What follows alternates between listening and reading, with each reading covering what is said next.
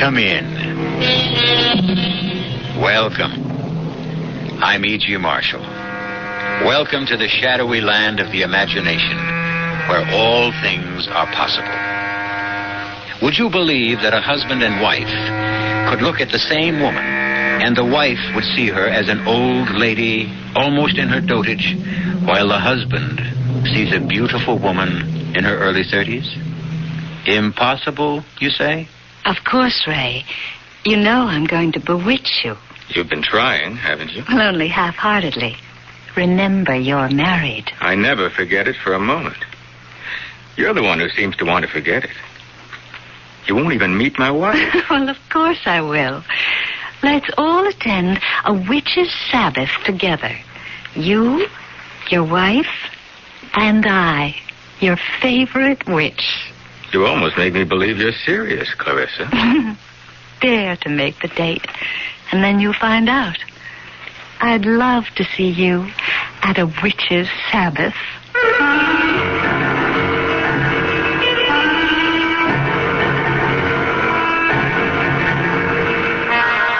Our mystery drama, The Young Die Good, was written especially for the Mystery Theater by Murray Burnett and stars Patricia Elliott and Carol Teitel. I'll be back shortly with Act One. Weekdays on CBS television. Don't miss your favorite daytime dramas at new time. Follow the continuing stories of families in conflict, their lives changing every day, full of turmoil, triumph, and treachery. On The Young and the Restless. Then, it's the searing stories of romantic intrigue and hidden desire on As the World Turns. Be sure to watch The Young and the Restless and As the World Turns. Weekdays on CBS television. Check local listings for new time. Because Dad does a lot for you, True Value Hardware stores suggest you give him a Father's Day gift that will do a lot for him, like a quality skilled power tool. Hi, Pat Summerall to tell you they offer the Precision 7 1/4-inch skilled circular saw to help Dad with a variety of home projects. For only $34.95, Dad will get a rugged, dependable power tool that features a powerful 1 3/4 horsepower motor. This popular saw will give Dad the quality and confidence of skill and is available at participating True Value Hardware stores and home centers. A railroad car clatters through Pennsylvania's coal fields almost a century ago. Its only passenger, a doctor named Matthew Shields, beginning a 16-year special assignment for the American Red Cross. In railroad yards, on sidings, and in the great terminals, Dr. Shields would convert his home on wheels into a classroom and teach first aid and occupational safety to industrial America. And all along the way, local physicians were enlisted as Red Cross volunteers to continue the teaching effort. When the car rolled to a stop for the last time, 2 million people had learned first aid. The effort was called A Good Beginning, but only a beginning. Today, as the Red Cross begins its second century, we're proud that America still looks to us for first aid training. Now we teach over 3 million people every year, and we still say it's only a beginning. Red Cross, ready for a new century.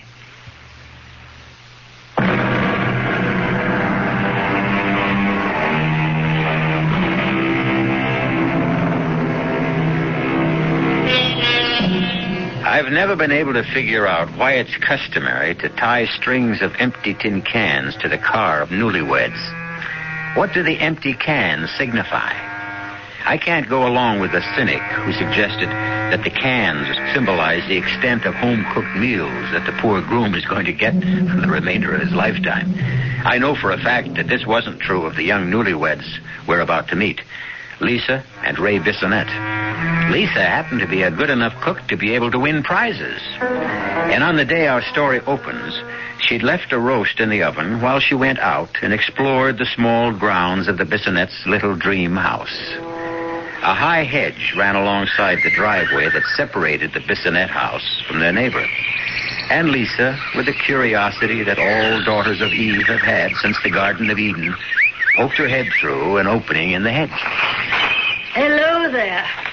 Come on through and get acquainted. Hello. I'm Lisa Bissonette. I'm your new neighbor. I'm Clarice Wenderby. It's good to see young people next door again. I hope you and your husband will be very happy. Thank you. Have you lived here long? Well, I was here before your house was built. Of course, my husband was alive then. And now you're alone? Yes. And happy to see you. You're welcome to drop in any time, child. I'll be glad of the company. That's very neighborly, and I'll return the invitation. Oh, but I have to run now. Take a look at my roast. I expect my husband in less than an hour.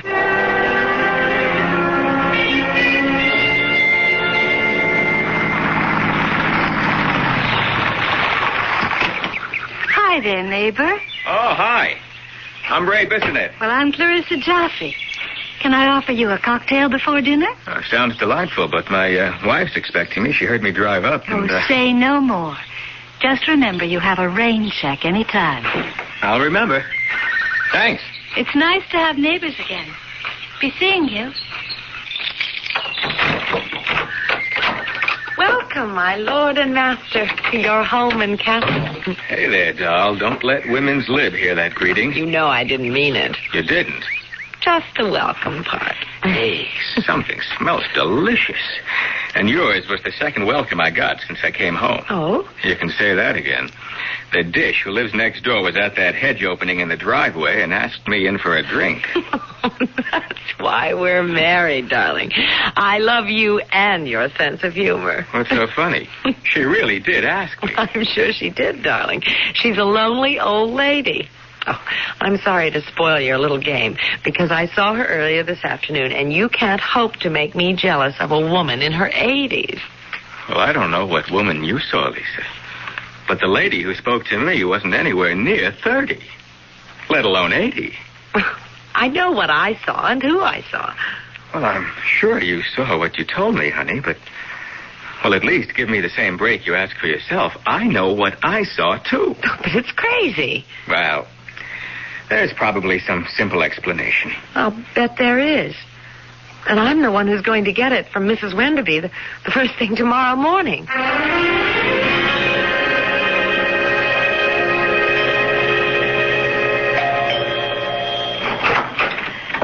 Lisa, how nice of you to come visiting so soon and so early. Would you like a cup of coffee? Coffee would be nice. Well, let's go into the kitchen. I always find it cozier. Do you take cream and sugar? Just black, thank you. Tell me, are you getting used to the neighborhood? Do you find the shopping center exciting? As a matter of fact, yes. But if you don't... Well, I get out so infrequently. There used to be a farmer's market on Duane Street that had the loveliest, freshest vegetables. Duane Street? It's just one block past the station. Of course, you don't meet your husband at the train, so... My husband's really the reason I came over. Oh, how interesting. You didn't meet him yesterday, did you? Did he say he did? Well, he said he met a beautiful 30-year-old woman. Here? In my house? Who's the woman my husband saw last night? My dear child, don't tell me you're jealous. Goodbye, Mrs. Wenderby. I'm sorry I bothered you. Please don't go. I'll try to help you. Why should it be so difficult? There's something here I don't understand, and I'm going to get to the bottom of it. It might be best if you move. What? It really might be best. That's ridiculous. Do you know what you're saying? Yes. But Ray and I looked for a house for almost 6 months. We could never find a house like this at the price we paid. I know. Perhaps you'll do well to find out why this house went so cheaply.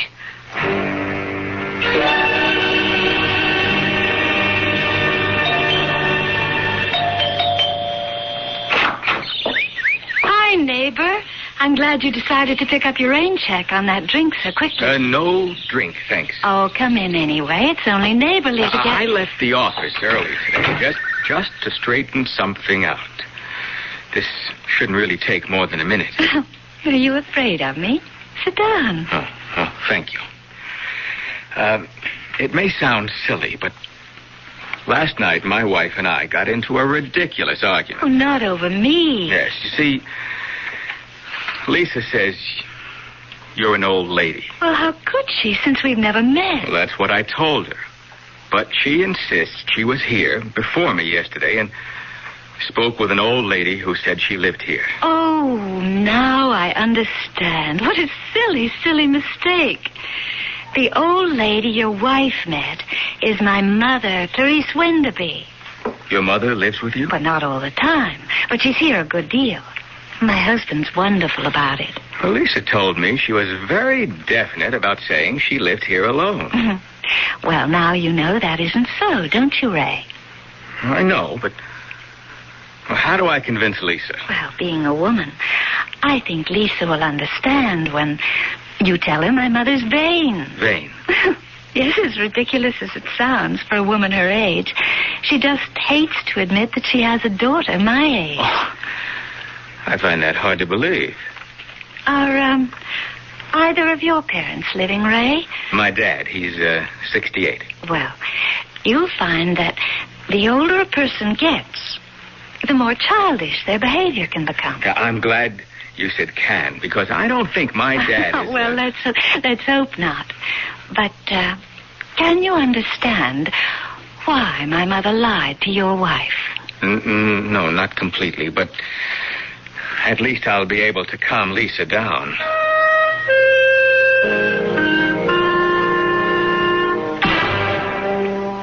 No. It's the most ridiculous story I've ever heard. But, darling, I tell you that I know what you tell me. You've been telling me for the past half hour. And I tell you it's nonsense. Did you ask to see her mother? It never occurred to me. Why not? Well, You didn't take my word seriously enough to question this beautiful dame you say lives next door. That's why not. Oh, now, Lisa, I can't know why you're making this personal. I believe you.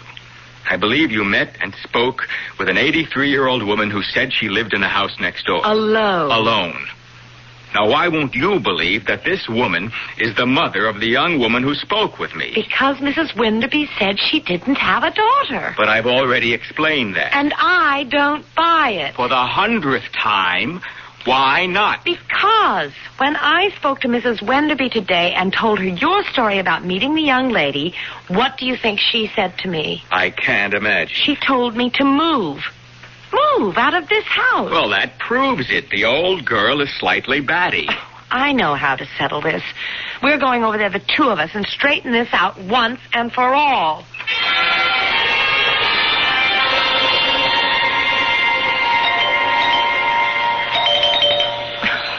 Well, it is possible that they're afraid to answer the door. That's not possible. But it is possible that no one's home. You said you were just talking to her. I think we've been arguing at least 15 minutes. She could have gone out during that time. But there are lights upstairs. Well, some people leave lights on when they go out because they're afraid that an unlighted house is an invitation to a burglar. I can't understand why you're so dead set against admitting that for some reason she doesn't want to meet me. And I can't understand why we're standing outside an obviously empty house ringing a doorbell when we could go back to our place.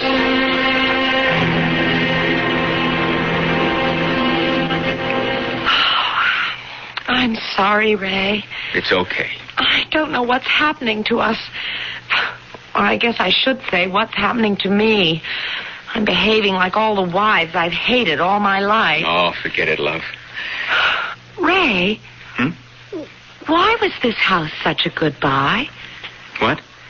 Mrs. Wenderby told me to ask you why we got this house so cheap. Oh, I thought we were going to stay off this subject. I just want a simple answer to a simple question. Is that really all you're asking? Yes. Why won't you answer me? Well, I have my reasons. I'm sure you have. And I guess it's because of the attractiveness of that 30-year-old woman you say lives next door. Why, you're jealous. That's what this whole thing is about. You're jealous. Don't be ridiculous. For Pete's sake, Lisa, the reason I don't want to tell you is... Well, it's because I'm afraid you'll get upset. I'll be more upset if you don't tell me. Okay. Superstitious people around here think there's some kind of jinx on this house. Jinx? It's silly, but there you are. Why? Why do they think there's a jinx? Something about the last two couples who lived here. Both husbands are dead. They died under peculiar... I don't know. Don't worry about it. It's all a lot of nonsense. How did they die, Ray? I don't know. Nobody knows. They just disappeared.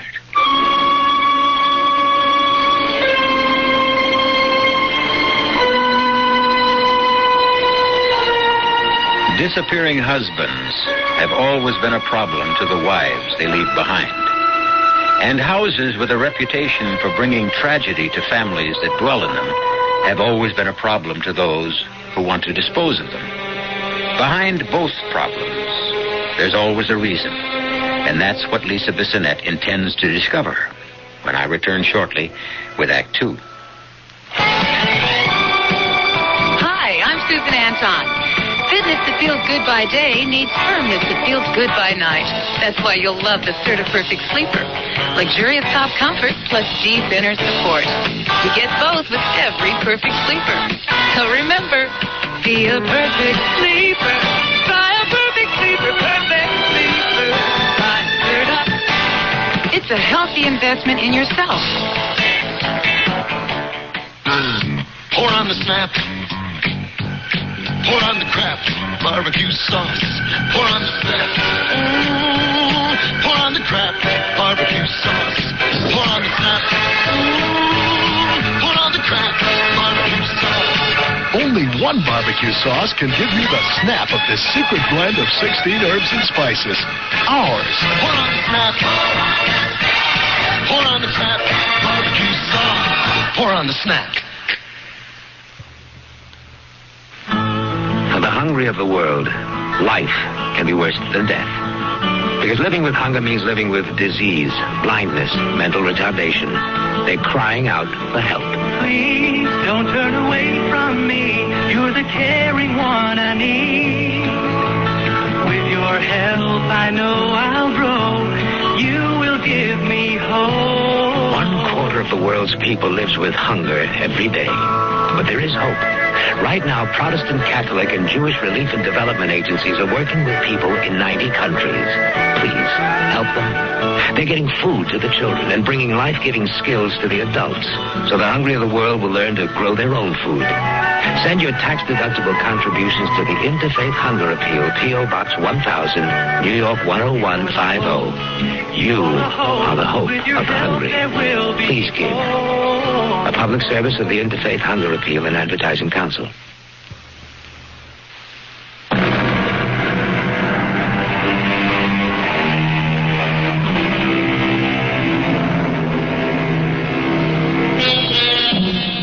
Today's civilization is replete with problem solvers of various kinds. We have our priests, ministers, rabbis, and gurus, and we have the psychoanalysts, the newspaper columnists, the palm readers, soothsayers, and astrologists, all doing their best to clear up the riddles of the living. Some strong-minded people prefer to do their own problem solving. Ray Bissonette was one of these. And he faced his problem by coming home early, leaving his car around the corner, and walking across the lawn of the house next door to his. Hi there, neighbor. You look like a man with a problem. All right, you are. Can I help? You bet. Because you're the problem. Oh, don't tell me it's your wife and my mother again. That's exactly what it is, and I'd be grateful if you just walk across to my house with me right now and let me introduce you to Lisa. Well, of course. You will? Well, you sound surprised. Well, forgive me, but this thing has Lisa so uptight, I guess some of her nonsense has rubbed off on me. Well, what seems to be bothering her? Is she jealous? It's hard to tell. She finds the situation strange. Oh! What happened? Oh! It's my ankle. Oh. I turned it in this hole. I told Harry we've got to do something about the moles. They tunnel everywhere. Can you walk? I'll try. Would you let me lean on you? Oh! No, this is no good. Let me carry you. Well, I'm certainly not going to meet your wife with you carrying No, me. I'll take you back to your place. Just put your hand around my neck.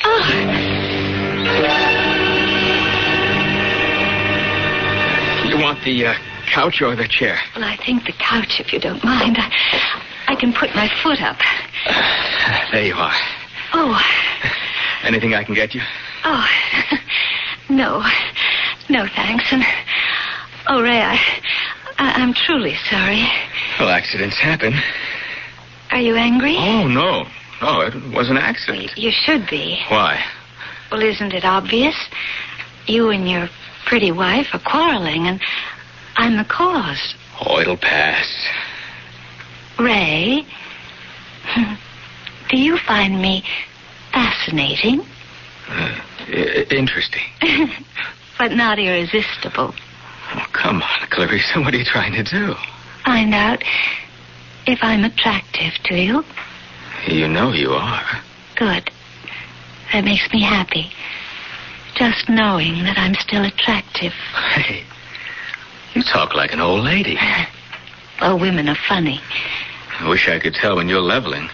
You will when you get to know me better. Well, that's not going to be until Lisa meets you. I promise you that we'll meet.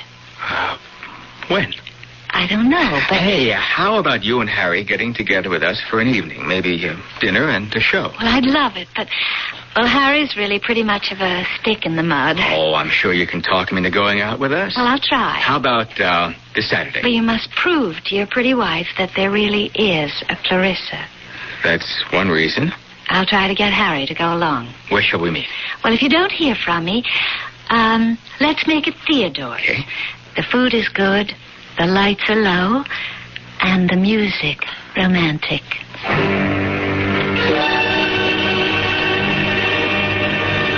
Your Clarissa and Harry are almost 1 hour late. I guess so, but, well, relax. This is a lovely restaurant. We can have another cocktail. No, thank you. I'm sure they'll be here any minute. Why am I sure they won't be? Darling, I spoke with Clarissa this morning. It's just inconceivable they won't show. After all, we're neighbors. There's no reason for them. Mr. Bissonette? Yes? Telephone for you, sir. Shall I bring it to your table? I'll see you at home, Ray. Hey, now, wait a minute, I've Lisa. waited too long as it is. Both of us know what that phone call means, and I've had it. If you want to talk to me, you can reach me at home. And if you're not at home in an hour, don't bother to come at all. Here's your phone, sir. Oh, thank you. Hello? Oh, Ray, darling, I don't know how to tell you this, but... You can't make it. Yes, that's right. Harry came down with this miserable, well, I don't know, I guess it's a 24-hour virus or something, and it just... Well, look, let's make it another time. Oh, no, that's out of the question now, Clarissa. It's been strange knowing you, but we better forget the whole thing.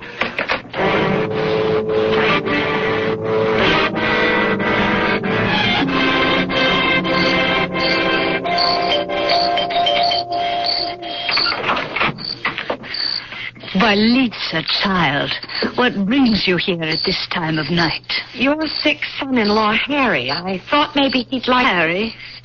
Sick? Isn't he? No, not that I know of. At least we're getting somewhere. You admit that you have a daughter and a son-in-law. Well, come in, child. All right. Now, perhaps you'll tell me why your daughter, Clarissa, doesn't want to meet me. Did you, find out why your house was such a bargain? Yes. And you're still not thinking of moving? I want to see your daughter. There's no way you can. Unless you're willing to take my advice. Are you trying to frighten me? I am trying to help you. Believe me, my child, I'm trying to help you. And I should know better. What's that thunder? I'm afraid we're in for a storm. You'd best be getting back to your house. But you still haven't told me what I've done more than I should. Now take my advice and take your handsome young husband and move out of that house.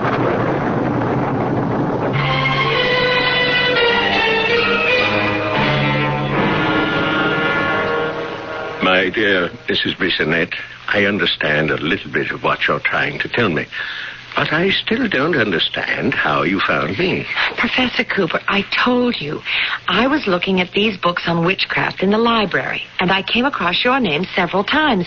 And everyone seems to agree that you're the foremost authority on witches. So I checked with the publishers, and they gave me your address.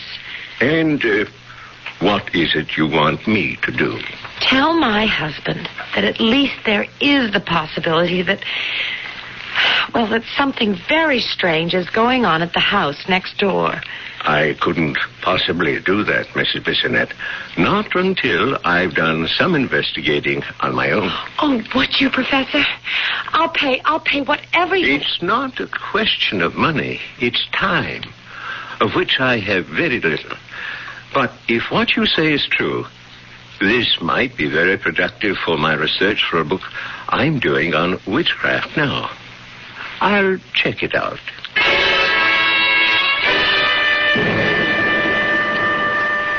This is my husband, Professor Linus Cooper. Pleased to meet you. Professor, please tell him what's happening next door. I'm not exactly sure what's happening, but I have gathered enough evidence to make me suspicious and worried. What do you call evidence, Professor? I called at the house yesterday, and I saw the 80-year-old lady. Oh, that doesn't prove anything. And no one else. However, I am going to make one further test.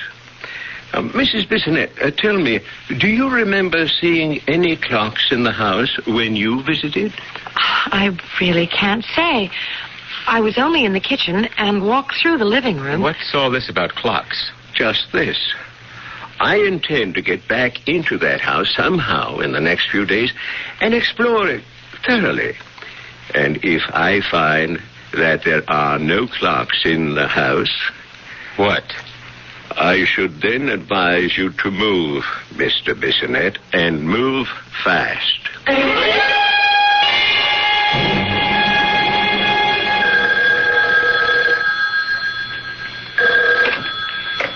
Ray Bissonette. Please don't hang up. Oh, Clarissa, I'm very busy, really. I know. I apologize for calling you at your office, but I just have to explain. Oh, I've told you that it's... Please meet me for lunch today at Whitley's, anytime at your convenience. On one condition. That you promise to meet Lisa and talk with her. I can't go into that again, not on the phone. What time? 1:30. It's less crowded then.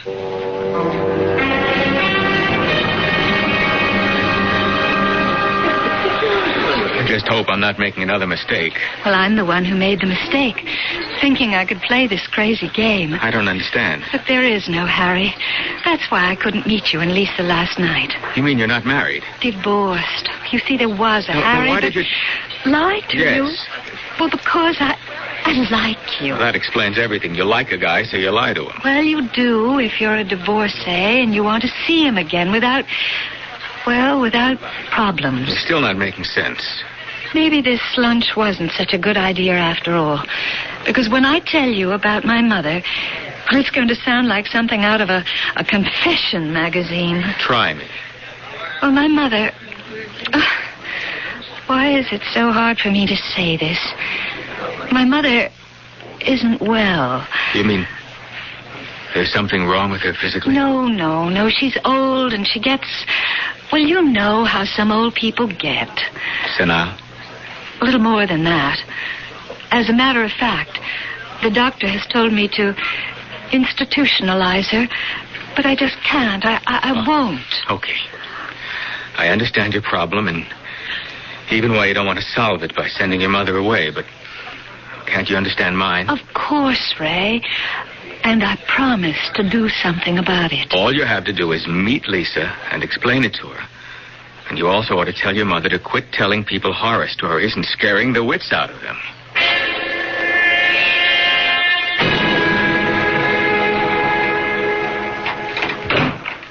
I'm home, Clarice. I'm home. And I'm alone. And I must talk to you. I know. Then you must know what I want to talk to you about.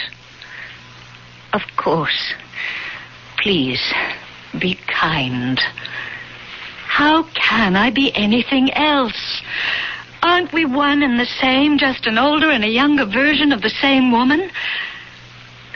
That's why I know how angry you are, and it's also so useless somehow. Useless. Then why don't you appear, Clarice, before Ray? Let him see the old woman. For the same reason you don't meet Lisa and show her the young woman. Right, Clarice. You remember our bargain with him, our master. I only have so much of the energy, and it must be reserved for the young men whom we need to stay young. And I talk to the young women. But, Clarissa, this one I like. And you frightened her, Clarice. You scared her so much she went and talked to our old friend. Who do you mean? Professor Linus Cooper. And do you know what he's been talking about, Clarice? No, leave me alone. He has been asking about clocks. He wants to know if there are any clocks in our house. Clocks to tell the passage of time. You know what clocks are, you old fool. Oh, please. And he is going to come here, and he's going to look around unless I stop him.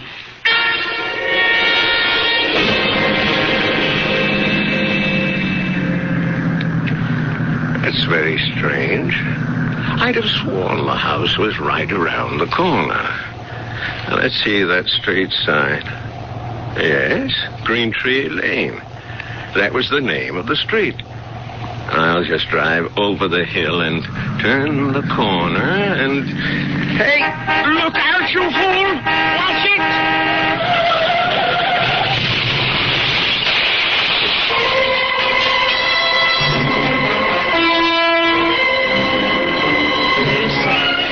Clarissa, was that the sound of a car crash? I don't think Professor Cooper will come visiting. I'm too old. Too old, Clarissa. And too tired. I know all about it, Clarice. I know how old you are, and silly, and soft. You told Lisa Bissonette to move, although you knew very well that her nice young husband would move with her. Didn't you, Clarice? I've told you, Clarissa, I'm very old and very, very tired. Just remember, you'll be a lot older and a lot more tired if Ray Bissonette moves away. You, Clarice, might even be dead.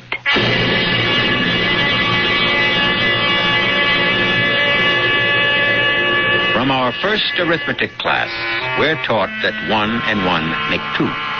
2 and 2 make 4, and so on. Until today, we're living in the computer society where giant adding machines solve all our problems for us. However, our minds would boggle, and the computer would break down in a world where 1 and 1 made only 1. I'll explain that strange arithmetic when I return shortly with Act 3. The family's all gathered, summertime is here. Volleyball and barbecuing, it's that time of year. Working up a thirst, just sitting in the shade. Nothing's finer than the taste of good old-fashioned lemonade. Country time, tastes like good old-fashioned lemonade. Made with natural lemon flavors, so it's not too tart and not too sweet. Country Time lemonade flavored drink. Tastes like good old-fashioned lemonade. Kodak brings the instant to life. An instant picture is instant fun. Is that me? Kodak offers you instant fun money. For a limited time only, get a $10 rebate when you buy either the Kodak Colorburst 250 or the new Colorburst 350 instant camera. See your photo dealer for details and get $10 for instant fun. It is me. Kodak brings the instant to life. Help me make it through the night. Still up when the other TV stations are signing off? After midnight, we don't let it all ring down. Now Channel 56 goes 24 hours. Night and day. You are the one. Catch Channel 56's primetime lineup repeated overnight. Working on a night move. Watch quality TV like heartwarming dramas, intriguing science adventures, suspenseful mysteries, entertaining variety shows, interviews with Dick Cavett, and a range of music from jazz to rock to country to classical.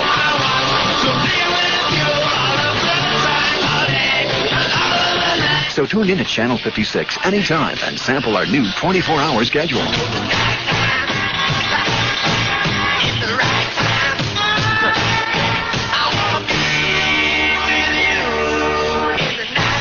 Now watch around the clock as Channel 56 goes 24 hours. 56 in Detroit, WTS.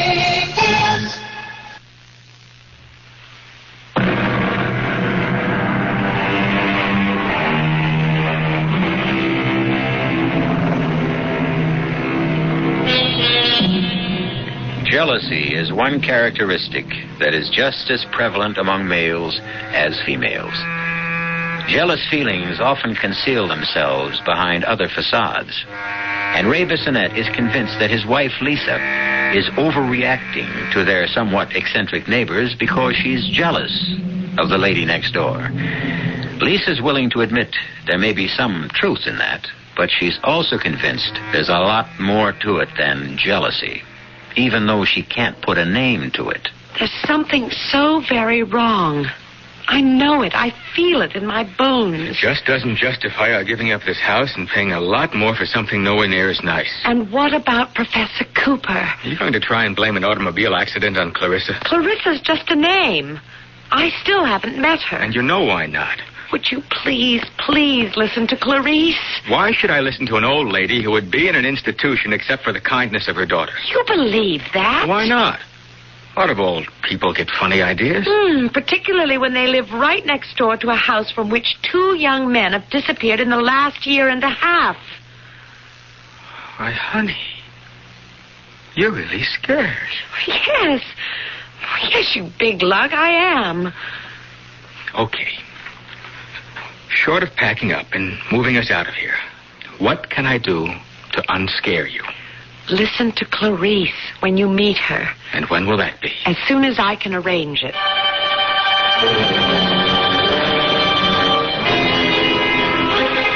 I see your little lady friend from next door is coming to visit, Clarice. And I must say I'm glad to get a chance to rest. It's quite tiring for me. I know, Clarissa. I know. Now remember, we need Ray Bissonette. I know that, too. I'm even more tired than you, Clarissa. Much more. Oh, I'm so glad you're home, Mrs. Wenderby. I have a lot that I want... Why don't you just come in and have some tea? I was just making myself a cup. Oh, thank you. You don't mind the kitchen? Oh, not at all. My dear, what is it you want from me? I think you should come with me to my house and tell Ray what you told me. Do you think your husband will move out because I tell him he should? You're very wise. And forgive me, but very strange, too. Just very old. You don't think about growing old, do you? Well, of course not. You're too young and too alive. You're not worried about the lines and the wrinkles. You wouldn't look for some way, for any way, to stay young forever. Now, come on, baby. This is the 20th century, the atomic age, the computer-controlled society. Don't give me this stuff about witches. How else can you explain what's been going on? I wish you'd tell me just what you think has been going on. Ray, why is it that I only see Mrs. Wenderby and you only see Clarissa? I don't know. It's because you're a man and I'm a woman. Why should that make a difference?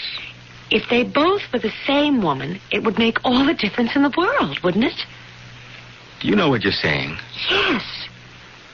Where in the world did you ever get a nutty idea like that? From these books. Then I suggest you stop reading them. Stick with the comics. They make more sense. You see, the succubi are really frighteningly ugly, but to young men they appear beautiful and desirable. I can't believe you'd take all this witch and succubi stuff seriously. 2 men who lived in this house before us disappeared. The only thing about that bothers me is that it bothers you. If you're really concerned about me, there is something you can do. Well, if you mean move out, the answer... I mean put my theory to the test. How are we going to do that? You make one last date with Clarissa. Whoa. Hear me out. Just for lunch or cocktails or coffee. You tell me when and where. I'll happen along and you'll introduce me. After I meet her, I'll give you my word I'll never mention witches or moving again.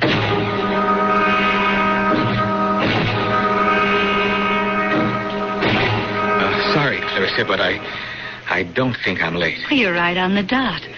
Honestly, Ray, I was so excited when you called. I just couldn't wait to see you. My wife asked me to call you. Well, I find that fascinating. She's really bugged about never having met you, and she's getting all kinds of crazy ideas about you and your mother, and I'm really worried. Well, of course you are. I will have you and your wife at my house for cocktails tomorrow around 5:30. Great. But only on the condition that you come alone on the following day for tea. I hate tea. Oh, but you haven't tasted my brew. But And you'll also promise to look deeply into my eyes when you drink. You're putting me on. I was never more serious in my life. And now, if you'll excuse me. Oh, but I wanted to tell you about this. Talking to yourself, darling? Oh, Lisa, no. I was just trying to tell Clarissa about your coming today. Where is she? She just this minute went to the ladies' room. Mm-hmm. Oh, come on, Lisa. She asked us over for cocktails tomorrow. She did?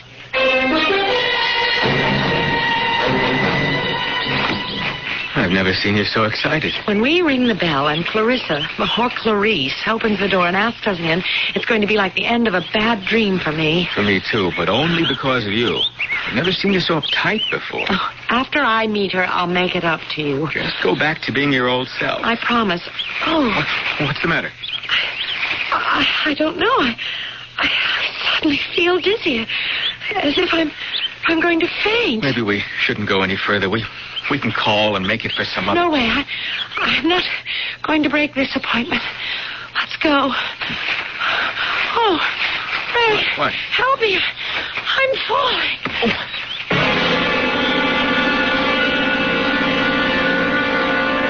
You promised not to hurt her. The doctor's car drove into the highway a few minutes ago. We should be hearing from him any minute. There. Answer it. Answer it. I don't want him to think we've been sitting right on the phone. Now. Hello? Clarissa? Yes, Ray. Where are you? I'm home. The most incredible thing happened. We were on our way to your house, and Lisa suddenly felt faint. As a matter of fact, fainted dead away. Hit her head on a stone. Oh, I hope it wasn't serious. The doctor says she'll be okay in a day or so, but... Well, meanwhile, we have to postpone our date. Oh, what a shame.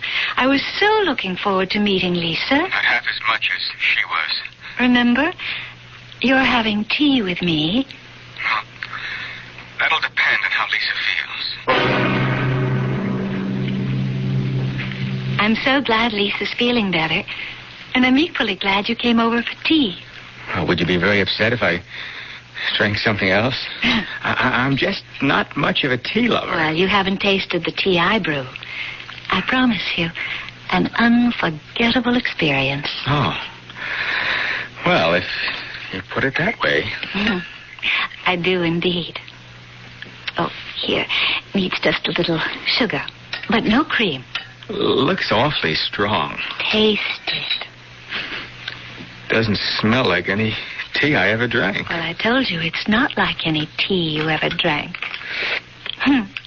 Come on now, Ray. Take a swallow and look at me. I see you. I mean, in my eyes. Look deeply and drink deeply. Oh, Clarissa. You're... Yes, Ray. What am I? Oh, you're truly beautiful. Beautiful. Oh, thank you, Ray. Your eyes have a radiance and a shine that I've never seen before. And your lips. Yes. Yes, my lips. Would you like to kiss my lips? Oh, yes. Yes, I would. Oh, this is what I wanted since we first met, Ray. To hold you in my arms and hold you forever and ever, and hold your youth and your vitality and feel it make me young again. And do you still find me beautiful, Ray? You've changed. But I can still see your beauty. Drink some more tea, Ray. And hold me tight and close, that's it. Squeeze me, Ray, and I'll squeeze you. Squeeze the life out of you and into me, and... You're not Clarissa. Of course I am. I'm your Clarissa, and Lisa's Clarice, and your true love. No, you're old. You were the old lady Lisa saw. Hold me. Hold me, Ray. Hold me tight. The tighter you hold me, the more I'll seem like Clarissa. Hold me, Ray. Hold me. And love me for all eternity. Because we're bound together forever.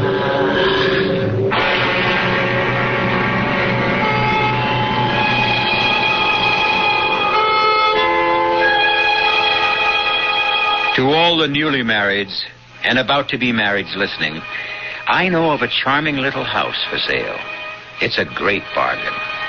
The only qualification that's absolutely necessary is that the husband be a young and virile man. However, if you purchase it, you don't have to worry because all of you are strong-minded enough to know that there really aren't any such things as witches. I'll be back shortly.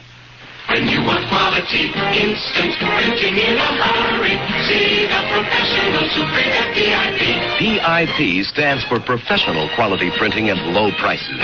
PIP printers are trained in the latest printing techniques. They use professional presses to turn out printing you can be proud of. From carbonless forms, letterheads, sales reports, whatever. Depend on the professionals at PIP. Look for the PIP near you in the yellow pages under printers. That's PIP. People make the difference. Hi, I'm Julia Motto for White Westinghouse. Because food storage needs are so different, White Westinghouse makes refrigerators in many styles and sizes.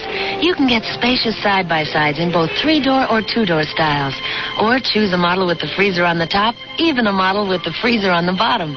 And if you already have a separate freezer, buy the all-refrigerator model. Many good reasons to White Westinghouse, your house. White Westinghouse, your house. Before Shogun, in a Japan of warring clans and star-crossed lovers, there was the glorious saga, Shike. Shike, the beautiful and violent epic of a warrior monk trained in 1,000 ways to kill, and the radiant noblewoman whose passion for him defies all tradition. Shike, the Japan you will always remember. In the Jove paperback you will never forget. Ohio's Junior Miss. Thursday on CBS Television. The first runner-up, winner of an $8,000. It's the 24th annual America's Junior Miss Pageant. Lauren Green will host as 50 high school seniors compete to win the title of America's Junior Miss.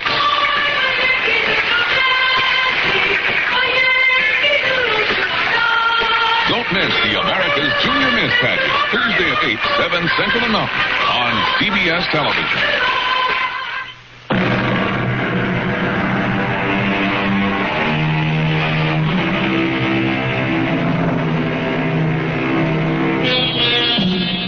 Speaking of witches, as we were, it's of course true that people have always had an ambiguous attitude towards them. In some literature, they're portrayed as fascinating, lovely women with quicksilver qualities who bewitch the males with their charms. In other stories, they appear ugly old bags, spreading evil and polluting everything they touch. Which is the true picture? Could it be, perhaps, that both are true? Think about it. Our cast included Patricia Elliott, Carol Teitel, Ira Lewis, and Dan Acco. The entire production was under the direction of Himan Brown. This is E.G. Marshall inviting you to return to our Mystery Theater for another adventure in the macabre. Until next time, pleasant dreams.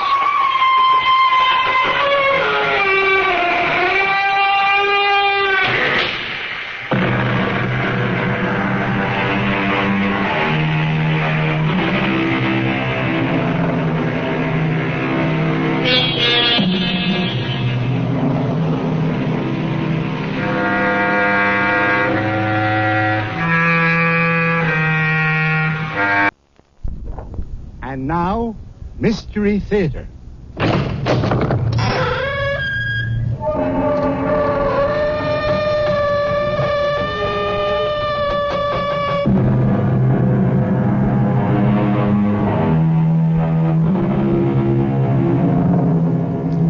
Come in.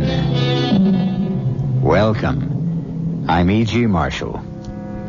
From almost the beginning of time, the tellers of tales have been fascinated by the story of the being who leaves this life, makes a short trip to the regions of the dead, and then tries to find his way back again into the land of the living. Not always an easy thing to do.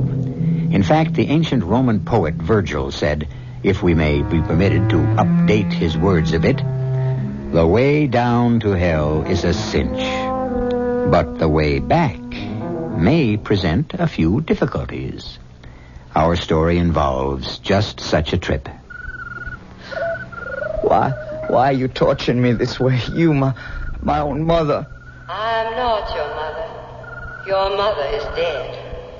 What you see before you. It's horrible. I'm afraid of you. Where's the love you always showed for me, the kindness, the gentleness? Look into my eyes. What do you see? Dead, black, yellow eyes with no pupils. Show pity on me, Katie. Show mercy. I have no mercy, no pity. I am a body without a soul. A living corpse that wishes you everything evil. Nothing but evil. Because I loathe and despise you, my son.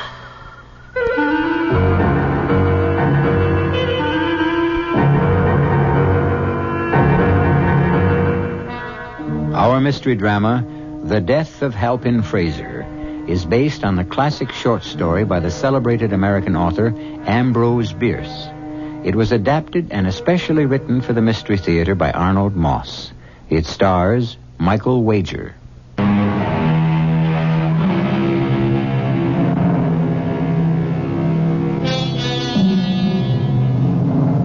The end of life is often accompanied by greater changes than many of us will admit.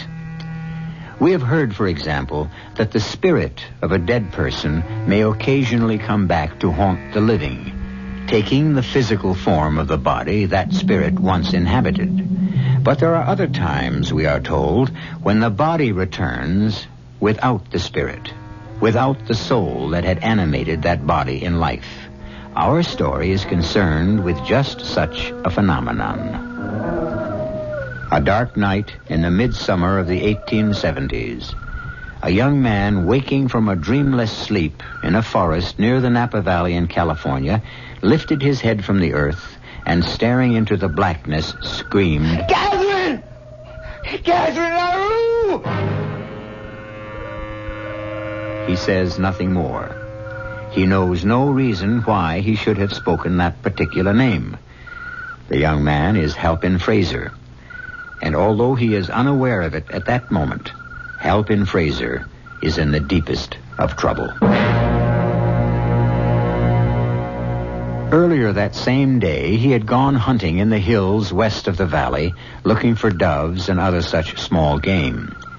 Late in the afternoon, the sky had suddenly become overcast with threatening clouds, and he had lost his bearings. Where am I? Is this the way back? If I turn right at this rotting tree stump... No, right seems to lead nowhere. Everything's become so dark. How long have I been walking? It must be hours. Oh, I'm completely exhausted. My legs, I can't lift my legs another step. They're like lead. My head. Wait a minute. That little clearing over there near the twisted roots of that large madrona tree, wouldn't it be the sensible thing to stop trying to find my way in the dark? Yeah, I'll go to sleep right here. Sleep, I must get some sleep. And in the morning, when it gets lighter, everything'll be fine. With nothing under him but the dry leaves and the damp earth, and nothing over him but the branches from which the leaves had fallen and the sky from which the earth had fallen, Halpin Fraser fell asleep. Hours later, in the middle of the night. Catherine! Catherine LaRue! Catherine LaRue? Who is Catherine LaRue? I don't know. I have no idea. Who are you? I can't see you. Get up, Halpin. Up.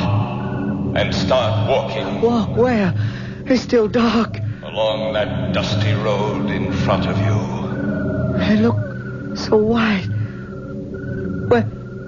Where's that strange yellow-green light coming from? It's blinding. Keep walking. Where does this road lead? Where are we going? Why, as I walk on my feet making no sound? Look around you. Yeah. Your body is casting no shadow. True. Why should that be? What are those noises? Those broken whispers in a strange tongue. I almost understand them. But not quite. What do you think they are? What do you think they're saying? I don't really know. Those sounds seem like part of some monstrous conspiracy against me, a conspiracy against my body and against my soul. What are they? Keep walking, Halpin. You will soon find out. I'm tired, thirsty. I must find something to drink. Where are you going, Halpin? Over there. There's a depression in the ground. Where a wheel has passed, there's a little pool from a recent rain. I'm going to drink from it. Go ahead, Halpin. Cup your hands and drink deeply. Drink fully. There's no water at all. It's a pool of blood. My hands are dripping blood. Look down at the patches of dust between the wheelways and the roads. It's spattered with red as if it'd been raining blood. Where are we? Who are you? Keep walking, Halpin. Halpin, have you considered that possibly you're being punished for something? Punished? For something I've done, something I can't recall. Think back. Try to reconstruct in your memory the last 10 years of your life. No, I can't. I won't. Think back, Halpin. Think very hard. Think back. Think back. Think back. Halpin, it would seem your mother has done it again. Her party tonight is surely the peak of the Nashville social season. Mother certainly does know how to give a party. Look at all those beautiful young women twirling around in their pretty party dresses. And the young men so handsome and gallant as they dance with them. In spite of the fact that some of those young men have only one arm or one eye. Thanks to bleeding their hearts out at places like Chickamauga and Bull Run. Well, that's all past, son. We mustn't think back.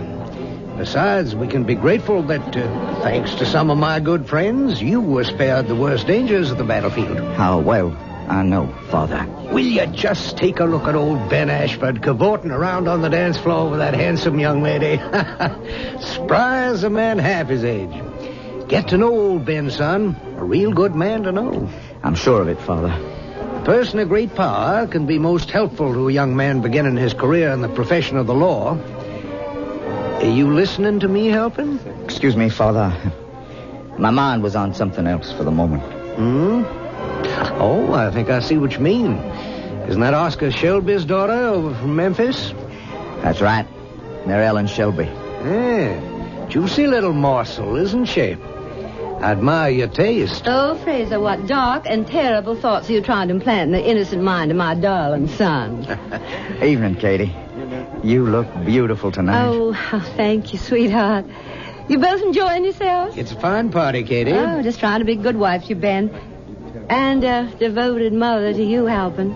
It's not every day that a young man just 6 months out of law school is promoted to a junior partnership in one of the most distinguished legal firms in the state. I'm real proud of you, Halpin, my love. This party's just my way of showing it. Well, I did help a little, you know. Oh, look, there's Sue Cameron over there waving to me. Will you excuse me, Halpin, while I hobble over to on these poor arthritic legs of mine and see what's on her mind? Oh, and Halpin, after the party, do come into my bedroom and kiss me goodnight like a good boy, won't you? So many things I want to talk to you about.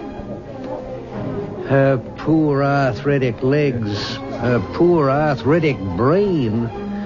There's nothing wrong with her legs. You know as well as I do, Halpin, she's still using that one to get your sympathy. She'll be asking you to dance with her any minute. Would you please excuse me, Father? Certainly, son, and convey your father's compliments to Mary Ellen Shelby. That's one of the prettiest pieces of woman flesh I've seen in many a day. Thank you, Father.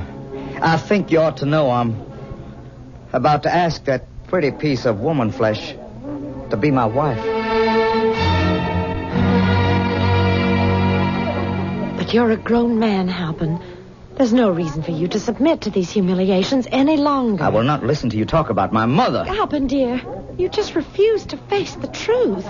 The attachment she has for you is beautiful. Beautiful? Is that what you think? My Katie is devoted to me as I am to her. The way your mother thinks of you is not with the usual devotion of a mother for her son.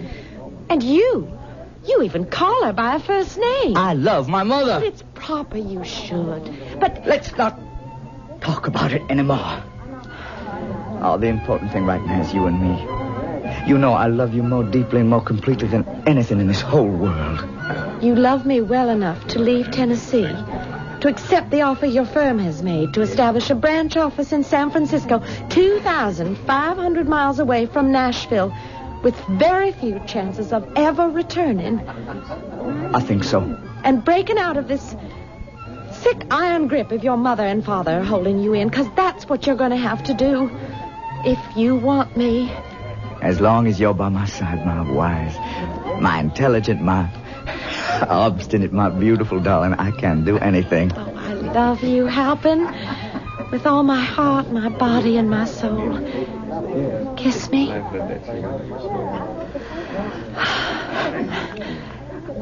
I'll tell Mother my decision tonight, after everyone's left. Oh, there you are, you two naughty children. Hiding away from the rest of us? Oh, not really, Katie. We thought we'd sit this one dance out, Mrs. Fraser. You have no idea how enjoyable it is to spend a moment or two alone with your very charming son. I have a very good idea, my dear. And I'm delighted to share it with you. But just for a moment or two. Besides, such beauty as yours, Miss Shelby, should not be hidden from the public view. Would you both excuse me, please? I'll be right back. Well, there's no denying that Mary Ellen Shelby's a very attractive young woman. In a common sort of way. Mother, Katie, Mary Ellen and I are planning to get married.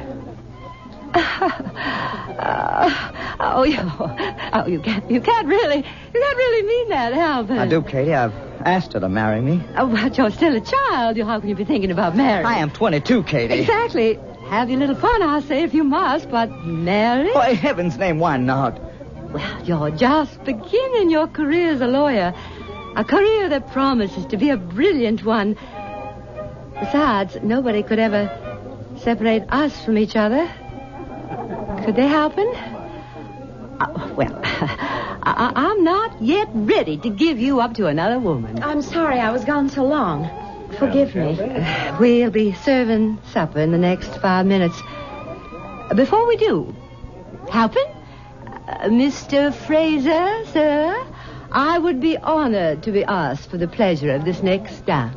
I'm awfully sorry, Mother. I promised it to Mary Ellen. You have? And the dance after that. And the one after that. You've made a fine beginning, Halpin. Keep thinking back and keep walking straight ahead, straight through this archway, this tunnel of overhanging trees. Oh, twisted yellow vines are blocking my way. They're catching me at the throat, choking me. Just follow the glare of that greenish light ahead of you at the end of the tunnel. You haven't far to go. Just a few more steps, Halpin. Halpin Fraser. Mother. We meet again, Halpin. I told you we would. It's taken a long time. Such a long time since they placed me in my grave. We read that the grave unites us all. The grave, where even the great find rest. That small piece of the churchyard that fits every one of us. And for most, a grave gives comfort. But for some, as we are about to see, the grave becomes a place of unrest rather than a place of rest. I'll return shortly with Act 2.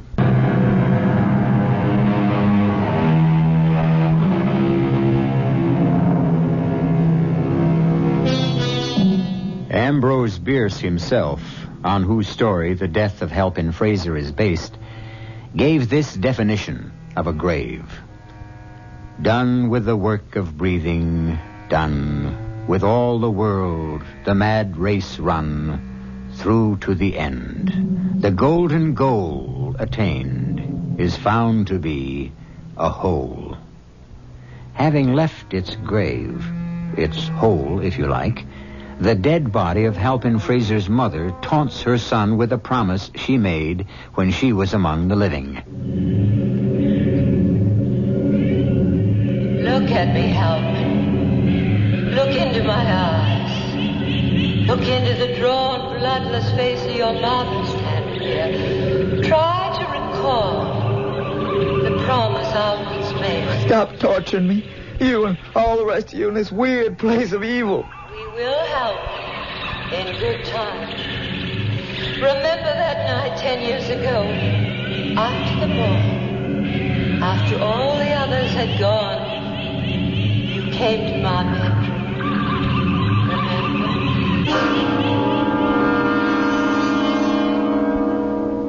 Remember? Sit closer to me, Halpin.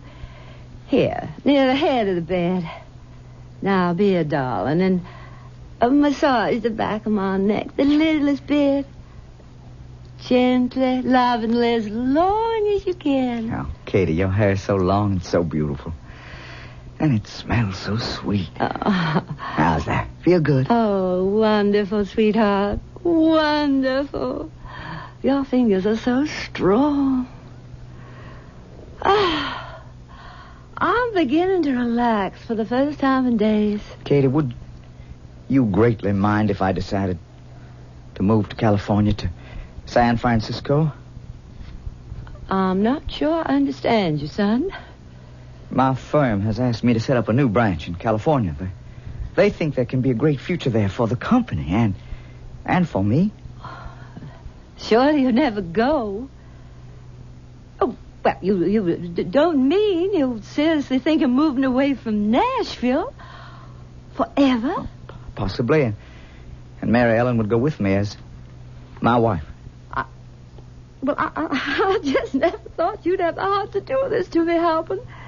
Not after all we've been meant to each other. Send us away with your blessing, Katie. It's the best way. Well, all last night, I lay awake, tortured by this miserable, painful arthritis, my fingers, my legs.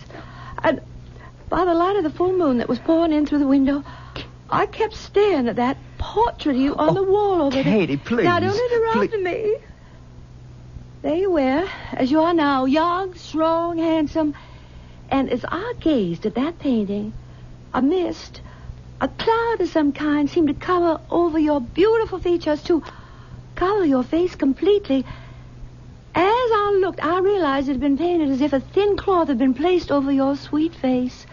The kind of cloth is placed over the features of a corpse. Oh, Katie, that's ridiculous. Look at that painting now. Now, you must not laugh at me. As I continued to study the painting, I saw below the edge of the cloth the dark blue marks of fingers on your throat. As if you had been strangled to death. Mother, why do you tell me this? Now, what is that supposed to mean? It means that you may never go to California. Katie, dear, that doesn't make sense. Well, I can hardly bring myself to say this. But if you go, somehow you will meet your death there in the next few years. By strangulation. Now, don't you take it lightly. I know what I'm saying. You take me with you. Oh, I'd be so little trouble. I hear they have fine medicinal springs over there. And in California, I could get better, and I could take care of my little boy. See that nothing evil ever happens. Katie, you listen to me. You will be killed if you leave me. So will the Shelby girl. And I will die, too. Katie, Mary Ellen and I have decided we are leaving in a week. Well, in that case, I suppose there's nothing for me to do except give you the blessing you asked for. Thank you, Katie. Well, as a wedding present for your wife, I'll give her the brooch I wore tonight at the party. Grandma's pink coral brooch? And her mama's before her. Been in the family almost 200 years. And for you, well, go over to my dresser and open the top drawer on the right. You see anything unusual? This hunting knife? That's for you. My papa's pearl-handled hunting knife, forged out of the finest Toledo steel. And I'll take that little portrait of me in the gold frame, too. Oh, thank you, Katie. You are most generous as well as understanding. Mary Ellen will be pleased, and I am most grateful. Kiss me good night, Halpin. Good night, my darling Katie. No matter where you go, no matter what may happen, I promise you that you and I will surely meet again. Sometime, somehow, someplace. I will not break that promise. Good night, my love.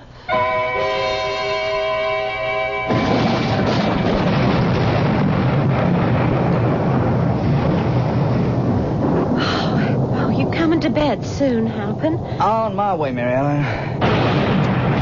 Oh, what a night. In all the years we've been in California, this must be the worst. Glad I didn't have to try to get around the streets of San Francisco tonight. What's that you've been reading? Oh, a little thing I picked up at the bookshop this afternoon by a 16th century English theologian. For greater change is wrought by death than hath been generally believed, whereas in general the spirit of a dead man cometh back upon occasion, yet it hath happened that the body without the spirit hath sometimes walked. What kind of morbid nonsense is that? Listen to the rest. And it is attested by those who have encountered a corpse so raised from the dead that the cadaver hath none of the natural kindly affection it may have had in life, but only hate and evil altogether. In other words, a dead person can come back without a spirit and without a soul. Only in the shape of the body it had in life. And comes back as something hateful and ugly. He says it's happened. Oh, my darling, that is positively, unequivocally fascinating. May I have that precious book, please? What are you doing, Halpin? Tossing it in the wastebasket where it belongs. Oh, it's silly to bother your pretty head with such depressing and disturbing thoughts. Now, if you don't mind, I am going to concentrate on you. Both soul and body. Both? With your kind permission, my darling Katie. Your darling who? I am not Katie. Oh, forgive me, sweetheart. That was a stupid slip of the tongue. Whatever made me do that? And so, my dear son, on Sunday last, your darling mother and my beloved wife passed on to her Maker. She was buried, of course, in the family cemetery here in Nashville. A pity you could not have been with her at the end. As she gasped her final breath, the last words she spoke were, "Write Halpin that I shall keep my promise. He and I will meet again." Now, what exactly she meant by that, I haven't the slightest idea. In any event, the widow Struthers and I send you and your wife our kindest regards and warmest feelings. Your devoted father, Bo Fraser. I had the feeling all day long before this letter came that something was wrong. Oh, I can understand how you feel, Halpin. The letter is dated almost a month ago. Oh, I'm terribly sorry, Halpin. Oh, now put out the light and do try to get some sleep. You said you had a busy day tomorrow. I have. Good night, sweetheart. Good night, dear. Where were you when I needed you most? I couldn't help it. I died without the solace of my son's gentle hands on my cheek, without his warm lips on my forehead. You never loved me, Halpin, did you? Never really loved me. You know that's not true. I always loved you, Kate. I always will. Halpin, are you all right? What? Are you all right? What? Can I get you something? I'm fine, Mary Ellen. You've been talking in your sleep again. Oh, my darling, try to go back to sleep. I don't think I can. Oh, let me get you a cup of warm milk. Oh, no, thank you, Katie. I don't think it... Katie? Not again, Halpin. I'm sorry. Katie is dead, and we are both well rid of her. I loved my mother. That was always plain enough.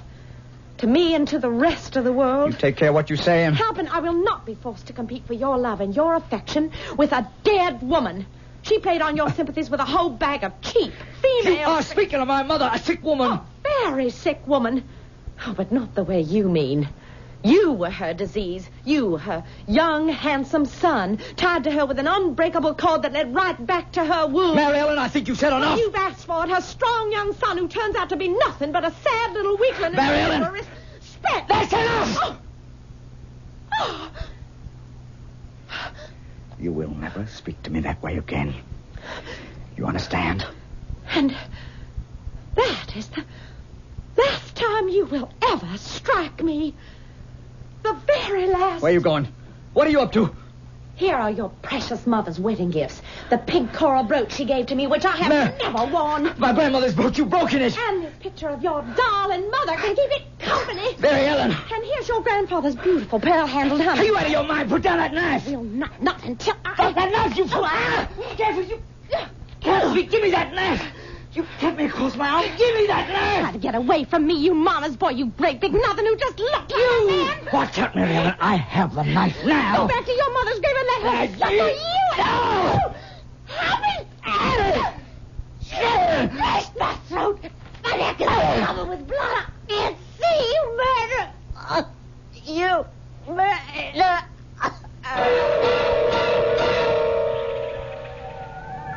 Remember that night, Halpin. That scream in the middle of the night. You begin to remember. You begin to realize why you are here. I'm not sure. Do you begin to realize where you are? I think...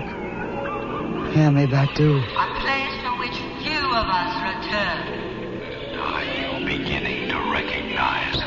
I am. That voice of yours is so familiar. I'm sure I know it. It should be familiar, Halpin. And you should know it. Who are you? I am you, Halpin. You.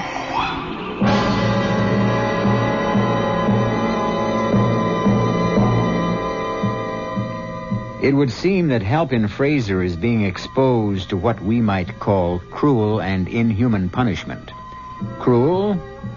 Maybe. Inhuman or unhuman? No question. Will this unusual form of punishment come anywhere near fitting the crime? We'll find out when I return shortly with Act 3.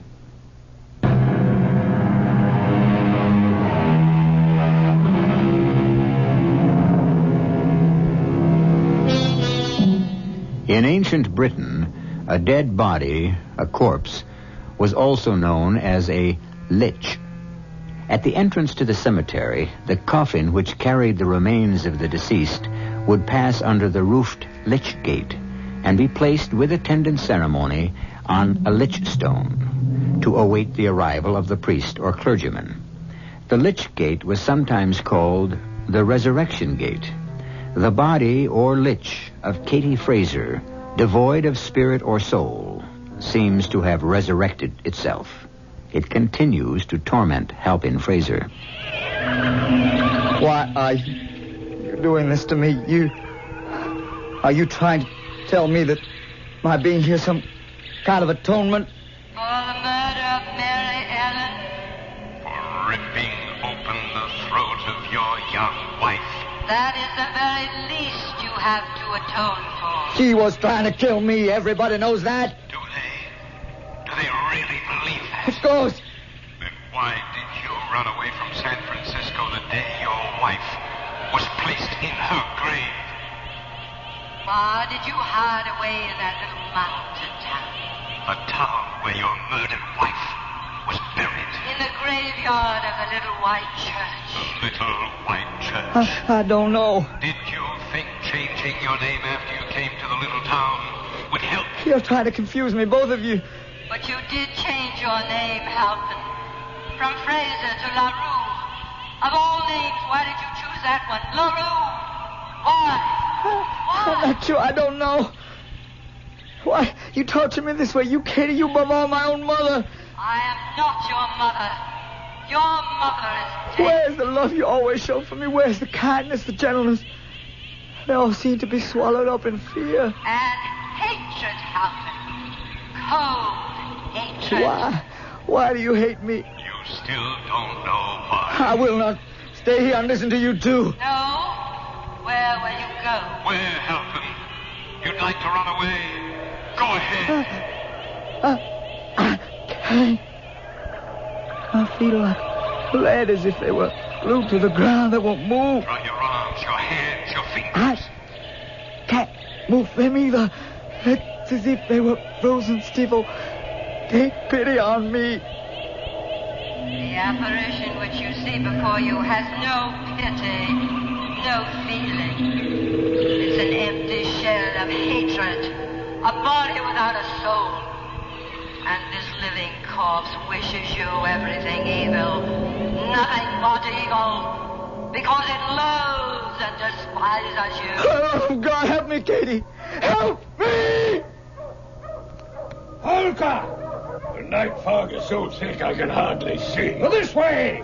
And stay as close as you can. Hear those voices, Halpin. They're coming to get you. What'll I do? You're going to feel the agony of the hangman's noose around your neck. You'll hear the loud snap as it breaks. I won't listen to you. Remember the dark blue marks I saw around your neck on your body. I remember the marks of the hangman's rope. The time has come, Halpin. The last breath is about to be squeezed out of your body.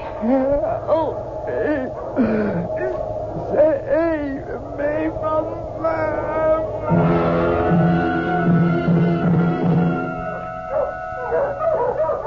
How much? further, Geraldson? Little white church? No more than half a mile.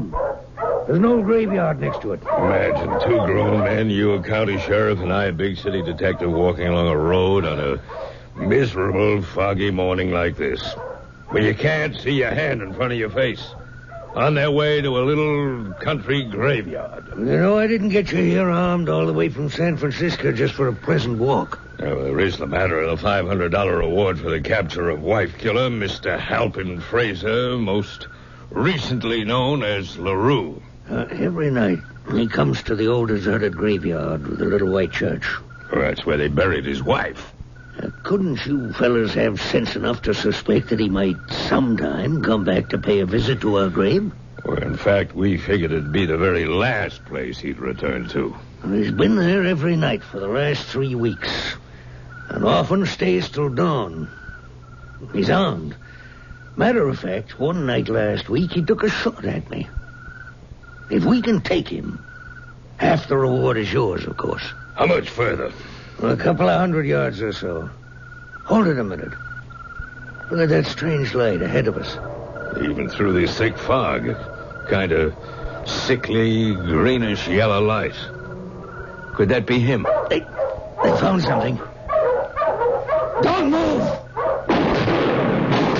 All right, let's go. Follow me into the graveyard and watch your step. Right behind you. Just past this broken gate. All right. Quiet down, boys. Quiet. Well, there's nothing here. I've never seen anything like this in my life. You'd never even know these were graves. Just discolored stones and a few rotting boards leaning at the craziest angles. Some of the folks who live near here call it the village of the forgotten dead. There's that strange light again. Like a green ball of light swirling around in space on its own axis. Seems to be beckoning to us. Shall we go see what it is? Now, careful. Let's push our way through this growth of young trees. The dogs are onto something. I don't see anything yet. Well, let's follow that light. What on earth are they after? Mr. Holker, look over there. The body of a man lying on top of a grave. On his back. Legs wide apart. One stiff arm reaching up into the air as if to push someone away, and the other near the throat. Both hands tightly clenched. It's beginning to disintegrate. He's been dead for weeks.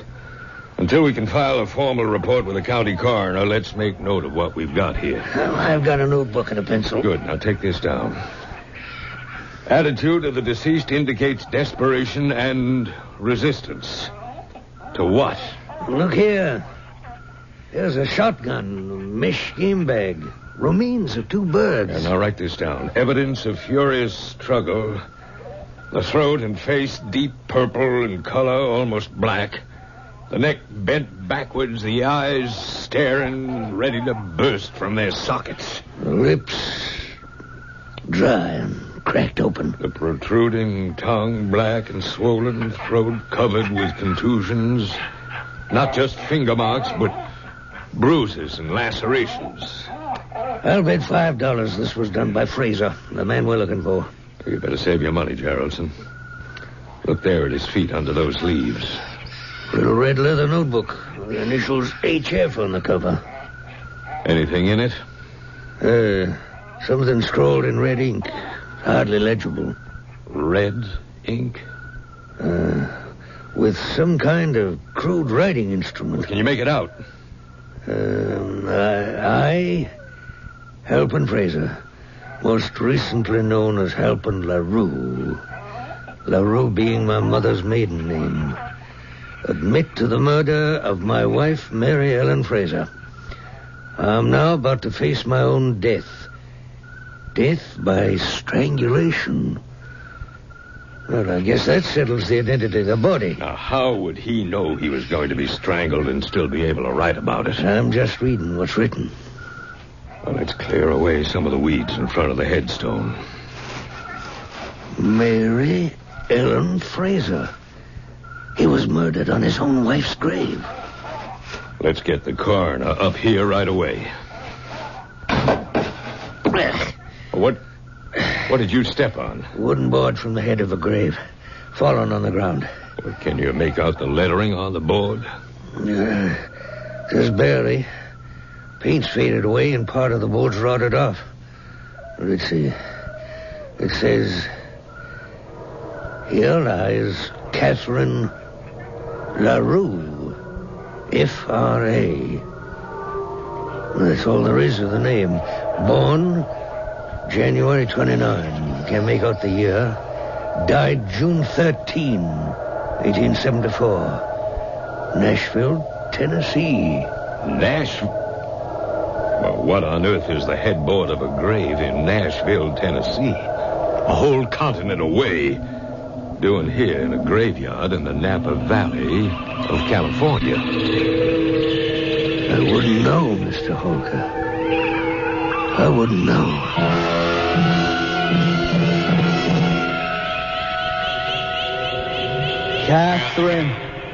Catherine LaRue. Catherine LaRue. Yes, Halpin. Here I am. I've traveled a long way. A lonely way. You and I, Kitty. We're together again. Together as we once were. It's taken time. But at last you and I are one again, Halpin. One again. You two are a body without a spirit. A body without a soul. Unloved. Unloving. Uncared for. Uncaring. But we are together again. Aren't we, Halpin? My son.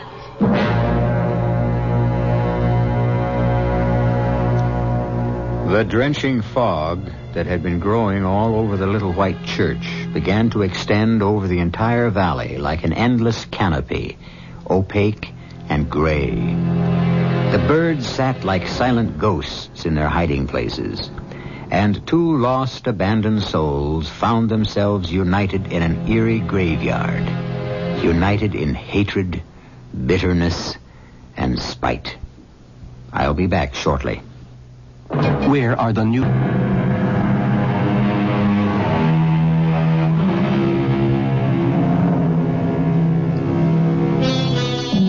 Ambrose Bierce, whose tale was the basis for our mystery, was born in a small town in Ohio in 1842.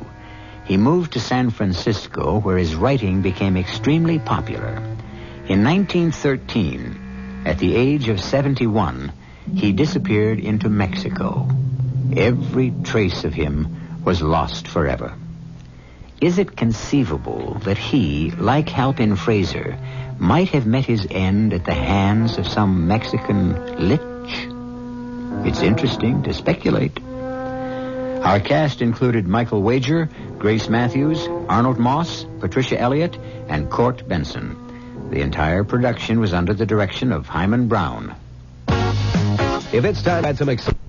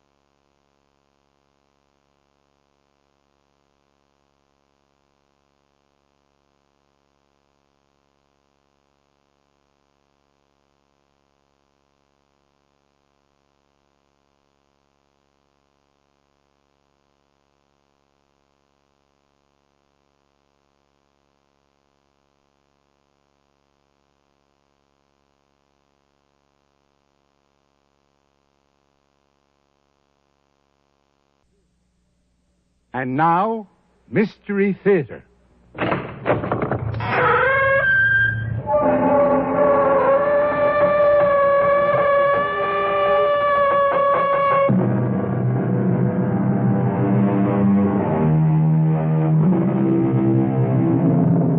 Come in. Welcome. I'm E.G. Marshall. Thus, conscience does make cowards of us all. A quote, naturally, and almost as naturally from Shakespeare. On the other hand, like proverbs, quotes tend to contradict themselves. It was Oliver Goldsmith who said, "Conscience is a coward, and those faults it has not strength enough to prevent, it seldom has justice enough to accuse." That contradiction is what this story is all about. What are you doing in that closet? Oh, my Aunt Hester, I was just trying to make myself at home. Never poke your nose into anything in this house that isn't your business. I didn't mean to. What's that you have in your hand? It's so queer.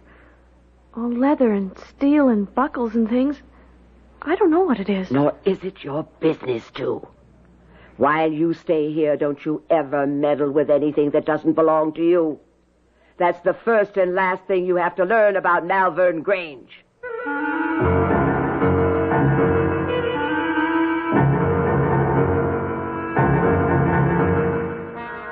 Our mystery drama, Afraid to Live, Afraid to Die, was written especially for the Mystery Theater by Ian Martin and stars Jada Rowland and Ann Petoniak.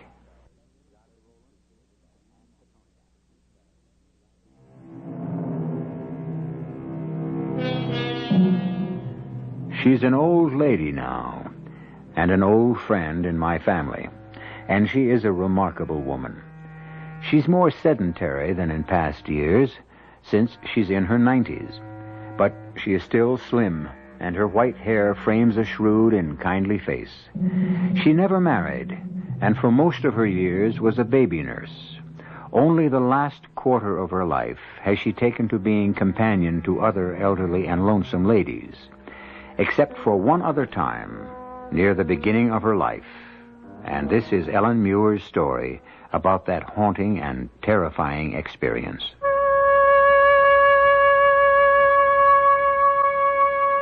Even young as I was then, I had this strange feeling about Malvern Grange. When I first saw it, dark and shadowed at the end of the long drive, lined by the great shade trees that made an eerie black tunnel on that otherwise bright moonlit night, it was the very picture of the haunted house.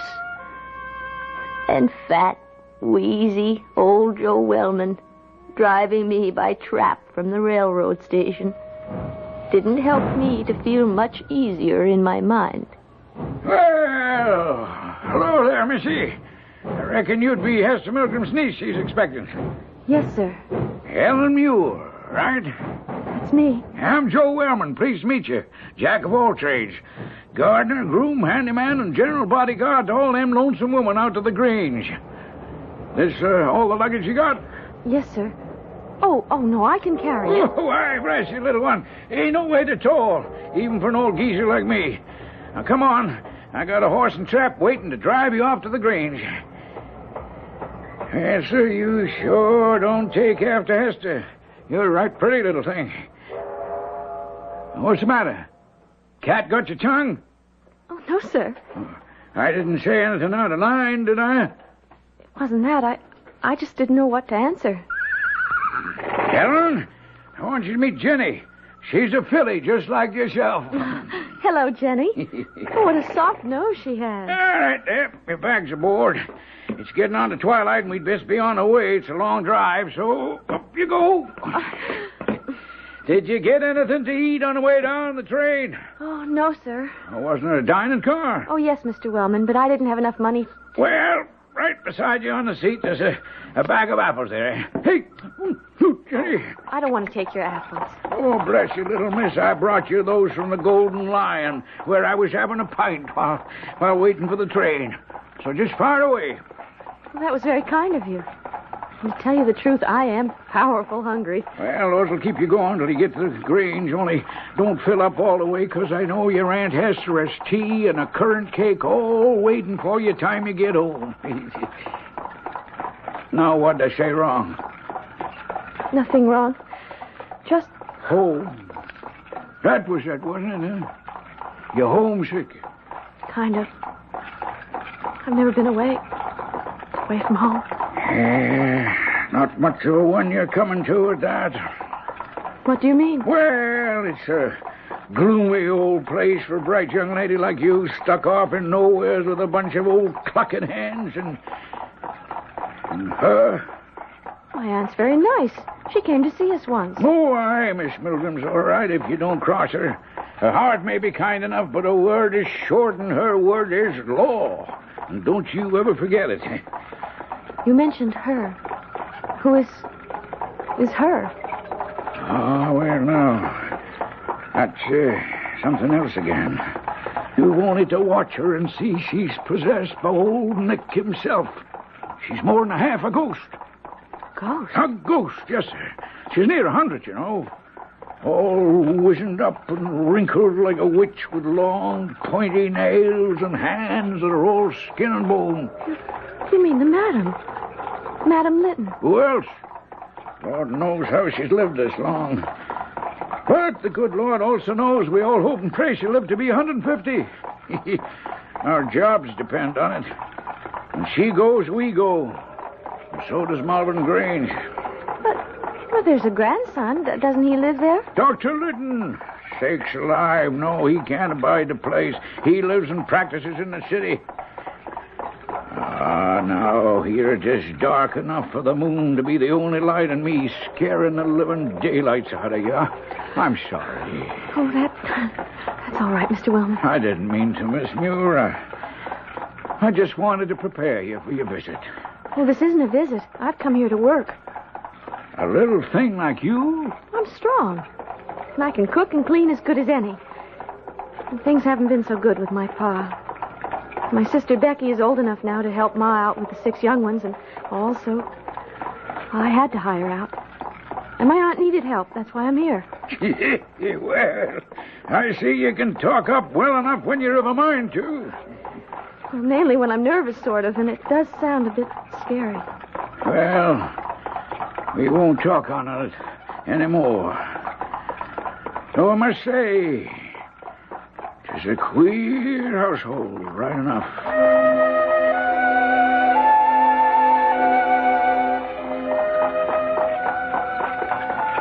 Is it much further? Nope, we're almost there. What's the house like? Oh, why, bless you, it's a great black and white house it is, with black beams running up and down and across, and the gables looking out white as a sheet. Except like now when the moon is out and it throws the shadows of the trees on them, and you can count the leaves shadows dancing in the wind across the stucco till they look like crabs scuttling across the sand. Oh. Only upside downsy like, you know. Ooh. But here, you're about to see for yourself. Here's the drive. My heart was in my mouth as we drove up the drive. The trees were so big that 4 people spreading their arms and touching fingers could scarce reach round. And it was like a long, great black tunnel there beneath them, with the big house crouching at the end, as huge as a giant or an ogre in some old fairy tale. I wanted to jump out and run away just as fast as my legs would carry me. So, here you are at last, Ellen. I'm sorry if I'm late, Aunt Hester. Well, you're not late, child. It's just been an anxious wait. You've come a long journey. Joe, take the bag up to the first room by the head of the stairs. Yes, Miss Milgram. See you tomorrow, little missy. Oh, yes, Mr. Wellman, and thanks for the ride and the conversation. Pleasure, I'm sure. He is a hired man, Ellen. Call him Joe. We must all keep our place around here. But, Aunt Hester... Do as I say. Now, first, welcome to Malvern Grange. Thank you. Well, come, we'll go up to my room for a moment and let you freshen up. And then we'll go into the housekeeper's salon where Meg will have something for you to eat. You'll be hungry, I expect. Oh, not too. Joe gave me some apples on the way. And what else did he give you on the way? An earful about all of us, I'll warrant. Oh, just about Mrs. O'Meara and... I don't know whether she is a Miss or a Mrs. He just called her Judith Squires. Mrs. O'Meara will be Meg to you. She's a servant. But, Auntie, so am I. You are my niece, and I am the housekeeper. As I said, everything in its place. Since you are young, they can call you by your first name. And the other lady? Judith? Oh, well, she's far on in years. You may call her Miss Squires. This is my bedroom. I'll put the candle over here. And while you take off your coat and hat, I'll just put a taper to the overhead lamp so we can see a little better. There we are. Now then. Yes, ma'am. Aunt. Yes, Aunt. What did Joe tell you about the madam? You mean the old lady who's sick? Mrs. Litton? That's who I mean. The madam. Why, Don't lie to me, girl. No, ma'am. No, Aunt Esther. He just said I shouldn't tell anyone. Well, I'm sure he did. Tell me what nonsense he might have been filling your head with. Oh, it is nonsense, isn't it? I mean, she isn't possessed by the devil. And she's not half a ghost, is she, Aunt Esther? I knew it. The answer to you, Ellen, is that the madam is none of your business. She's a very old lady, and she's not in the best of health. Now, that's all you ever need to know of her. You're not here to take care of her. You're here to do housework that the rest of us haven't time for. Now, that's the end of that. Come. We'll go into my dining sitting room, and you can meet Meg and get something to eat. Where's Mrs. Squires? She's upstairs sitting with the madam. Is that Judith? Fallen asleep again. You'll find Meg through that door. I have to go upstairs to the madam. In a second, my aunt was hurrying up the stairs, one black mittened hand shielding the candle flame from blowing out in the rush. And as the dark closed around me, I hurried for the door she had pointed out to me while I could still see it. The room I entered was all paneled in oak. A fine fire blazing away, plenty of light and tea and hot cakes and meat smoking away on the table. And there was Meg, fat and jolly, big as a house. Well, and here's our new companion at last. Ah, a pretty little thing that'll put a bit of light in this gloomy old house, maybe. You'll be Ellen. Well, I'm Meg O'Meara. Pleased to meet you, Mrs. O'Meara. No, let's make it Meg Bevorning.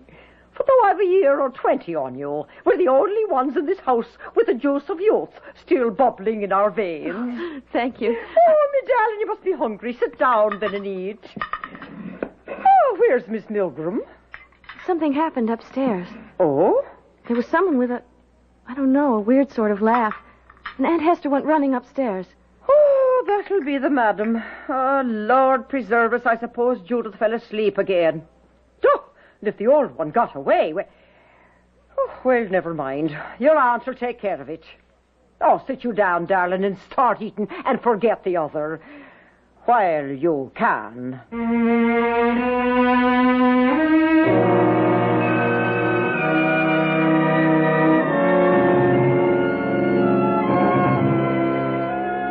So far, certainly a haunting experience. The terror is yet to come, and eventually, the matter of conscience. Let us leave poor little Ellen to her delicious meal, for Peg O'Meara's cooking is as good as her heart, and return shortly to that haunting gabled house.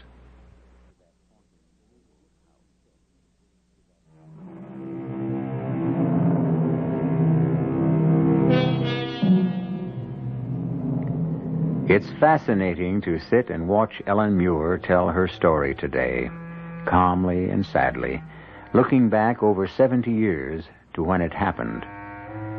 It is easy to understand how vividly she remembers the young girl who lived it, the Ellen Muir who sat in that haunted house, homesick and hungry, and in spite of her jolly companion Meg, still filled with an inescapable premonition of a terror yet to be faced.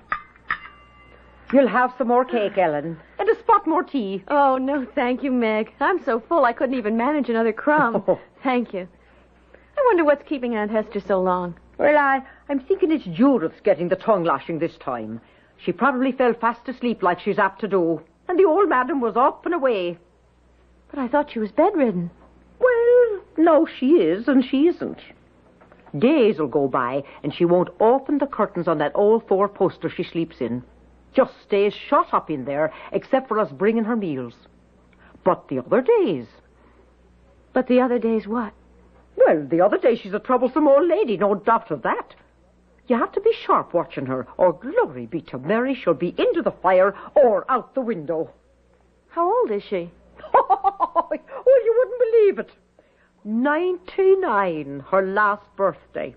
And that 8 months gone by. Could I ask another question, Meg? Ask away, what's the harm? 'Tis not to say I'll answer. Is the old lady well in health? Well, no harm in asking that. She's been a bit off for a bit lately. But she's much better this last week. I dare say she'll last out her 100 years or more yet. Here comes your aunt down the hall. I couldn't tell much from my aunt's face when she came in. It was calm, and she didn't seem put out. But she drew Meg aside and started to talk with her. In the warm room with company and good food in my stomach, I felt more at home and started to look about. There were pictures on the wall, and pretty old china things in the cupboard. And there was a door open in the wainscot, and inside a closet. I saw this queer thing hanging up inside. I was just going to look at it when... What are you doing in that closet? Oh, Aunt Hester. I was just trying to make myself at home. Never poke your nose into anything in this house that isn't your business. I didn't mean What's to. that you have in your hand? It's so queer. All leather and steel and buckles and things. I don't know what it is. Nor is it your business to. While you stay here, don't you ever meddle with anything that doesn't belong to you. That's the first and last thing you have to learn about Malvern Grange. Now give it to me. Oh, Mrs. Milgram, the child meant no harm. Well, it's better that she learns to mind her P's and Q's. I don't want any repetitions of... She's my niece, Meg. I want her protected. My aunt took me up to my bed and settled me in for the night. My only instructions were that since my room was next to the madam's, I was to be ready to call if need be, and 6:30 was rising time. I lay for a while awake, nervous-like.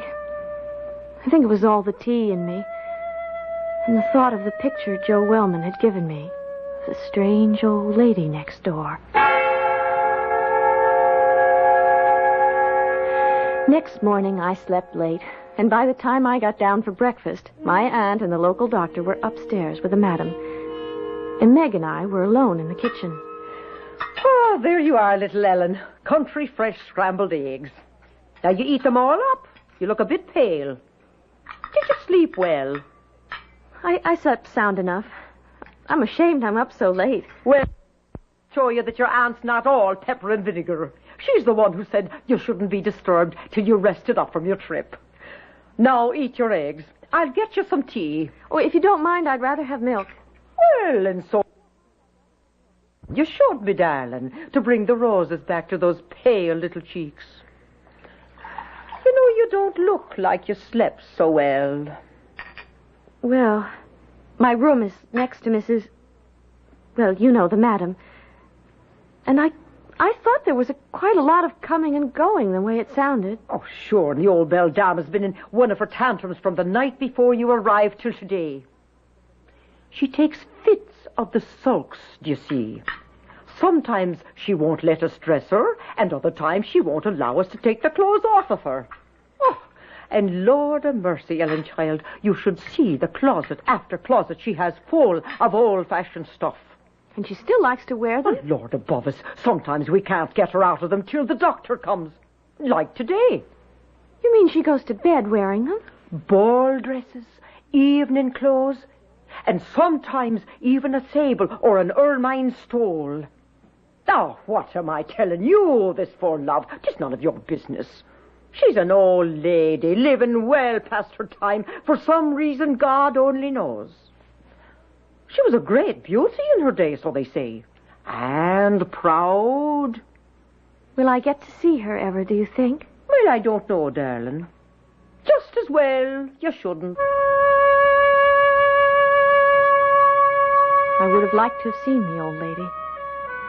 But she might as well have been up in the city for all the clothes I got. I did my cleaning and my needlework. And once or twice a week, the town doctor came in to check the madam. Nights, after my dinner, before the twilight, my aunt made me go out to get some air in the gardens. I was always glad when I came back. The trees were so big, and the place so dark and lonesome. It always made me cry and think of home. Usually I'd go down to the stable and try to find Joe. Sometimes we could talk. It's none of my business, Miss Muir, but why don't you go on back home? This is no place for a nice, fresh little girl like you. My aunt is very kind and Meg is fun. And I told you my pa isn't doing so well. It's important I have my job here. I can't let my ma and pa down. Or my aunt. And it's not so bad here with you and Meg. And Aunt Hester. And as it works out, I seldom see Mrs. Squires, and never the madam herself. Well, that's all to the good so far.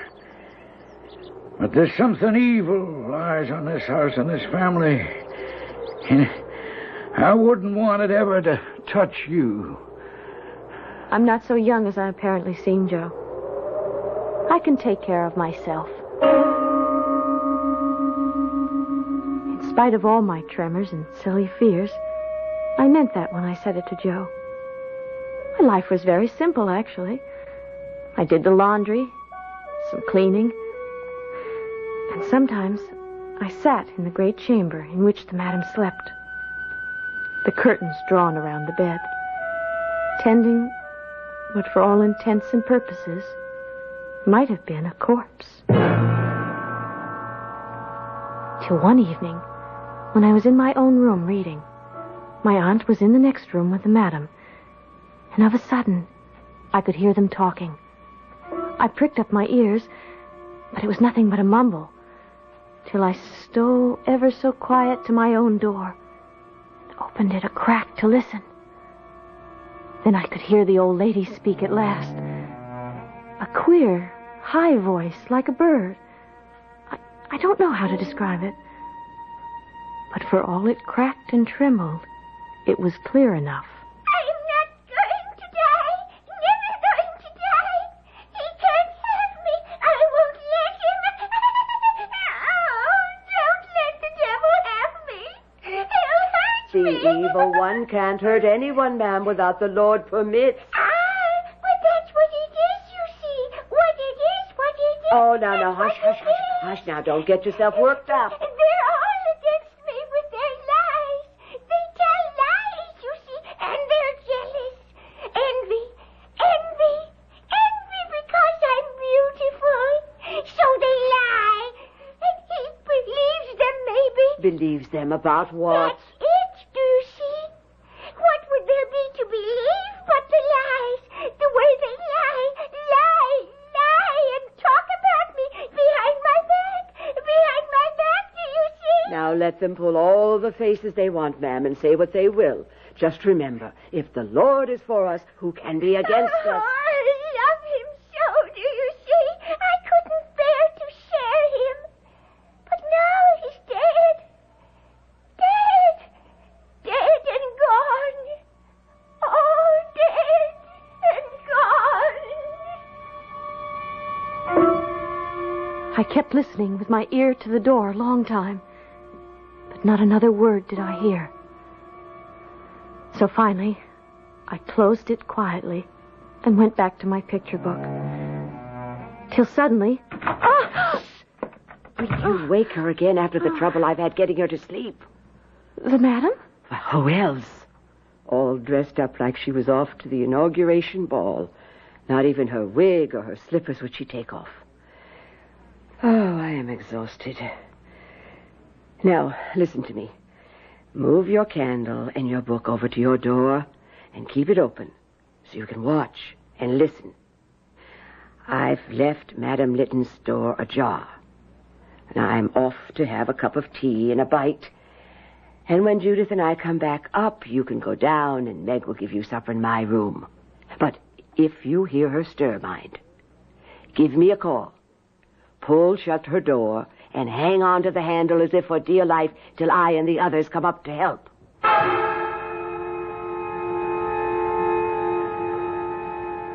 I sat there, trying to keep my eyes on the book, but they kept being drawn down the shadowed hall to the other door.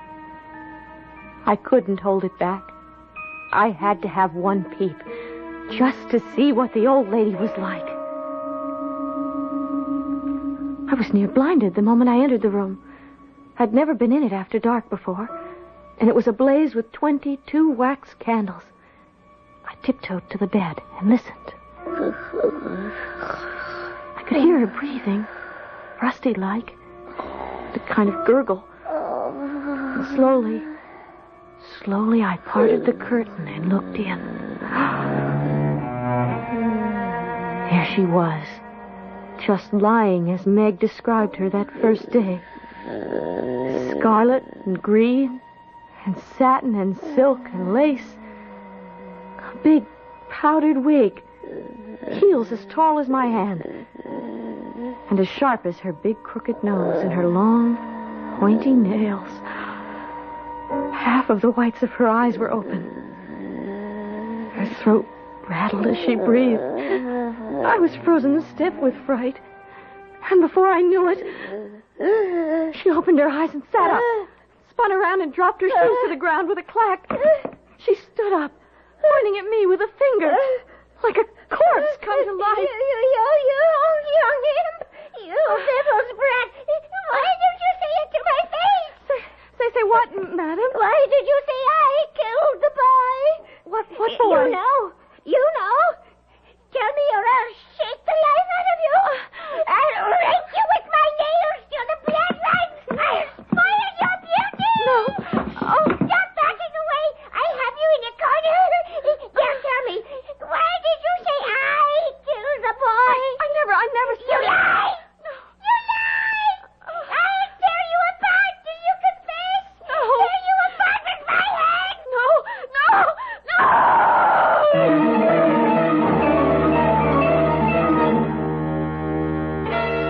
So now the moment of terror has arrived.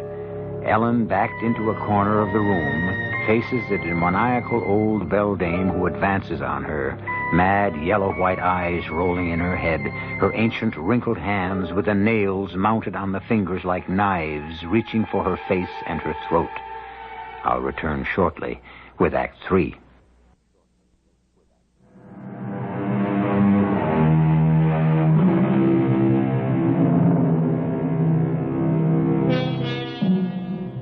A story in 3 stages. First, haunting. Second, replete with terror. Both of these shall continue. But last, and far from least, the matter of conscience. The complex of ethical and moral principles which controls or inhibits the actions and thoughts of an individual. We begin now, certainly, with Ellen's conscience, which was bothering her quite as much as her memory of terror, now that she was safely down in the sitting room with Meg, while Mrs. Squires and her aunt were upstairs greeting the madam. Now drink your tea, Ellen. I put a wee drop of brandy in it to calm you down, dear. Oh, I'm really all right now, Meg. I just lost my head a little. It wasn't that I couldn't have handled her physically. It was just... I was so scared. Oh, sure. Sure, she's enough to scare the devil when she gets into one of her fits. I'm sorry I wasn't strong enough to fight away being curious. Well, this time curiosity didn't kill the cat. And I'm a mite curious myself for all that. About what? Would you say those words again the old lady said to you? Oh, she said, "Why do you say I killed the boy?" And did you say she killed the boy? Not I, Meg. Why would I say a thing like that? Oh, just a curious thing, love. That doesn't matter. Come on now, we'd best see you off to bed. That drop of brandy will give you a nice, quiet sleep. I can see your eyes beginning to droop already.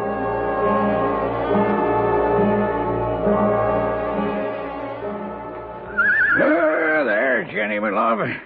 Nothing like a nice bath and a good rub down, but what ails you, eh?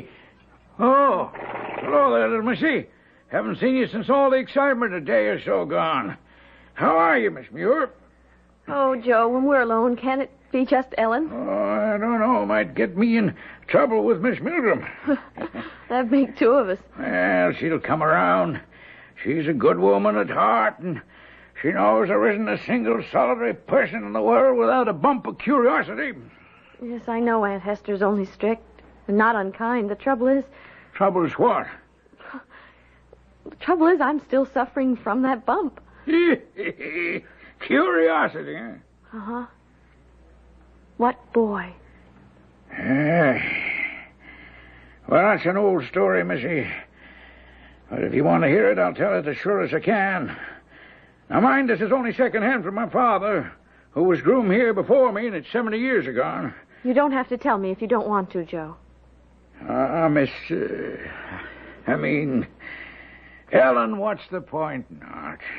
Maybe it'll help you feel better, and that's all the reward I'd want. The madam, Mrs. Lytton, she was a great beauty in her day, tell me. But when she married the owner of Malvern Grange, he was a widder, and he had a son about 9 years old. Is that the boy she was talking about? Well, I suppose. Well, why would she think she killed him? Oh, that was a terrible tragedy, little Miss Ellen. The boy, from what I hear, was a fine young man, full of energy and daring. There are those who say he was allowed too much liberty, because one day he just plain disappeared. And the hide and the hair of him was seen from that day forward, save only his hat found by the lake under a hawthorn bush. But where do they think he went? What happened to him? Well, his little boat was missing, so he must have drowned. Oh, how awful. My pa said that Mr. Lytton bore up under it, but the madam went to pieces for a long while. But she must have had children then, if... Oh, yes. After she got over the loss, she had a boy, Mr. Stanley, that was, who was the father of Dr. Edmund. Mr. Stanley died a few years ago, so the estate now belongs to Dr. Edmund, the old lady's grandson. To spend all those years worrying about something she couldn't help. And now to have it all back up at the end. Huh? Oh, what are you talking about, Ellen? Oh, I was just thinking. I know it's a good thing we all have a conscience, but it can be a terrible thing, too. Poor Madam Lytton.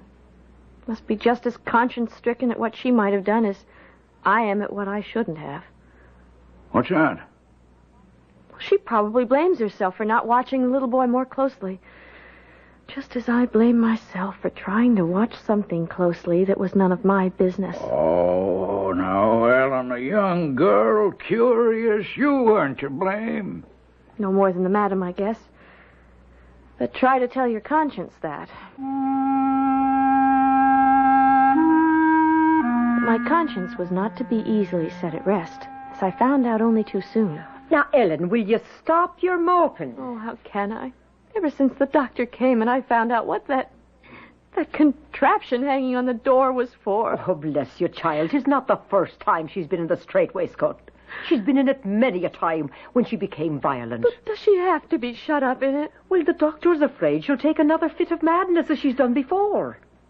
It's all my fault. Oh, now how could it be your fault? Because I did something I shouldn't have. Oh, dear Mary in heaven, if we all lived our lives without doing some little thing we shouldn't have, we'd all be in the same leather jerkins. Well, it's on my conscience.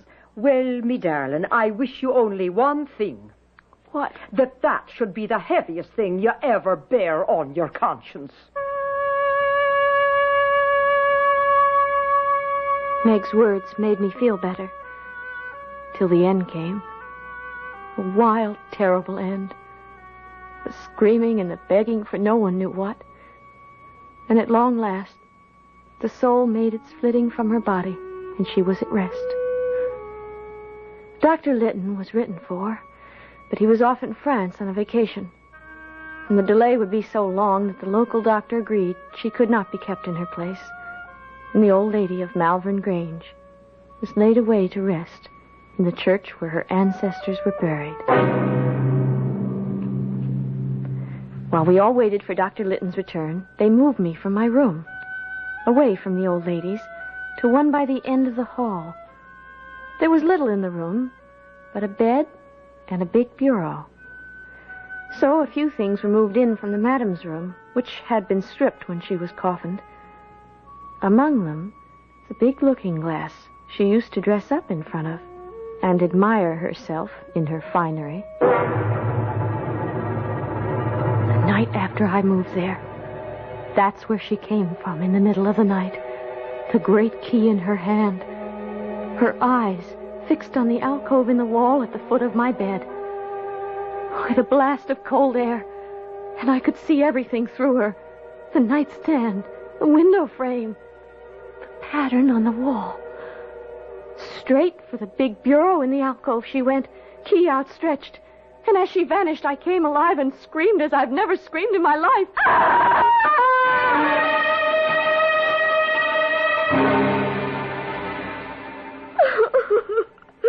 All right, Ellen, all right. It's all right now. I'm sorry, Aunt Esther. Oh, maybe it was a dream. But Now, just tell me. Had the appearance that you saw a key in its hand? Yes. Was it like this one? Why, that's it. The very image. Are you sure? Sure. Well, that'll do, child. You sleep here with me tonight. And the doctor will be here by noon tomorrow. I'm sorry for what I've put you through.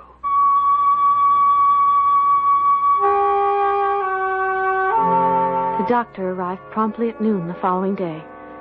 And after half an hour or so, closeted with my aunt in the housekeeper's room, I was called in and introduced. Now, what is this you say you saw, my dear? It was your grandmother, Dr. Litton. Well, you know my grandmother has been dead for nearly a month. It was her. I mean, not alive, but a ghost. You believe in ghosts? I never did, sir, but I believe in this one.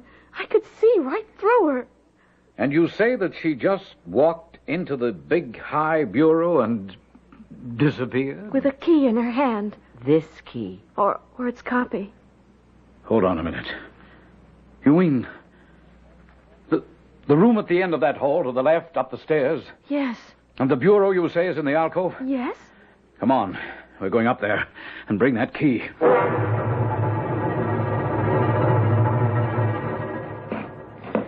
All right, now, ladies, if you'll assist me. And don't try to lift, just slide it. You ready? There. Oh, easy. Easy. That's far enough. Now. What is it, Dr. Litton? When I was a boy, 25 years ago, an old servant we had told me there used to be a door here. By heaven, there it is. The plate and jewels used to be kept here before the big pantry was built. Give me that key.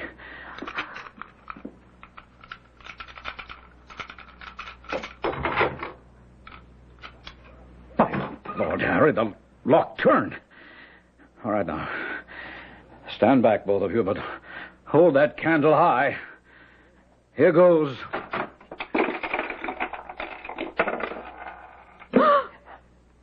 Oh, good Lord.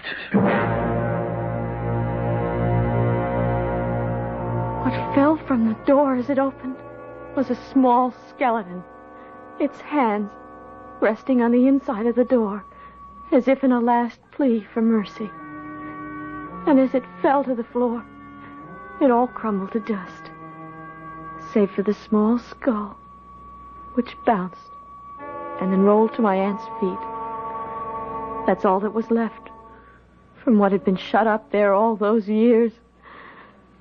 Except some jet buttons and a small green-hafted knife. The boy. He wasn't drowned. He was shut up here to die. Oh, no. My grandmother couldn't have... It's a rich family. She wanted it all for her own child.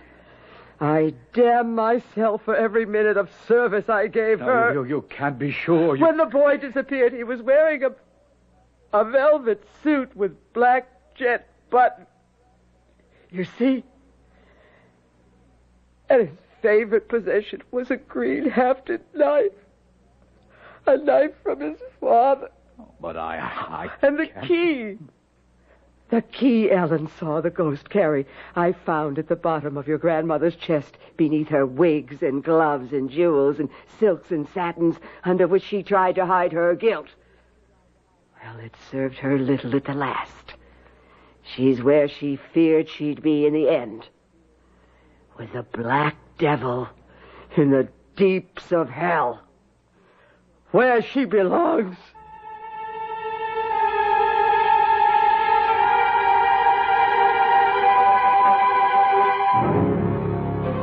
No wonder Madame Lytton was afraid to die, and equally afraid to live. For what a hell her later years must have become when ambition, desire, and greediness, like other emotions, are no longer strong and driving.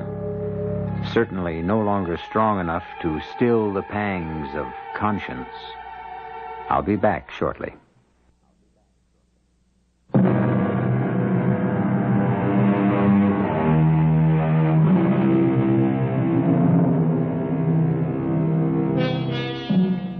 I find it hard nowadays to pass any neglected object by the water's edge without having to repress a shudder.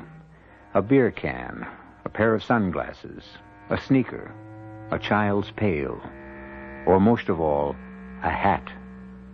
For the moment I spot the object, I don't see it, but a poor little boy shut up to die in a sealed safe, where neither his cries nor his wild thumpings on the door or his prayers, if he knew how to say them, could be heard. Our cast included Jada Rowland, Ann Petoniak, Joan Shea, and Ian Martin. The entire production was under the direction of Himan Brown.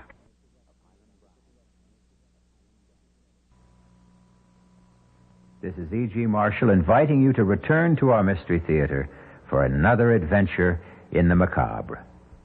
Until next time, pleasant dreams.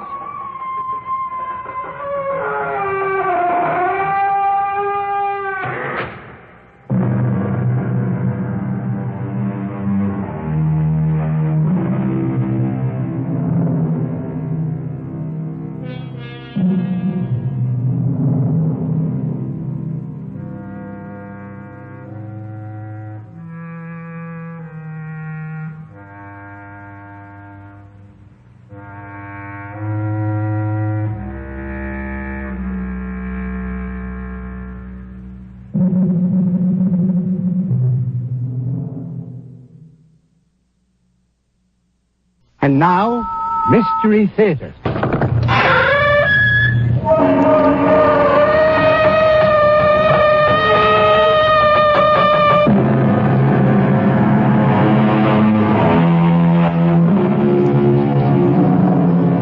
Come in. Welcome. I'm E.G. Marshall. Lend me your fears. It happens now and then that a man will vanish without warning, disappear completely, without leaving a trace. Or a man will suddenly lose his memory. His body remains, but his mind has gone. What is essential in him leaves us, and we are left perplexed, mystified, frustrated. All we have to go on is rumor, speculation, theory. And since we cannot explain it, after a while, we tend to stop thinking about it. Until it happens again. To somebody else. You're back. Oh, my husband, you're back. He won't even embrace me. Who are you? Who am I? What kind of question is that? How can you say you're my wife? We've been married for more than 15 years. No, we haven't. What are you trying to say? I'm trying to say that I'm not your husband. You're not my wife. I don't even know you. What's more, I'm not even standing here. How can I be? I haven't even been born yet.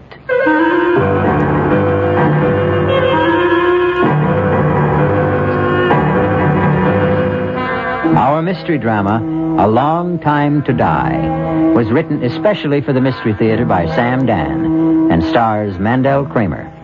I'll be back shortly with Act One.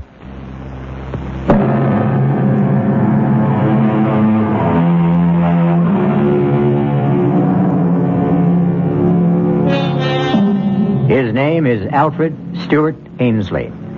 He's 41 years old. Average height, average weight, average looks. Nothing about that to make him memorable. Indeed, he has never in his life done anything to bring him notice from beyond the circle of his immediate family, his close friend, his rather esoteric profession. His name was in the newspaper twice. First when he was born, and then 30 years later when he was married. Right now, his name is on the front pages of newspapers in every country of the civilized world. Alfred Stewart Ainsley, quiet, unassuming, has it in his power to shake the government of the most important country in the world, and perhaps alter the very course of history. Alfred, do you want a drink of water? Water? Darling, I know this is difficult, but... Feel okay, Al? No, Jerry, he's not feeling okay. Can't you see there's obviously something wrong with him? Al, what is it? He's pale, he's sweating. Now, look, Al, you're not the one who's being investigated. If you're not feeling well, we can ask for a recess. The chairman's just come in. The committee stands in order. Mr. Ainsley, we will resume with your testimony. You are still under oath. I would like to continue along a line of questioning initiated by Senator Selby. Would you turn, please, to page 684? Read it out. Question. Is it possible that Congressman Carstairs could have forged the secretary's handwriting? Answer, Mr. Ainsley. Senator, I would have more examples of both gentlemen's manuscript. Mr. Ainsley, you were given these specimens to analyze overnight, were you not? Or were you not, Mr. Ainsley? Well, you took those samples. You examined them. Say yes. Yes. Very well. Now, are you in a better position to answer my question? Well, are you, sir? Al, you told me you had studied them and come to a conclusion. Al, answer Adam's question. Counselor, is Mr. Ainsley having trouble understanding the questions? No, sir. Mr. Ainsley, it's obvious that something is troubling you. Yes, sir. Well, then suppose we take a recess, give you a chance to rest. Committee will adjourn till 3:45.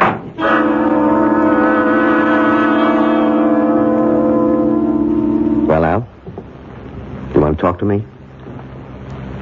I never saw that before. Saw what? A man make smoke. The way you make smoke.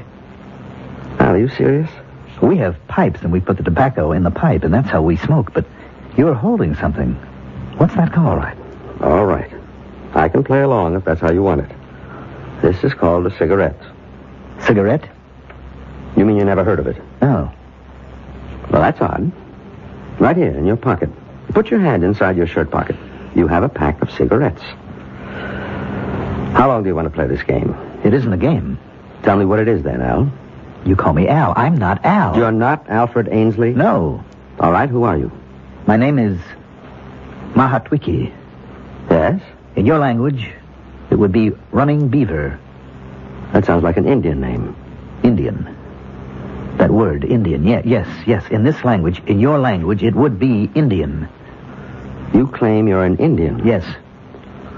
Well. You don't believe me? Just tell me how you got here. I was sent to the north to scout the, you would call them the Iroquois. Scout? Yes, to see if we should make war. War? Make war or become allies. I was on my way home to my tribe. I was at the place where the mist covers the rocks. I walked into the mist, and there was a noise. What kind of noise? Loud thunder. A flash of lightning. It was as if someone had hit me over the head with a club. I knew nothing. Then I was sitting in a strange room in strange clothes, and strange people were talking to me on a subject I know nothing about. You claim to be an Indian. You talk about fighting in wars. Well, that would be before the white men came to this country. I've never seen men like you and these others. There's one small detail that troubles me. How does it happen you speak English? I don't know. You don't know? I don't know. I was returning to my people. They live near the banks of the Great River. The Great River? The Potomac. As I told you, something took place in the mist. I awoke. Now I'm in a strange place. I find that I can speak the language, but I don't know what anything means. Where is this place? Who are you? I'm your doctor, your friend. My name is Carl Stitzer. And who am I? Al Ainsley. You're a collector of and a dealer in autographs, historical papers. You're considered one of the top experts on handwriting. I don't know what any of that is. What is it that you know how to do? To track? To scout? To hunt? All right, Al. I've gone along as far as I can. Now, let me tell you something. Your testimony can destroy Congressman Carstairs. I don't know anything about this Carstairs. If you testify that, in your opinion, Carstairs forged those papers, then not only will Carstairs be destroyed, but the principles he stands for will be discredited. You believe in what Carstairs stands for, Al. I am not Al. You're torn, Al. You don't want to examine those documents. I don't even know what documents are. Because if they are forgeries, you will put an end to Congressman Carstairs' political life. And you can't bring yourself to do that. I am a stranger in a strange land. I need a friend. You're afraid to find out if Carstairs is guilty. You can't face the consequences. When a man finds himself in such an intolerable situation, he tries to escape. You're a doctor. In my language, that means a medicine man, a magician. You've escaped to a remote past, to a long-gone, buried, forgotten world. You don't believe me. You don't believe me. Doctor, what is it? Think, Joan. Think carefully. How long have you and Al been married? 11 years. And how long had you known him before that? We were kids in school together back in the first grade. Then you've known him all his life? Just about. Has he ever been interested in Indians? Indians? No, not that I know of. You don't have anything in the house like handicrafts, weapons, books? That would have to do with Indians? Mm-hmm. Nothing at all. Does Al have a secret life? Doctor, I'm not going to answer any more questions until you tell me what you're driving at. Well, see that he gets plenty of rest. No visitors, no excitement. And please keep in constant touch with me. Doctor, can't you tell me anything at all? No. But I do have to ask you one more question. Does he know how to shoot a bow and arrow? Oh, what kind of a question is Just that? answer it. I would say no. Mm-hmm. Well, maybe we better find out.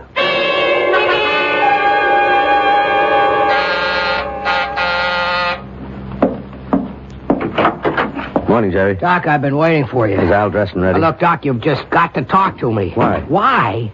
Why? Don't pretend to be living in a world of your own. You read the papers, you hear the news broadcast. Yes? Al has to testify. Yes or no.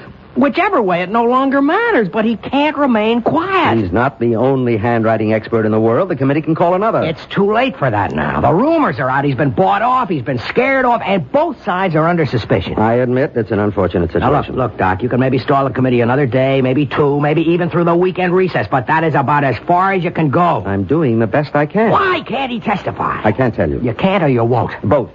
Now, let me tell you what's going to happen. The committee has the right to assign their own doctors to examine Al. I know. Well, how much time do I have? A week?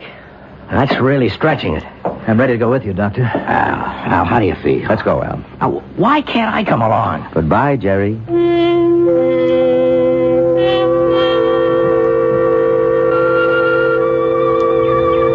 A fox has been by here. Is that so? Mm-hmm. You can see his tracks. Well, I can't. This valley looks familiar. And yet, so strange. Where are all the animals? There's no sign of deer or wolf. Where are the animals? If you really are Running Beaver, you wouldn't believe what's happened. Now, in this box is a bow. A bow? Yes, here's the bow, the strings, the arrows. I've never seen a bow like this one. How strong. And these arrows. I don't know the first thing about it. Is this mine? To keep? To be able to hunt with? Why don't you hit that oak tree? About 60 or 70 yards to the left. Well, that's no shot. The tree is standing still. A child could hit that tree. What's moving? Is there a rabbit or a squirrel, a hawk? No, I'm sorry. There's nothing around. All right, then. I'll put this arrow into the center of the trunk of that small tree on the right. That maple. But that's almost 150 yards. It's an ordinary shot. I'm ashamed of it. But there's nothing else. Right in the center. Well, Doctor? I don't know, Running Beaver. I don't know. How do I explain this? Someone, probably a seasoned politician, said once, when in doubt, tell the truth. That sounds great, in theory. But how would you like to have to tell this kind of truth to a sharp congressional committee? We'll have more of this kind of truth when we return shortly with Act 2.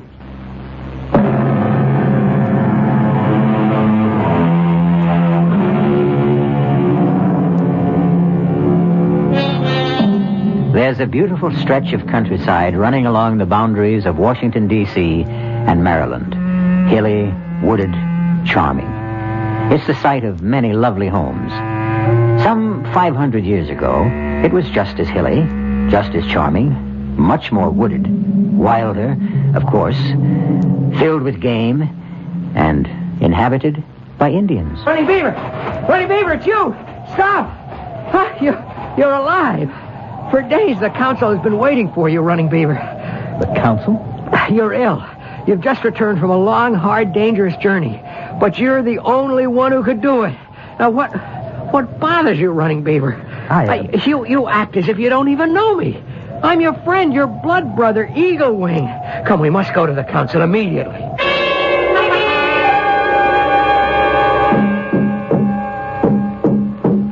Many days ago, the council sent Running Beaver and 3 companions north to the Iroquois nation to determine peace or war. And now Running Beaver returns alone, and we ask him, where are your companions? And shall the Iroquois be our friend or foe? Speak to us, Running Beaver. Running Beaver, say something. I am very tired. The important question should not be answered by a man who needs sleep and food.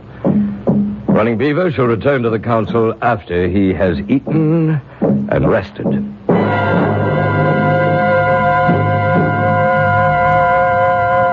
Sit, my husband. I have meat, corn. I was so frightened. So afraid the Iroquois would kill you. Sit, rest, and eat. Now, I will tell you the news about the boy. The boy? Our son. He's been chosen for the Wolf Society. You always wanted that. Your mother brought him this bearskin robe. You're not eating. It's not cooked. It's the way you like it. Is something wrong? You don't look right. Perhaps you'd better see the medicine man. The medicine man? Red Bear. He always liked you. There is something wrong. This is not like you. Not to be hungry, to be so quiet. You're frightened. Why are you frightened?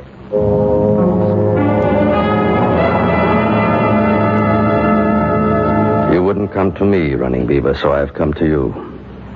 Leave us, White Swallow. Now, what nature of evil spirit is within you? Was there a spell cast upon you in the Iroquois country? I wonder if I can talk to you. You wonder? Your father was my closest friend. I seem to understand. How, I don't know, but I seem to understand this language. Is that a surprise? This is your language. I don't know what I'm doing here. I don't know how I got here. A spell has been cast upon you. I'm sure you won't believe, but I am not Running Beaver. How can that be? My name is Alfred. In your language, it would mean a wise elf or wise counsel. Excellent name. I come from, well, perhaps it would be this same land, but I live, or shall live, hundreds of years from now. I could tell you stories of great things, of great ships flying through the air, of enormous buildings. I don't even know where to begin. It must be a time of great magic. Unbelievable magic. What a happy time that must be. I couldn't say that it is all that happy. I find that hard to believe. With all that magic. At any rate, I was going to an important meeting of the committee. Well, never mind what that means. I decided to walk to the bus instead of driving my car. I'll explain to you what they are later. There was a mist near Rockledge. And I walked into it, and something seemed to explode in my head. And when I walked out of it, I was in these clothes. I was somebody else. I was frightened. I began to run. And suddenly someone stopped me. Yes, Eaglewing. He is your friend. You don't believe a word of this. How can I? You are exactly like Running Beaver. Your body is his, your voice is his. I am not Running Beaver. What am I supposed to say to the council? You will have to appear. The tribe has been waiting for days. The life of every man, woman, and child could depend on what you say. What am I supposed to say? The truth. The truth is what I just told you. Can I say that in front of the council? No. Then what can I do? Now, rest. Sleep. Sometimes the spirits speak to us in dreams. I'll need more than a dream to get myself out of this.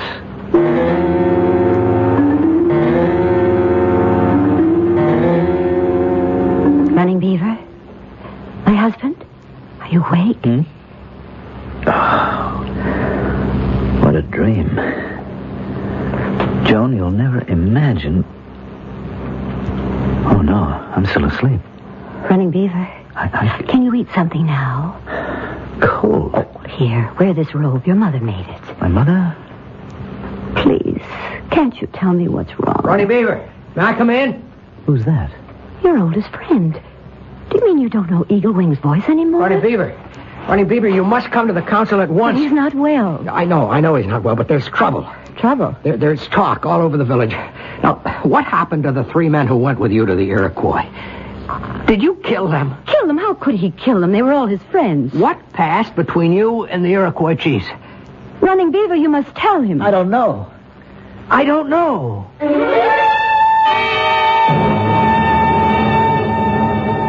I tell you, all of you gathered here. I don't know. Running Beaver, in war and peace, you've been first among us. We sent you as our ambassador to the Iroquois. We entrusted you with the lives of 3 of our bravest young men. Now, where are they? Their families have a right to know. Speak. Chief, I will speak for him. No one can speak for a man before the council. Not even you, Red Bear. Running Beaver is ill. What kind of illness? He has lost his memory. A convenient loss of memory. Quiet! Where is my son? Where is he gone? I can't see him anywhere. Quiet! He has lost his memory? Yes. Can you cure him, Red Bear? I can try. You have 6 days. At the end of that time, Running Beaver will talk to the council or else submit to justice.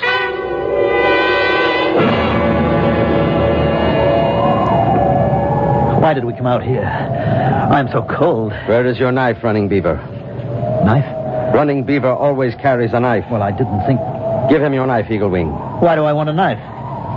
Eaglewing, attack him. Attack? But everyone knows Running Beaver can't be beaten with a knife. Let's make sure. I'll only do it if he keeps his knife in a sheath. Now, you know how excited he gets even when we fight in fun. Attack him, Eaglewing. Have your knife at the ready, but Running Beaver. Look. Are you ready, Running Beaver? Now. What did you do that for? Did I catch you off guard? Look, I am trying to tell you people I am not... Eaglewing, go back to the village. But Do as I tell you. I was never able to do that. Go back to the village. There is magic here. Yes, I'm going. What did I just see? You saw a man knock me down. You don't know how to fight with a knife anymore? When did I ever know how to fight with a knife? I can't believe it. I was just a quiet kid when I was in school. And I suppose you can't shoot with the bow? No. Or throw the lance? I'm trying to tell you I am not your running beaver. Then we have magic. Call it what you want. But we have trouble.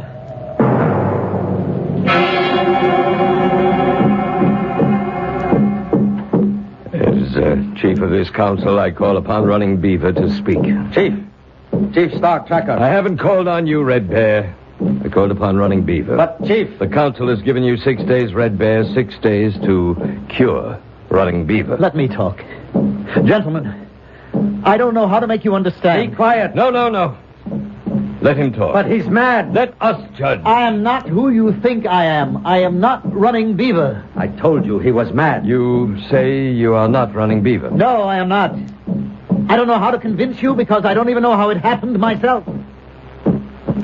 White Swallow, step forward. Yes? Is this man your husband? Yes. She really doesn't. Silence! Why do you deny? Are you tired of me? Is there another woman? Oh, good Lord. You could have been living 500 years from now. You women never change. I thought you loved me. All of you, listen to me, please. I know it's hard to believe, but I am not Running Beaver. Who are you, then? I am a man from a time... I don't know, and it must be hundreds of years from now. Silence! A spirit has captured him. This is the council. We'll have no disorder here. Running Beaver, have you anything more to say? I have plenty more to say, but I don't know how to say it. The council will retire. We shall return with our decision.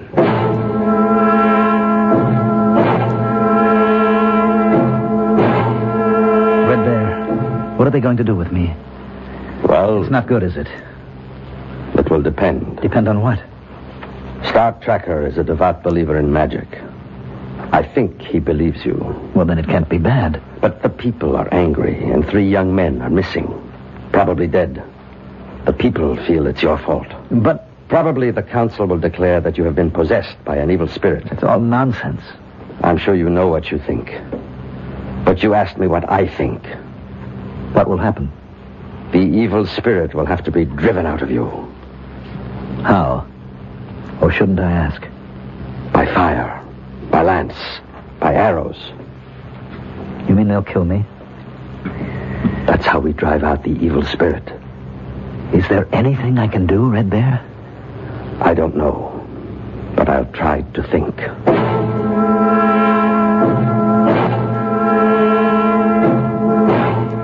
Running Beaver, stand before the council. You have been ordered to report.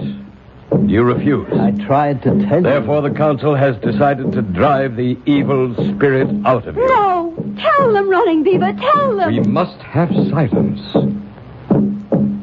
Tonight, Running Beaver, the council will drive the spirit from you. Wait! He has the right to ask for judgment by combat. What are you saying? Must I remind the council of the law? Very clever, Red Bear. No one dares. Silence! Well, you've heard the challenge.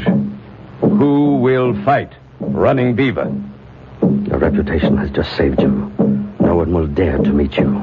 No one will accept the challenge.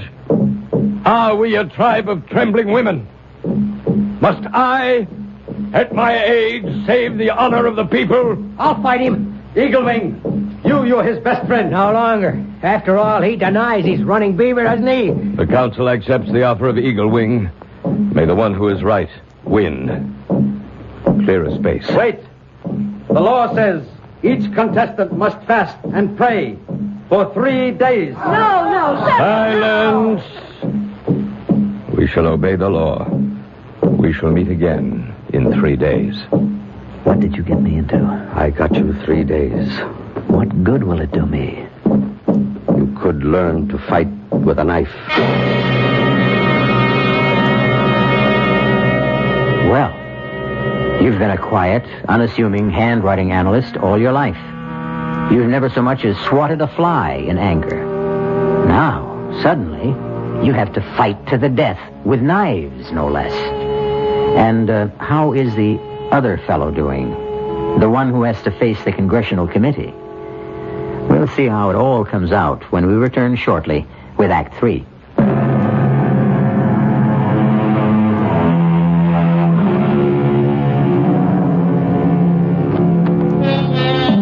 Just as telephone wires can cross when they cover great distance, so can lives when they cover great spans of time. 2 such lives have been disrupted. Running Beaver, an Indian who lived 500 years ago, and Alfred Stewart Ainsley, who is a contemporary of ours. Alfred Ainsley is now talking to his lawyer. That is, his lawyer thinks it's Alfred Ainsley. We know it's Running Beaver. Al, level with me. Is this a stall? I keep telling you, I don't know what you're talking about. I can't help it. I talk to the reporters. I talk to the committee people. Nobody understands you. You keep saying you're a friend of Al Ainsley. Yes, Al. We've been friends since college. Then you should know that I am not Al Ainsley. My name is Running Beaver. I'm an Indian. I lived about 500 years ago. I better get Doc Stitzer back here. Jerry, what are you doing here? I ordered complete rest for Al. You know what Al just told me, Doctor? He thinks he's an Indian. It happens to be true. It happens to be... Oh, I see. Yeah, I think I see. What do you think you see, Jerry? They got to you, too, Doc. Who got to me? I don't know. But somebody doesn't want Al to testify. He's been bought off, and so have you. Jerry, I resent that. The 2 of you concocted this ridiculous... It happens to be true. Do you think that you can sell this to Senator Adams, to the committee, to the news media? I only tell you what I perceive as the truth. Oh, they'll skin you alive. What is he saying, Doctor? Something very unpleasant. That's not the worst. You're going to be finished, Al. Your career will be ruined. You won't have an ounce of credibility left. Jerry, enough for now. No, it's not enough. They'll get you on contempt. They can even pull obstruction of justice, conspiracy. Al, do you realize you can go to jail? Jerry, he doesn't realize anything of the sort. But it should be obvious. It would be, if he were Al Ainsley. Doc, are you crazy, Jerry, this is no time for anyone to lose his head. Okay. Let's be calm. Let's be reasonable. How does a thing like this happen? There's no answer. I've done some research, consulted. And the best I can come up with is... Look, at the speed of light, there's no regular sequence of time. The past, the present, the future, everything is mixed and jumbled up. Everything becomes a storm of pure energy. Doc, what can I do to convince you guys? Sometimes, in rare cases, our thoughts, our ideas achieve such intensity that they, too, become a form of energy and carry our minds into this raging storm. And minds can be mixed up and thrown from one body into another. I can't believe I'm sitting here listening Whatever to the reason, he's not Al Ainsley. Oh, get a hold of yourself. Jerry, now you can't excite him anymore. I'll throw you out of here. You may not have to throw me out. I want to leave. Now, Al, in exactly 3 days, you'll have to appear before that committee. If you value your reputation and your freedom, please think up a better story. Or best of all, tell the truth.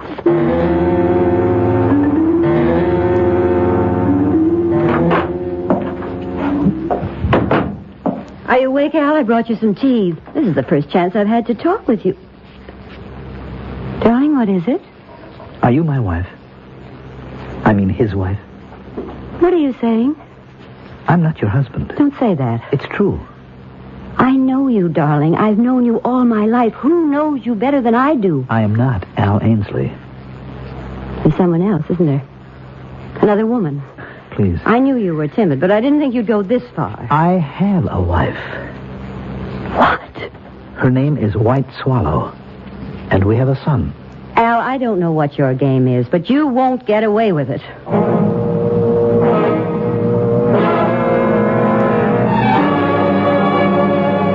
Gentlemen, this visit of yours is most unusual.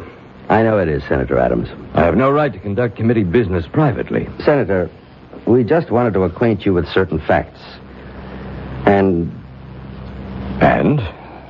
Well, please just listen. No matter what you hear, just listen. Then use your own judgment. Go ahead, Al. Senator, I am not Alfred Stewart Ainsley. You're not? I am Running Bear. I am a Potomac Indian. But this is most unusual. Dr. Stitzer and I, we believe that I lived 500 years ago. Somehow, I have occupied the body of Mr. Ainsley. But though I have his body, I have none of his skills. And that's all. And this is what you want me to believe, hmm? It's the truth, Senator. You'll be at the committee hearings on Monday morning. Senator, didn't you hear... Doctor, I don't believe a word of it.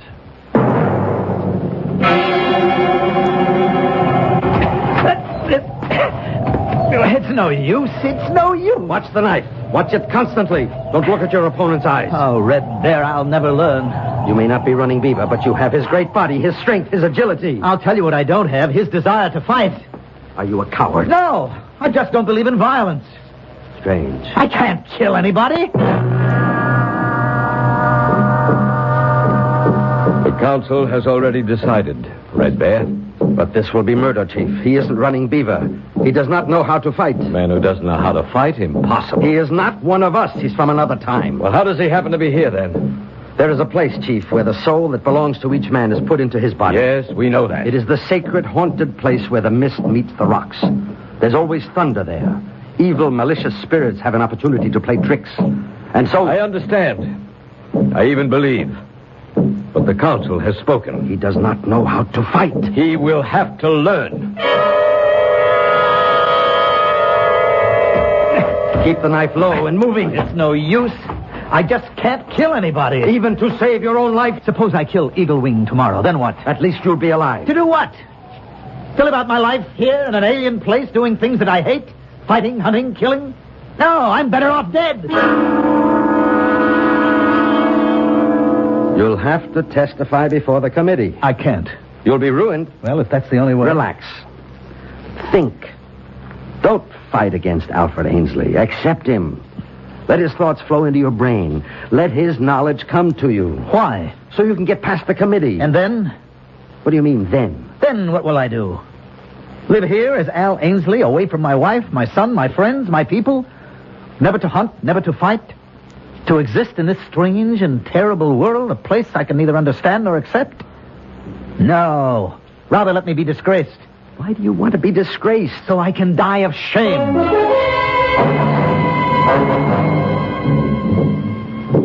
Wake up, Running Beaver. Wake up. It's time to start out for the fighting ground. So early? You still refuse to fight him as Running Beaver would? Yes, I refuse. Why? I told you. I want to die. I know why you would want to die in this life, but I don't understand why you would want to die in your other life. What are you saying? What troubled you? You are a man of trouble. I see that. When you walked into the mist, were you troubled? How did you know? I am only guessing. In your other life, did you also want to die? I'm not sure. Perhaps I did want to.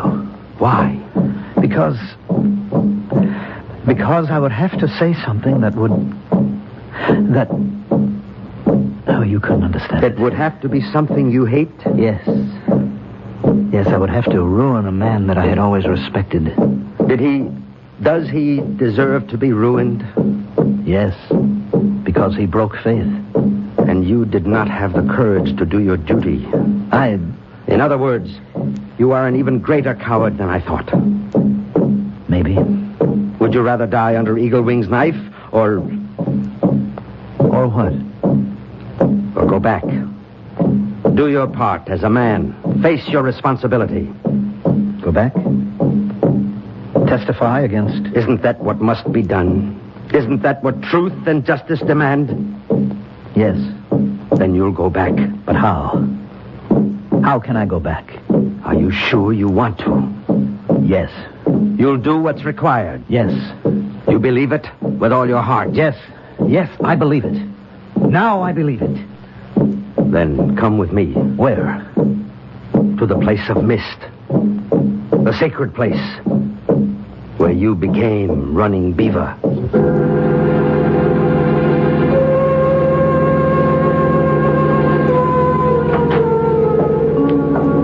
Time to be leaving for the committee meeting. I'm ready. I decided to go with you. Let's get it over with. Tell me, something bothers me. It bothered me that first day when I thought that you had willed yourself into amnesia. I can see how Al Ainsley could have found life intolerable. But you're not Al Ainsley. No. Therefore, my diagnosis was wrong. I don't think I understand. Why was life also intolerable for Running Beaver? Why were you trying to escape as Running Beaver? To escape? What was tormenting you? How did you know? Did I guess right? Yes. From what were you trying to escape? I had gone with 3 others to the Iroquois as an ambassador. The Iroquois promised peace. I knew it was a lie. My 3 friends were bribed. On the way home, they plotted to kill me. I was too smart, too strong. I killed them instead. If I told this to the council, I would make enemies. I was afraid. I see.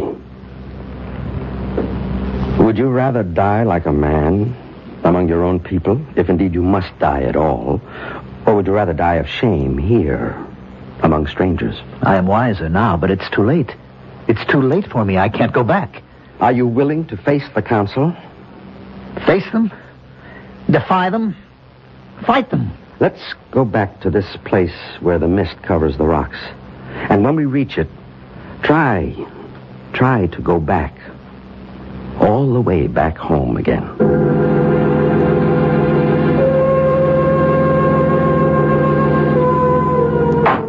The committee will stand in order. Mr. Ainsley, are you finally prepared to report your findings? Yes, Mr. Chairman. I've studied all the relevant materials, and I am absolutely convinced. I will stake my professional reputation on the fact that the signature is forged.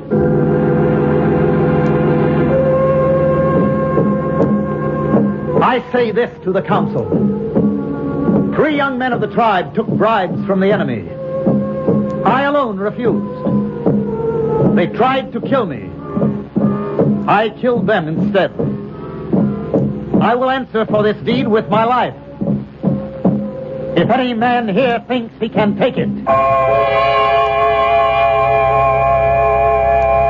At a certain speed, at a certain intensity, at a certain burning level of anxiety or desire, time, space, and spirit can be twisted out of shape or sequence. That's how we might explain it today. On the other hand, there are evil and mischievous spirits who delight in creating misery and confusion. That would be yesterday's explanation. Choose one or the other. Or supply your own. I'll be back shortly.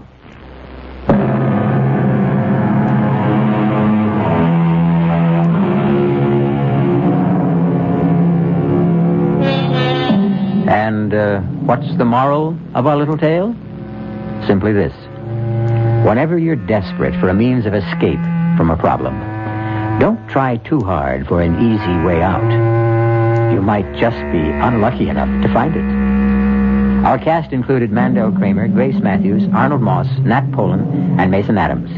The entire production was under the direction of Himan Brown.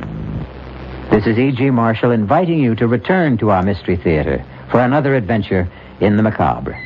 Until next time, pleasant dreams.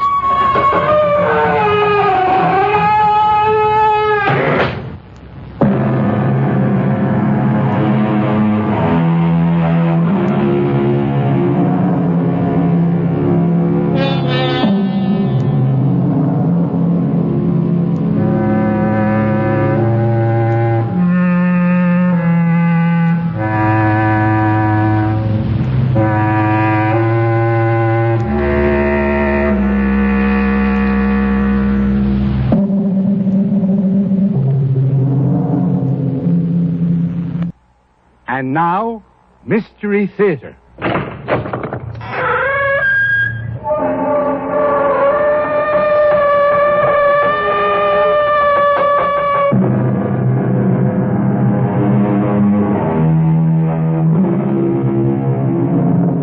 Come in. Welcome. I'm E.G. Marshall. We have a drama for you. An adaptation of a story written long ago. A lady by the name of Mary Wollstonecraft, dead now for a century and a quarter. accomplished in her lifetime 2 things for which she is well remembered. She married the poet Percy Bysshe Shelley, and she composed the novel Frankenstein. The first brought her misery, the second brought her fame. Though she never married another man, she did write other novels and a goodly number of short stories besides. It is one of these we bring you now.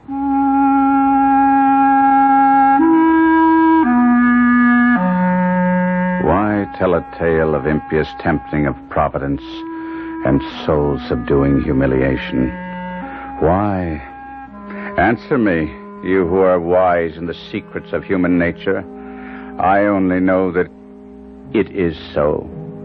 And in spite of strong resolve, of a pride that too much masters me, of shame and even of fear, I must speak.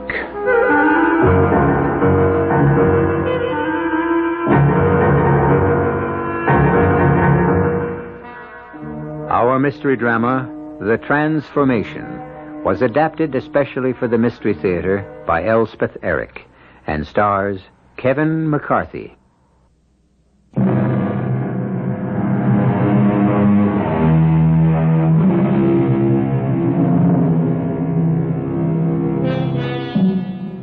The background for our tale of horror is the proud and beautiful city of Genoa, which looks down upon the blue Mediterranean Sea where the northern coast of Italy curves toward France. It was in Genoa that our hero was born, and on the shore of that sea that his strange adventure, or should we say misadventure, began.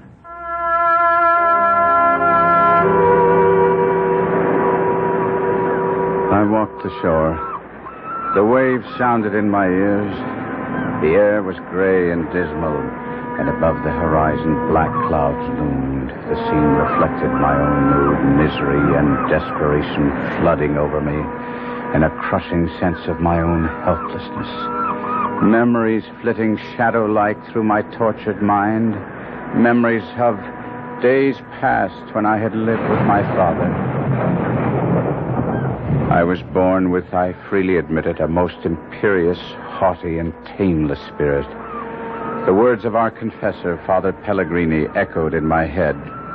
Your father seems a tyrant to you, Guido. I know that. But you have no mother, and someone must check the wild impetuosity of your character.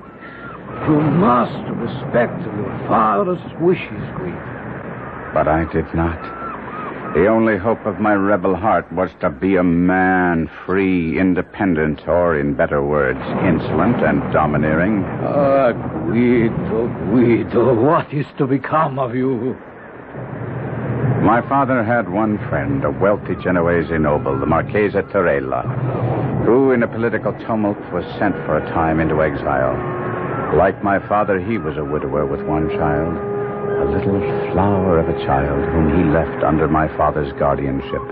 You will take care of my precious daughter, will you not, Guido? You're several years her senior. You will be her protector, her defender, will you not? I had only nodded my head, but my heart had said much more. My heart had given glad shouts that this exquisite child was to be put into my care. Though words would not come to my lips, this little child, this Juliet, had held out her tiny hand and placed it in mine with such simple trust and affection that then and there I knew I had met my fate. Guido? We grew up together, she and I. When I was 11 and Juliet 8 years of age, a cousin of mine, much older than either of us, he seemed to me to be quite a man, took great notice of my playmate, and one day he called her his bride and asked her to marry him. And when she shrank from him, he insisted and drew her towards him.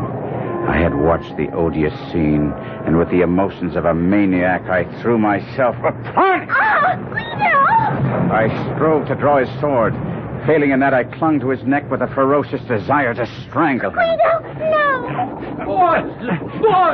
Guido, loosen your hold! I'm ashamed of you. No, don't try to explain. I know the bully was trying to force himself on our little Juliet, and I know you had to come to her aid, but Guido, had you not been too small to draw his sword from his scabbard, who knows what you might have done? Father? Your actions were a great sin. Come with me to the chapel, and we will pray for your impetuous soul. This I did. And that very night I returned to that same chapel, holding little Juliet by the hand, and in that holy place I profaned her child's lips with an oath that she would be mine forever, forever only mine. Well, those days passed away. After a few years, the Marchesa Torella returned from exile and became wealthier and more prosperous than ever. When I was 17 and Juliet a blossoming 14, my father became gravely ill. As he lay dying, Torella, Juliet, and I stood by his bedside. I know what you seek of me, my friend. That I will take your son to my heart and into my home. You have my word on that. But there is more, is there not, my friend? Yes. You wish me to bestow upon your well-loved son the hand of my equally beloved daughter. That is your wish, is it not, my dear friend? And so it was done. The beautiful child I had so loved from childhood was promised to me against the day when I should be so situated as to claim her for my wife. And now on the rocky and rain-swept shore, as I walked bent over against the rising wind, the memory of these early feelings returned to mock me, torture me, drive me to a distraction I thought I could not bear. My dreams had vanished. Hope had abandoned me. I had been willing to die there on the shore, to let the rain and the cold congeal my blood and freeze my marrow and end at last a life which had become unbearable. Then, all at once, a gigantic flame pierced my eyelids and made me lift my head to look seaward. The spot where I knelt was locked on one side by a rugged promontory. Round this cape suddenly came, driven by the wind, a vessel. In vain the mariners tried to force a path for her to the open sea, but the fierce gale drove her on the rocks. With a frightful shock, the vessel dashed upon her unseen enemy. In a brief space of time, she went to pieces. I covered my face with my hands and wished with all my heart that I could have sunk beneath the waves with those unfortunates. Then, all at once, I looked up. Something was floating towards the shore. Was that a human form? A human being bestriding a sea chest? A fellow creature saved from a watery grave? Was it human? Surely never had such existed before. A misshapen dwarf, I could see it now, with distorted features, a torso as wide as it was long, legs thin as threads and extending an inordinate distance from his body. His arms were the same, and the hands that dangled were tipped with pointed nails that were black all over. By Saint Beelzebub, I have been well vested, and by the fiend, here is another ally of the Mighty One. To what saint did you offer prayers, friend, if not to mine? Now I could see his face. God in heaven, his face. His head sloped back from his eyes so sharply he could be said to have no forehead at all. His hair was black, as were his eyes, but long and growing unevenly over his shriveled pate, and from the backs of his hands, from his legs, and even from the toes. What a noise the big ocean makes! The waves disturb me. I will have no more of my growing. Silence, winds! To your homes! Clouds! Fly to the antipodes! And leave our heaven clear! He stretched out his long, lank arms that looked like spiders' claws and seemed to embrace the expanse behind him. Was it a miracle? The clouds became broken and fled.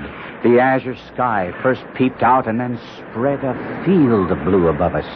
The sea grew calm. Come! Don't be frightened, friend. I am good-humored when pleased. And something does please me in your handsome face, though you look a little woebegone. Shall we be friends? He held out his hand. I could not touch it. Oh, well then, companions. That will do as well. And now, while I rest after the buffeting, tell me why you wander thus alone and downcast on this wild seashore. Have you no home? I have a home. Then why are you here? I dare not go there. Tell me, is it a woman? What? Did she throw you out? Did she betray you with another? She is the purest, the loveliest, the most faithful. She has done nothing but good, nothing that is not consonant with her noble nature. Then why in the name of the devil are you here? At first I could not speak. And then the words started to come, and soon they were flowing in a steady torrent. Before I could marry my Juliet, I must amass a fortune, and before domesticity claimed me, I must see the world, and see it I did. I went to Florence, to Rome, to Naples, and at long last to the bourne of my wishes, to Paris. Paris! I was arrogant and self-centered. I loved display, and above all, I threw off all control. I became a spoiled child. Who could control me? Not the letters of Terela. No, only strong necessity in the shape of an empty purse. Oh, poor, handsome boy. Acre after acre, estate after estate, I sold. My dress, my jewels, my horses were unrivaled in Paris, while the lands of my inheritance passed into the possession of others. But go on. I'm caught up in suspense to hear the outcome. I thought that I would come home to Genoa. I was nearly a beggar, yet I would come home and rebuild my fortunes. I knew the moment I went to claim my bride, the world would know me for what I was.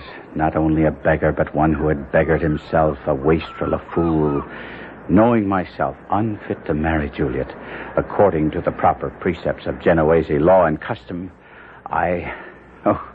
how could I have contemplated such a thing? I abducted her. Good, brilliant, inspired. Huh? You think so?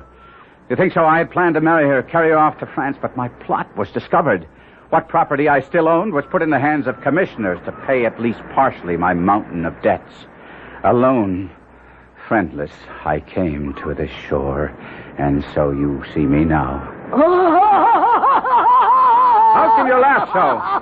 How can you humiliate me even further? Do you mean to starve on these rocks and let the birds peck out thy dead eyes, while your betrothed is possessed by another? What would you have me do? Revenge thyself, man. Humble thy enemies. Set thy foot on the old man's neck. Possess thyself of his daughter. Oh, had I gold, much could I achieve, but poor, I am powerless. You have noticed the sea chest on which I am seated. It was on that chest that you floated to shore. I shall now dismount. See? A common sea chest, would you say? I have seen many such. But when I press here, when a spring lurks beneath, see what happens. It flies open. Come, closer. Behold. I approached the chest. And, Holy Mother, what a sight met my eyes. Blazing jewels, ruby, diamond, sapphire, emerald, beaming gold, pale silver. I trembled head to foot. A wild passion swept over me to possess this treasure which gleamed and glittered within the chest. I looked helplessly at the hairy monster who stood watching me through half-closed eyes. His look, his very attitude told me that he had read my deepest thoughts.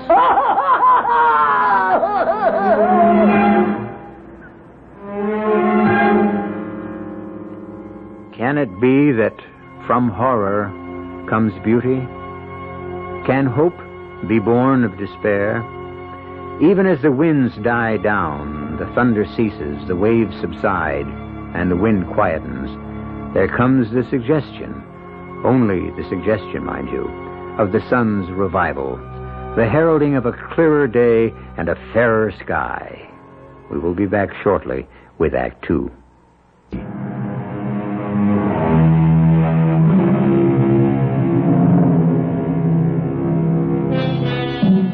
You will remember that we left our despairing hero on the shore of the Mediterranean Sea below the city of Genoa. He had poured out the story of his wasted life, his extravagance, his self-indulgence, his profligacy, into the ear of a misshapen monster who had survived a shipwreck by floating to land on a small sea chest. It is this chest which the monster has just opened for our hero's inspection. What a sight. Blazing jewels, beaming gold, pale silver. A mad desire to possess this treasure which gleamed and glittered within the chest was born of a sudden within me. Though I was trembling, yet I controlled my voice as best I could.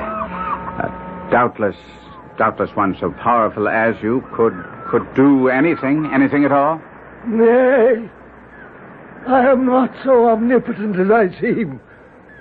Some things I do possess, which you may covet. But I would give them all for a small share of what is yours. As nothing is my sole inheritance, what beside nothing would you have? Your comely face and well-made limbs. You cannot mean what you say. I ask for a loan, not a gift. Lend me your body for 3 days. Oh. You shall have mine to cage your soul the while, and in payment, my sea chest. What say you to the bargain? 3 short days. It may seem to you, listener, incredible that I should lend my ear to this proposition, but in spite of his unnatural ugliness, there was something fascinating in a being whose voice could govern earth, air, and sea, and I did feel the keenest desire to comply. For with that chest, I could command the world. You must realize that if you were to be faithless to our bargain, I would soon die upon these lonely sands. I shall leave you food for survival. But even should I survive, the limbs and body which are still mine would be yours forever. 3 days only. Look here. Huh? See the blue of these sapphires. See how the rubies glow, the diamonds flash and sparkle. And there is gold enough here for a kingdom, silver to furnish an army. I know little of black magic, for that is surely what you deal in. But I have heard that there must be a spell, and you must know it, whereby you, should you play me false, would be obliged to render up what you so unlawfully gained. I mean, my face and form. There is such a spell. And what is that? Your blood and my blood must mingle. Here is a dagger. Show me your wrist. Hold it out to me. I have drawn blood. Now, here is my arm.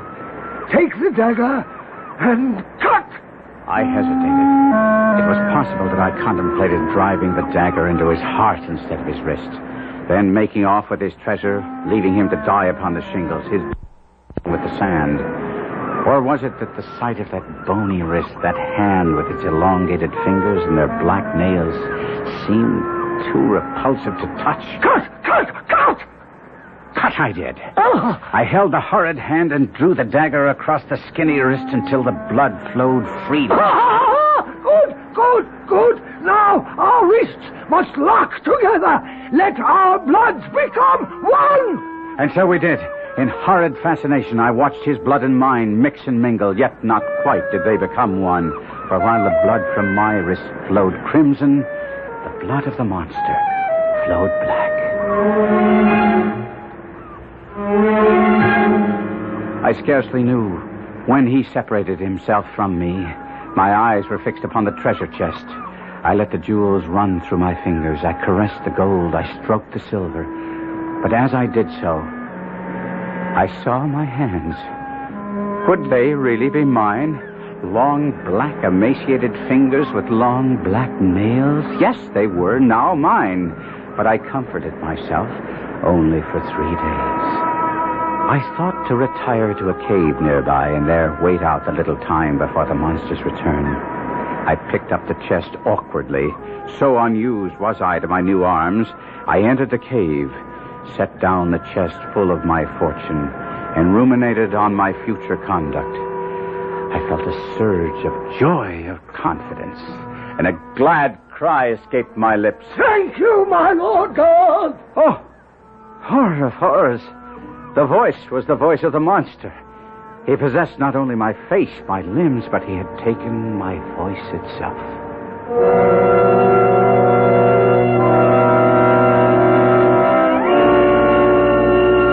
Two suns had set. The third dawned, slowly paced the bright orb up the eastern sky. Long it lingered in the zenith, and still more slowly wandered down the west. It touched the horizon's verge. It was lost. The evening star shone bright. I thought to myself, he will soon be here. And for the second time, I shouted aloud for joy. At last! At long last! But he came not. By the living heavens, he came not. Night dragged out its weary length, and the sun rose again on the most miserable wretch that ever upbraided its light. I dreamed that I was at Juliet's feet, and she smiled and spoke my name. Guido. Oh, Guido! She had seen my transformation. I awoke with the agony of the nightmare upon me. I would on the instant return to Genoa. That was my resolve.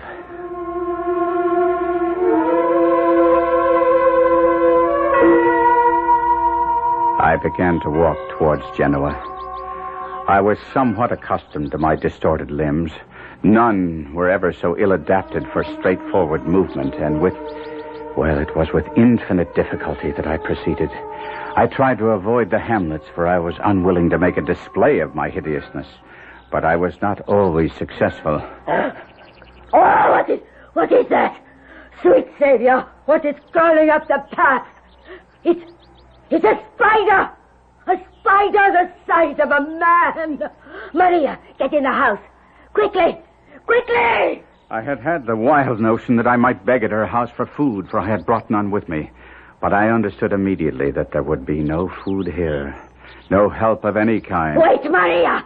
Hand me my broom! Be quick! It's starting to run! Give me my broom! With my spindly arms wrapped around my tiny head and my long, crooked limbs carrying me away from her as fast as they were able, I escaped the enraged woman. I stumbled up the cliffs, searching for a cave where I could hide my repulsive body, and I lay panting on the rock. Below me, the splashing sea, the quiet sand, and above, the blue sky of heaven. Bruised in body and broken in soul, I slept.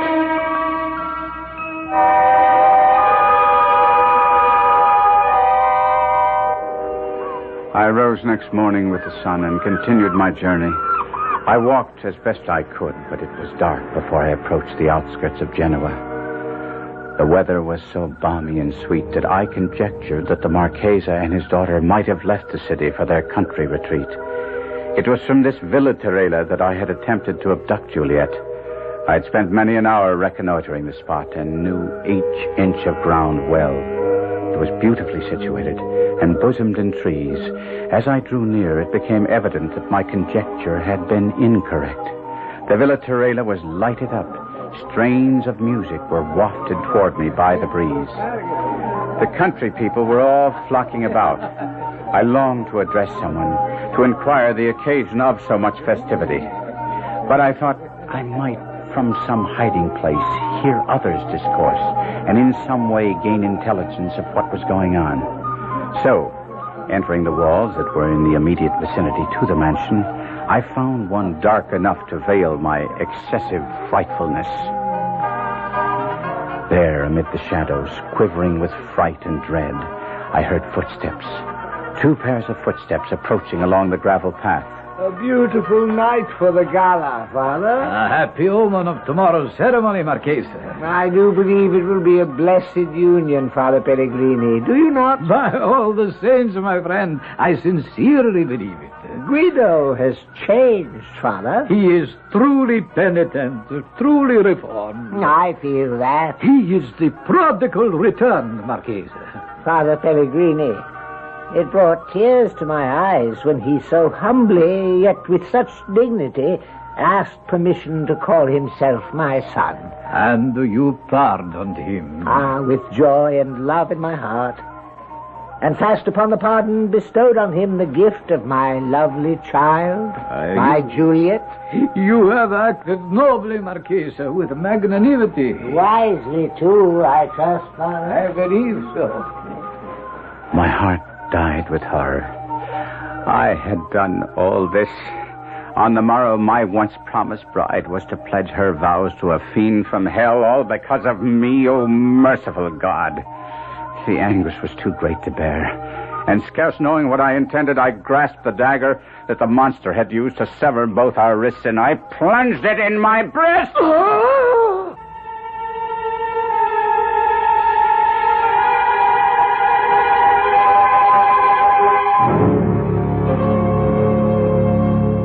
Where does the devil live? How does the devil speak? What does he look like?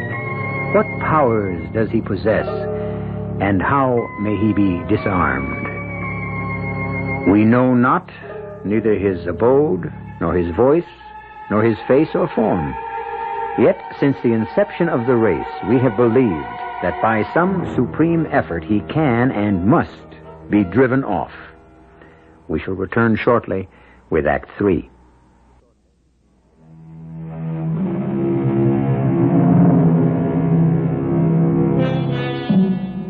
Recall with me now, dear listener, how we left Guido, our gallant cavalier, transformed now into the shape of the most repellent monster, hiding in the shadows of the Villa Torella, where he heard the Marchesa Torella and Father Pellegrini discuss the marriage on the morrow.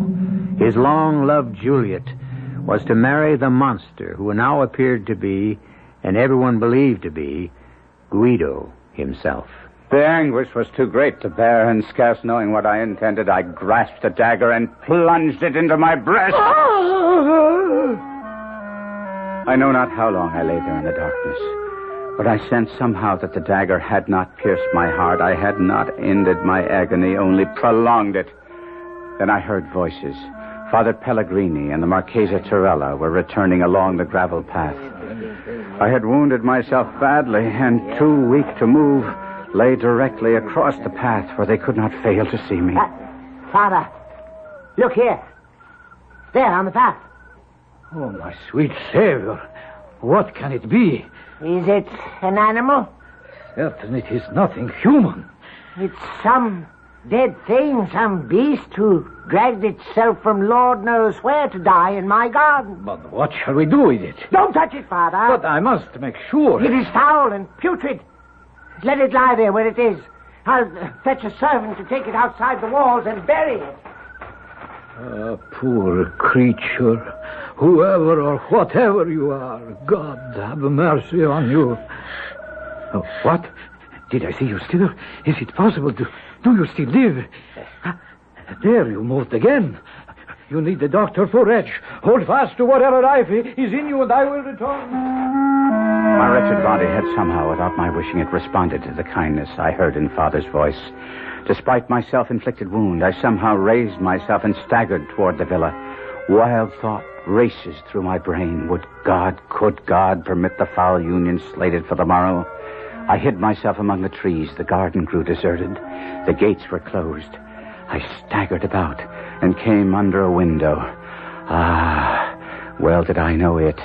A soft twilight glimmered in the room. The curtains were half drawn. It was the temple of innocence and beauty. I saw Juliet enter, approach the window beneath which I lurked. Oh, she clasped her hands. She raised her eyes to heaven. Guido. Mine own Guido. Then, as if overcome by the fullness of her own heart, she sank on her knees. Oh, Guido. My only love. What joy the dear Lord has conferred upon me. Oh, let me live only for my life's love, my Guido, my best beloved. I heard a step, a quick, firm step, and soon I saw a young man richly dressed, young and graceful to look upon. Yes, by heaven, he was handsome. He had the lithe body, the fine features of oh, God in heaven, of myself. I crouched closer. The youth approached. He paused beneath the window. She arose, and again looking out, she saw him. Guido. Oh, my love. The guests have gone. My dearest, you must go too. It is not seemly that we should be together like this until after tomorrow's happy meeting. I will not go. Ah, sweet, could I press one kiss upon thee, I could repose. And then he approached, and I thought he was about to clamber into her chamber. I had hesitated not to terrify her. But now I was no longer master of myself. I rushed forward and threw myself upon him. I cried, "Oh, you seven-fold-shaped rat! Guido! Heaven protect us! The dagger was in my hand. I knew that soon the monster and I would be separated. In the midst of my frenzy, there was much calculation. I must fall upon his sword that he did not survive. I cared not for the death blow he might deal against me. I saw his villainous, resolved to do this in the sudden thrust he made at me. I threw myself on his sword, and at the same time plunged my dagger with a true and desperate aim in his side. We fell together, rolling over each other, and a tide of blood that flowed from the gaping wound of each spilled on the grass. And in the moonlight I saw that my wound shed blood that was crimson, while from the gash I had made in his side flowed blood that was black. More I saw not, for I had fainted.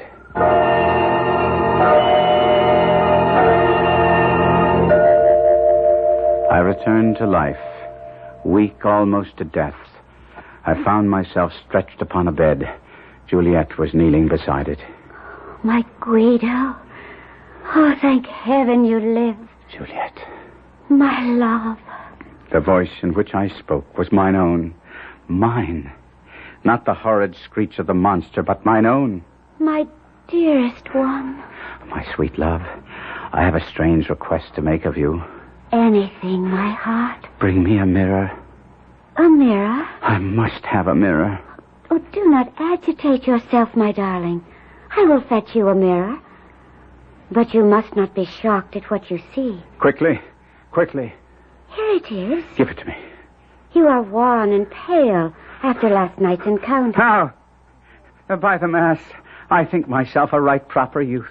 Your color will return. Do not condemn me. No one knows better than I the value of his own body. No one, probably, except myself, after having had it stolen from him. Whatever are you saying? Are you feverish? Perhaps a little. I have endured much. Are you strong enough to see anyone? My father and Father Pellegrini are just outside the door. Ask them to come in. They are so happy that you are recovering. Do come in. He is anxious to see you. Guido, my boy. Marchese. You look well, Guido. A little pale, that's all. The doctor says that in a few weeks' time you will be up and about. And well enough for the wedding ceremony. Do you have any pain? None at all. Oh, hardly any. And what small pain I may feel, all is washed away by the happiness in my heart. The monstrous creature you killed last night. He is dead. We believe you mortally wounded. You believe? You do not know? There was nothing but a pool of blood. What color was the blood? What color? Why, scarlet red, like any blood. Why do you ask? No reason. There's no reason that I can give you on the instant. And then we heard Juliet calling for her father, and we hurried to a room. And outside her window, we found you. 2 deep wounds in your breast, but, praise God, still breathing. I told them how this black monster had sprung out of the darkness with a dagger in his hand. How you had drawn your sword. Wait, all of you. Where is this black monster now? Is he still beneath the window, or has he been carted away? We never found him. Never saw him again. Doubtless he crawled away to die outside the gates. None of the villagers ever caught sight of him. None. We have inquired of all who were there. Oh, Guido, my dearest, why trouble yourself? I wish to know that he is dead. But why, my darling? One day, when I am stronger, I shall tell you, and you too, Marchesa, and you, Father, all I know of the monster.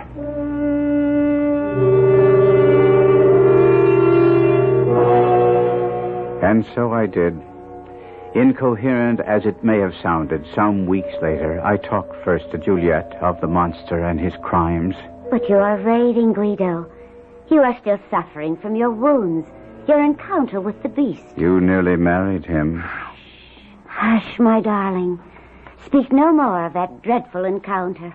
It has left you fevered and distressed.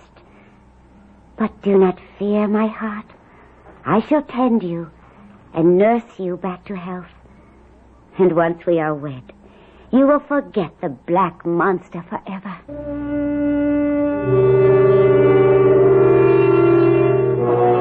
I did not forget so quickly. I talked next to my future father-in-law, the Marchesa Tarella, who gave more credence to my story. It was the fiend himself, Guido, there can be no doubt. Ah, what a trickster he can be. We all know that. Indeed he can. I find it credible, although I confess it stretches my belief, that he could steal your body from you and come here in your guise. He did, sire. He did. Yet he came so humbly, so penitently. He asked my forgiveness for his sins in such a straightforward way. I confess he took me in completely. Sire, will you believe me when I tell you that what he did is what I would have done? Once I recognized the folly of my ways, will you believe me that on that sandy shore I cursed myself 1,000, 1,000,000 times over for my overweening pride, for my insufferable vanity, for my stubborn egotism? Will you believe me, sire? My son, with all my heart, I believe you.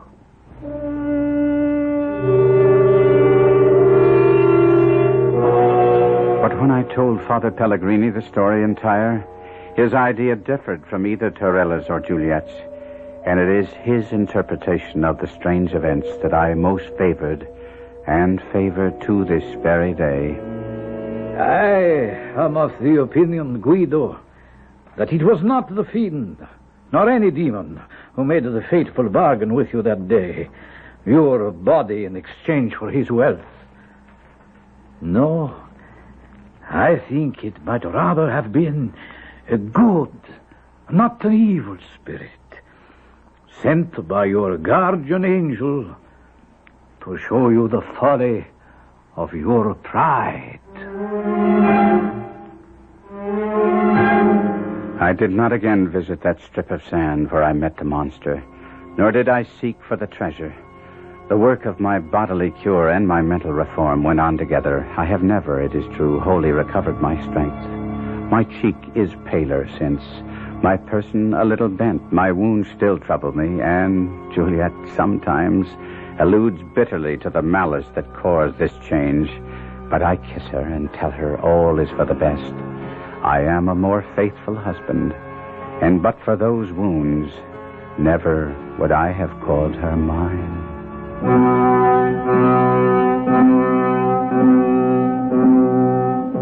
Which interpretation of Guido's story do you favor? Juliet's, the Marchesa Tarella's, or Father Pellegrini's? Was it all the product of a fevered brain?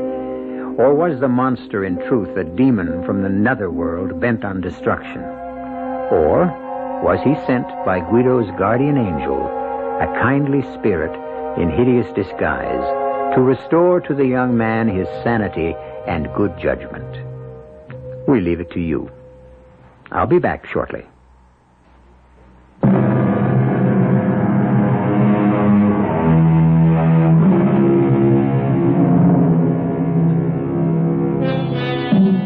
We have said that each one of you may opt for whatever explanation of our story you prefer. Was the monster a vision, a devil, an angel? There is a fourth interpretation which we offer for your consideration. It is from Joseph Conrad, the great Polish writer. The belief in a supernatural source of evil is not necessary. Men alone are quite capable of every wickedness. Our cast included Kevin McCarthy, Robert Dryden, Ian Martin, and E.V. Juster. The entire production was under the direction of Himan Brown. This is E.G. Marshall inviting you to return to our Mystery Theater for another adventure in the macabre. Until next time, pleasant dreams.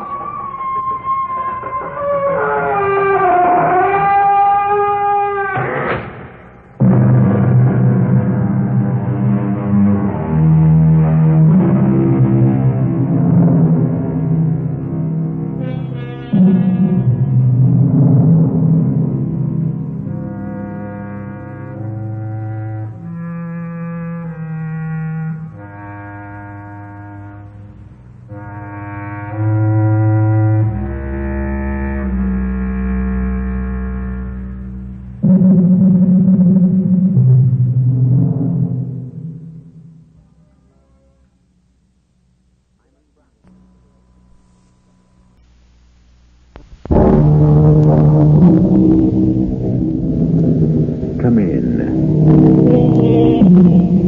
Welcome. I'm E.G. Marshall. Over and over, the philosophers ask the same questions. In all times, in all places, for all men, the mysteries remain. What is life? What is death? From whence do we come and where do we go? The ignorant barbaric savage bows to the sun and says, "Behold, God." Whereas we, sophisticated, civilized, consider the sun as energy expressed in formulae and equations. But do we really know any more about the sun than he does? Okay, Georgie, the case is closed. No, Captain Prescott, the case is still wide open. But we got the killer. We don't have the killer. 100 people saw him pick up that knife and stab her with it. He didn't do it. Not only did 100 people see him do it, he also admits he did I it. still say he didn't do it. Are you telling me that 101 people are crazy? I don't care what they saw. He did not kill his wife. Okay. I'll go along with it. Who did? The high priest of the Wolf Clan. Is that right? Who is this high priest? I don't know. Oh, so you don't know. Do you maybe know where we could find him? You can't find him. That's impossible. Oh? Is it? Why? He's been dead for maybe 1,000 years. But he's your killer, Captain.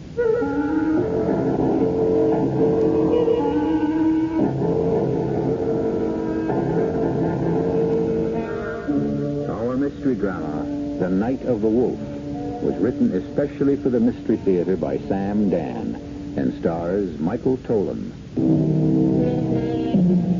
We are in a bright, bustling city in our own Southwest.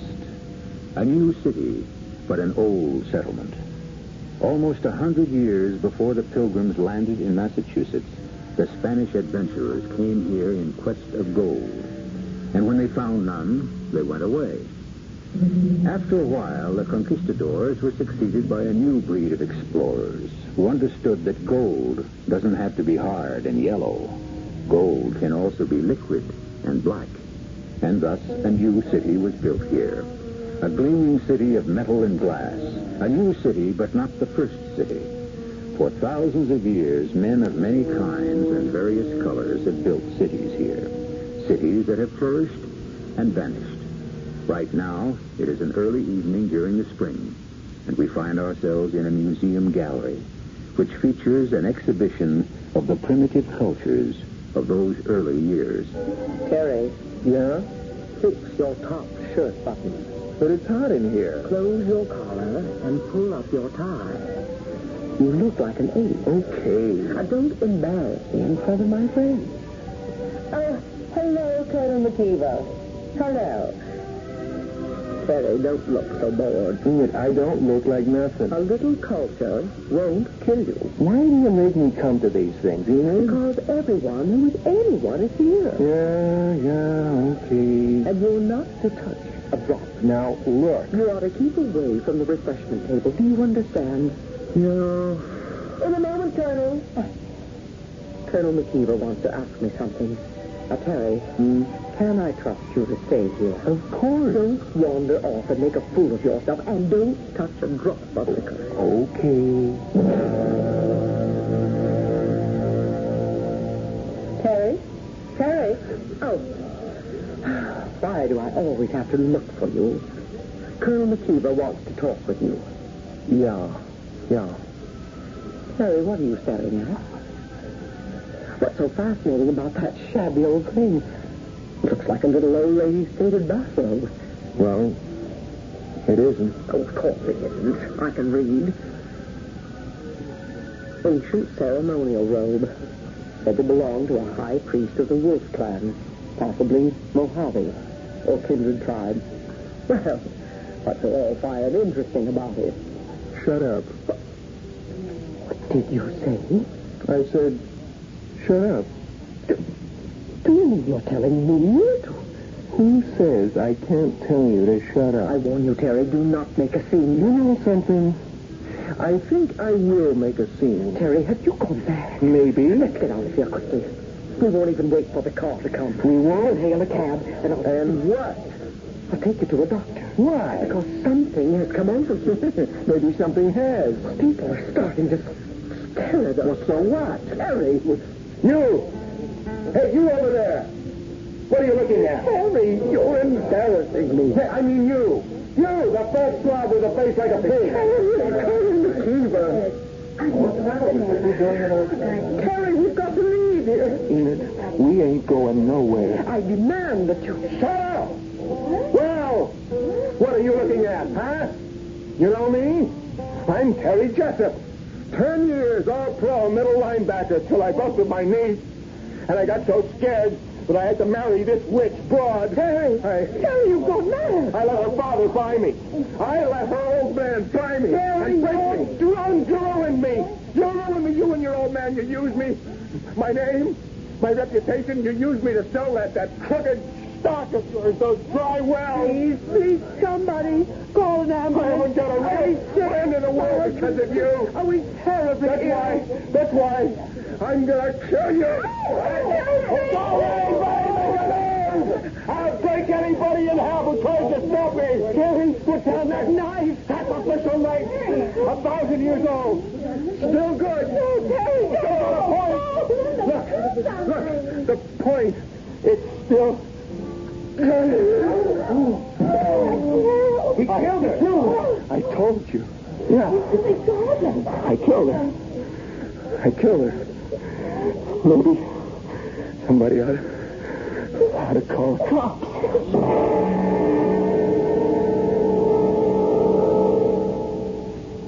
I don't know why, Lieutenant. I don't know. Just answer this. How long have you wanted to do it? Well, I never wanted to do it. I just... Yeah? Well, something just came over me, that's all. That's not true. I swear, Lieutenant... Now, you forget you killed her in front of 100 witnesses. You said that her old man bought you. I never said any such thing. Now, don't fight it, Terry. 100 people heard you. But I don't remember saying it. Do you believe it? No, I don't believe it. Why would I... You said they used you to sell a phony stock. Well, how could... Terry, I wouldn't say this if I didn't get it from people who were standing there. You said that you lost all your real friends because of them. It's crazy. That's what you said. Well, how could I say a thing like that? I was in love with her. Still in all, Terry, you killed her. Why? I don't know. I was so much in love with her, Lieutenant. I mean it. She was the kind of woman I wanted all my life. Girl with class. Sure. But those words you said to her, that anger that made you say them, where did the words and the anger come from? I'm telling you, I don't know, Lieutenant. I must have been out of my head. Sure. Something came over me. What? I got scared. It was like nothing I ever felt before. Like what? Something in that place. Just something in that museum. Something wild. Come on, Terry. What could be wild in a museum? It was like something set my mind on fire. And the words, everybody heard me say, I didn't even know I was saying them. And did you know you killed her? It was like something had to be driven out of me. You understand? No. Something that was wrong, something that had to die, and if she wasn't standing there, I would have killed myself. Yeah. There's something in that place. Sure. Believe me. You gotta believe me. I'm not the one who has to believe you. A judge and a jury has to believe you. It's in that place, Lieutenant. Something is in that place.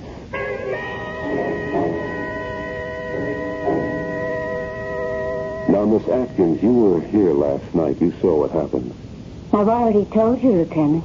Terry Jessup says that something came over him. Oh, I'm sure something did. He says something in this place, something here in this museum, drove him wild. Something in here? Yes, Miss Atkins. Now, what is there here that could do that? Look for yourself. We have pictures on the walls. We have some sculptures, some artifacts. Has anything unusual ever happened here before? Well, now, what unusual thing could ever happen in a museum? Yeah, that's what I figured. Well, Miss Atkins, I guess that's all. Although... Yes? Well, this is of absolutely no use to you in terms of last night, but... Well, we did have an incident here, 3 weeks ago. We had a fist fight. A what? Uh-huh. There were a party of 4. 2 men, 2 women. And suddenly the men started a violent fight. Unfortunately, the guards were able to restrain them. What did you do? Well, the guards hustled them out of the building, but the 2 men kept going at it on the street. Finally, the police came. And then what? Well, I don't know. Just that you asked me about unusual things. And since we have so few of them, well, almost anything would stick in my memory. Yes, it was exactly 3 weeks ago. And then there was another incident. When? Well, that's the peculiar thing about it. It was just about... No. It was exactly 3 weeks before that. You sure? Yes, I remember because it was the first of the month. And the first day of this special early American Indian exhibit. What happened? Well, there was a man. And he was standing, right where Jessup was standing. And also right where those other 2 men were standing. The exact same spot. And? He was an elderly, dignified, well-dressed man. And all of a sudden he shouted, "I'm wrong, I wasted my life." And with that he emptied his pockets. He threw his watch and his ring and all his money away. And then he started to take off his clothes. And then what? Well, the guards just restrained him and he was taken to the hospital. So, well, all I can deduce from all of this is that every 3 weeks for the last 9 weeks, we've had some kind of violent situation. Does any of this help you? It's interesting, but I don't see where it can take us. Oh, well, I'm sorry you couldn't learn anything, Lieutenant Miller. Do you have any further questions? Just one. What time do you get off? 6. That's exactly 15 minutes from now. Your watch is slow. It's less than 10. How about some dinner? But you've never asked.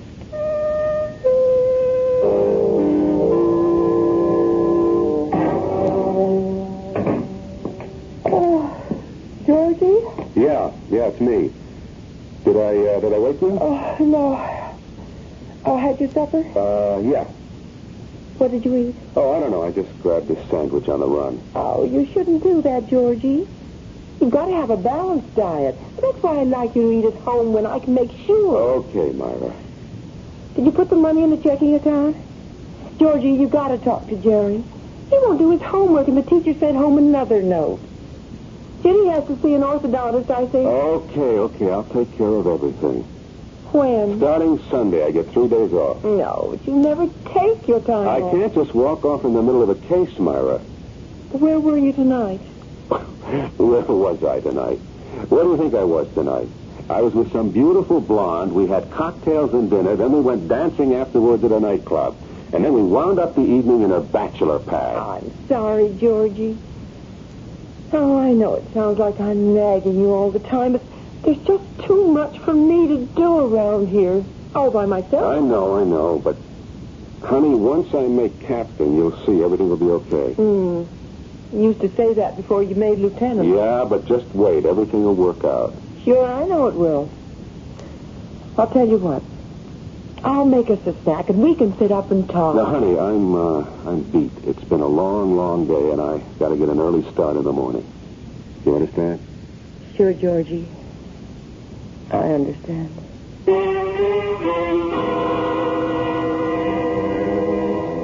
That's what we need in this world. More understanding wives.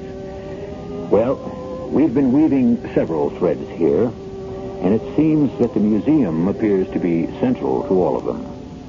And this museum will have a few more interesting, if somewhat deadly, exhibits on display for us when I return shortly with Act 2.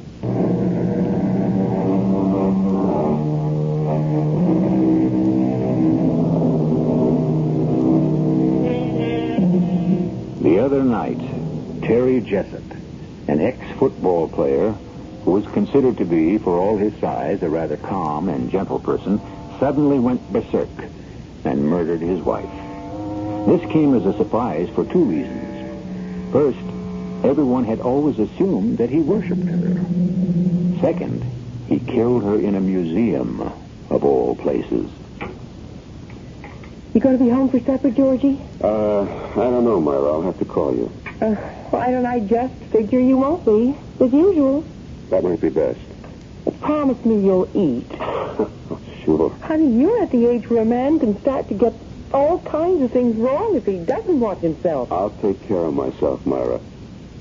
Look, honey, I know you got the kids all day in the house, but, But what? It's just how it works out. You've got your job. I have to put up with it. Well, that's just it. You say you have to put up with it. Well, I do, don't I?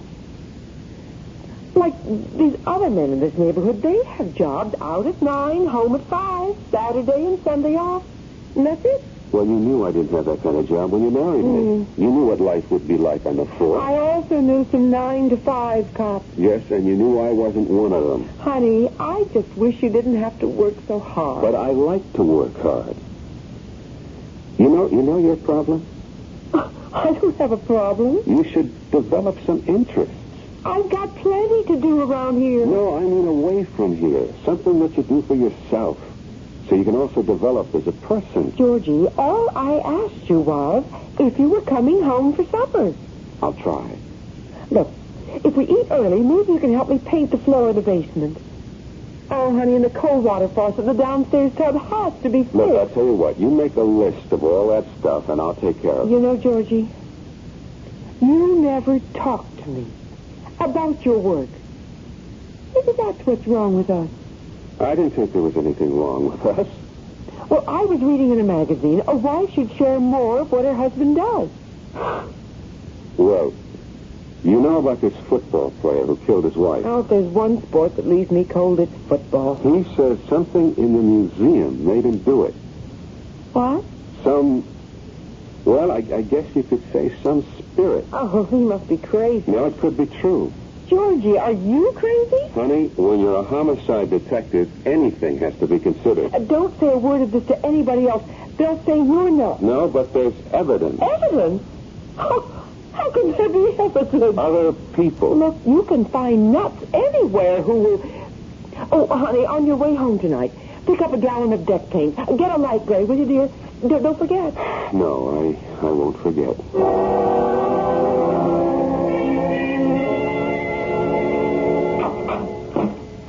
Hi. Hello, Polly. You busy? Swamped. Maybe I better come back another time. Oh, you do that. I shouldn't be here, Polly. I won't say a word. We agreed last night it couldn't, it mustn't go anywhere. Oh, yes. We agreed. But last night would have to be the end of it. I know. But the real reason I'm here is this does happen to be the scene of the crime. That's true. Something in this place made Terry Jessup kill his wife, made those other people go crazy. Something? I don't know too much about it, but it could be some kind of spirit. You think I'm crazy? No. Well, the way I figure it, these tribes, you know, they believed in magic. It was their religion. Maybe there was some truth in it for them. And so... Well, go ahead. And so these things, these knives and clothes and the things here, the magic could still be in them. Or on them or something. Now you go ahead and call the guys in the white coats. I'll do no such thing. I always believed in that myself. But you're educated. So are you. I don't have the books. You don't need the books. Come here. Polly,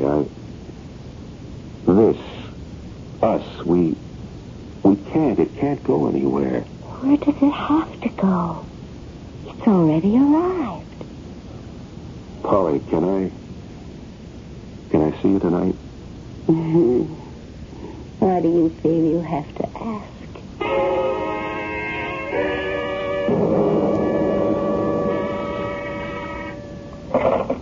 Captain Prescott.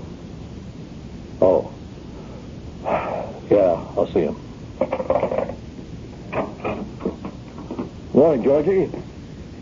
Sit down. Listen, Prescott, why am I being assigned to the Kenilworth thing? Because it's a good live murder and just a job for a smart detective like you. But I'm still with the museum killing.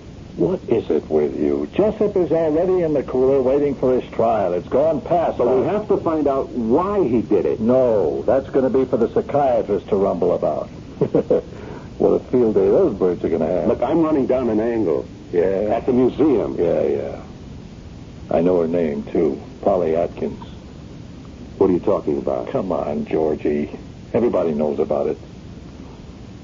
Everybody except Myra, maybe. I don't know what's happened to me.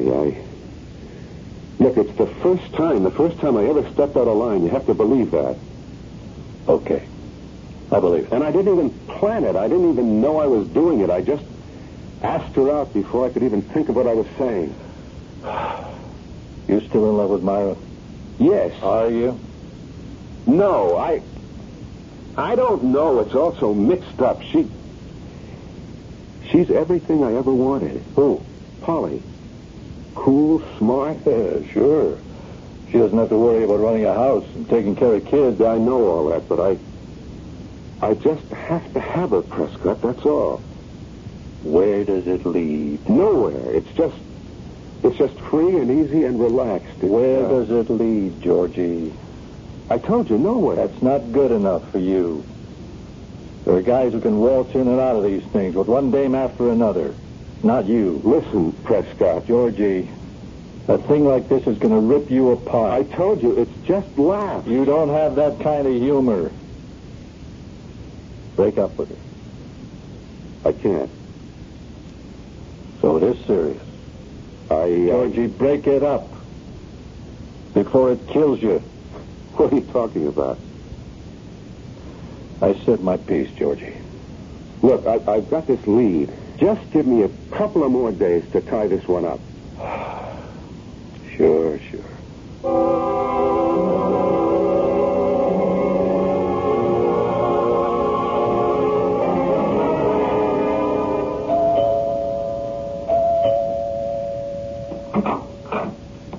Yes? Miss Mrs. Stanley Howarth? Yes, but not for long, Brown Eyes. I've already had the paper served on big-hearted Stanley. I'm a police officer. Oh? Well, do come in. Your husband, Mr. Stanley Howarth. Do we have to talk about him? About a month ago, you, your husband, and another couple, a Mr. and Mrs. Andrew Seeley, Yeah, that's another great pair. were in the Museum of Indian Art. I still don't know whose bright idea that was. Suddenly, your husband and Mr. Seeley started swinging at each other. Why? Why? Yes. Well, I don't know. Did anything happen that would have created a fight? They just couldn't start swinging at each other for no reason at all.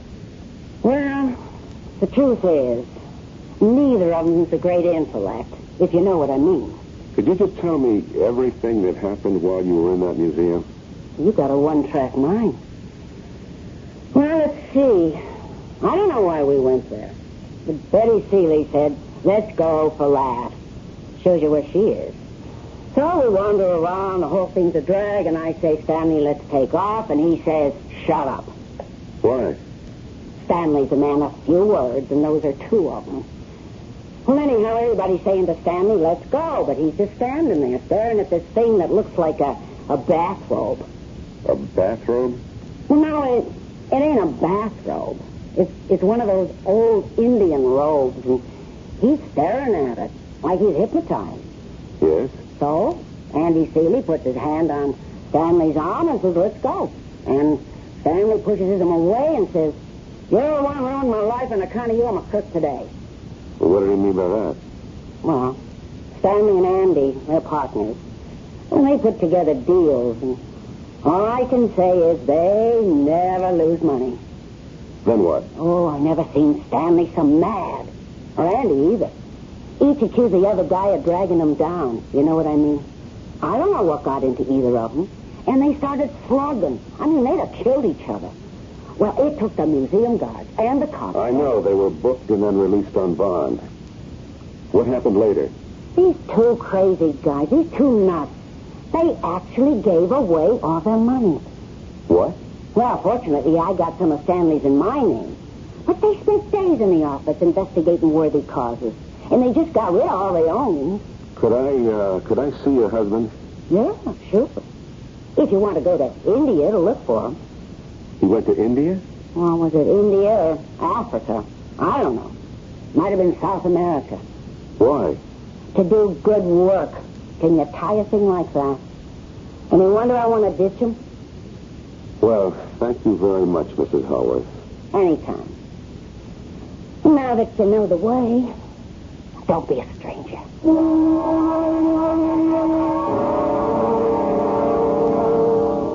Terry, try to think. I can't remember nothing, Lieutenant. You were looking at something. I don't remember. Were you looking at anything special? I can't recall. Were you looking at a robe? A robe? Yes, a robe. Well, I think maybe... Try to remember. A robe, Terry. Would a robe mean anything to you? Well, she wanted me to go away from the robe, yeah. Yeah, that's what she wanted me to do. Is that why you killed her? She said, what's so fascinating about that little old thing? It's like some old lady's bathrobe. Ancient ceremonial robe. High priest of the Wolf Clan. And she wanted me to go away from the robe, and so... Yes? The robe told me to kill her. How could a robe tell you to kill her? Well, that's what it told me. You mean the robe was able to speak? No. It wasn't in words. It was a force inside of me. Please, Lieutenant, please. But right now I feel so weak, so tired, and I don't know what I'm saying. Please, let me alone. What you're saying is crazy. Okay, I killed her. Everybody saw me kill her. Now, I say that robe made me do it. You say it's crazy? Okay, it's crazy. Now let me alone.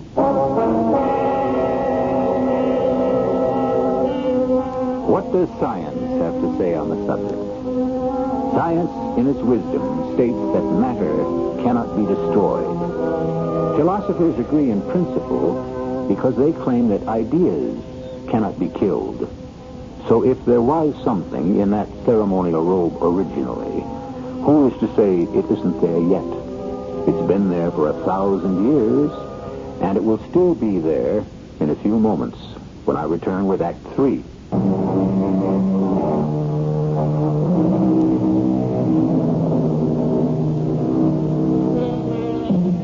All cities are built on the ruins of others.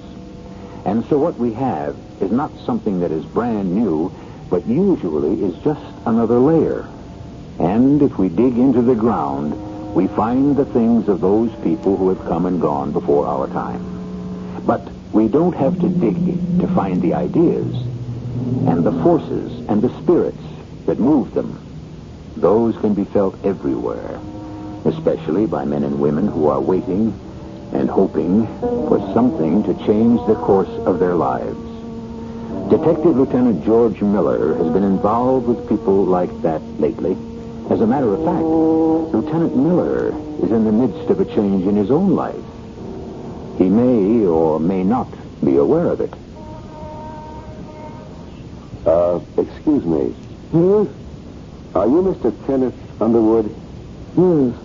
I'm a police detective. I was told at your apartment that you could be found here in the park. And now that you found me?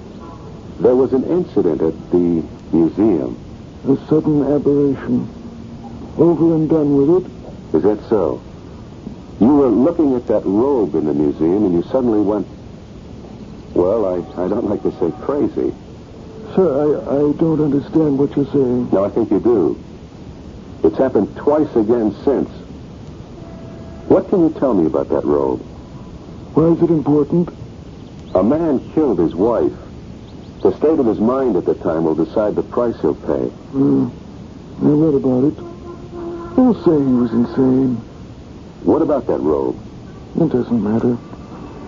Let us say that some spirit emanated from that robe, possessed him. It'll amount to being crazy anyhow. Why do you say an evil spirit? I said a spirit. You said evil. Well, isn't it evil if it causes a man to kill? The robe. The spirit of the robe said to me, Kenneth Underwood. Then you are saying there is a spirit in the robe. Said to me, Kenneth Underwood, the gods gave you the gift of poetry. You've abused it, defiled it, cheapened it. And I did. I thought I would die then and there. And the spirit said, will you throw off this illusion of fame and be true to your gift? And I said, yes. Yes. And a great weight was lifted from my heart because I meant it. Do you expect me to believe this? You asked me a question. I gave you an answer. What kind of spirit? Some days later, I returned to the museum. I examined the robe. There's a kind of design in it. I spoke to an authority on the ancient Indian cultures. He said it was the robe of the Wolf Clan's high priest. That's what it says on the printed card. The Wolf Clan. The clan responsible for the moral purity of the tribe. Each month on the third night before the full moon, every adult member of the tribe had to pass before the high priest. It's called the Night of the Wolf. And if in any heart there's hidden a guilty secret, that secret springs forth. And it either kills that person or he must kill it. I killed mine. And so I survived. Going along with this, how do you account for those other two incidents? Pure coincidence. People happened to be standing next to the robe on that particular night.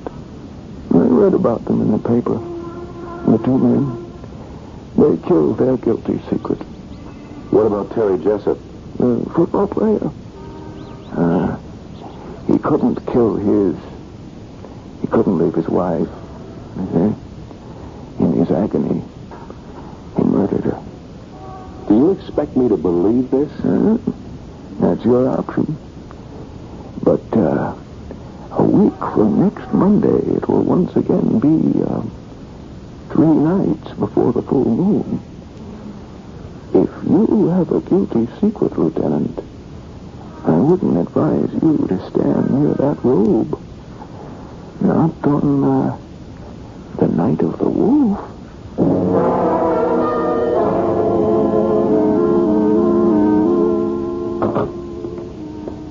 Myra?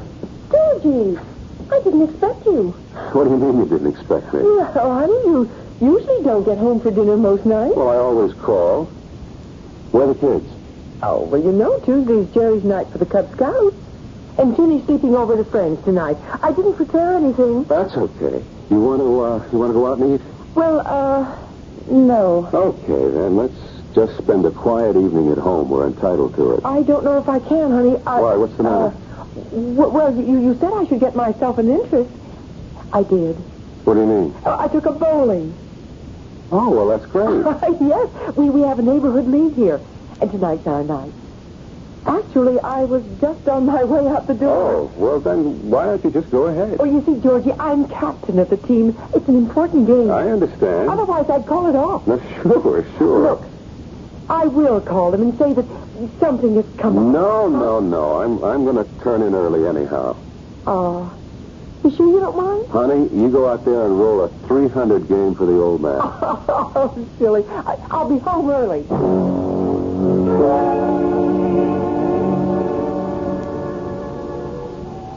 A glass of wine, George? No, I don't need wine or anything else when I'm with you. Thank you, sir. Holly, what's going to happen to us? What's supposed to happen? I don't want it to end. I don't want it to end either. So it won't end. Unless, of course, one of us changes his mind, and then, well, that's it.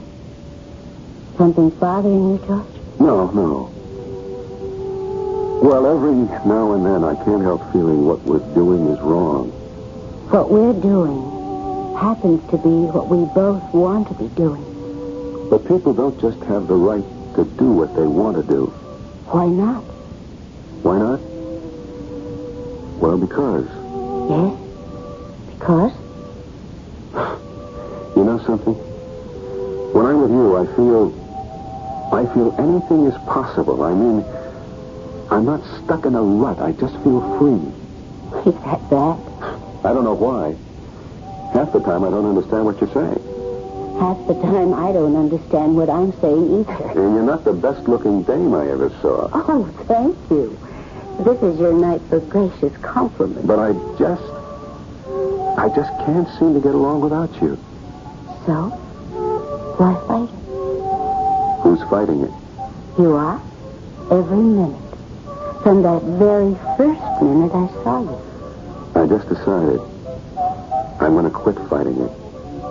Starting when? Starting right now. I'll show you. I believe you.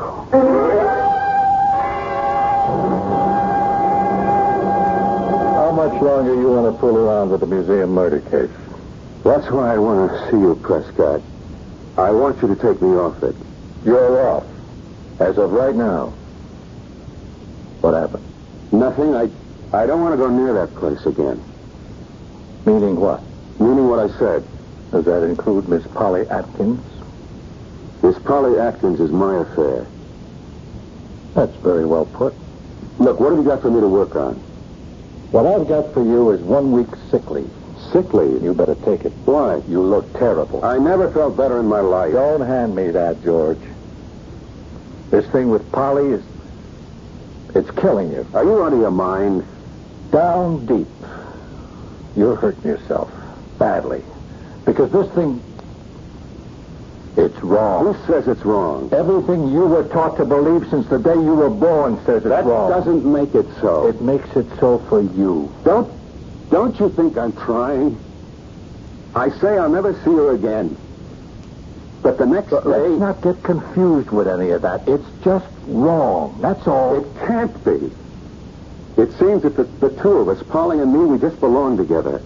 Well, then divorce Myra and marry Polly. I can't. Why not? I don't know why not. Maybe I love Myra. Then get rid of Polly. No, I love Polly, too. Is it wrong to love both of them for different reasons, for different things? Yeah. Who says so? You keep asking. I keep telling. You say so. Your conscience says so. Okay. I'll ask someone else. Who? Who? Nobody you'd know. Sure, but who is he? A priest. A priest? What do you think a priest is going to tell you? This particular priest, I don't know what he's going to tell me. Georgie, are you sure you're all right? Yeah, Prescott, yeah. Just now, for the first time in weeks, I feel all right. If you don't want to take the sick week, see me later for your assignment. Sure.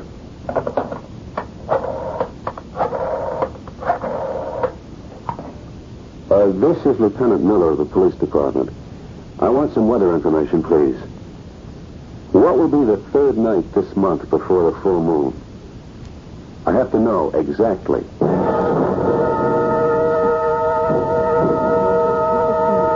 I can't imagine why you'd want to come here this evening, George. Oh, I don't know. I just want to see the exhibit again. Well, I'd think you'd seen all you wanted of it this past month. Well, I never really looked at things before. Did you call Captain Prescott? Yeah. Now, why do you want him to be here? Did he say he'd come? He should be here in a minute. Well, why do you want him? I may need him. For what?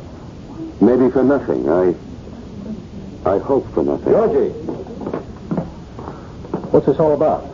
Oh, Prescott, I'd like you to meet Miss Atkins. Oh, we met on the phone. How do you do? Now, Georgie, what do you want me to see? I want to show you a robe. A robe? Yes. Right there. That? That moth-eaten looking thing? What's the point? It belongs to the priest. The one I said I was going to see. Miss Atkins, you know what Georgie is talking about? The robe of the high priest of the Wolf Clan. George, you're pale. Something the matter? Polly, do you believe with all your heart that you and I, we two, we're right? I believe it, George. I believe it. But... Don't say any more. Prescott, have you got anything to hide? Anything on your conscience? Everybody's got something on his conscience. No, I'm talking about something wrong that's vital to your life. Georgie, I don't like the way you look. You don't feel a terrible pain in your head? Georgie. You don't feel a tightness? It's so tight in your chest. I think we better call a doctor. Your whole body's not on fire? On fire? Oh, then you're safe. It's me. A telephone for... No, don't go. Don't. George, all she wants to do... No, I won't give her up. I won't. I can't, no matter what you say. I won't give her up. I'll kill her first. I'll kill myself. George, put that knife back. It's the same knife that other man used. George, I won't give her up. I love her. Wait a minute. No, I have to kill her. It's the order of the high priest. George, drop it. Drop it. I have to.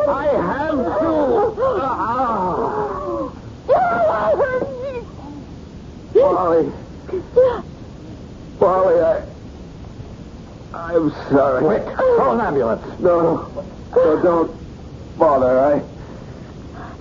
The high priest, he said, funny, he said, drive her out of your heart, even if it kills you.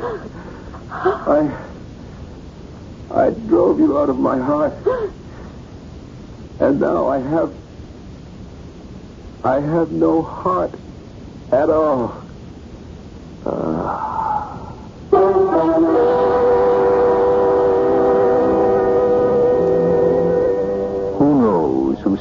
Lieutenant George Miller to death? A conscience, which everyone has? A sudden heart attack, which anyone can get? Or was it the verdict of the high priest of the ancient wolf clan? I'll be back shortly.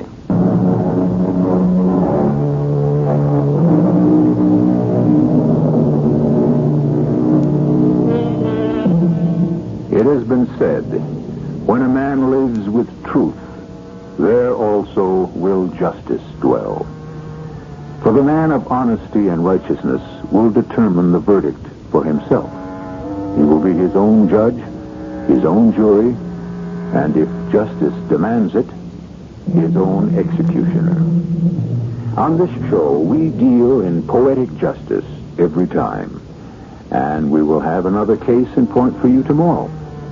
We hope you will continue to be interested. Our cast included Michael Tolan, Joan Shea, Evie Juster, Ken Harvey, and Russell Horton. The entire production was under the direction of Himan Brown. This is E.G. Marshall inviting you to return to our Mystery Theater for another adventure in the macabre. Until next time, pleasant dreams.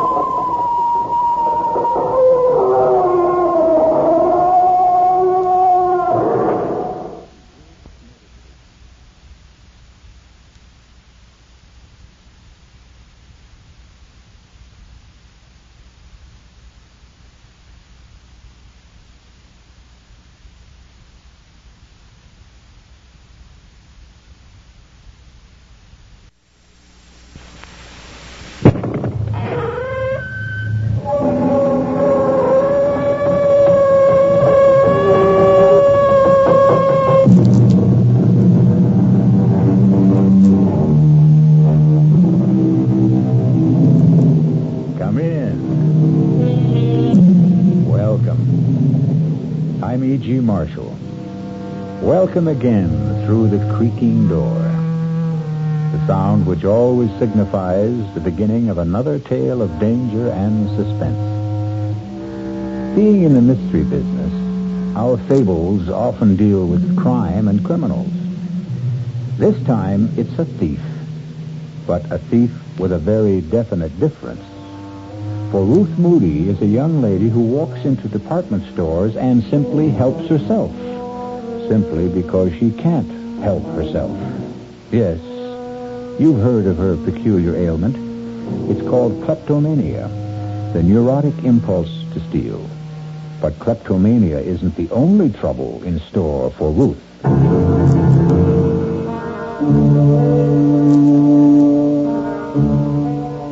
Our mystery drama, The Trouble with Ruth, was written especially for the Mystery Theater by Henry Slessor and stars Marion Seldes. It is sponsored in part by the Kellogg Company, makers of Kellogg's Special K cereal and new sugar-free diet 7-Up. I'll be back shortly with Act 1.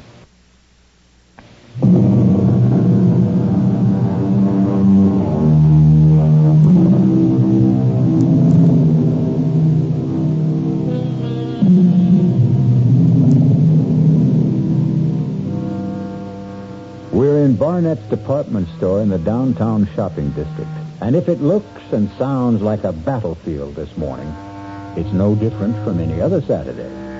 Well, maybe a little more so, since Barnett is running its semi-annual clearance sale, just as it does every other month.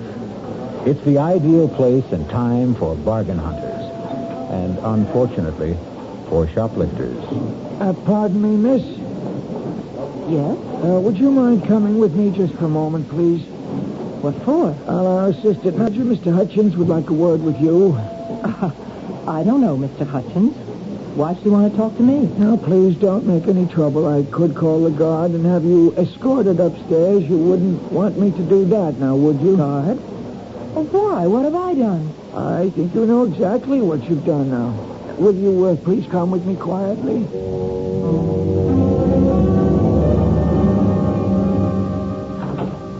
Right in here, please. It's a mistake. I did take the scarf, but I was going to pay for it. Here's the lady, Mr. Hutchins. All right, Bill, thanks. You want me to stick around? No, it's all right. Okay, then I'll get back on the floor. It's murder down there. More larceny than murder, I'd say. Right. Please, sit down. Mr. Hutchins, I know it looks like I took the scarf deliberately, but really I didn't. You were going to pay for it at another counter. Is that the idea? No, I wanted to match the color with the purses, and that's why I put the scarf in my bag. I wanted to go over to the handbag section. Would you mind telling me your name? I'm not a shoplifter, so help me, I'm not. My name is Ruth Martin. Is it Mrs. Martin? Look at me. Can't you tell I'm not a thief? I don't even know why I took this scarf. It's just a cheap little thing. It's not at all like the clothes I wear. Well, look at me. Can't you tell? Would you wait just one moment, Mrs. Martin? What's that you've got? Oh, it's just a little handbook we keep, sort of a private record book. You see, most of the retailers in this city cooperate in these matters, supplying each other with the names of known kleptomaniacs. I'm sure you've heard that word before. I am not a thief. Well, that's what I'm trying to determine, Mrs. Martin. Since there is a significant difference between shoplifters and kleptos, the difference, of course, being our ability to prosecute, since one steals for gain and one because she can't help it. No, I'm afraid I don't see any Ruth Martin in the book. All right. It's Moody. Pardon? My real name is Mrs. Ruth Moody. I didn't want to give you my real name. I didn't want my husband to know Moody. about this. Yes, here it is. Ferraros, 3 spools of thread, pearl buttons from Wilkinson Smith. Oh, well, the last time it was a handbag. Awful, ugly, beaded thing. It wasn't even worth more than $5 or $6. Are you going to call my husband? Is that what happened at these other places? Yes. Oh, it was awful. Please, I have the money to pay for the scarf. I'll gladly pay you twice what it was worth. Please don't let him know it happened again. Don't you think it's best that he know? Maybe he'll try to help you over the problem. Don't make me beg you. My husband has a job in the city government, a very important Mrs. job. Moody, I'm not interested in causing you any trouble, believe me. Look, here, take the scarf back. Well, what's this? Nothing. Some costume jewelry that I bought in another... Mrs. Moody, you didn't buy this any more than you bought the scarf. It still has the price tag on it.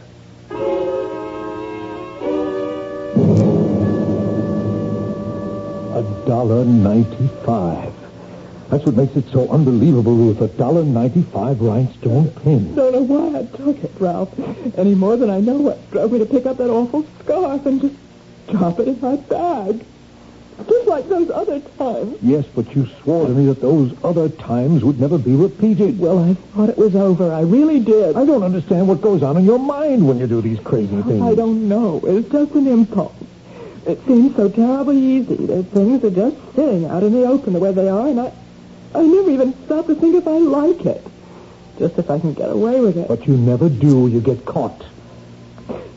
Maybe that's part of the sickness, too, huh? Oh, stop saying I'm sick. I'm not. Well, what would you call it? Look, honey, you've got to see a doctor. I've told you that a dozen times. I will not go to a doctor. I can't stand the idea of it, Ralph. Just talk to one. Give him a chance. Maybe it's something simple. Maybe you're just trying to get punished because of guilt feelings that you can't resolve. Oh, you're wrong about wanting to get caught. I don't. I swear I don't.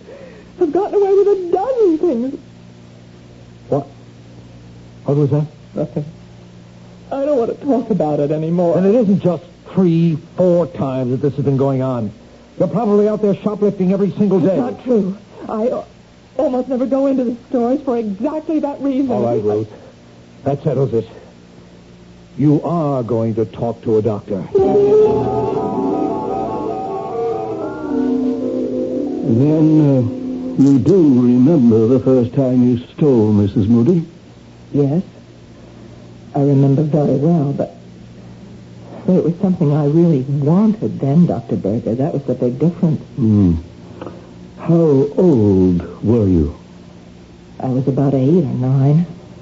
I was in school. There was a girl named Fanny Ritter. Her family was very wealthy. She was always the best-dressed girl in the class. Yes. She had this pencil box.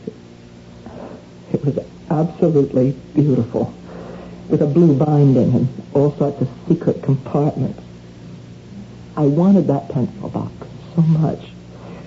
And one day I walked into an empty classroom, and there it was, lying on the seat. Yes, and were you caught? No.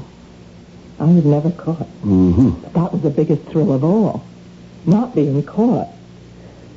But then I also realized I couldn't use the pencil box, at least not at school. Yes, I see. All kids steal sometimes. There's nothing abnormal about it. But you're not a child now, are you? And yet you still crave this secret feeling, this secret gratification. No, you're wrong. I don't get any pleasure out of taking things. I feel terrible afterwards every single time. Ah, but that may be exactly the gratification you require. I don't want to hear any more. You sound just like my husband. Believe me, Mrs. Moody, neither your husband nor I want to find fault with you. We both want to help you. Well, it's his job my husband is worried about, not me. Why do you say that? Because he works for the city government in the comptroller's office, and he's afraid if they ever found out about me that he... Why am I talking about Ralph that way? I know he loves me. I know he wants to help me. Yes. So why don't you let him try? Let both of us try. No. I don't need a doctor. All I need is to stay out of department stores.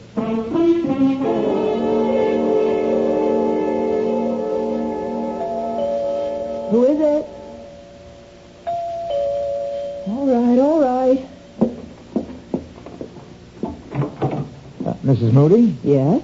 Hi, Mrs. Moody. You don't know me, but my name is Tom Andrea. There's something I have to talk to you about. I know exactly what it is. Encyclopedias. Or is it magazine subscriptions? No, ma'am. It's nothing like that. Well, whatever it is, I'm not interested. It's about department stores. What?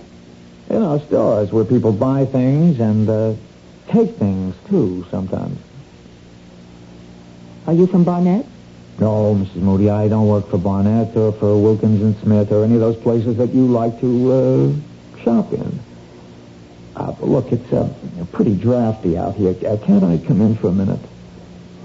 All right. Thank you. Your husband's not home, I suppose. It's a working day, so he's at work, right? Oh, that's clever thinking. Can we talk in here? Only if you get right to the point. Well, now, look, this ain't the kind of thing you like to just blurt out. I mean, it's kind of sensitive. You know what I mean? No, I don't. It's about you and your husband and so forth. If you think about it for a while, you'll get my meaning. Am I right? You'll have to be more specific. Well, you just won't come out with it yourself, huh? Okay, I'll say it for you. I'm talking about you being a shoplifter. That's a lie. Whoever told you that is a liar. No. It's true. Wait a minute. If you think you can blackmail me by telling my husband... No, Mrs. Moody. We know that your husband knows all about it. He's been getting you out of jams for years. Then what do you want here? Well, believe it or not, I want to give you money. I don't want to take any from you. What for? Services rendered. What? I got a little proposition for you, Mrs. Moody. How would you like to make $1,000? $1,000? How? Well, you do like I said. You'll get $1,000 in the mail. But if you don't, well, your husband may not be able to make a living anymore. You get what I mean? No. I don't know what you're talking about. I'm talking about stealing stuff, Mrs. Moody, about that bad habit of yours. Now, we got a use for that habit. And you'd better listen to what we have in mind. How did you know about me? Who told you about me? Well, let's just say I got sources. I swear to you, I'm not a thief. Yeah, sure, I know that. We know it. We? Well, me and my friend. We know you're just a sick lady, that you can't help what you do. It's just like you had pneumonia or hay fever. It's not your fault. Am I right? That's right. Yeah, well, it's fine, only your husband still don't want the people around City Hall to know he's got a klepto for a wife. Does he? Then this is blackmail. A man in his line of work, he can't afford to have people know his wife steals. Now, some people would understand how it's only a sickness. But others, well, you know how people are. Tell me how much money you want. I don't want a dime from you, Mrs. Moody. Honest, all I want is your cooperation. You see, my friend and me, we have a little plan. A really, really sweet little idea. Everybody makes money and nobody takes any chances. Well, what could be sweeter than that? A plan to do what, for heaven's sake? Well, my friend will give you all the details. All you got to do now is put on your coat and come with me. My friend will give you the whole deal. I'm not coming with you. We're not desperate for your help. Don't get this wrong. But we thought we'd give you a break. Well, that's too bad. If you just tell me what you have in mind. Why, shoplifting, Mrs. Moody. A little nice and easy shoplifting. Only this time not for no $5 piece of junk. This time for something worth more like $50,000.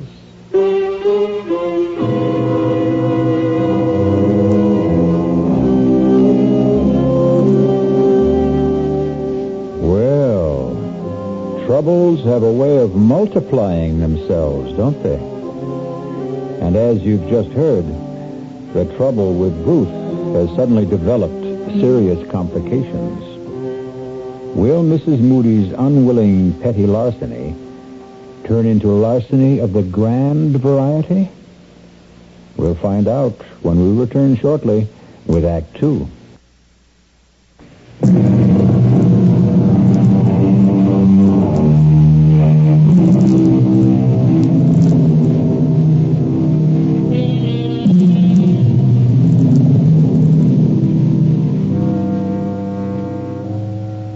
Mrs. Ruth Moody, faced with the prospect of harming her husband's career, has accepted the invitation of the man who calls himself Tom Andrea, although her instincts tell her that Tom Andrea isn't his name at all.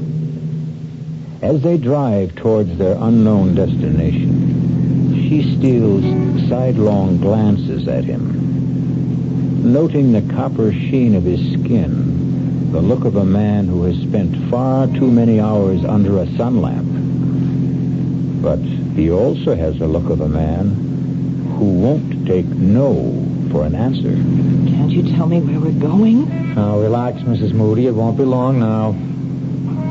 Who is this friend of yours, anyway? You'll meet him. He works for a department store, doesn't he? I know they keep records of people like, of kleptomania victims. That's the only way you could have found out about me. I just lean back and enjoy the ride, huh? Aren't you afraid I might recognize him if he's one of the people that I've met? Here we are, Mrs. Moody. Told you it wasn't very far. The Hotel Hamilton. Looks like a fire trap. Well, it's not very fancy, but it's private. We can all have a nice, quiet talk. Just the three of us.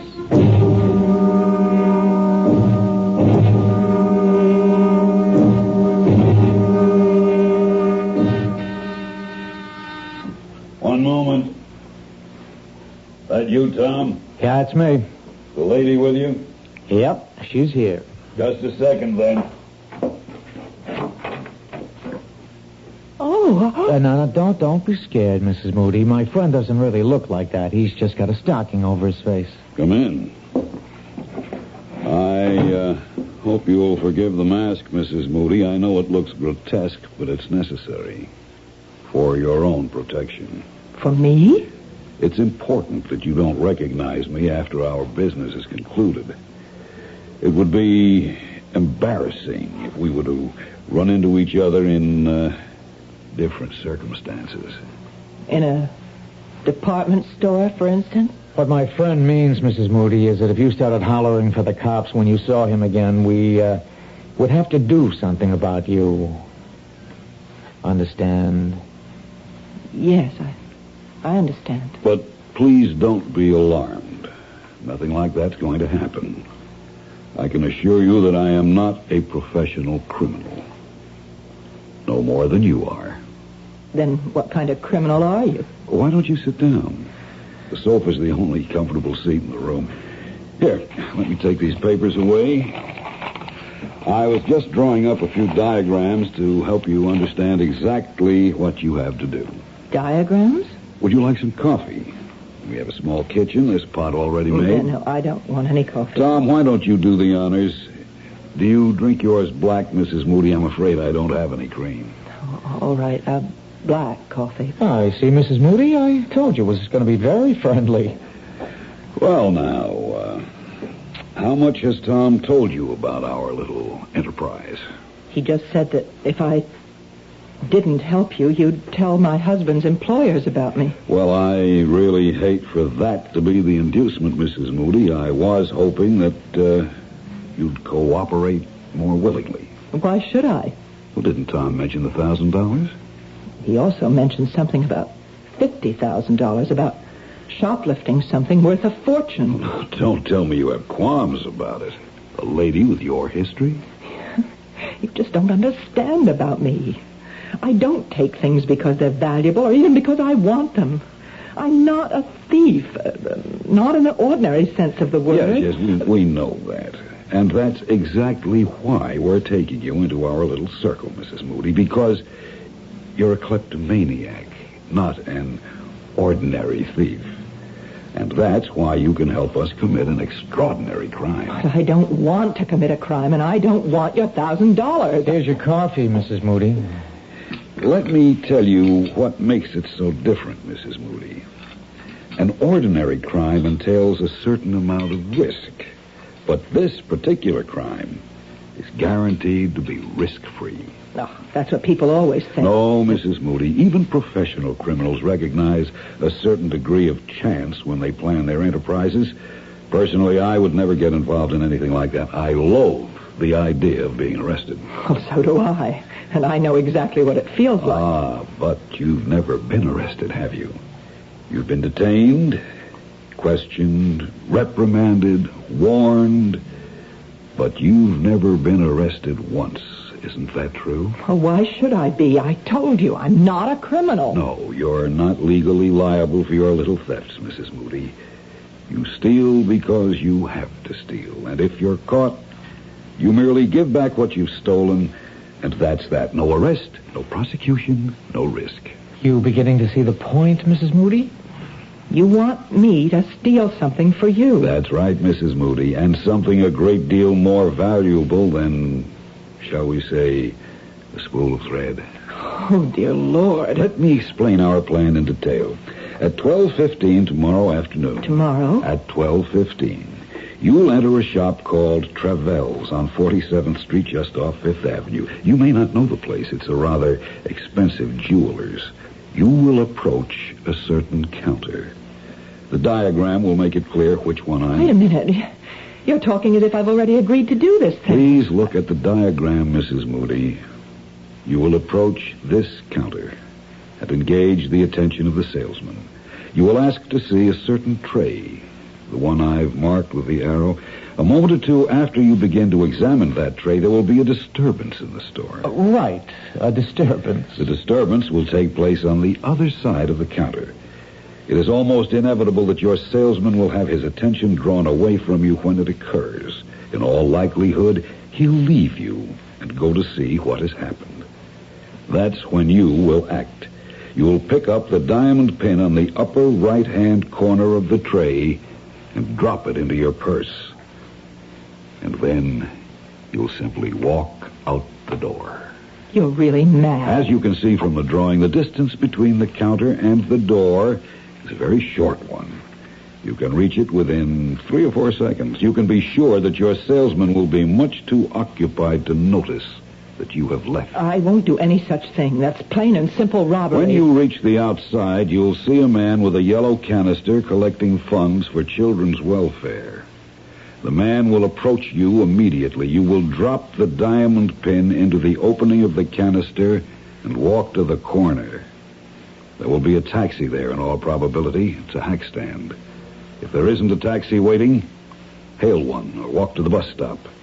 Believe me, you will have ample time to make your getaway. There isn't going to be any getaway. I am not going to do anything so insane. As I said before, you'll be perfectly safe. You'll have absolutely nothing to lose. If you're stopped before you reach the exit, simply give yourself up.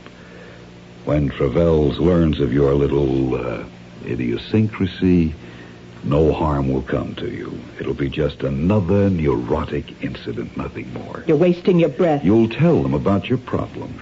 They'll check with other stores and find your case history on file. No, there's no way I'll do such a thing. Hey, what's the matter with you, lady? Didn't you hear the man? You can't get into trouble doing this. But your husband will if you don't. Let me out of here, please. Pick someone else out of those files. All right, Tom. If that's how Mrs. Moody wants it. Then I can go. The door was always open, lady. See? But if you change your mind, Mrs. Moody, just call me here at the Hotel Hamilton. Just ask for room 408. But if I don't hear from you tonight, well, you know what we'll have to do.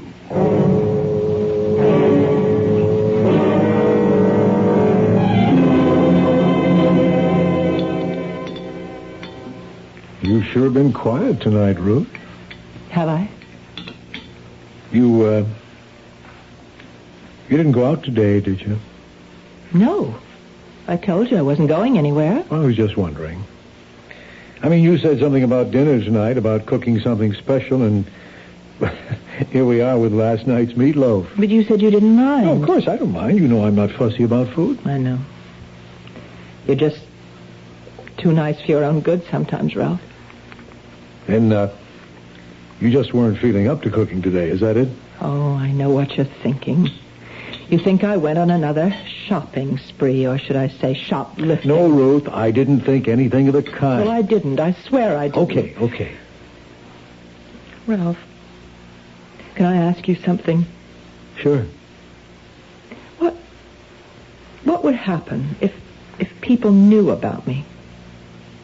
What people? The people you work for, in the controller's office. Or, the mayor himself. What if they knew about my illness? They'd know, that's all. Would it hurt you? Honey, this is silly. Nobody knows about your problem but you and me and a few department stores.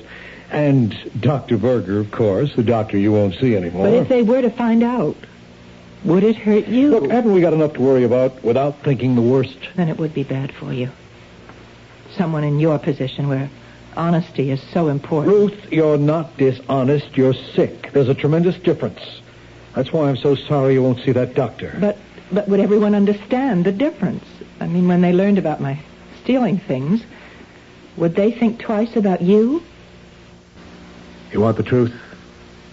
Yes. Yes, they would. They're only human. No, they're worse than human. They're politicians. They have to be elected to office, and that's exactly the kind of scandal they don't like. Yes. I guess I've always known that was true. Honey, I think I could use some more gravy. Yes. Oh, I have some in the kitchen. I'll be right back.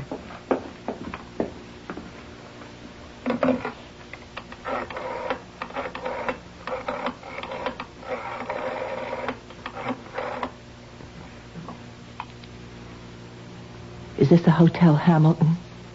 Room 408, please.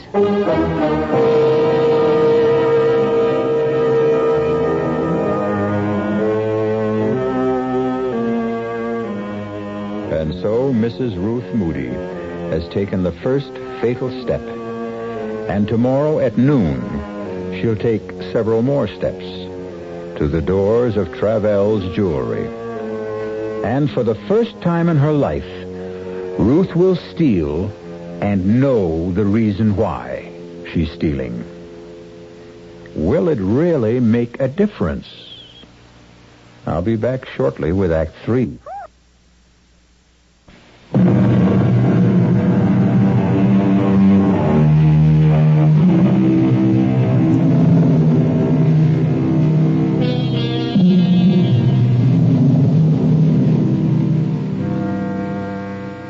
At 11:30 the next morning, Mrs. Ruth Moody left her apartment and took a Fifth Avenue bus to 47th Street.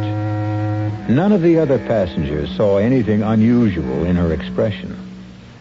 They couldn't read the turmoil of her thoughts or the fear that haunted her eyes behind the sunglasses she wore to hide them. She kept telling herself that what the man in the stocking mask said was only too true, that no matter what happened, she couldn't be blamed for what she was about to do.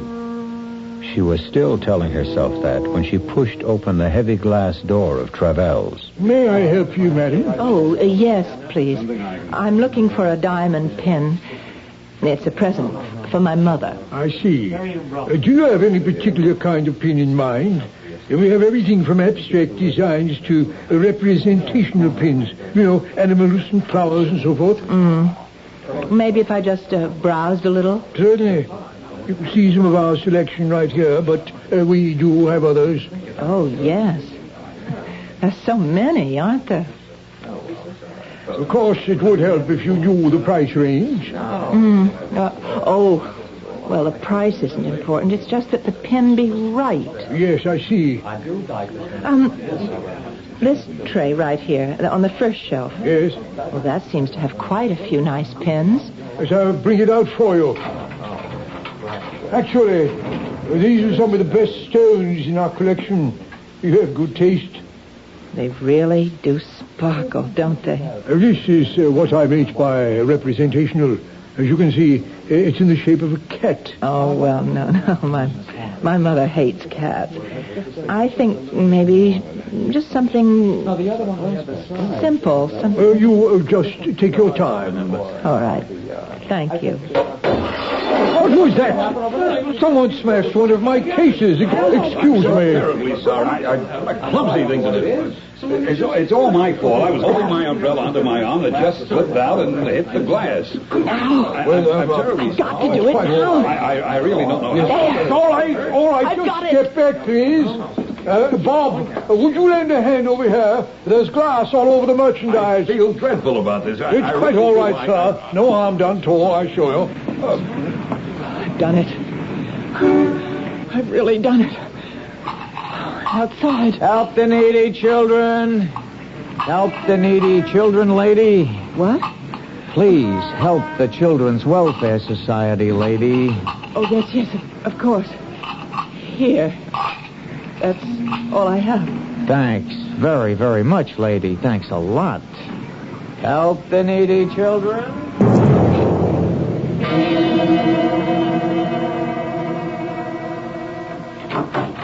Ralph? Is that you? Yes, I'm home. How are you, honey? I'm all right. You sure? You don't look so good. No, I'm fine, really. Would you like a drink? Yeah, I wouldn't mind, thanks. What'd you do today? I went out for a little while. Where to? Oh, no in particular. I took a walk. Weather was nice. Uh-huh. Took some things to the cleaners, did a little marketing. Here's your drink. Oh, thanks. For heaven's sake, stop looking at me like that. I can't bear the way you look at me sometimes, Ralph. I'm sorry, Ruth. It's nothing deliberate. Well, of course it's deliberate. It happens all the time now. You keep staring at me as if you're trying to read my mind. As if you wanted me to confess something. Now, Ruth, that isn't true. You've got to stop thinking such things every time I look at you. What's going to happen to us, Ralph? What kind of marriage are we going to have from now on? Ruth, we've been married 6 years now. I think we know how to live with each other. But you can't live with this disease of mine? You can never stop suspecting me of having stolen something again. Isn't that what you're thinking right now? All I'm thinking about is that you don't look well. And how disappointed I am that you won't see Dr. Berger. I called him today, by the way. What for? Well, I just wanted to talk to him, find out if there was anything more I could do to help you. And what did he say? He said there might be. Well, what do you mean by that? Well, I told Berger about our talk last night, about how worried you are that the people at City Hall might find out about your illness. Now, he told me that was an important part of your guilt syndrome, whatever that means. Oh, I hate that psychiatric double talk. Just the same, he thought you'd be a lot better off if you weren't concerned about such things. If you were able to admit that you were ill. I do admit it. That doesn't mean that other people have to know about it. Ruth, I told him. What? I told McGuire, the controller. I took him out to lunch. I told him all about your kleptomania. Oh, no, Ralph. Oh, no. Look, I began to realize that I was hiding it, too, that I wasn't treating it like an illness, either.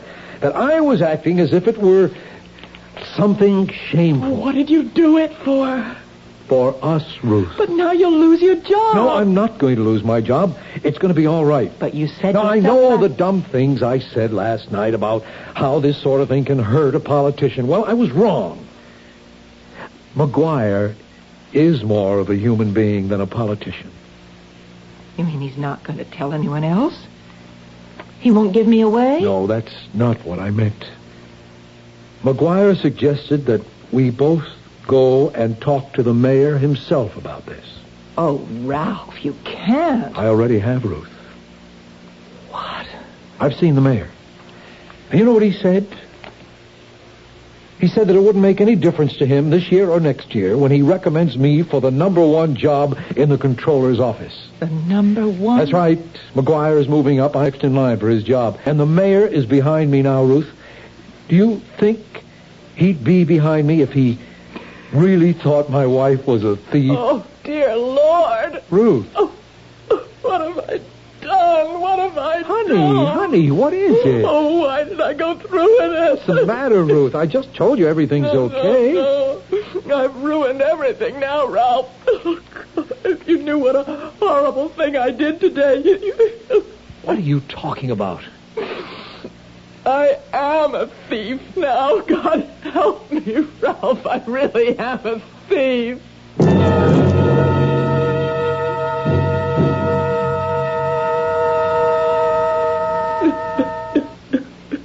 Try and stay calm, Ruth.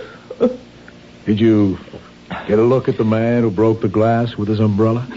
Do you think that he was the same man you met yesterday at the Hotel Hamilton? I'm sure he was. But I told you he was wearing a stocking mask over his face. And this other man, though, the one who called himself Tom Andrea, he was the same man who was collecting for children's welfare outside the store. Yes. Ruth, you know, there's only one thing to do now, don't you? What do you mean? We've got to tell the police. Oh, Ralph, no, that would be awful. Trevells will have discovered the theft by now. They must have your description from the clerk. Sooner or later, you might be identified. But they can't do anything to me, Ralph. I'm not responsible. I am sick. No, Ruth, in this case, you are responsible. That's why we have to call the police.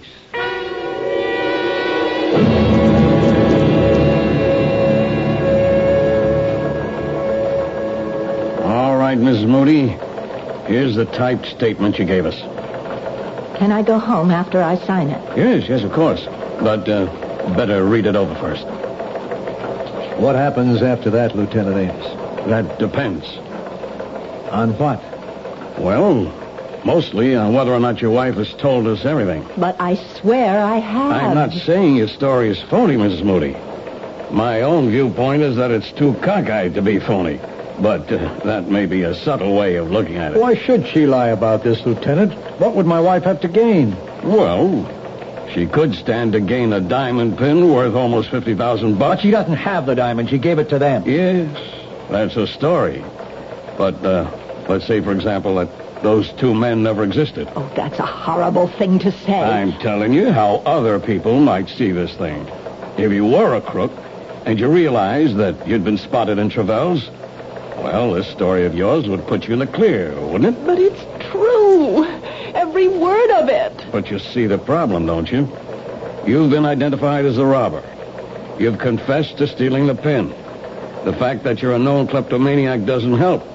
Some people might even be nasty enough to say that you got yourself that reputation deliberately. This is incredible. You're accusing my wife of being a thief. Oh, what can I say to convince you? If you could only give me a better description of those two men. Well, I've done the best I could.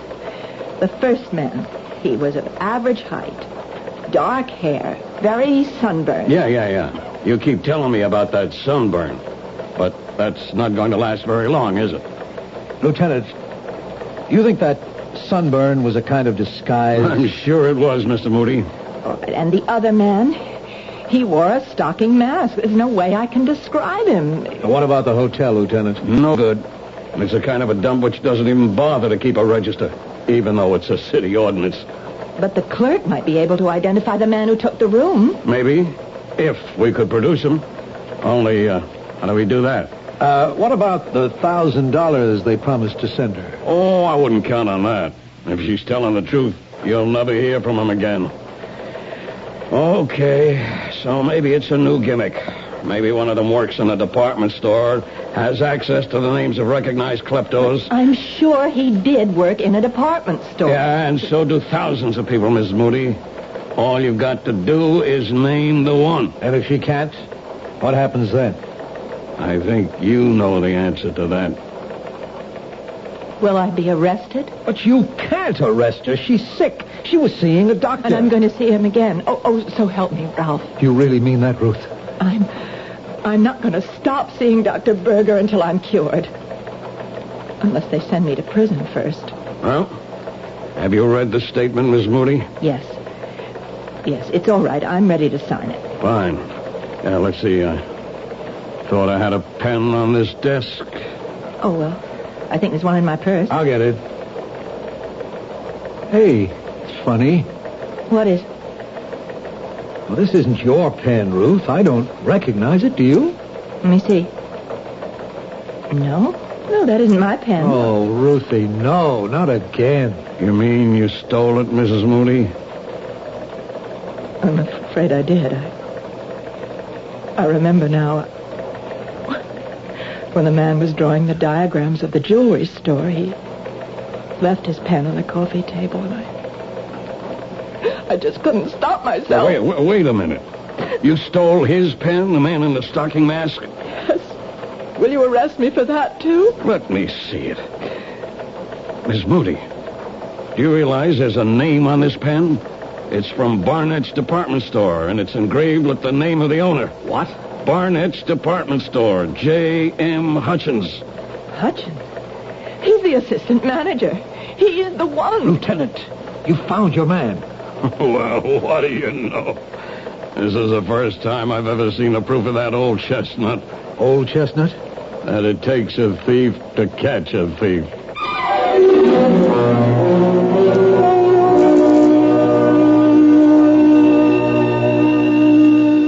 The moral of this story might be, never steal anything small, particularly if it's a diamond pin worth $50,000. You'll be happy to know that the police investigation proved the guilt of Mr. J.M. Hutchins and the innocence of Mrs. Ruth Moody. And the last we heard, the only trouble with Ruth was going to be a little one. I'll be back shortly. Look, let's put an end to all this gloomy-sounding stuff you've been getting so much of lately. Income tax is behind us, spring is here, Aaron's hit number 715, and there's even reason for hope with the gasoline thing. It's in this new spirit that I'd like to talk to you about buying a new car. It's a small car, one you can judge sanely, and not just in terms of how many miles per gallon it gives you. The car is a Buick Apollo. Like any self-respecting small car, it is economical. It's got a 6-cylinder engine and a 21-gallon gas tank, which combine to give Apollo good gas economy and great range. But Apollo can also seat 6 passengers, and it has the kind of smoothness, quietness, and interior comfort that you'd expect of a Buick. Okay, you're looking for a car, and you think it should be small. Well, Buick has the car, Apollo. But don't buy it because it's small. Buy it because it's a Buick. You've seen the Budweiser commercials on television, and maybe you've wondered how long people have been putting that famous Bud label on things. Well, not as long as the brewers of Bud have been putting things on the label. Things like a list of Bud's most important ingredients. Quote, brewed by our original process from the choicest hops, rice, and best barley malt. And things like the following statement. This is the famous Budweiser beer. We know of no brand produced by any other brewer which costs so much to brew and age. Our exclusive Beechwood aging produces a taste, a smoothness, and a drinkability you will find in no other beer at any price. Unquote. Yes, brewing beer right does make a difference. Read the Bud label. Taste the king of beers, and you'll agree, when you say Budweiser, you've said it all. Anheuser-Busch, St. Louis. Metro-Goldwyn-Mayer presents That's Entertainment. The clown with his pants falling down, or the dance that's the dream of romance, or the scene where the villain is mean. That's entertainment. That's Entertainment, with special appearances by Elizabeth Taylor, Fred Astaire, Gene Kelly, James Stewart, Debbie Reynolds, Mickey Rooney, Bing Crosby, Liza Minnelli, Donald O'Connor, Peter Lawford, and Frank Sinatra. That's Entertainment. It's more than a movie. It's a celebration. The gag may be waving the flag that began with the Mr. Cohan hip hooray. The American way. The world is the stage. The stage is the world of entertainment. That's Entertainment. Rated G. Gala premiered Thursday, May 23rd at 7 p.m. Ziegfeld Theater. Come see the stars. Continuous performances start May 24th. Our cast included Marion Seldes, George Petrie, Jack Grimes, Jackson Beck, and Gil Mack. The entire production was under the direction of Himan Brown. Radio Mystery Theater was sponsored in part by Sign-Off, the Sinus Medicines, Buick Motor Division, and Anheuser-Busch Incorporated, brewers of Budweiser. This is E.G. Marshall inviting you to return to our Mystery Theater for another adventure in the macabre. Until next time, pleasant dreams.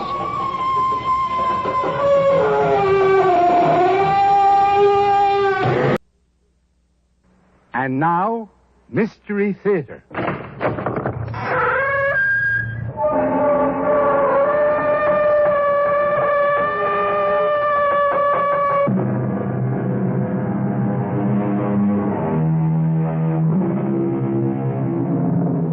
Come in.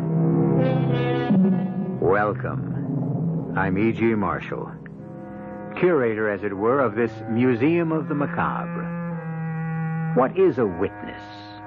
Literally, a witness is one who has seen, therefore, one who knows. And therein, of course, lies the difficulty. If our knowledge is based on what we have seen, how well may we trust the evidence of our eyes? This is a problem that confronts all of us every day. Reasonable people may solve it peaceably. Quarrelsome folk may settle it violently. And then we have those particular situations that seem to have no solution at all. Junior, you've got to help me out. Sure. Who is it this time? Mr. Hoffman. You got to take care of him. But I already took care of him. Mr. Hoffman's dead. I can't believe you go back on your promise. Hoffman was buried a month ago. He's back in the store. But the store's been closed, shut down. He's there now. He can't be. He's waiting on customers. No, it's hard to believe this, Mr. Gearhart. I'm telling you what I saw, what's happening. Now will you believe me and take care of him? Yes, sir. The customer's always right.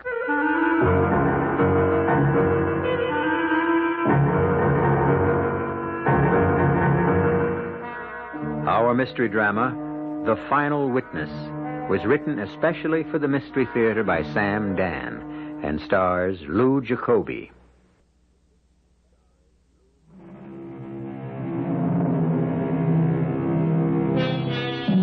For many of us, life follows familiar, even routine pathways. Occasionally, we may be temporarily dislocated by a war or some natural or man-made disaster. But all in all, life takes on the rhythm and tempo of the oceans.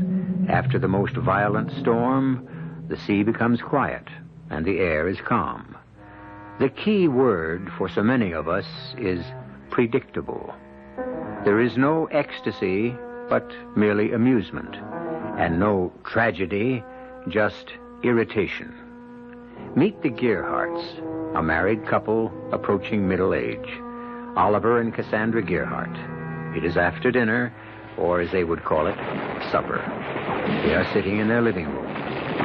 Ollie, will you turn that stupid thing down? It's a good picture. About World War II. How would you know? It's the third time I've seen it. I said turn it down. You got a kid that's trying to sleep. Right away, this guy's going to step on a landmine. Watch how they blow him up. I need a quart of milk. Here it comes now. Kapow! Hey, what did you turn it off for? You had your big moment? Go get the milk. Whatever you say, Cassandra. And don't call me Cassandra either. What a couple of names we got. Oliver, Cassandra. Just go down for the milk, huh? I hate it when people call me Ollie.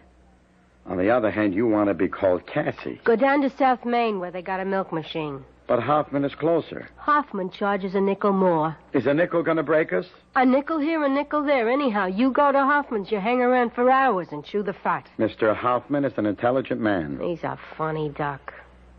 Besides, he's a foreigner. Everybody in this country's a foreigner. Except maybe the Indians. You know what I mean by a foreigner. Go get the milk. Okay, Cassandra. And don't call me Cassandra.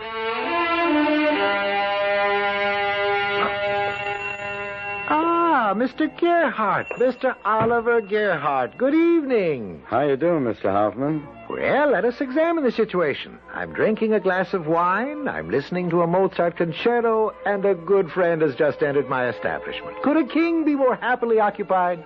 Let's see. What did I come in for? Oh, yeah. Oh, no. Only barbarians rush headlong into their business transactions. First, I must pour you a glass of wine, and we shall consider... Excuse me, my friend, while I tend to this gentleman. Yes, sir, may I, do something for you? Can you do something for me? Yes, sir. What may I do for you? Yeah, I heard you the first time, Pop. Now, what you and this other clown here can do for me is to put up your hands. It's a stick-up. You are a very bright person. Now, shut up. Young man, that revolver, please, it isn't at all necessary. Here, I'll open the cash register. See? And you just help yourself. You shut up. Here, take the money. I said shut up. Don't be nervous. I want to be nervous. I'll be nervous if I want to be. I'll be whatever I want to be. Just take the money. You don't have to kill anybody. I want to kill somebody. I'll kill somebody. I can do whatever I want to do. You know why? Please, young man. man. Now, you shut up. I'm talking. Never interrupt me when I'm talking. I'm the boss. What I say goes. I can do whatever I want because I'm holding this. And you know what this is? Don't interrupt me.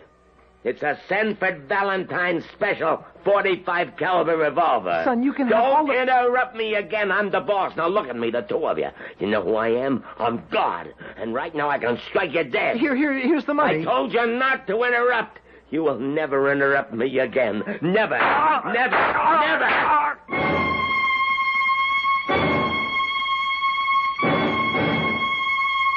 I told you, don't go to Hoffman's. But no, don't listen to me. I'll never understand why I wasn't killed. Why did you have to go to Hoffman's?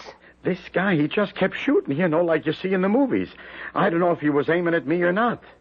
But poor old Mr. Hoffman, he's dead. I kept telling you not to go. The cops come in. This detective says to me, "Can you describe him, Mr. Gerhardt?" Well, did you? Well, sure, to a T. Oh, that was smart. That was brilliant. If there's a stupid thing that needs doing, you can always be trusted to do it. What did I do that was stupid? You shut your mouth off. All I did was describe the guy. All you did was stick your neck out. I was there. I saw the guy. Am I supposed to say I don't remember what he looked like? Yeah, that's what you're supposed to say. How can I say that? You were scared to death. You were in a state of shock. The whole thing, it's gone from your mind. What's the matter with you, Cassandra? What's the matter with you? You got a wife, a family. And this killer friends. Maybe they won't like the idea that you want to identify him. Do I have to spell it out? Well... Something's not your business. You don't get involved. What kind of a country would it be if everybody was like you? If everybody minded their business like me, we'd be a lot better off. Mr. Gerhardt, I'm Edward Spurlock, the district attorney. Yes, sir, Mr. Spurlock. Thank you for your excellent description of the killer. Well, about that, maybe... In my 20 years, I have never seen a more accurate, a more detailed delineation. Yeah? Have you ever had any police training? Well, no, sir. There are veteran police officers for whom attention to detail is a profession who couldn't match your account of the gunman. Is that so? Yes, your description is almost scientific in its precision. I shouldn't be surprised if it's used as a model in training courses. Well, Thanks to you, we had no trouble running down the killer. You got him already? With your kind of description? Now, look through the window. It's one-way glass. You can see into the next room, but the people in there can't see you. I know. I saw this exact setup in the movies. Well, we try to follow them in every detail. Now, those 4 men standing on the platform... Oh, yeah. That's the lineup. Is one of them the gunman? Is one of them the guy? No, sir. He isn't there. Berrigan, get rid of the one on the left. Bring in Ellsworth. Now, Mr. Gerhardt, you remember your description? Oh, yeah. He was 6 feet tall. He was thin, with a kind of a pot belly.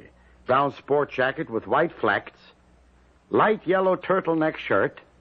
Tan pants. Brown cowboy boots. Red hair. High forehead like he's getting bald. Blue eyes. The right one had a kind of a cast in it. Tattoo on the back of his left hand, the one that held the gun. A bright red heart with 3 drops of blood. And the word Mama in blue letters. Any wonder that description's the talk of the department? Well, I was standing right next to him. The whole thing hardly lasted a minute. Well, it may have been a minute, but it felt like an hour. Now, Mr. Gerhardt, look at the young fellow who was just brought in. The last one on the left. Yeah, he's the guy. You sure? Definitely. You got him. You'll testify to that effect in court? Yes, sir. I assure you we'll extend the fullest protection to you and your family. Protection? What do you mean? Well, just in case. In case what? The man's name is Woodrow Ellsworth, Jr. He's one of Mama Ellsworth's boys. Literally. He's her son. Mama Ellsworth? Yes, Mama's the leader of a little group that specializes in confidence games. You mean a mob? Oh, no. They're careful to avoid violence. What the kid did was crazy. It has nothing to do with her operation. I tell you this because you have a right to know. A gang leader? No, nothing like that. They just work swindles. Now, what you must remember is that your magnificent description forms the cornerstone of our case. Why, without you... Well, now, can we depend on you to testify? To do your duty as a citizen? Well, sure. Sure. You can depend on me.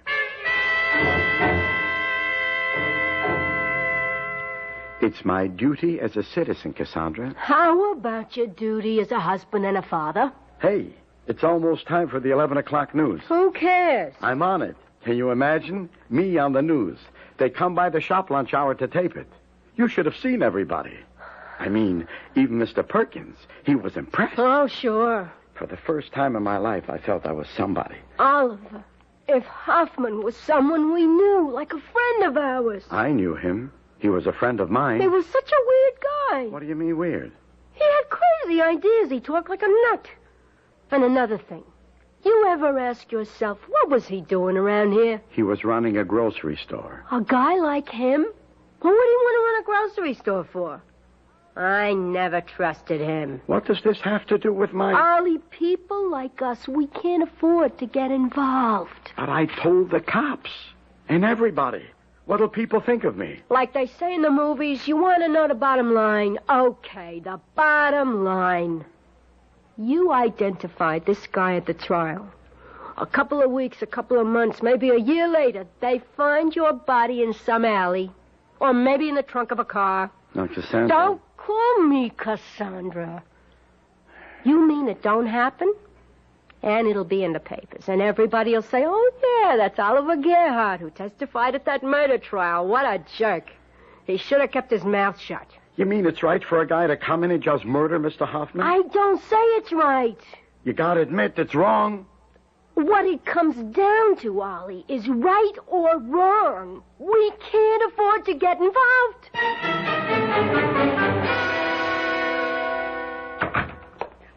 Rocky, what a pleasant surprise. My boss sent me over, Mama. Professional courtesy. Oh, well, I'm deeply touched, Rocky. My boss wants to know if there's anything he can do for you in this hour of your, what was the word he used?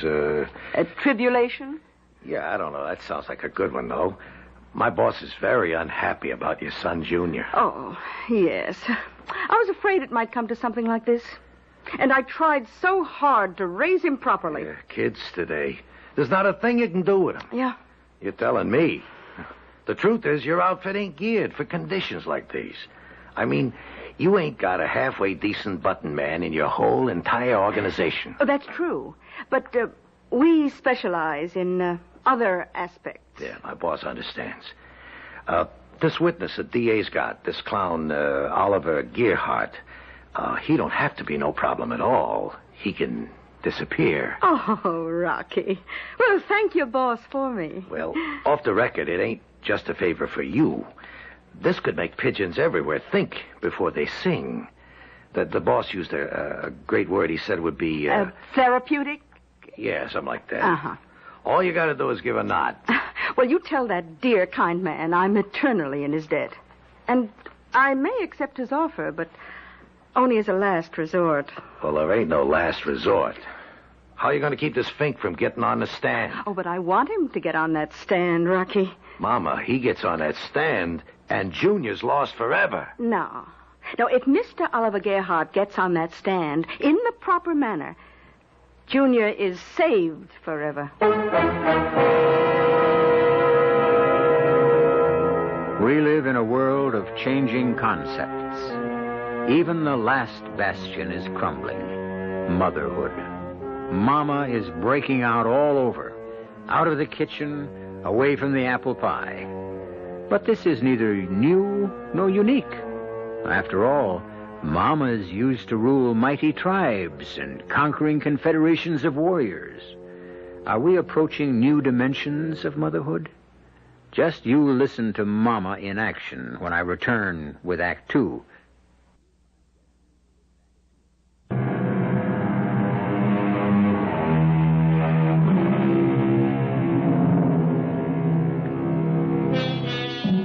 It isn't easy. It was never easy to be a witness for the truth. As a group, people who bore such witness found their reward in personal satisfaction, because other rewards have traditionally been quite scanty, to say the least. Indeed, speaking out for the truth can be one of the most hazardous and least remunerative of all occupations. However, from time to time, fate points the finger, and the selection or the election to witness can happen to anyone at all, even to Oliver Gerhardt. Oh, excuse me, sir. Do you mind if I share your table? Help yourself. I had no idea this cafeteria would be so crowded. Well, it's lunch hour. If it ain't going to be crowded now, when is the guy going to do business? Oh, that's a very sage observation. But then again, your powers of observation are legendary, Mr. Gerhardt. How do you know my name? Oh, I recognize you. I've seen you on the news. Oh? You, sir, have become a celebrity. Well, I wouldn't go so far as to... Actually, you've become a household name. No, I wouldn't say that. Well, you are in our household. Oh, sorry, I forgot to introduce myself. My name is Esmeralda Ellsworth. Ellsworth? They call me Mama. I don't know why. Do I impress you as the maternal type? You mean you're Mama Ellsworth? You're the mother of that killer? Oh, killer is a harsh word. What do you want? Just an opportunity to chat. About what? About my son. My wayward boy. Oh, you simply don't know how much trouble I've had with him. And now this. He's a maniac. He's a menace to society. What do you want from me? I already gave the cops the description. Well, when an unfortunate event occurs, we cannot undo what has happened, but what we can do is make the very best of it.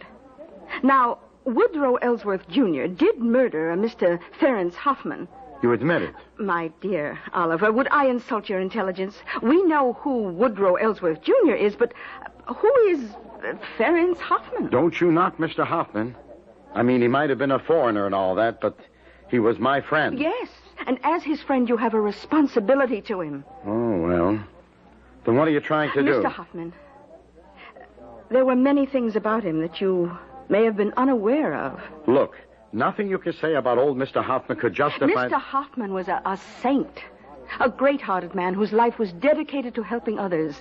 Now, like many people of his kind, he died penniless. His widow will try to support herself and an invalid daughter on a meager Social Security pension. Now, doesn't Mr. Hoffman deserve better? Well, sure, Now, but... probing further into the affairs of our good Mr. Hoffman, did you know that he was practically in the terminal stages of an incurable disease? What are you saying? At most, he had 3 or 4 months to live. Now, suppose my son had not shot him. Look, you're going too fast for me. Life is going too fast for you, Oliver. You must catch up with it. Now, had death claimed him due to natural causes, his unfortunate family would be forced to exist in penury. I never knew he had a family. Instead, my poor boy, Junior, can now literally become their savior. I don't follow you. Well, I would be willing to compensate for Junior's rash action. I would guarantee the Hoffman family a comfortable monthly income. What's the catch? Oh, no catch. A condition. Yeah? Now, I would expect you to forget the description of the gunman at the trial. Oh, I get it. You would be doing this as a favor to your dear departed friend. A favor? I do him a favor when I don't describe the killer? A favor by achieving what would be precious to him above all else, the security of his family. Now, Oliver, once we probe beneath the surface of any action, we begin to learn that things are not at all what they seem. Oh, yes, on the face of it, a senseless, brutal killing, but who died? A man whose life would have died in the midst of horrible suffering. Perhaps what Junior did may have been for the best, after all. But Mr. Hoffman, he didn't want to die. Who does? Oliver, she forgives him. She forgives Junior. Who? Mrs. Hoffman. I've spoken to her. She says there has been misery enough. Hmm? Well, what do you want me to do? But before you do anything, just talk to Mrs. Hoffman.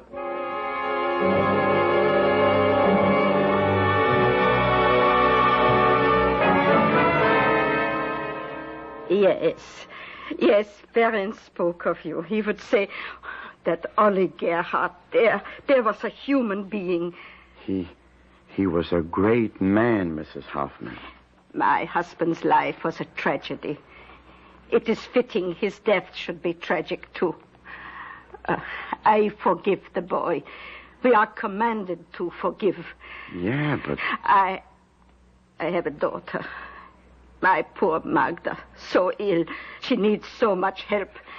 And the lawyer looked at the paper Mrs. Ellsworth wants me to sign. It is so generous. Well, look, I feel pretty bad. I gave my promise to the DA. Oh, it is so painful for all of us. We must not delve further. If I can forgive him for taking Ferenc's life, can you not also forgive him for sparing yours? Look, I'll go to the DA. I'll tell him. I might have made a mistake. No. But I thought you... No, you must not tell anyone. Not until the district attorney places you on the stand and asks you directly.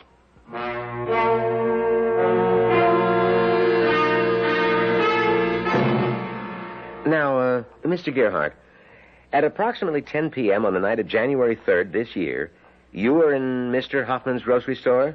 I was. The door opened, a man entered. He held a .45 caliber Sanford Valentine special revolver, with which he shot Mr. Hoffman dead. Is that what happened? Yes. Now, that man who wantonly killed poor Mr. Hoffman, did you see him? Yes. You got a good detailed look? Yes. You could identify that man if you saw him again? Yes. Beyond all shadow of a doubt? Yes.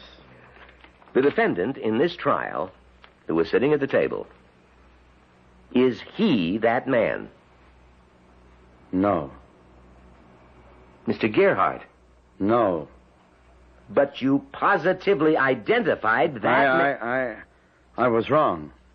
I made a mistake. Oliver, I gotta talk to you. Where's the money? What money? The money you took to forget what the killer looked like. What are you saying? I'm only saying what everybody else is saying. Yeah, that's what everybody keeps saying, all right, but... But what? It ain't true. You had the identification down cold. What made you change your mind? Oliver, you were paid off. How much did you get? I didn't get anything. Do you expect me to believe that? Yes. Then you're a fool. You're the one. You're the one who kept saying, don't get involved, don't identify him, think of the safety of your family. You also had a duty as a citizen. Now you're hopping on that bandwagon. What bandwagon? Before the trial, you were saying to me, Ollie, you're crazy. They're going to fish your carcass out of the river. What are you getting mixed up in it for? Okay, so I backed off. And now everybody said, on account of guys like you, crime's going to take over the country. How much did they pay you to keep your mouth shut? That's what I want to know. How much? Nothing. I told you. Nothing. Then why did you do it? Okay. Somebody has to believe me. Somebody should know why I did it. And it wasn't for any money. What was it for? Come on. I'll show you.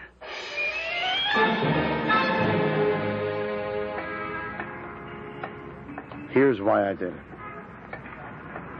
For a poor old lady and a crippled kid. Here's the address. It's just a little two-room cold water flat right on the ground floor. I want you to meet them. Nobody home. There has to be somebody home. The kid is sick. She can't move. The door's open. I hope nothing's wrong. Mrs. Hoffman? Mrs. Hoffman? There's nobody here. Maybe they had to go out for something. I mean, there's nobody here. Nobody lives here anymore. But I was here the other day just before I had to go on the stand. There's no furniture. This place is empty. Mrs. Hoffman? Mrs. Hoffman? What kind of trick are you trying to pull on me, Oliver? But I tell you, this is the place. Apartment 1B, 4800 South Jefferson. Mrs. Hoffman? Ollie, there is no Mrs. Hoffman, so save your breath. Now, how about the money? I tell you, there is no money. Mr. Gerhardt, so kind of you to come calling. Listen, Mrs. Ellsworth. Everybody thinks I took money to forget what the killer looked like. Regrettable that people should always imply sinister motives to generous actions. Miss, I was worried about Mrs. Hoffman.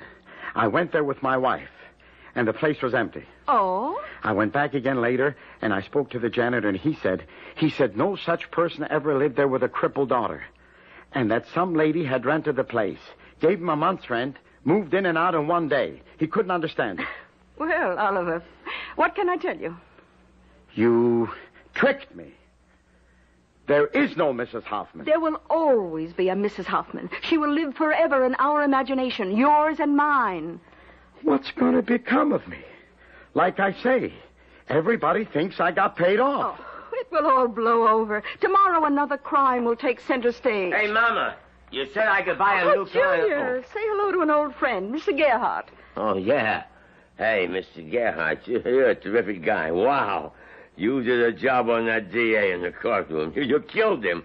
I couldn't have killed him deader with a gun. And Mr. Gerhardt is leaving. Oh, yeah? Well, look, Mr. Gerhardt, come around, huh? Anytime you need something done, like a guy gives you a flat. Goodbye, Mr. Gerhardt, and don't do anything rash.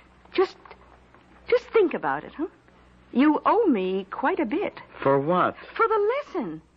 After all, you may be sadder, but just think. You are so much wiser.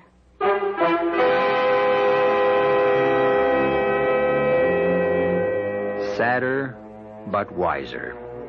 A pity that many of us must know sadness before we may acquire wisdom.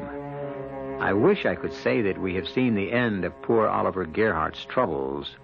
However, I am compelled to report that they have scarcely begun, as you will see when I return shortly with Act 3.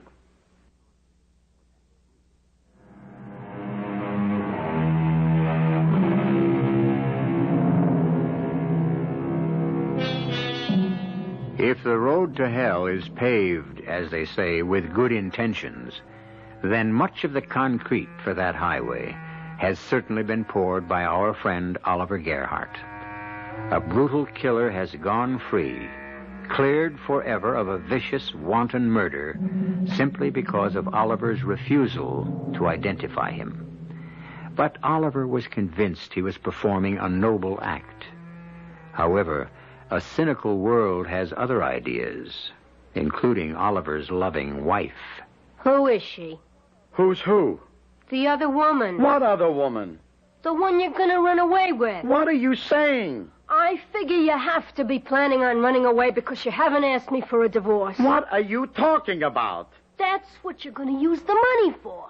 Another woman. There ain't no other woman. Don't lie. You never thought of running off with another woman. Sure, I thought about it. And you admit it. Every man thinks about it.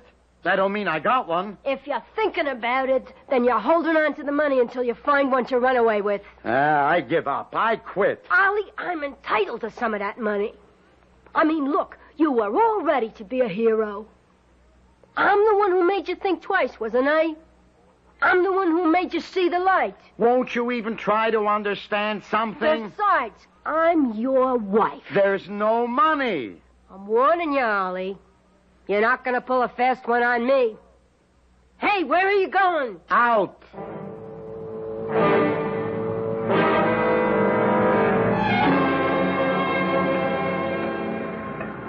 Good evening, Mr. Gerhardt. Good evening, Mr. Gerhardt. No, it ain't you. Good evening, It Mr. can't Gerhardt. be you. You're dead. You're dead, Mr. Hoffman. Aren't we still friends, Mr. Gerhardt? I gotta be seeing things. It's been weeks since you've come into the store. I've been wondering, have I done anything to displease you?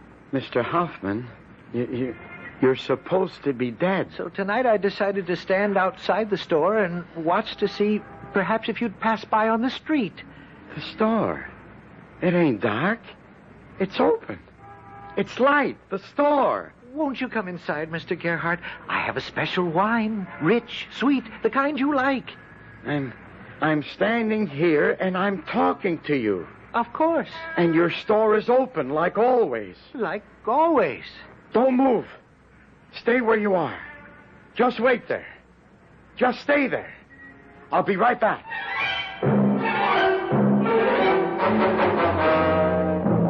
What do you mean, dragging me out on the street this hour of the night? I saw him. Oh, sure. I saw him. I spoke to him. Like you saw and spoke to his wife. I'm not crazy.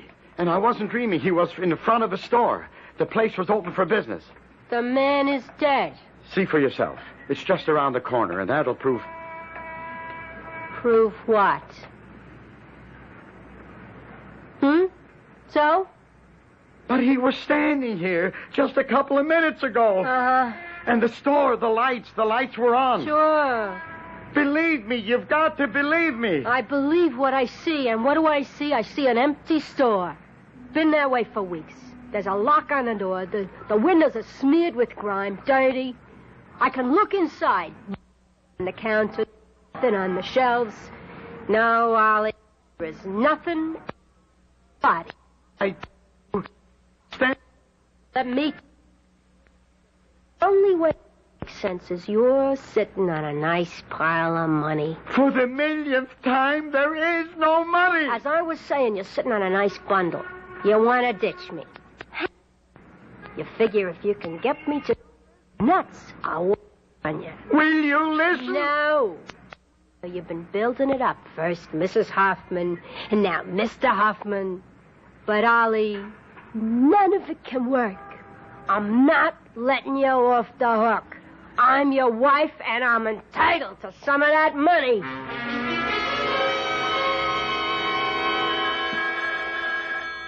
Holly? What? The phone. The phone? Can't you hear the phone? Who would be calling me at this hour of the night? You better answer it. Hello? Mr. Gerhardt? Yeah? Good evening. This is... No. Well, I'm sorry if I'm calling so late, but you must forgive me. I'm an old man and very lonely, and I do miss our interesting talks. Who is it? It's him. It's Hoffman. You're crazy. It's Hoffman. It's you, Mr. Hoffman, ain't it? But of course. Who else would it be? Get me off the hook, will you? Tell my wife. Tell her. Here, Cassandra, you talk to him. Hello? Hello? There's no one there. I just spoke to him. There's no one on the phone. Now, look, I know what I heard. I know what I heard, too. I heard nothing. I ain't crazy. It won't work. I mean, you get somebody to ring the number 3, 4 o'clock in the morning so you can answer it and put on this act. It's not an act. Who'd you get to dial the number, your girlfriend? I don't have a girlfriend. Ollie, what's wrong with you? There's nothing wrong with me. I mean, you were never like this about money before. The only thing I can figure is it's so much money it must have turned your head. But, what's the use?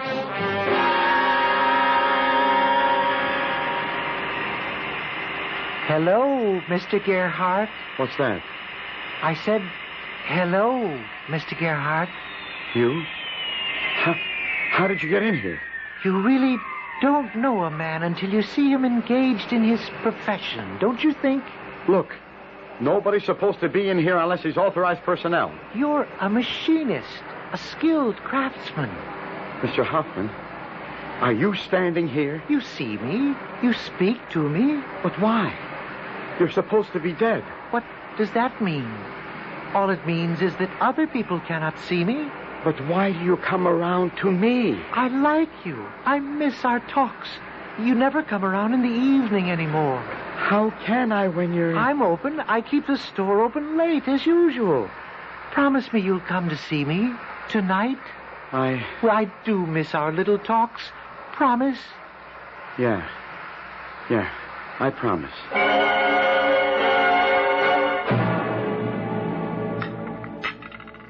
Hash again tonight. You know what prices are today. Look, I need my strength. We could have steak every day, even 3 times a day. If you gave me some of that money you got stashed someplace. Oh, so that's how you're going to play it. You're going to starve me. I'm wise to your little game. I'm wise to your little game, too. You know who called today? The foreman in the shop. Listen, Miss Gerhardt, maybe you better take Ollie to see a doctor. Something's wrong with him. This afternoon he shut down his machine and just stood talking for 10 minutes to a little man who wasn't there. Your game, Ollie. You're trying to get everybody to think you're nuts, so maybe I'll believe it, too. I was talking to... Yeah? I'm tired. I gotta go to bed.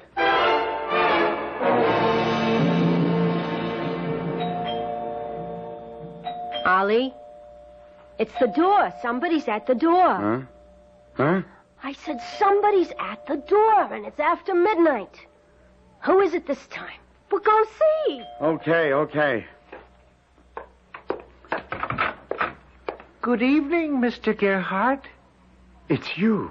You didn't come by this evening. I thought perhaps something might be wrong. Will you let me alone? We used to be such good friends. What happened? Is this how you're getting back at me? Back at you? For what? For what I did at the trial. Is this what you're going to do to me? Drive me out of my mind? I don't understand. All I want to be is your friend. Hey, what did you slam the door for? Why did you think I did? I can't let you stand there talking into an empty hallway. What do you want the neighbors to think? But Hoffman was... Okay, right here. Cut the act. Put a stop to it. You hear? Yeah, I'll put a stop to it. I know just how I can put a stop to it.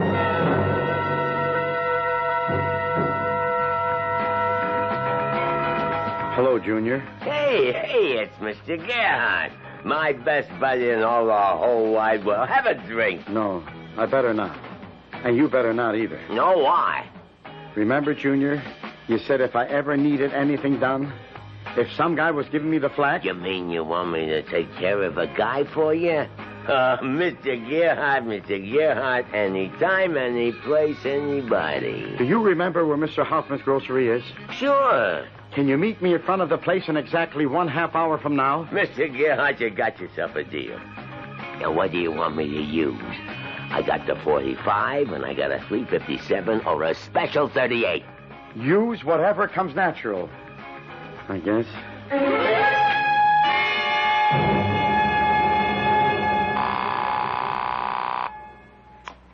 Hello? Is this the district attorney? Yes, this is Mr. Spurlock. Who are you? I want to report there's going to be a murder at exactly 10:30. Wait, you sound familiar. And this time you can get him. Get who? The killer. You be at 899 South Adams at exactly 10:30.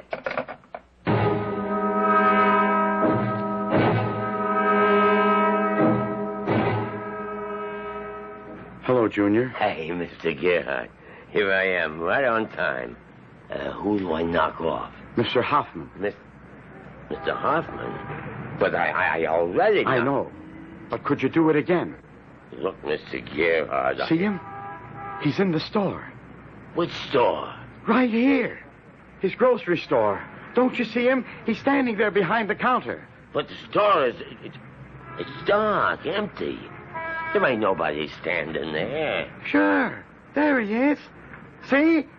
He's waving at us. Shoot him. You promised me you'd take care of... Yeah, but Mr. Shoot him. He's driving me out of my mind. Shoot him.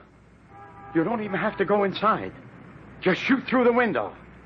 See him? Yeah. Now, he's standing in the doorway. Right in front of you. Shoot him. Okay, it's your party. You got him. You got him. Hey, what is it? The cops. All right, what's going on? Over here. The killer. He's over here. Mr. Gerhardt, you're setting me up. Why, you did it. I'll kill you. Hold fire. Hold in. He can't go any place. Mr. Gerhardt. Mr. Gerhardt. He killed Mr. Halpin. You saw it happen yourself. Mr. Hoffman was standing in the doorway, and you saw how he just shot Mr. Hoffman. Now, you got him. You got him, haven't you? Yes. Yes, Mr. Gerhardt, we got him. Finally. Yes, they had him. Not for the murder of Mr. Hoffman, but for the murder of Oliver Gerhardt. And there was a very inspiring story in the papers of how a plain citizen, a Mr. Oliver Gerhardt, decided to make up for a momentary lapse in the courtroom and help the police capture a notorious killer. I'll be back shortly.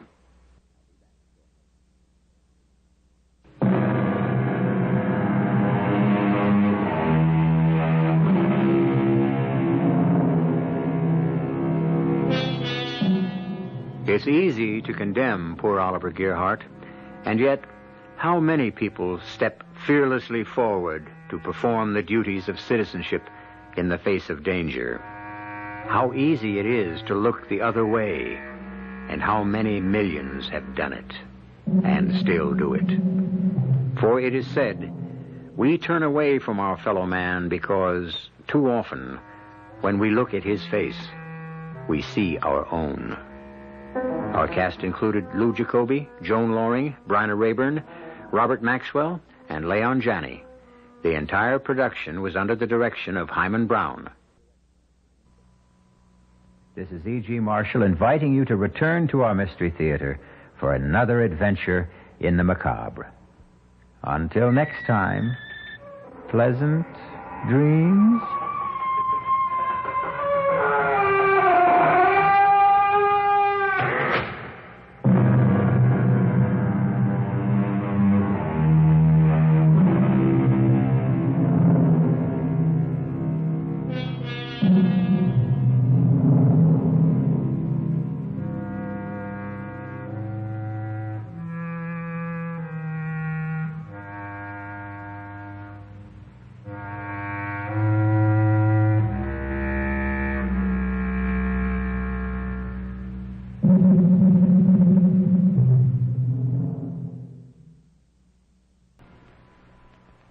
And now, Mystery Theater.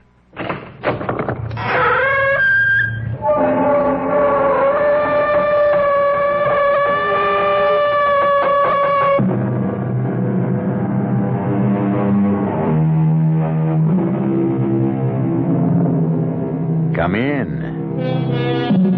Welcome. I'm E.G. Marshall, pilot of this shadowy craft which wends its mysterious way through the uncharted depths of your very own imagination.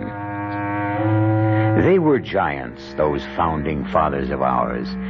Not only were they superb statesmen and soldiers, they were men of many spectacular achievements. In these modern times, when so many of us are confined to our own particular calling, it's hard to conceive of men who could turn a talented hand to anything that needed doing. Consider Benjamin Franklin now. He was a writer, a publisher, a philosopher, a diplomat, an inventor, a scientist, and, according to the French, who should know something about it, he was a formidable lover. So, you shouldn't be too surprised to discover that Ben Franklin was also a detective. Benjamin Franklin. Benjamin Franklin. Who are you?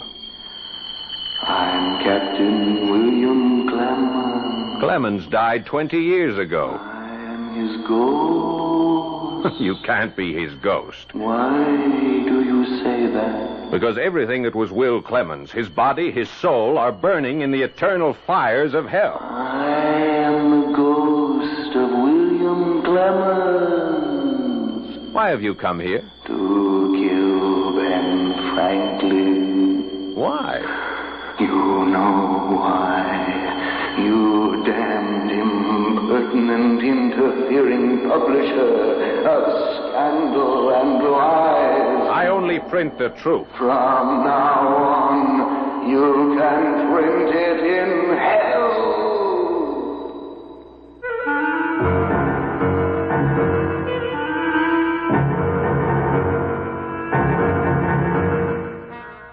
Our mystery drama, The Benjamin Franklin Murder Case, was written especially for the Mystery Theater by Sam Dan and stars Paul Hecht.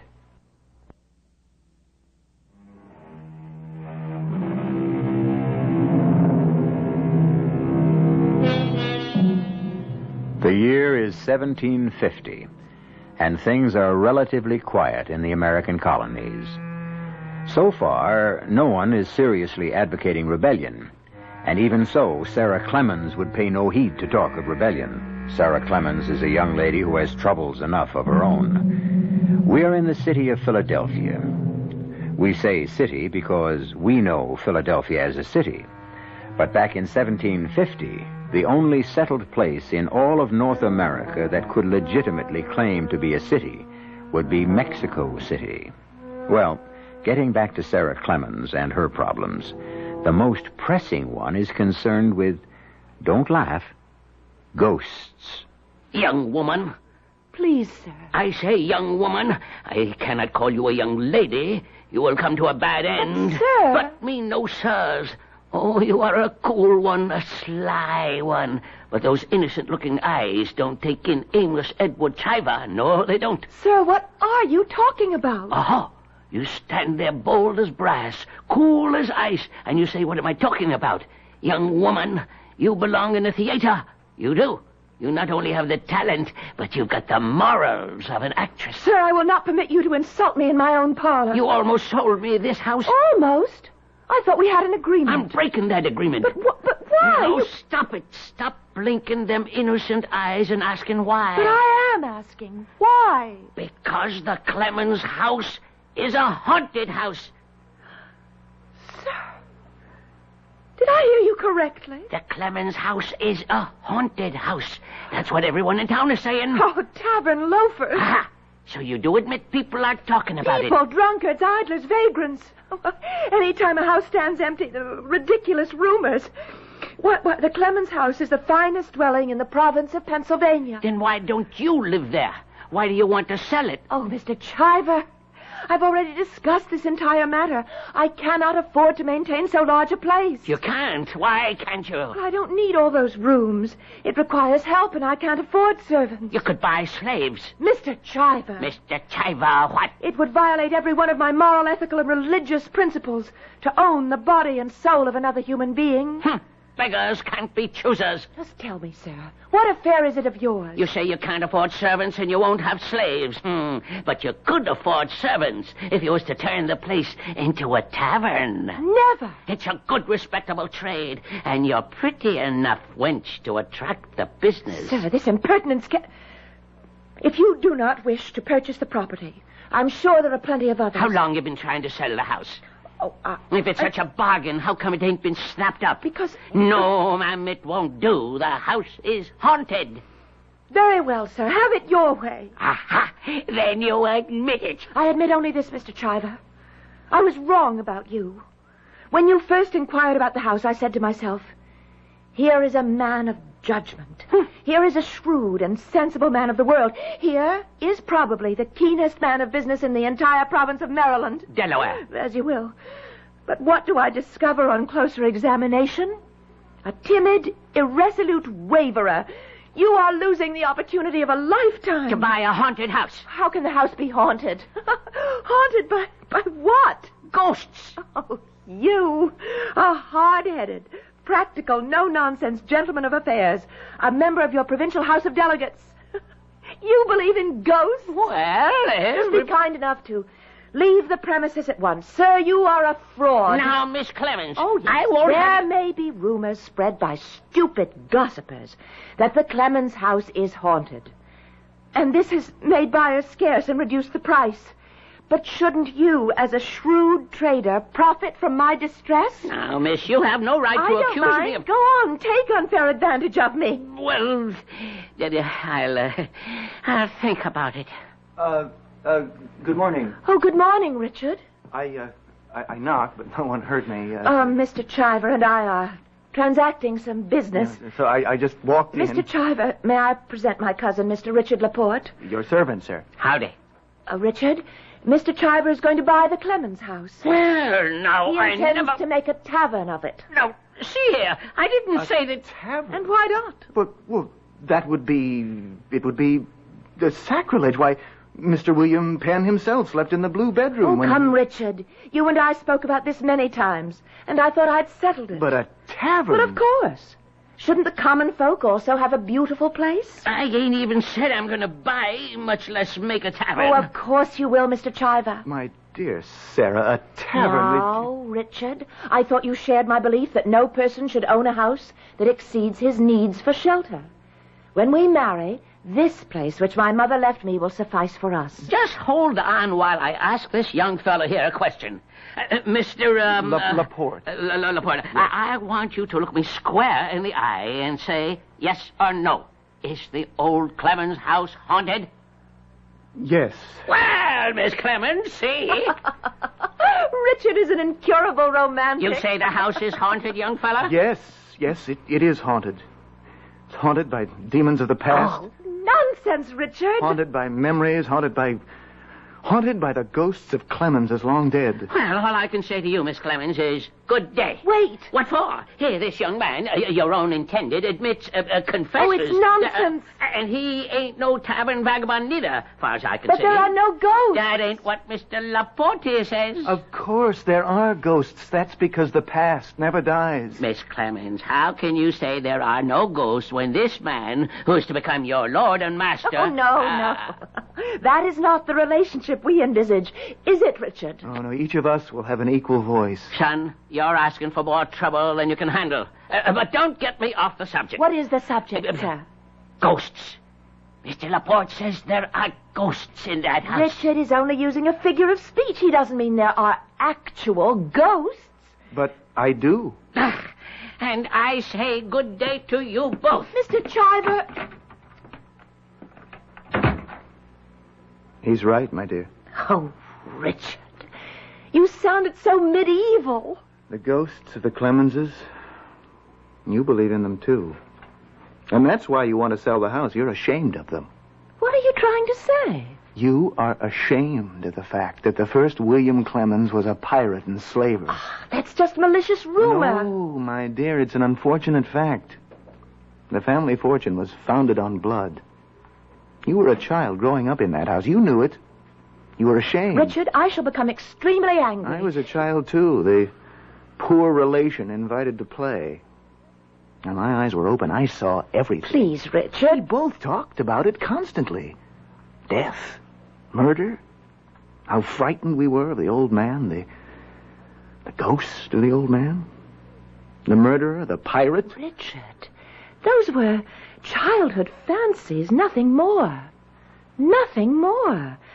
Ghosts cannot exist.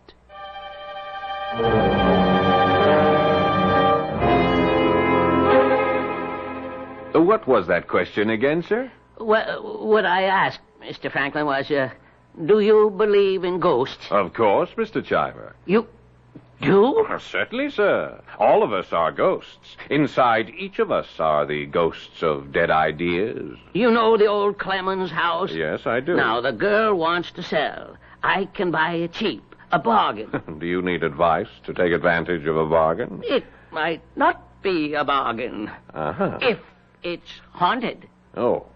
Can a house be haunted? Mr. Chiver, I cannot give you that answer, but I can suggest how you might find one. Now you're talking. Go up to the house.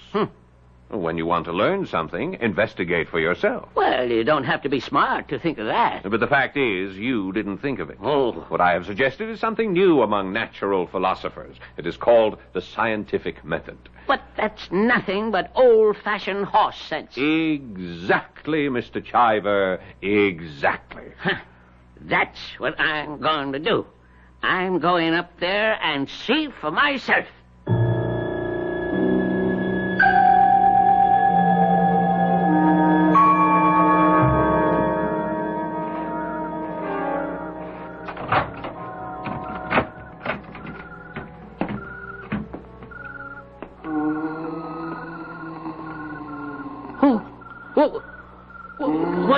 What's that?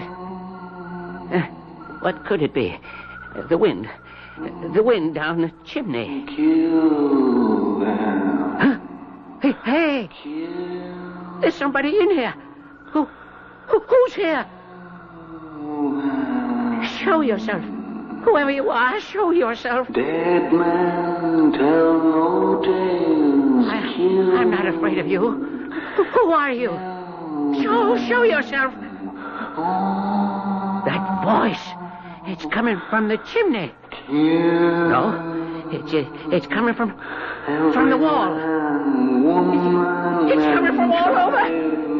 Somebody's in here with me. Somebody. But I ain't scared. Listen, even if you are a ghost, I'm going to buy the house and burn it down and build a better one. I ain't scared. No. Who Who's here? Who are you? Oh, it's a sailor. Get away from me. Get away. Don't. Who are you? What do you want? Don't. You're choking me. Please. Stop.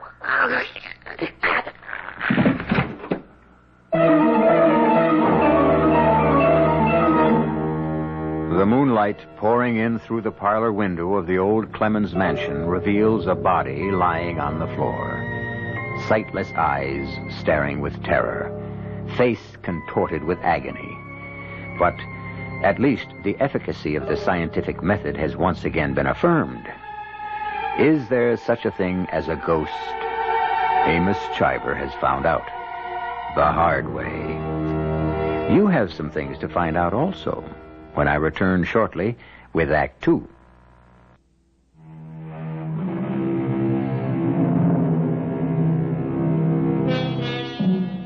In the years to come, Mr. Benjamin Franklin of Philadelphia will find plenty of things to make him angry.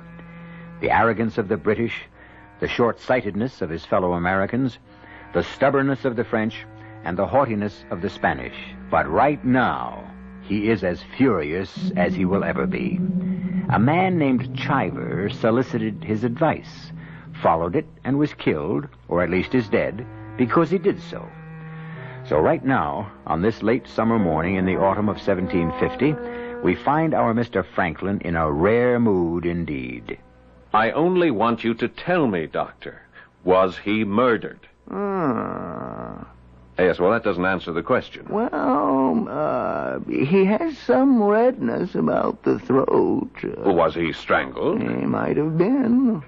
But I see no finger marks. Well, could the killer have worn gloves? Could the killer have worn gloves? We have yet to ascertain whether or not there was a killer. Therefore, the question cannot be answered in the form that it was couched. If he wasn't strangled, what was the cause of death? He also has a bruise on his head. Was he struck? He may have been. On the other hand, he may have hit his head against some sharp object when he fell to the floor. Dr. Benson, do you ever commit yourself? He may have died of fright. Fright? I have never seen such terror on the face of a corpse. Well, can a man die of fright? Some doctors say yes. Some say no. May I ask your interest in the case, Mr. Franklin? The dead gentleman and I have a mutual friend. Therefore, I am collecting his effects and sending them down to his home in Wilmington. You may want this along with his other possessions, Mr. Franklin. What is it? It seems to be a gold button of some kind. Where did you find it? It was clutched in his hand. Actually, he was holding it so tightly I had to pry his fingers apart. Why didn't you tell me this before? Is it significant? A button. You can see it's been torn from a coat.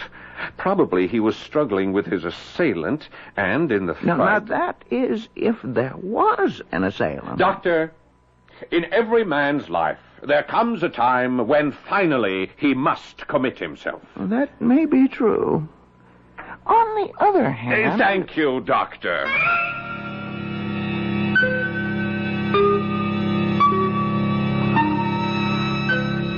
Now, Sarah, I want you to look at this button. How could that poor man have died in the house? Obviously, the murderous ghost The of button, Sarah. Richard, look. Do you recognize it? It's the kind of button that old Captain William Clemens wore. William Clemens, who built this house? This gold button with the star and the anchor. It was on all his uniforms. Well, then it was the ghost of William Clemens. No. What do you say to that, Mr. Franklin? I say we have a problem. Assume it was a ghost. Is a ghost substantial? How can a ghost be substantial? If he were substantial, he couldn't be a ghost. Then why would his clothes be substantial? No, Mr. Chivers was engaged in combat, mortal combat. With whom? Now, I say a man followed Mr. Chiver to the house or waited for him there and killed him. I say a man because it's hard to conceive of a woman strong enough. Mr. Franklin, it was Captain Clemens' ghost. The button proves it. Not conclusively. Captain Clemens wasn't a pirate. Oh, thank you, Mr. Franklin. That is, not a pirate in name. He was a privateer. He had the Queen's permission to prey upon French, Spanish, and Dutch merchant ships. He fancied himself a naval officer. His men wore uniforms. The higher ranks all had buttons, just like that one.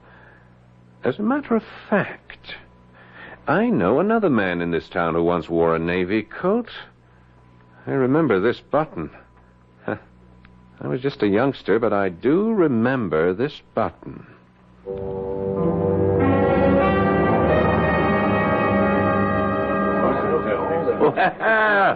If it ain't Mr. Franklin. Good day, Abner. To what do I owe the honor? I've come here to see if I can arrange to have you hanged. Oh? What did I do? What did you do? What haven't you done, you scoundrel? You sold whiskey and guns to the Indians. You bought stolen merchandise from pirates. But none of it proved. But all of it true. The commandment warns us against the bearing of false witness. Here we have the devil quoting scripture. Why not? The devil can read. Now, how do you hope to hang me? For the murder of Amos Chiver. You mean the poor fellow from Wilmington? Yes, Abner, the poor fellow from Wilmington. Oh, hadn't you heard he was killed by a ghost?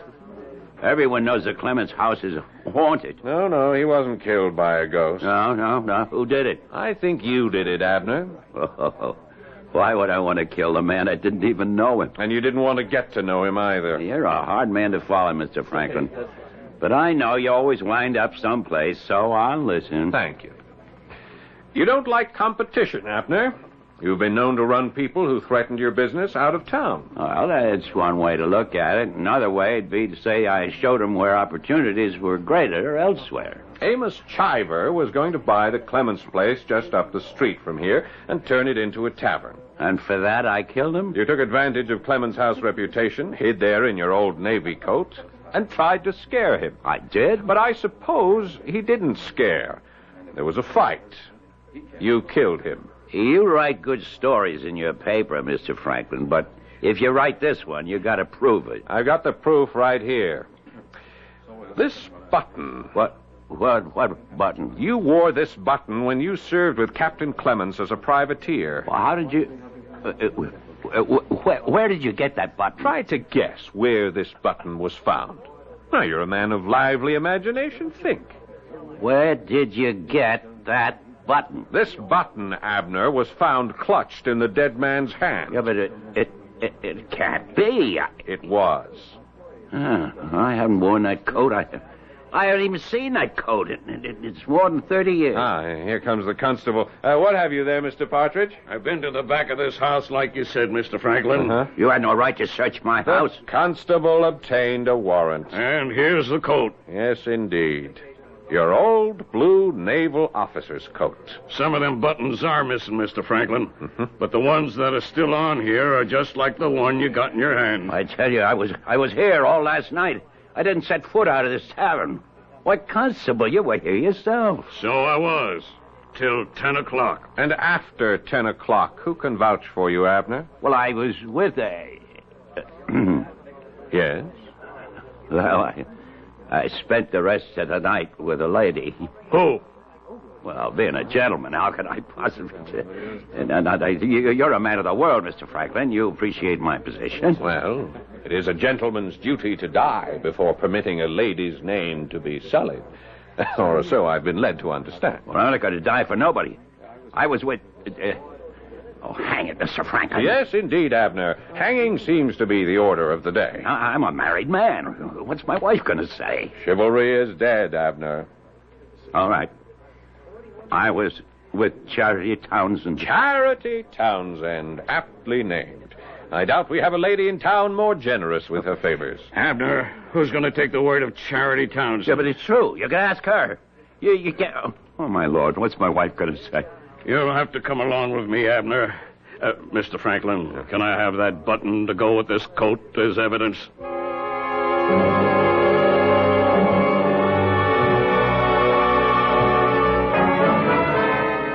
Now, Charity, are you telling the truth? Oh, yes, Mr. Franklin. I can't lie. I mean, that's the source of my problems. I just can't lie. You were with Abner all of last night.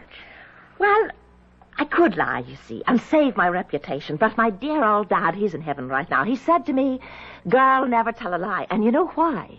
Folks aren't going to believe you anyhow, so you might as well be hanged for telling the truth. Yes, well, about Abner. Oh, I was, feeling a bit poorly last evening, so I thought a glass of wine might suit me. And after having a few, Abner says to me, Charity, you want to come to the back of the house? What for, I asks, and he says, I got some trophies I took when I was serving in the Navy. Well, I have a weakness for sailors' trophies, so I says, all right. But what's your wife going to say to me? I come into a private room, and he says, never fear, she'll be none the wiser. She's visiting her sister across the river in Camden Town. So, you went with him? Oh, but I'm telling you, everything was proper. We just sat and talked. Oh, he tells such stories. And before I knew it, the sun had come up.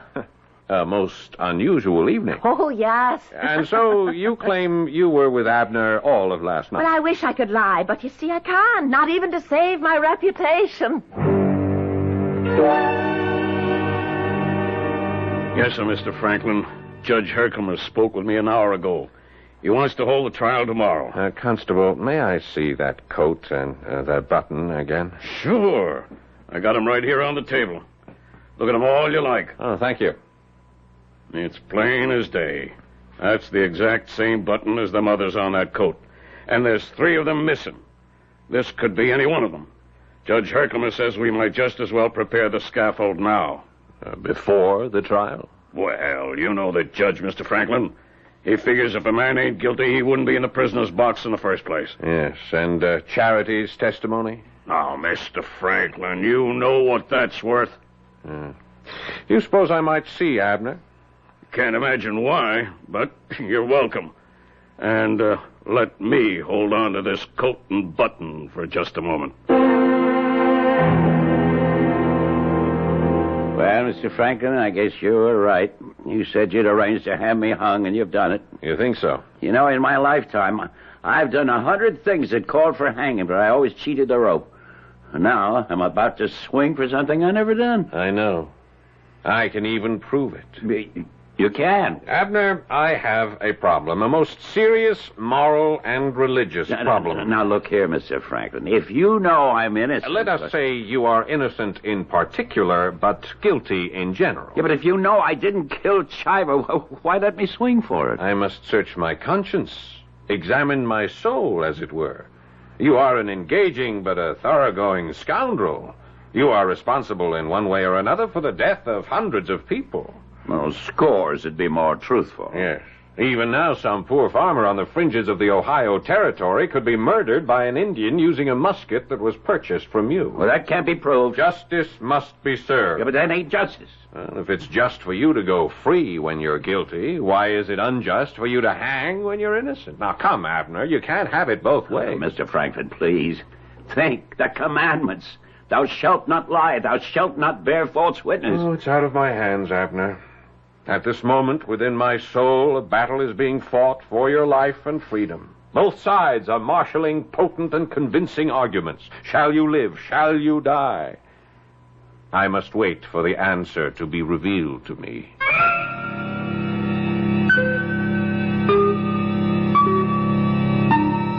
And there he is, Abner, the old pirate, the old smuggler. Ironically, he faces the rope for a crime he didn't commit, according to Ben Franklin. But what sort of game is Ben playing? Perhaps his own words might answer the question. No, I am not amused by games of chance or even skill. For the most fascinating game of all is the game of life. The game continues when I return shortly with Act 3.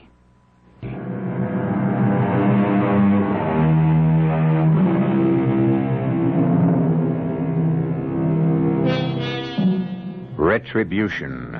Sooner or later, it overtakes us all. If not for the wrongs we have actually done, then perhaps for the wrong another has committed in our name. But one way or another, we pay the bill. Ben Franklin can prove that Abner didn't kill Amos Chiver. But why bother? Abner has killed enough people during his lifetime. It isn't as if the noose were being drawn around the neck of an innocent man. You say you can prove I'm innocent, Ben? How? Well, Charity claims you were with her all evening. Charity? Well, who'd believe a woman like her? Who? Tell me, Abner, if you were sitting on the jury, would you believe Charity? Well, not if she swore on every Bible in Pennsylvania. Interesting. And yet, in this case, you know she's telling the truth. Well, but why do you say she's telling the truth? Why should she lie? What does she gain by it? Well, I could have paid her. Yes, but you didn't. Because I know you didn't kill Chiver. How? How do you know? First, I have a little agreement here for you to sign. Here, read it. I, Abner Merritt, do hereby agree to give to the Reverend Peter Quincy the sum of £350. Well, what for? The Reverend Quincy is the pastor in the village of Olmsted, which was destroyed in an Indian raid last week. The money will be used for rebuilding homes. But you supplied the Indians with weapons and the powder. Oh, but I didn't. Not directly, perhaps, but you did sell the muskets to unscrupulous traders. Read on. The sum of £500 to Mr. Henry Hewitt, director of the Children's Orphanage. Well, I ain't got that much money. Raise it. Oh, but Read on. You'll make a poor man out of me. Poor, but happy. Poor in wealth and worldly goods, perhaps, but rich in the love of your fellow man. Ah, no, I'll sign no such paper. All right, then hang. This is blackmail, you know. Perhaps. But how do I know you? How do I know you'll keep your bargain? How do I know you can prove that I'm innocent? Now, that is an interesting speculation. But we waste each other's time. I have in my bag here a pen and a bottle of ink. May I please have your signature? Oh, this is robbery. It's worse than piracy on the high seas. And you should know. All right. Where do I sign it? On the bottom. Uh-huh. Splendid. That's it. See, you now have an opportunity to create a new reputation for yourself. Till now, you have been reviled as a scoundrel. In the future, you shall be admired as a saint. Fortunate Abner. Yeah, but the proof.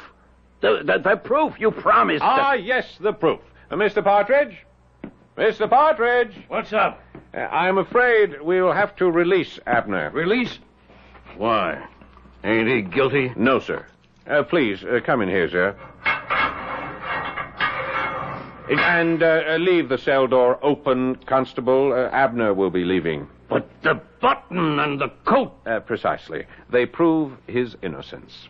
But any fool can see that button is exactly the same as the buttons that are on that coat. You have to admit that. I do. Then what do you... It is exactly the same kind of button, but it was not fastened to that coat. And if it was not fastened to that coat, it could not have been pulled off that coat. But you can see that it's let's the button really look at what's to be seen. What color is the coat? Oh, any fool can see it's blue. Now, since the button was obviously pulled away or torn away during a struggle, there is a small shred of material clinging to it. What color is this material? Well, it's red. Captain's red. While Abner's coat is lieutenant's blue. I should have seen it myself. I could have saved a fortune. What's he saying, Mr. Franklin? The poor man's so happy to be vindicated, he's delirious with joy. But if Abner didn't kill Mr. Chiver, who did? It should be obvious to everybody. The ghost. The ghost of Captain Clemens. But, Mr. Franklin, isn't that impossible? We should never try to define the impossible, my dear. We searched the house thoroughly. And we found absolutely nothing? You recognize the button as belonging to Captain Clemens as being part of his uniform. This means you were familiar with that uniform. Oh, yes, sir. His uniform, his hats, his swords, they were all left hanging in his room, just as when he was alive.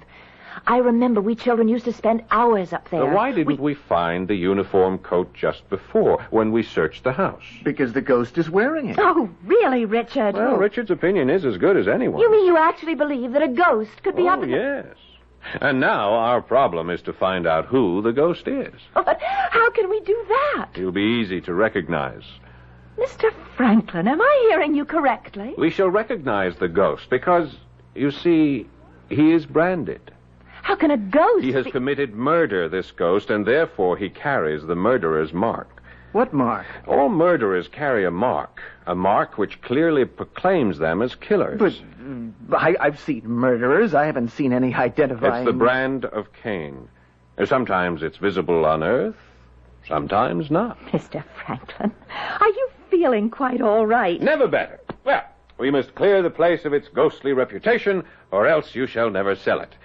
I think I'll go there myself this evening. But that ghost, it's a murderer. Listen to me. I talk as if I believe it. Well, why don't you believe it? The ghost has already committed murder. I suppose I'll have to take my chances. But you mustn't go alone. Richard, you go... No purpose in my going. What shall I discover? That there's a ghost? I already believe it. Well, somebody should go with Mr. Franklin. Oh, no. When a man goes seeking a wife or searching for a ghost, he travels faster when he travels alone. Now, no one is to mention the fact that I'm to visit the Clemens house this evening. Yes, sir. Oh, we three shall keep the secret. Well, you know the saying. 3 can keep a secret if 2 are dead.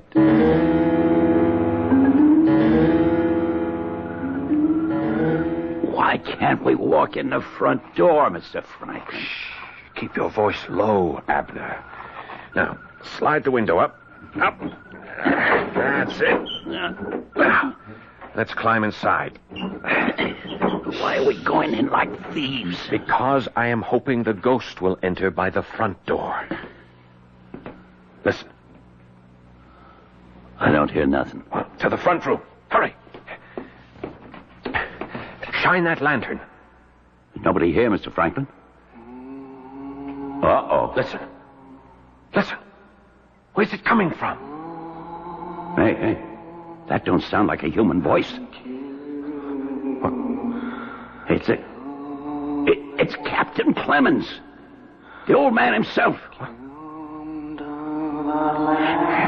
It's the captain. It's the ghost of the captain. Well, where is it coming from, Abner? It's a captain. Shh. It's coming from the fireplace. Huh?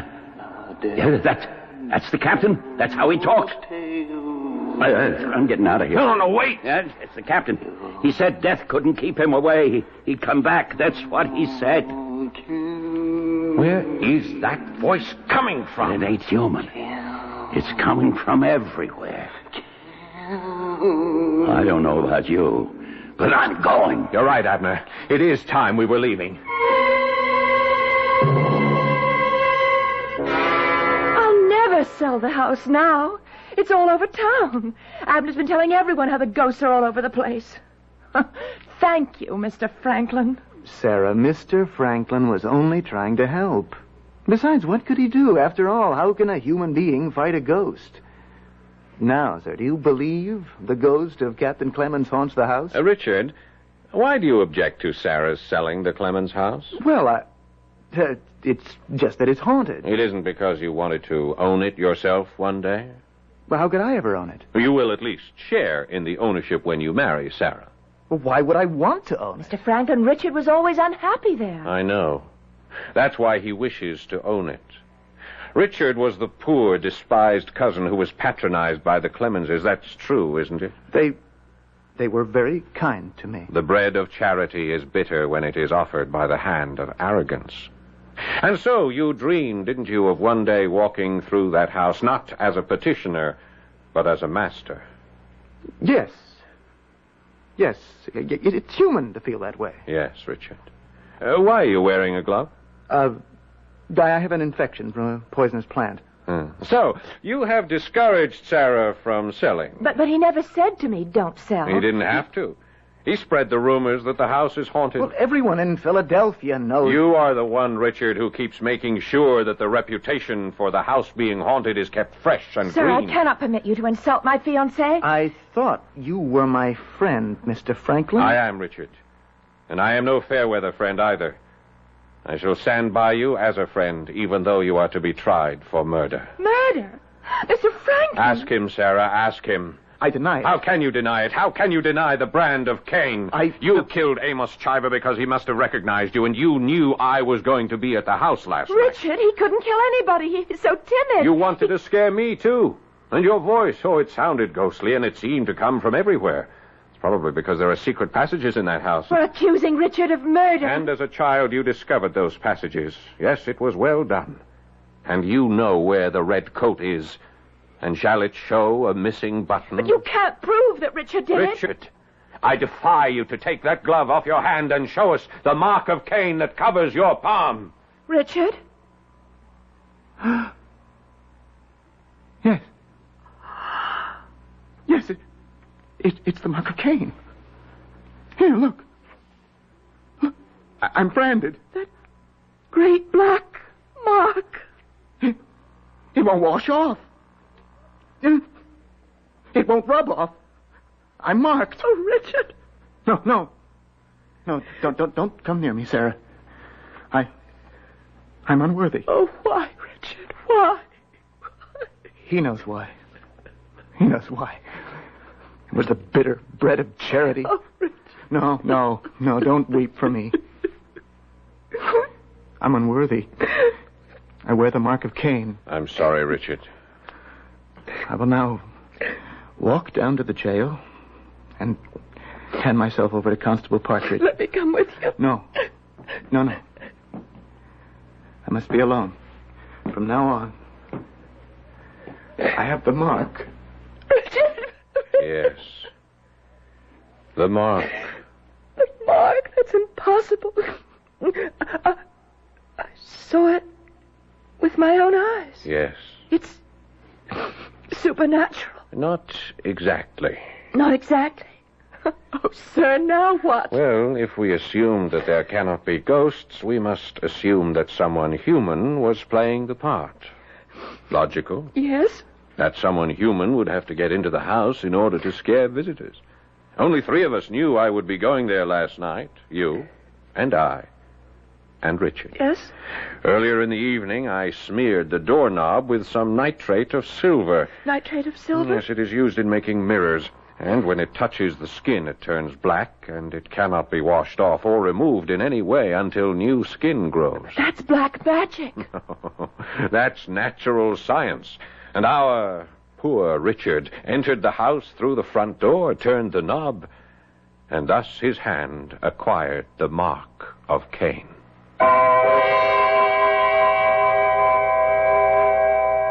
The mark of Cain. It exists on every murderer. The problem is to make it visible. For that, however, you need men of perception, men like Benjamin Franklin. Well, poor Richard didn't hang. He went quite mad and spent the rest of his life in an asylum. Sarah went on to marry a very timid man and kept him under her thumb. And Franklin, as you well know, went on to become a founding father of this great country. And I shall be back in just a few moments.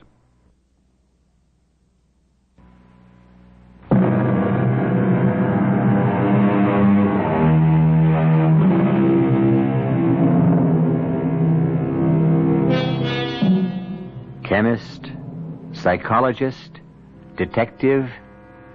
Before these professions were even born, Benjamin Franklin exhibited a judgment and a depth of vision that is hardly equaled today.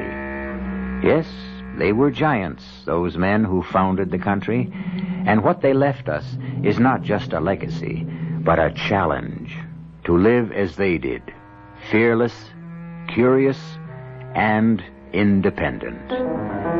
Our cast included Paul Hecht, Marion Seldes, Stotts Cotsworth, Russell Horton, and Gil Mack. The entire production was under the direction of Himan Brown. This is E.G. Marshall inviting you to return to our Mystery Theater for another adventure in the macabre. Until next time, pleasant dreams.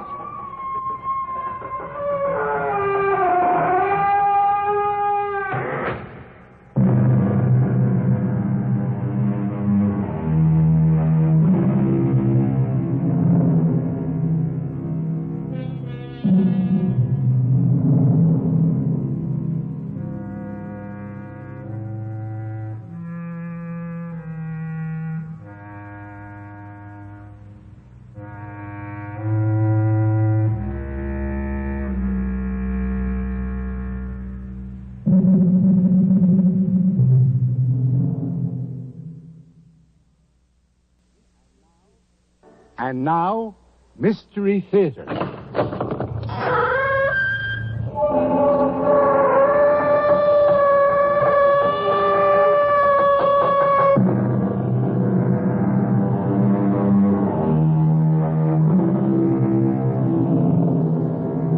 Come in. Welcome. I'm E.G. Marshall.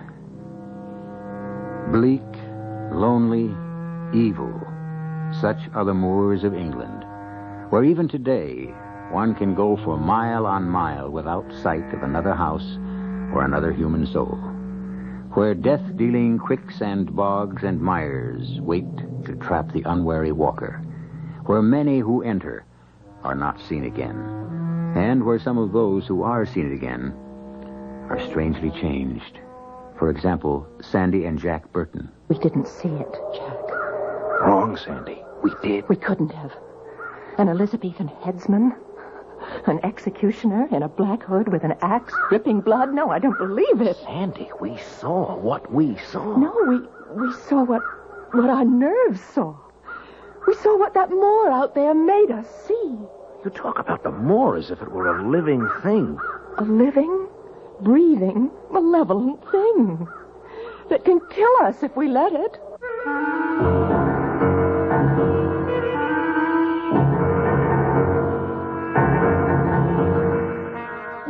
Our mystery drama, The Executioner, was written especially for the Mystery Theater by George Lothar and stars Tony Roberts.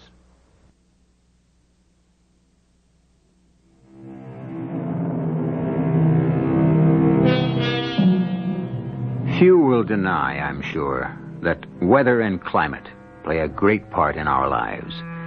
To a large degree, affect our mood, our nerves. People in warm and sunny climates tend to take life more casually than those where the weather is cold and bleak. What I'm getting at is that one of the characters in the tale I bring you now is not a person, but a moor. Moor. The very sound of the word strikes a note of dread to the soul. Dread, but fascination, too. For believe me, there is a certain allure in evil, a compelling magnetism which some cannot withstand. Two such people were Sandy and Jack Burton. Jack, how much further to Linton? 20, 30 miles. Not sure. We'll never make it by nightfall. We may not make it at all. The road is running with water. I try to go faster than 5 miles or so. The engine gets wet and starts to die. The wiring is soaking wet. That old farmer was right. We should never have taken the shortcut across the moor. He warned us. Oh, but, honey, I wanted to see the moor. I've never been on a moor in all my life. There's a writer. A writer who's supposed to be on vacation, resting and recuperating from a nervous breakdown. No. You promised me. On the plane over, you promised not a stroke of work till we got back from England. What's that? It's wet wires. I better slow down a bit more. All you've been doing since we landed is take notes of this and notes of that. You filled I don't know how many notebooks. Well, I am a writer, and it's sort of second nature to take notes. Yes, I keep hoping I'll hit on an idea that'll pay off for an article. Even better, a series of articles when we get back home. All I wish is you just plain stop worrying when you ought to be resting. And you... Oh, Jack... It looks like we've bought it, as our English cousins say. You mean we're stuck? I'm afraid I do. The water on the road's gotten deeper. It's practically a lake. Well, what'll we do? Let's see if we can find shelter for the night at that castle on the hill. What castle on what hill? That hill over there. I see a hill. I don't see any... It's shrouded in fog, but when the fog lifted for a second or two, 5 minutes ago... There. See? You're right. There is a castle, or it's a house, or something. You think you can make it that far? Oh, I'll make it. Anything but spend the night out here in this awful, absolutely awful moor.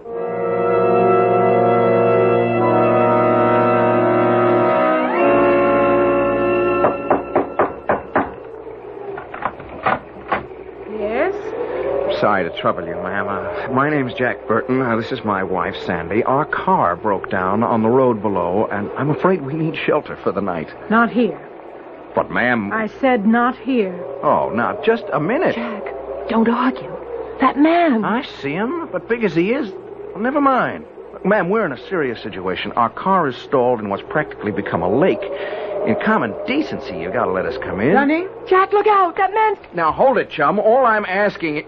Hey, wait a minute. Get your hands off me! Dunning, don't hurt him. Just put him out. Put who out? In weather like this? Never mind, Dunning. Too late. Mrs. Drood, what's going on here? Who are these nice young people, and why was Dunning putting them out? Sir, our car is stalled on the road below, and with night coming on and all, we were hoping you could put us up until morning. Well, of course we can. Come in, come in. Dunning, close the door. Permit me to introduce myself, Sir Leonard Hastings Brooke, and this is my home, Bodmore Manor. My housekeeper, Mrs. Drood, with whom I shall have a few words later about her lack of hospitality, and this is Dunning, man of all work. He cannot speak. He's a mute, but he can hear well enough and carry out orders. And you, sir? Jack Burton, and this is my wife, Sandra. We're Americans here on vacation. We were taking a shortcut across the moor to Lincoln. Yes. You can fill me in on the particulars later. Right now, you both look like drowned rats. A very pretty rat in your case, Mrs. Burton. We must get you both into dry, warm clothes. You're awfully kind. I can't thank you, and... What was that? I beg your pardon? I heard it. I thought I heard... I heard it, too. Someone screamed. Oh, just a trick of the wind, that's all. The wind? Yes. Howling about these old manor houses, it can sometimes make the strangest and most nerve-wracking noises. Well, I shall look forward to seeing you again at dinner. If you... Oh, yes. Thank you, Mrs. Drood. Jack, that wasn't the wind. That was a scream. It sure sounded like it. Oh, Jack. Jack, let's leave. And go where, Sandy?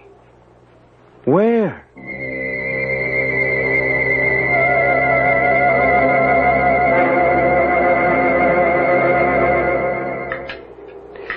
And so you see, you're not only dining in what was called the Great Hall in Elizabethan times, but at the very table graced by Her Majesty, the Virgin Queen herself. Then, if I follow you, Sir Leonard, Bodmore Manor was owned by Elizabeth I?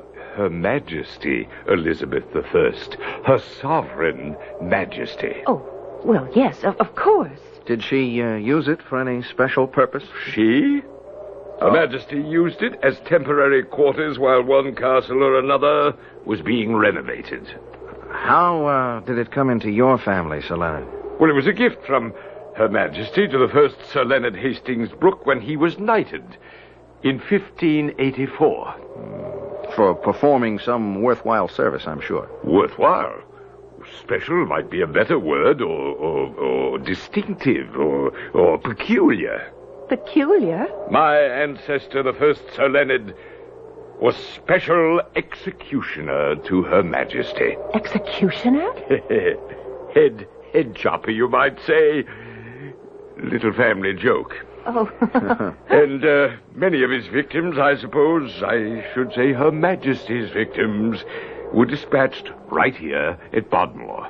I thought that most, if not all, executions took place at the Tower of London. Oh, most of them did, especially when a public beheading was considered useful. But there were times, too, when Elizabeth found it politic to remove certain malcontents, hotheads, other threats to her power in secret.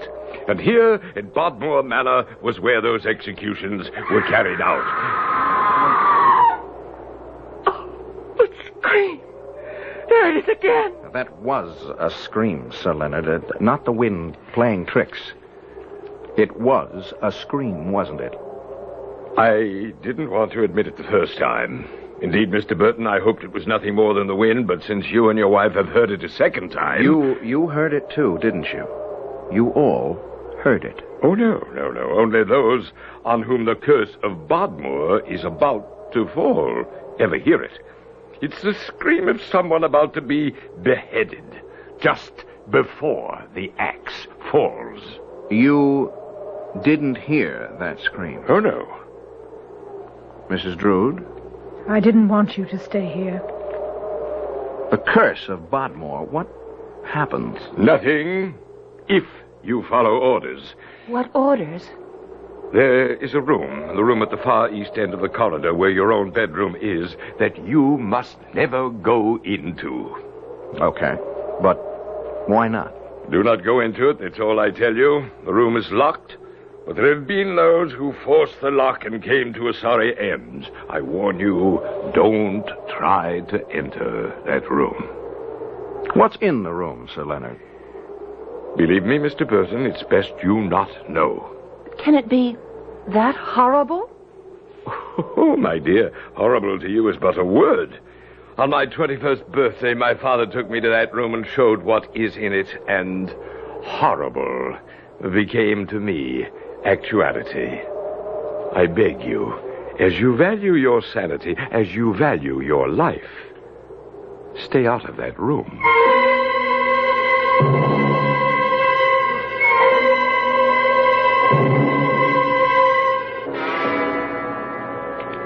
Jack? Jack? Here, honey, by the window. What are you doing over there? Why aren't you in bed? Oh, just looking out at the moor, thinking. The rain stopped. And there's a moon. With black clouds scudding across it.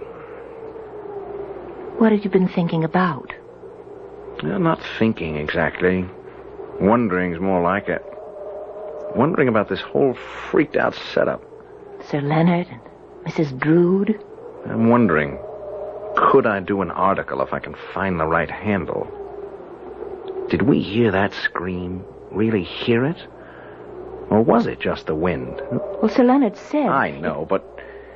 Well, was he maybe just taking advantage of the circumstances, us thinking we'd heard a scream? But why would he? I don't know. That's what I've been sitting here trying to figure out. All I can come up with is that he's playing some kind of childish game. He doesn't act like a child. No, but... Come on to bed. No. You go on and on. I'll sit up for a while yet. Jack, what are you up to?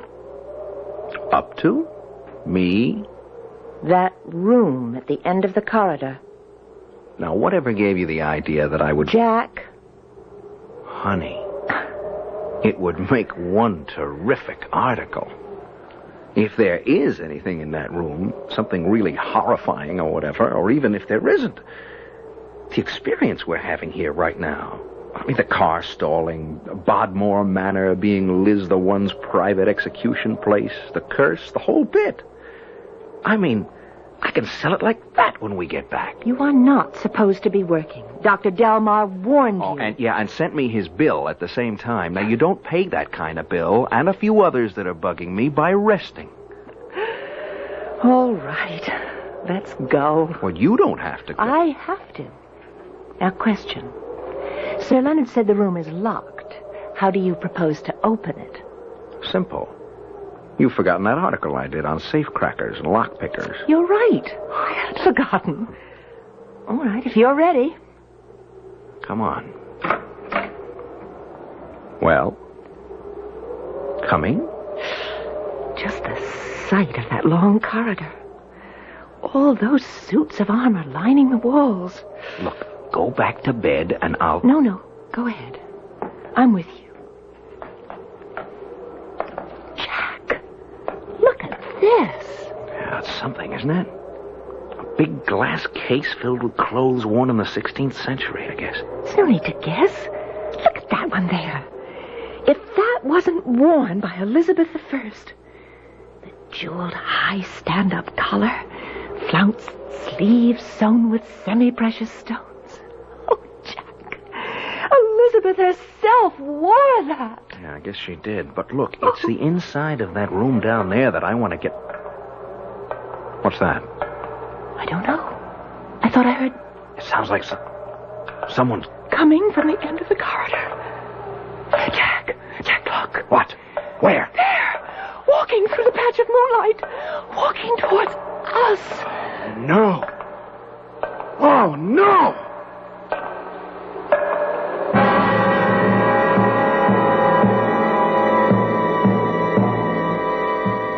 What is it that Sandy and Jack see? Wish I could tell you. Matter of fact, I could, but there's a place for everything, and everything in its place, I say. I'll return shortly for Act 2.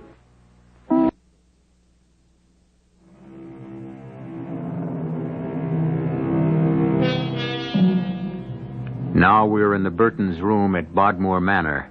It's a little past 3 in the morning, and as you can see, Jack is trying to revive Sandy, who fainted, I guess. But come, stand with me here by the window for a moment and look out across the great mysterious moor. Silent. Silent as a grave in moonlight. Brooding. Waiting. For what? For whom? Come on, Sandy. Come on. Snap out of it, honey. Jack. What? Here, drink this. Oh, Jack. I fainted. I don't blame you. Oh, it was gruesome, horrible. I've never seen anything like it. If I really did see it. You saw it. We both saw it. An executioner, a headsman, black hood, black doublet and hose, and the axe gleaming silver in the moonlight with blood, ruby red, dripping from it. And coming straight toward us down that corridor out there. Oh, what happened after I fainted? He vanished. Vanished? Or maybe he just slipped away into the shadows. But, Jack, was it a ghost, do you think? I don't know. It could be we... Oh, Jack! Easy. Who's there? Mrs. Drood. Oh, that awful woman, with her jet black hair pulled back and that long white face. Would you open the door, please? Yes. Yes, of course. Yes? May I come in? Well... Thank you. Are you all right now, Mrs. Burton? Oh, yes. How did you know I wasn't all right? Nothing goes on in this house I don't know. I know the dangers that lurk here, the mind-shattering things that can happen. That's why I've come to warn you again. Again? Sir Leonard warned you at dinner. Warned you to stay away from that room at the end of the corridor. I knew, even as he warned you, that he was arousing your curiosity, that at the first opportunity you'd try to find out what lies behind that locked door. That's what you did, didn't you? Yes. Take care. Don't do it again. If you do, you may not leave Bodmore Manor alive. We are in danger of death? Nothing less. I don't understand. No need to understand. But You saw the headsman, did you not? The headsman with his axe dripping blood? Yes. Count yourselves fortunate that you only saw him. That you still bear your heads on your shoulders. Still... Are you saying there's a murderer in this house? Am I telling you something you didn't already know? Didn't already feel? Haven't you felt its loathsome presence? Who? What are you talking about, Mrs. Drood? The moor. The moor, child. It more than surrounds this old manor house. This house that reeks of blood. Its poisonous fog slipping under doors, through cracks. Smell it. The dampness, clammy and moldering as the grave. Bolt your door, and do not leave this room till I come for you in the morning. Under no circumstances leave it. The dame is spaced out. A yo-yo. Bolt the door. Okay. But if she thinks she can keep me from finding out what's in that room... She doesn't have to. What? I'm keeping you from that room. I'm keeping you in this room until morning.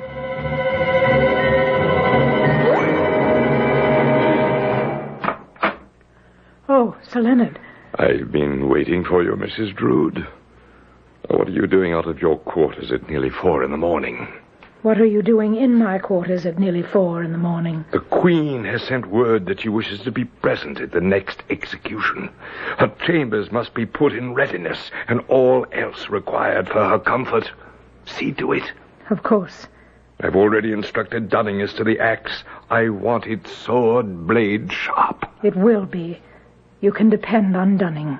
What troubles me is, and I depend on you, Mrs. Drood. Have I ever given cause for doubt, Sir Leonard? Not until now. Take heed, woman. Her sovereign majesty, Elizabeth Regina, demands unswerving loyalty of her subjects. I warn you, try no more to save another's head, lest your own be forfeit.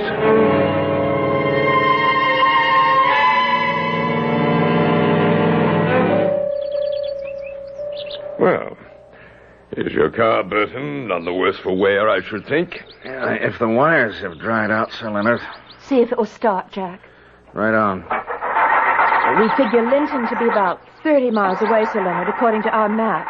30, give or take a few. You should be there in an hour. Oh, less than that. 30 miles? It's more like 60 on this road, Mrs. Burton. I say, Burton, your car sounds a bit sick. It certainly doesn't sound good. I'm going to have a look under the hood. The hood? Oh, the bonnet. I can't find anything wrong under the bonnet. I'll give her another try. You know, Mrs. Burton, I'm rather hoping your husband won't get the car started. Why? I lead rather a lonely existence out here, and I shall be sorry to see you go. Be more than delighted to have you stay, you know. Well, that's awfully kind of you, Sir Leonard. I wish we could, but we do have a schedule to keep to. In fact, we'd better. We're booked on a flight out of Heathrow next Monday. It's no go. I mean, she just won't start, and there's no sense in wearing down the battery. These wires have got to dry out. Well, schedule or no schedule, Mrs. Burton, looks as if I'll have the pleasure of your company at least through luncheon. And if my stars are right, perhaps through, dinner, too. Oh, it seems that way. I'll hurry on up to the house and tell Mrs. Drood she'll have preparations to make. You two can saunter along at your leisure. Enjoy the morning. All right, Jack. Level. Level? What did you do to the car? Me? To the car? What do you... I know you, husband mine. I know you all too well. You're going to find out what's in that room if it's the last thing you do. Sandy, I have to. I mean, there's something really hairy going on here, and I'm going to get to the bottom of it, because if I don't, no editor will buy the article I intend to write. I don't care whether the editor... I do. I've been out of circulation too long. Lord knows how many contracts I've lost, and heaven knows we could use the dough. Now, I've got a hot article in the palm of my hand, Sandy, and I mean to play it for all it's worth. Now, no more talk. That's the end of it. I hope you're right. What? I hope it isn't just the beginning. The beginning of something I'd rather not think about.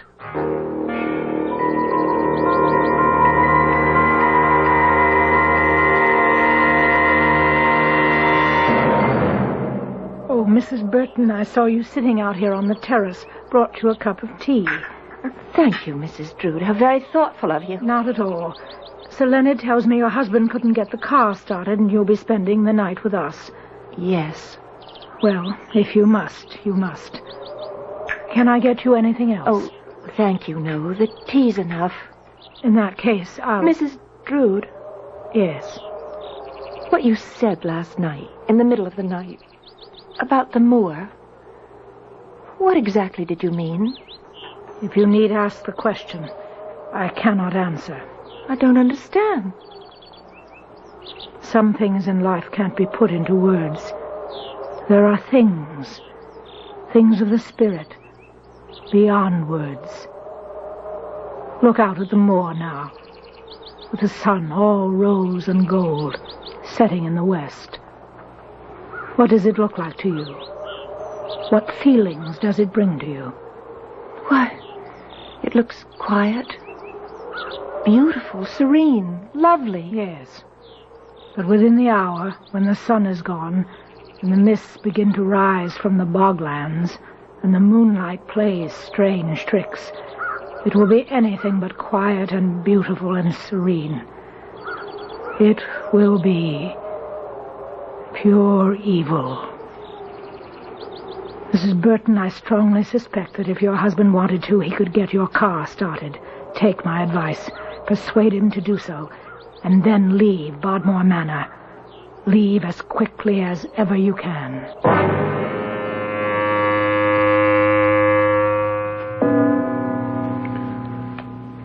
11.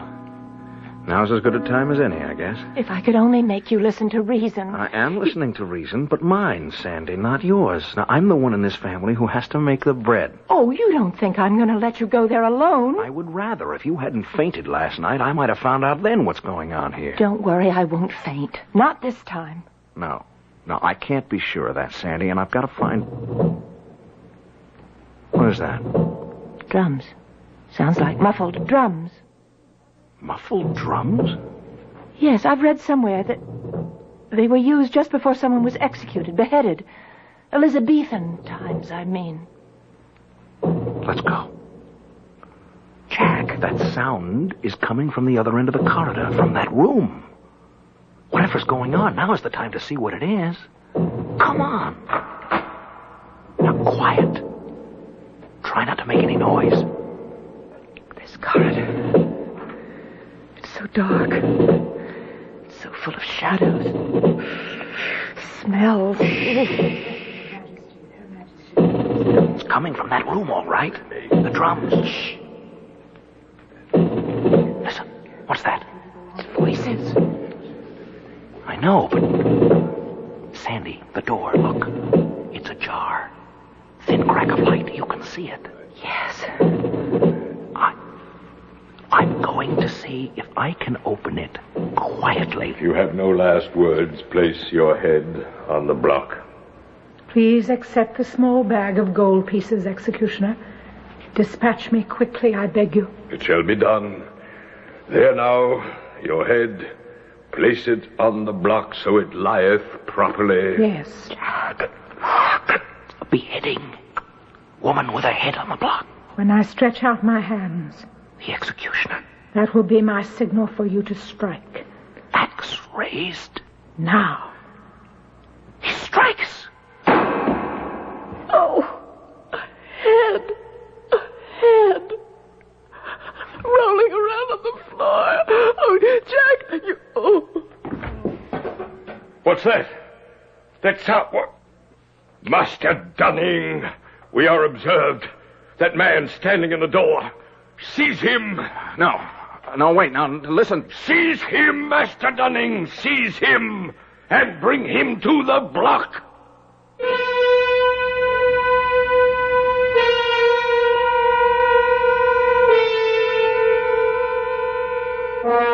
I don't want you to worry. Jack and Sandy Burton are going to come out of this all right. What intrigues me, and should intrigue you, is not that they will escape, but how will they escape the headman's axe? The truth is that if it hadn't been for some quick thinking on Sandy's part, some of the quickest thinking on record, well, back in a minute for Act 3.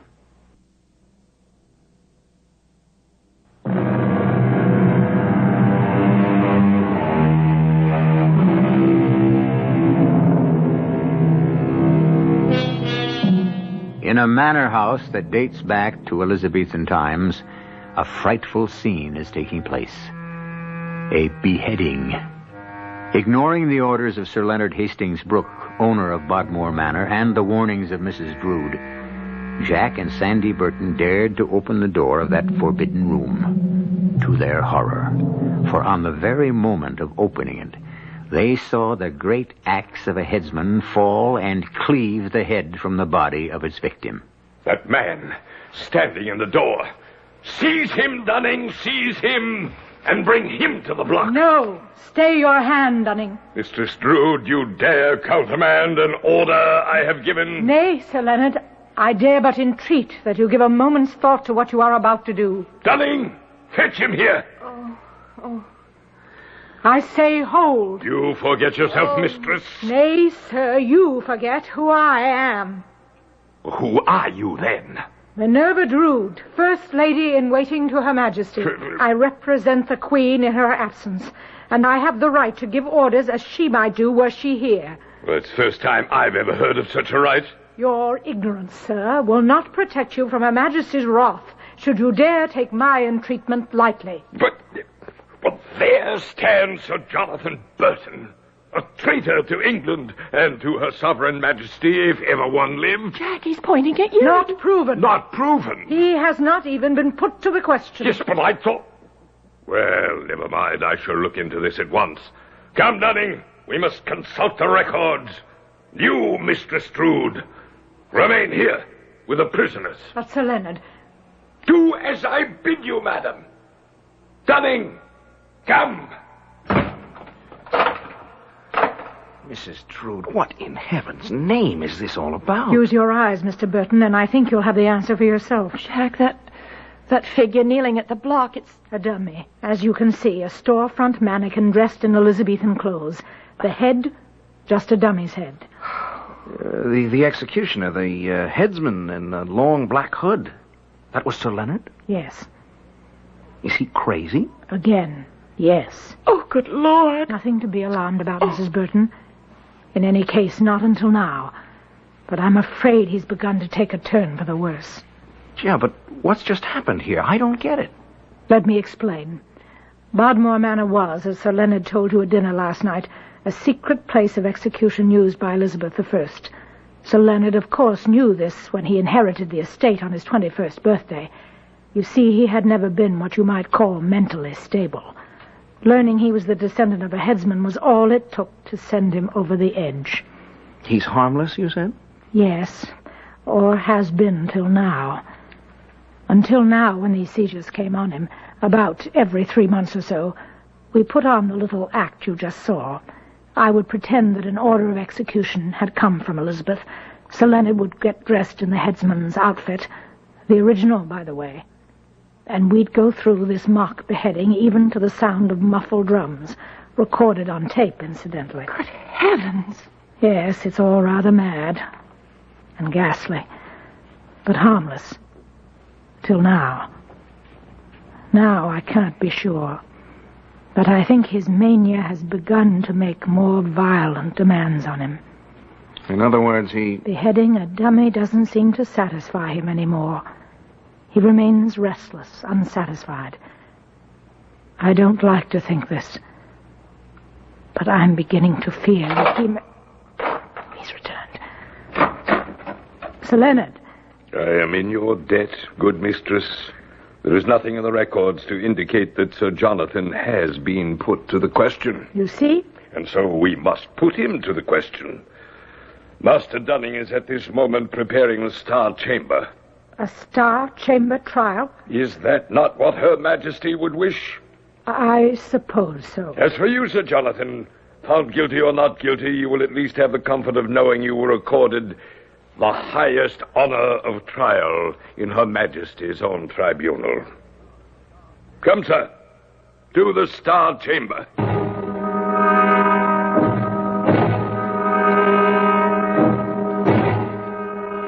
Is it not true that you, Sir Jonathan, allied yourself with my Lord Essex in his abortive attempt to seize the reins of government? The attempt which cost him his head? Not me, Your Honor. Oh, you laugh, sir. In God's name, be serious. And address me as, what was it? Your Honor? Well, either you will show proper respect to this court, sir, or it will go hard with you. Now look, Sir Leonard... Be serious, and it's my lord. Jack. My lord, I didn't mean to upset you, and I'm sorry. It won't happen again. Well, you see to it. You, deny any allegiance to my Lord Essex? I do, my lord. And what of your association with Sir Mortimer Shawcross? Sir Mortimer Shawcross? I've never heard of him. Ho. You've never heard of Sir Mortimer Shawcross? Why, you serious man, or are you again showing contempt for this court? My lord, I assure you... This court has heard enough. I pronounce you guilty. Well, okay. I'm guilty. And such being the findings of this Star Chamber, you are hereby sentenced to be executed at dawn tomorrow morning. Dunning, take the prisoner to the place of execution there to wait the headman's axe at dawn. I shall retire to rest until that time. Oh, look, wait a minute, Dunning. Come on now, Dunning, no rough stuff. Play acting is play acting. This is going too far. Mrs. Drew! Warned him it isn't play acting anymore. Look, if it isn't play acting, damn it, Dunning, let go of me. What is this? The real thing, you foolish man, the real thing.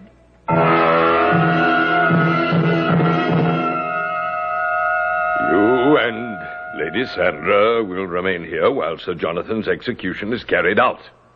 Within, I assure you, the next hour. I beg you, entreat you. Beg not, entreat not. It will gather you no recompense from me. Oh, Mrs. Drood, what are we to do? What am I to do? Keep our heads about us to begin with. Sir Leonard, poor man, has gone completely insane, no question of it now. This time it won't be a store mannequin he beheads. It'll be the real thing. Jack! If only he'd listened to me, left well enough alone. Well, he didn't. That's beside the point now. The point is we've got to save him. How? We're no match for him and Dunning, even if we could get out of here. Oh, we can get out. That's no trick. What? I read an article of Jack's some years ago on safe cracking and lock picking, that sort of thing. That bolt on the doors will be a piece of cake with a charge card. A charge card? I think I can slip that bolt with one of my plastic charge cards. But then what do we do? Cross that bridge when we come to it.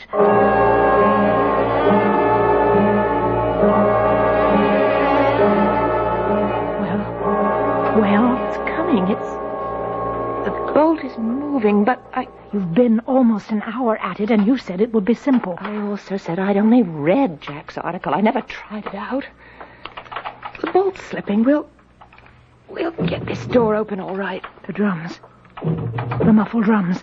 Mrs. Burton, I can tell you, you have 10 minutes. 10 minutes before that axe falls.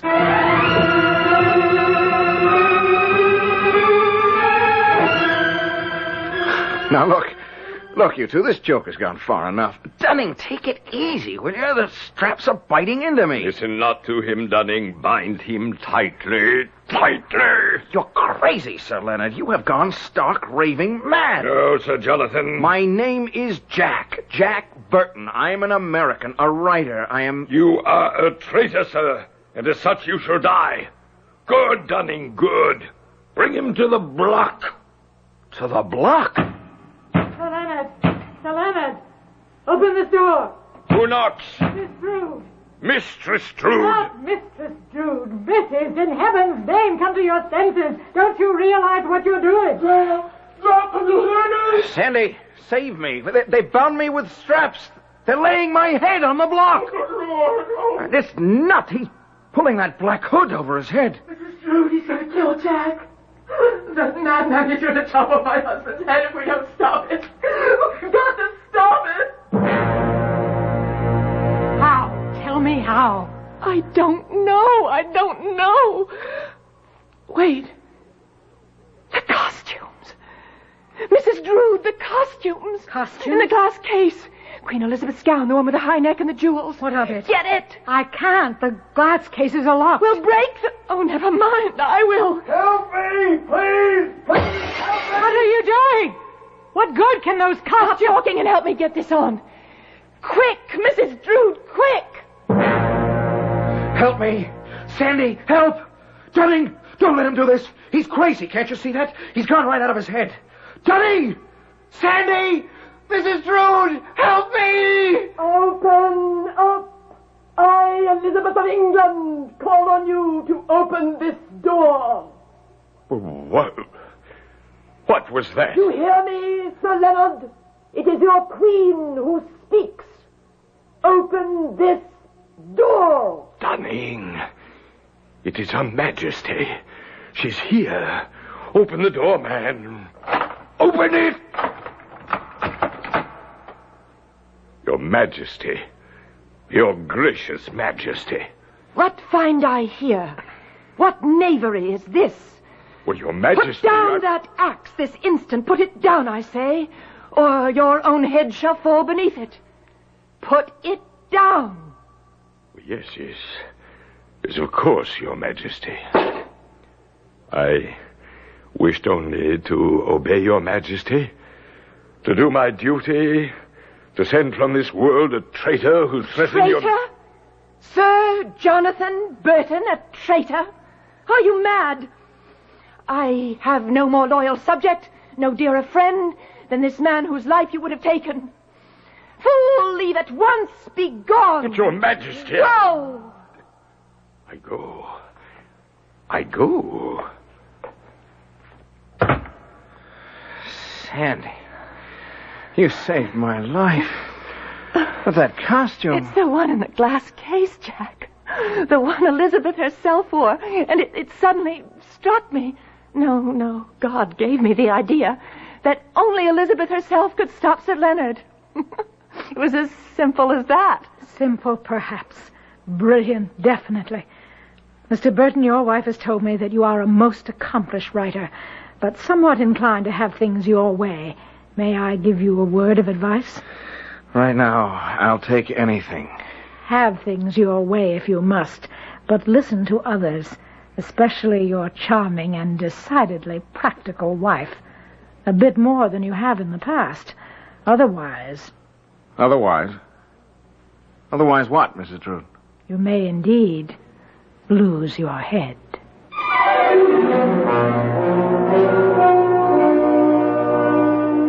A strange story? Yes. Incredible? Definitely.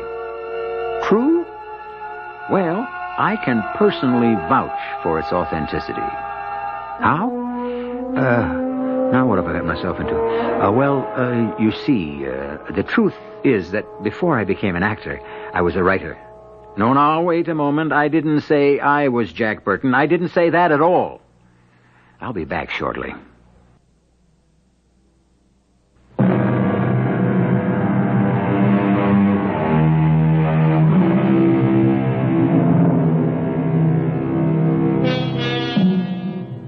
All right, then.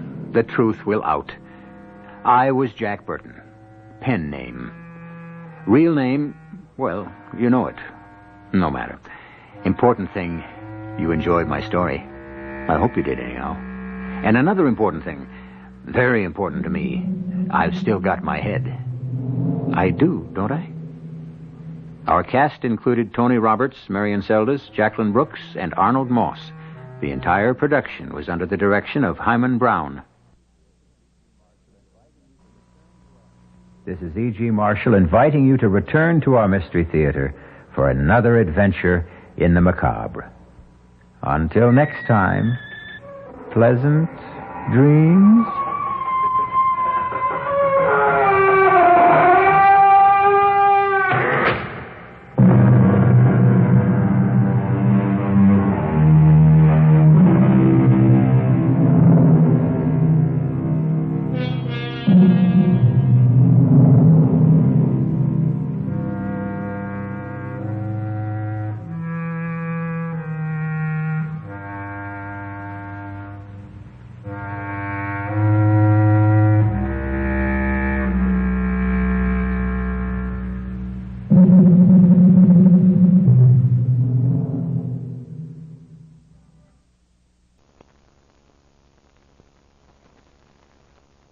And now, Mystery Theater.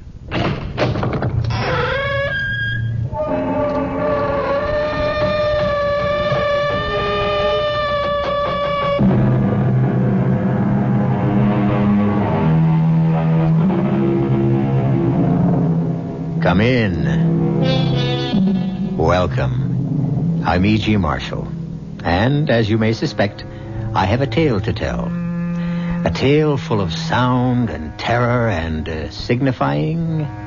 Well, I'll have to leave that to you. And I also ask your indulgence when I personalize this strange riddle, because this story was brought directly to me.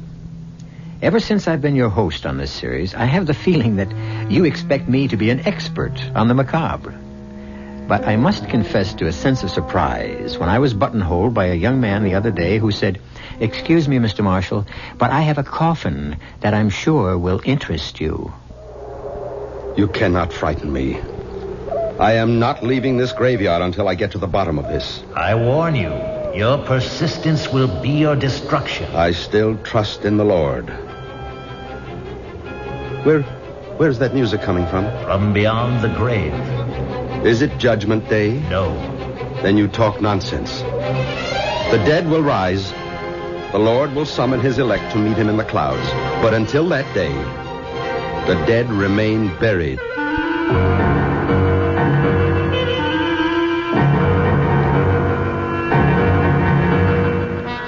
Our mystery drama, A Coffin for the Devil, was especially adapted for the Mystery Theater by Murray Burnett and stars Keir Delay.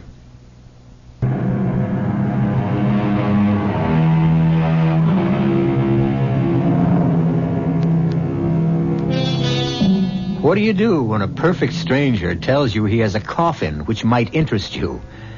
My first instinct was to tell a young man that I wasn't in the market for coffins. But he quickly explained that he wasn't a salesman, but an avid listener to our series, and that he had a macabre story of a strange coffin that had been in his family for generations. I was intrigued. So the next night I found myself in his old suburban house, drinking coffee with his wife Cora and his friend Professor Gerald Barker, and looking at a large wooden box which appeared to me to be a case for a bass fiddle. This box, although you may not believe it, Mr. Marshall, is a coffin. And this letter, which my wife Cora found in the attic, explains how it came in our family and also how it happens that I'm not today a mortician. It was written by my great-grandfather, whose name was also William Spindles, and the letter begins,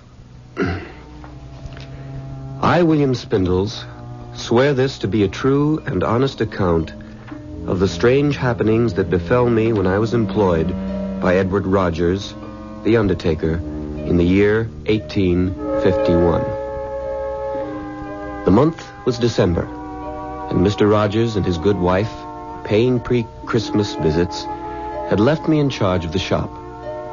It was a cold night and blowing hard, but my good friend Richard Clay and I were snug enough with a big fire going in the stove.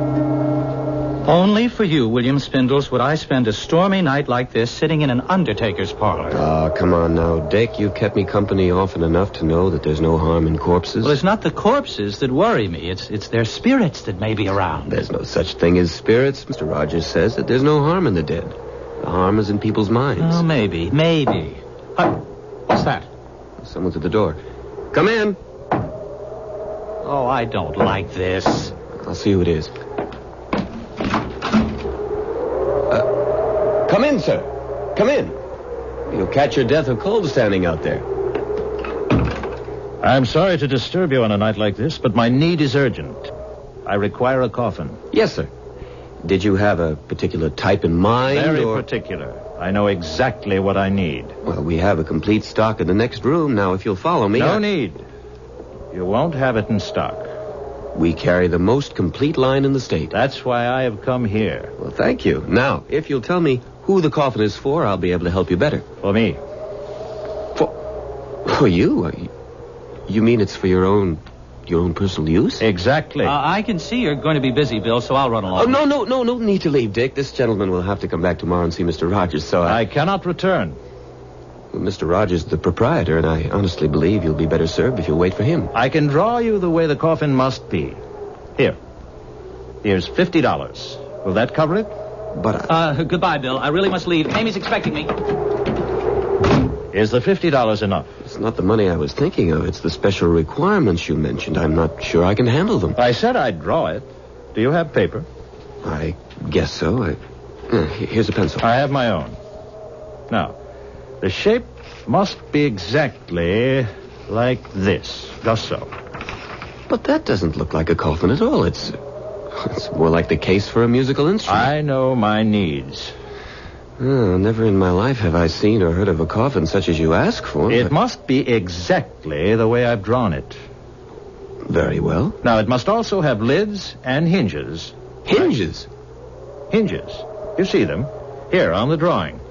Yes, but you... And a lock on the inside. The inside? And a good quality lock. Secure. Nothing shoddy, you understand? I believe I do. Good. Now, if you have a tape measure, I want you to measure me around. But why? I mean, the drawing it's unusual. It's very clear. I want to make sure that you leave enough room for my arms. I really don't know how I'm going to explain this to Mr. Rogers. Show him the drawing. Now, take my measurements. Yes, sir. All right, now leave enough room for your arms. Now, make sure that this is ready by Friday. But that's the day after tomorrow. I must have it. I'm sorry to be so particular, but I've been married before. And this time, I want to have it my own way.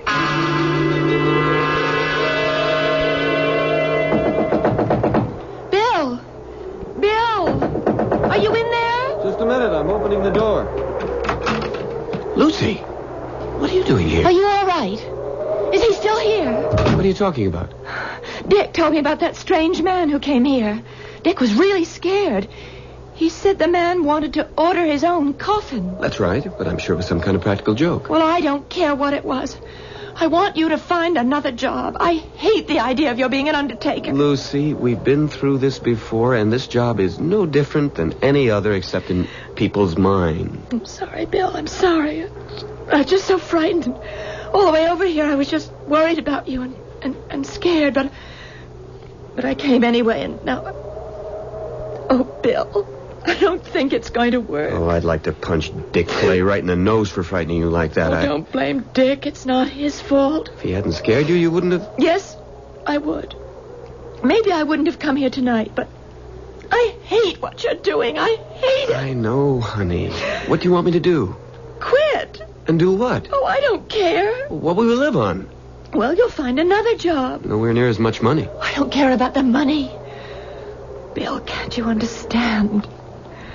I don't want hands touching me that have been touching death all day.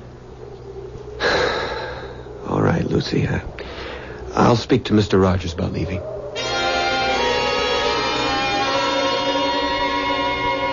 Good morning, Bill. Good morning. Now, what's all this about some excitement you had here last night? Good morning, Mr. Rogers. I guess Dick Clay has been busy gossiping again. I don't know whether it came from Dick or not, but I heard it from the barber. Some ridiculous claptrap about a walking cadaver ordering its own coffin. Well, sir, what happened was unusual. How so? Take a look at this. This is a drawing made by the gentleman who ordered this coffin. Remarkable. Looks something like a carrying case for the bass fiddle. Yes, sir. It looks that way to me also. It must be ready tomorrow evening. You're worried about something, aren't you, Bill? Yes, sir. Something to do with this special order? I suppose so, in a way. Mr. Rogers, I'm sorry to tell you that I'm going to have to leave here. What? You mean because of last night? Only partially. It's really because of Lucy. Oh, I suppose she's upset about the idea of marrying a mortician. More than upset. She practically gave me a choice. Either this job or her. I wouldn't worry about that if I were you, Bill. You're not me, and you're not engaged to Lucy. I'm sorry, Bill. It's just that I've been there before. I had the same problem with Mrs. Rogers before we got married. Well, what did you do? Before I answer that, how do you feel about the business? I mean, would you stay on if Lucy would marry you? I think so. Bill, you know I have no son. No one to carry on. I've never said it, but I think you know how I feel about you and what hopes I have that you might be the one to carry on. Until today, I thought you felt the same way. I don't think I can change Lucy's mind. Of course you can't. But you just said that... You can't, but Mrs. Rogers can. Now, ask Lucy to talk with her, woman to woman. That's your best bet. My wife knows all the problems, and she has all the answers. I never thought of that. All the same, I wish you'd been here last night. It was... Well, the only word I can use to describe what happened is weird. Because he ordered a coffin for himself? That, plus the way he came in, and then the strange shape he insisted on. But most of all, because he appeared to be driven. Almost as if he were compelled to do what he was doing. What he felt or didn't feel isn't important, Bill. What matters is whether you've changed the way you think about death. I don't follow you. You have to see dying for what it is, Bill. Life's ultimate destination. It's nothing to be afraid of. It's just an inescapable fact. In the course of my life, I've met a lot of people, and I'm good at judging them. And up until now, I've thought of you as a no-nonsense, feet-on-the-ground, level-headed young man. But, sir, you didn't see this man. You didn't hear the terrible desperation he had in his voice. I've seen and heard almost everything since I started some 18 years ago.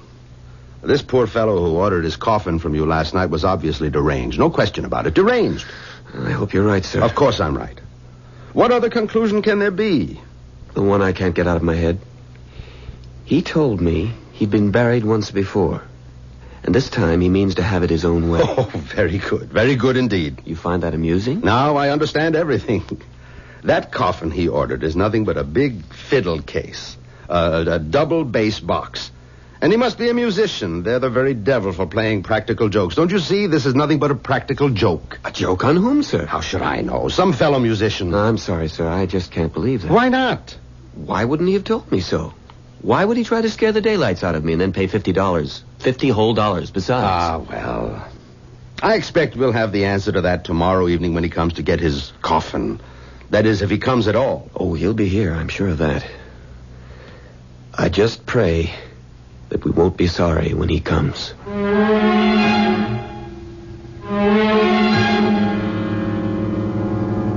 When the reading stopped, I looked at the faces in that sane and sensible 20th century living room. Spindle's wife, Cora, was wide-eyed. Professor Barker's lips were pursed and his eyes were skeptical.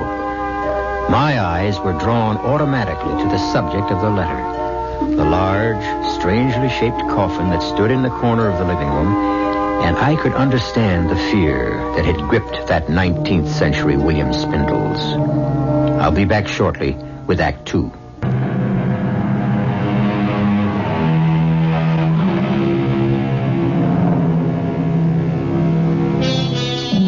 I suppose to the three inalienable rights of life, liberty, and the pursuit of happiness, one could add the right of a man to order his own handmade coffin. Most of us, I believe, would find the thought distasteful, but the feeling that prevailed among us in the living room of William Spindles was one of curiosity. We were all anxious for him to continue reading the letter from his great-great-grandfather. I must confess that my work suffered during that day. My thoughts were not on what I was doing, but on what the evening would bring, and what Mr. Rogers would make of the stranger when he came to call for his coffin. The day passed somehow. Bill, when did this customer of yours say he'd be back? Early in the evening. Matt, we'll give him another half hour, and then we'll lock up. That won't help if he wants to pick it up. What does that mean, young man? Someone tampered with the coffin, and we don't know who. We only have Sam's word that the coffin was tampered with. But he's our best workman. Well, like everyone else around here, I'm sure he's been infected with the idea that there's something strange about this order for a coffin in the shape of a bass fiddle. At last, he's arrived. Those raps didn't come from the door? Nonsense. Of course they did. It's cold out there. He wants to come in. I'll prove it to you. I'll open the door. No need. He's letting himself in. Sir? Sir, there's no one at the door. Get hold of yourself, Bill. Must have been a draft that blew the door open. I'll close it myself. Good evening, Mr. Rogers. Is my order ready? Good evening, sir. Come in, come in. The box you ordered is ready. Thank you. My dear sir, you really should wear a greatcoat and a muffler in this bitter weather. You'll catch cold. Where's my coffin? Ah, that's it, in the corner. Mm-hmm. Satisfactory? Very satisfactory. Is there a good, secure lock on the inside? You may open the lid and see for yourself. That way you can also test the hinges. The make of the lock is unknown to me. Is it a good one? We never have had a single complaint about any of our coffins. So I'd heard. Now then, where would you like it sent? I'll take it with me. My dear sir, it's much too heavy for one man to carry. I'll manage. Perhaps you have a horse and cart outside. We can help you get it on. That won't be necessary. May I have your name? My name is of no importance. Sir, I'm a reputable undertaker.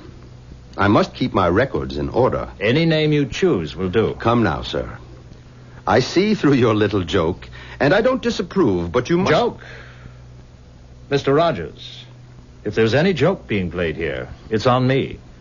So, I'll take my coffin and be on my way. But, sir, you can't just walk out of here with a... Thanks to you for your efforts, and I wish you gentlemen good night's sleep.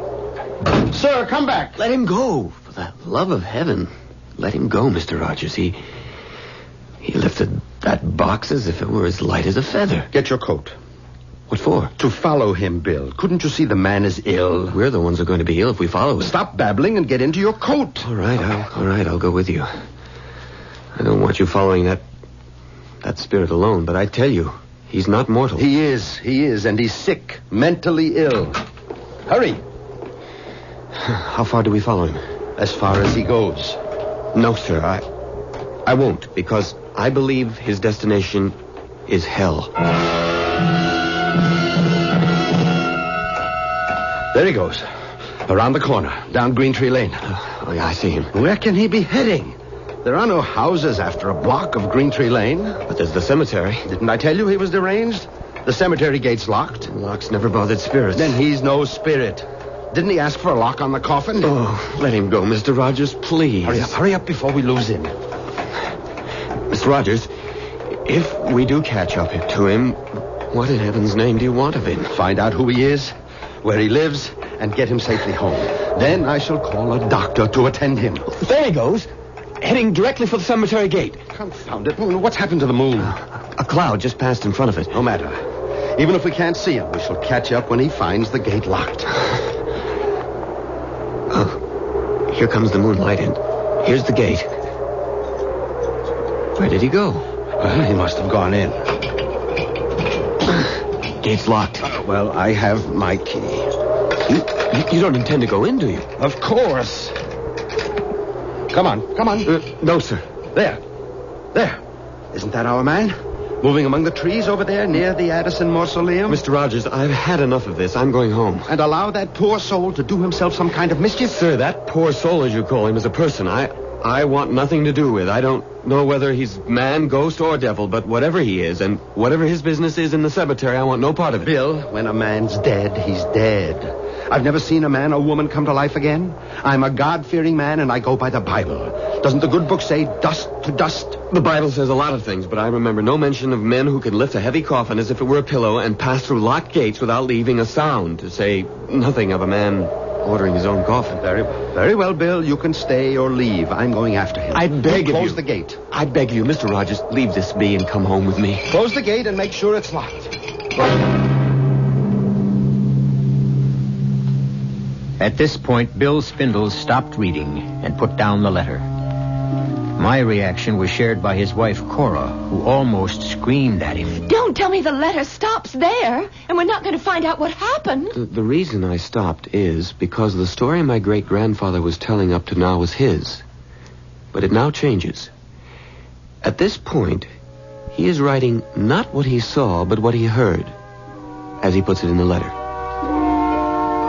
Perhaps I was a coward, but I allowed Mr. Rogers to go on into the graveyard alone while I hurried home. So I warn the reader of this letter. This portion of my tale is written here as it was told to me by Mr. Rogers. The moon again had gone behind the clouds when young Spindles went hurrying off. But I thought I saw some light in or around the big Addison tomb. I started that way, and then I heard what seemed to be the voice of the man I was following, but it seemed to come from far off. Too far. You have come too far on a useless journey, Edward Rogers. Turn back before it's too late. Where are you, sir? Listen to me. Thrice they tried, and thrice they died. Where are you? What are you doing with your coffin? Leave here, Edward Rogers. Your business with the dead is finished. You don't belong here. And what do you do here? I keep an age-old bargain. With whom? You must leave here. This place is dangerous for you. But not for you? Leave before it's too late. The Lord will protect me. Now let me help you. Don't you understand? You're ill. You need help. So be it, Edward Rogers. You want to join in a dance of death? The consequences will be on your head. Here, I show myself to you. Here I am. See if you can catch me. It was then that I started after him. I could see him almost clearly. He seemed to be heading for the Addison tomb. He was carrying the coffin, and I was certain I could overtake him. But he kept dodging behind headstones. I turned and twisted after him. And then my foot caught. I lost my balance and fell, hitting my head against the tombstone. Dick, wake up, man. Bill, what do you want? Get dressed. You've got to come to the cemetery with me. What? The cemetery? Are you out of your mind? Mr. Rogers went in there after the man who ordered the coffin. He isn't home yet, and Mrs. Rogers is worried. Then take her. Come on, Dick. I'll be with you. I wouldn't care if the whole town was with us. What time is it? 4:00. It will soon be light. Please, Dick, you must. All right. I'll get dressed and I'll go with you, but we'll wait for the dawn. But Mr. Rogers may be in trouble. Bill, whatever has happened has happened. I'll go with you, but not until it's light.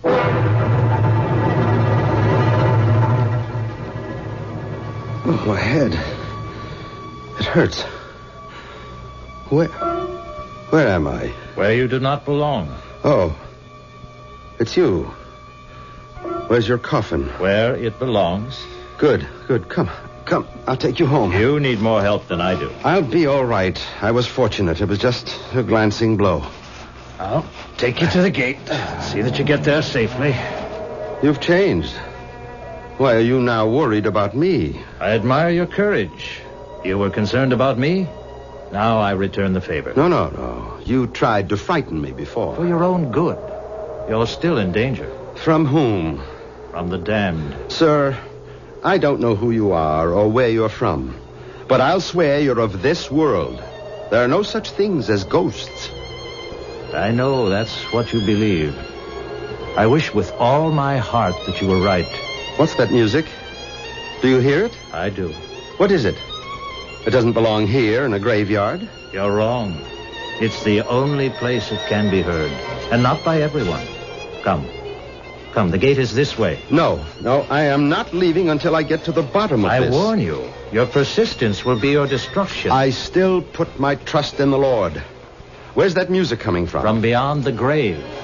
Is it Judgment Day? No. Then you talk nonsense. The dead will rise. The Lord will summon his elect to meet him in the clouds. But until that day, the dead remain buried. And quiet? And quiet. Oh, foolish man. I will not be able to protect you much longer. Go home now, while you can. I will, if you'll first allow me to take you to your home. Can't you understand? My home is here. Tommy Rot. I must go. I have work to do. You've been warned. My conscience is clear. As I turned my head to see where he went, I felt dizzy. The blow had evidently been more serious than I thought. When my head cleared, I could still hear the music, and I thought I saw a light. I walked toward the light. It seemed to come from the Addison tomb. As I approached, I could see that the door to the mausoleum was open.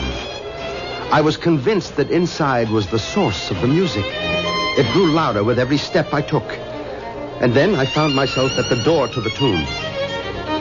And there, just inside, I saw the large coffin the stranger had ordered. The lid was wide open.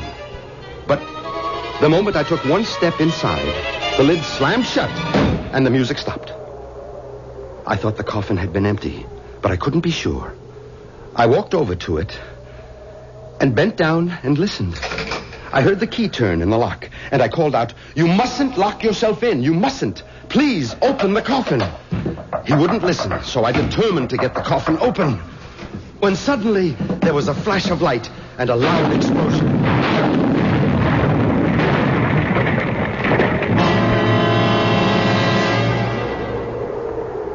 Bill, I can't see anyone in there. Mr. Rogers must have gone home. We can't see the whole cemetery from outside. We'll have to go in. The gate's locked. I have a key. Oh, look, do we really have to go on? It's practically daylight. There's nothing to be afraid of. Oh, I hear you, but I'm still shivering. That's the cold. Come on. Hey, You seem to know where you're going. Oh, I shouldn't have left him. If any harm has befallen him, I'll never forgive myself. Well, he shouldn't have been here at all. The last I saw of Mr. Rogers, he was heading for the Addison tomb. I have a feeling that if we find him at all, that's where he'll be. There's the tomb now. Oh, the door's open. Should it be? We'll find out. Wait. Suppose there's something in that tomb that waited for Mr. Rogers, and now it's waiting for us. If you don't want to come in, you can wait here, but I'm going into that tomb. All right, I'll come with you. Good Lord, there he is, lying across that coffin, and so still. Is he dead? I don't know. But there's only one way to find out. I can offer no explanation, but I can tell you that the words of a letter written more than 100 years ago had cast a spell over all of us. A spell that had transported us back to a small 19th century graveyard. I'll be back in a moment with the strange end to this strange tale.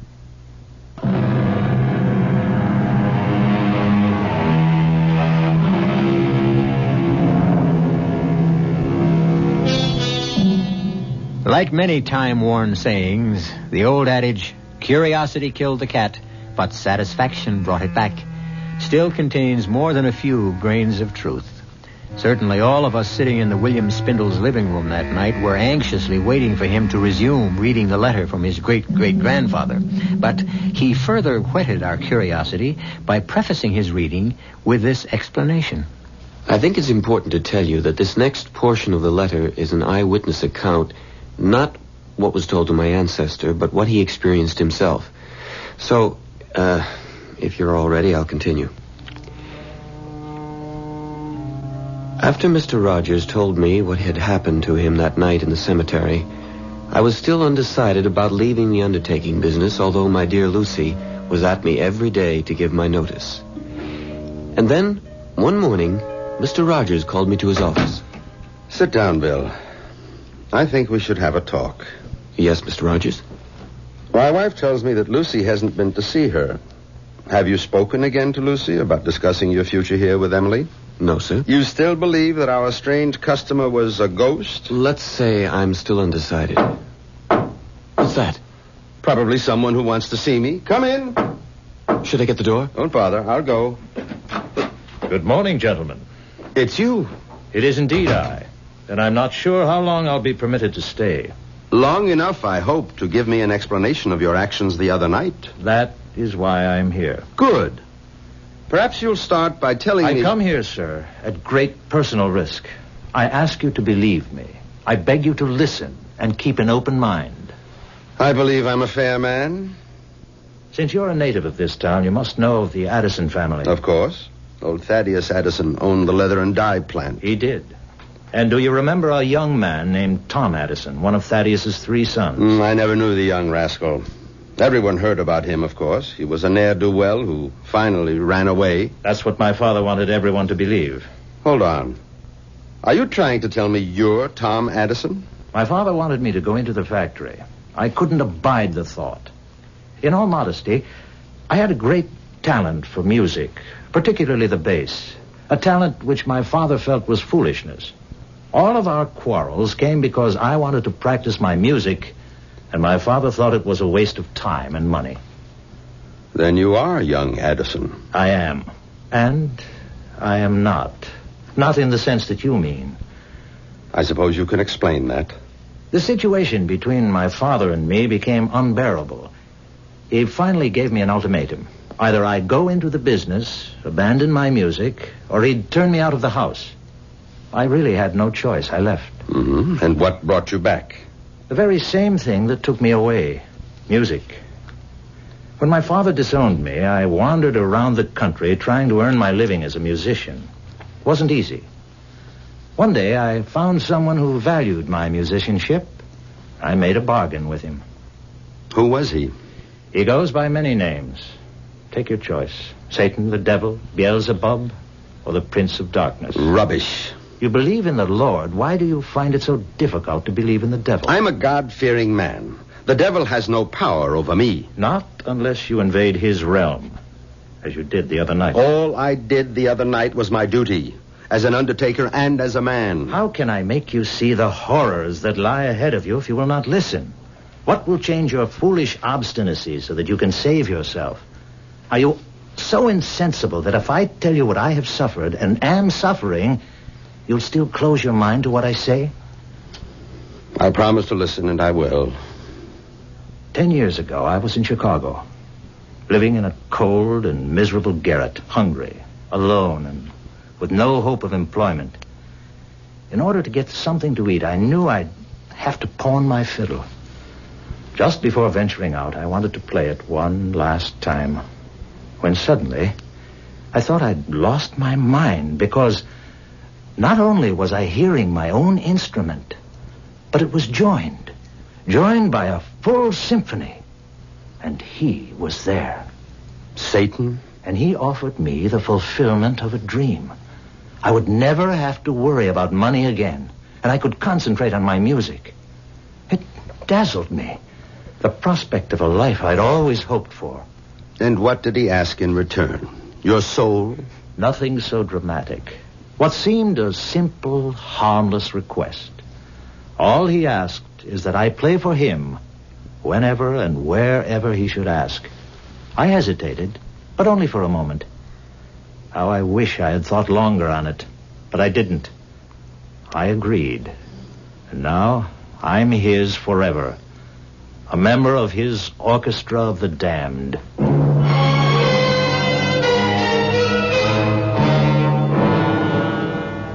And the letter closes as follows.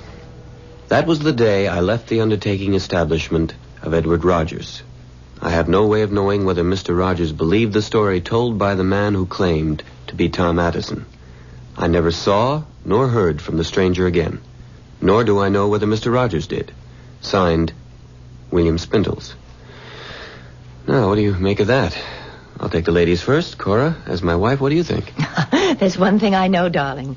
I'm glad you're not an undertaker, because if you were, I wouldn't be your wife. Ah, you feel the same way as my ancestors, girl. Lucy. Emphatically.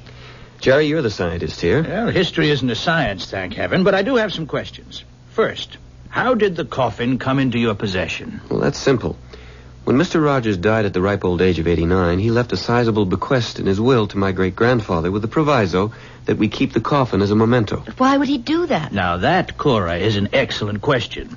If he insisted that the coffin remain in your family as part of his bequest, I think he must have had a reason. In other words, you don't believe that the stranger was a ghost? Let's say I'm dead set against the idea of ghosts playing symphonic music in a graveyard at night. Well, I believe he was the ghost of Tom Addison. Well, how do you explain Rogers leaving the coffin to the Spindles family? Simple.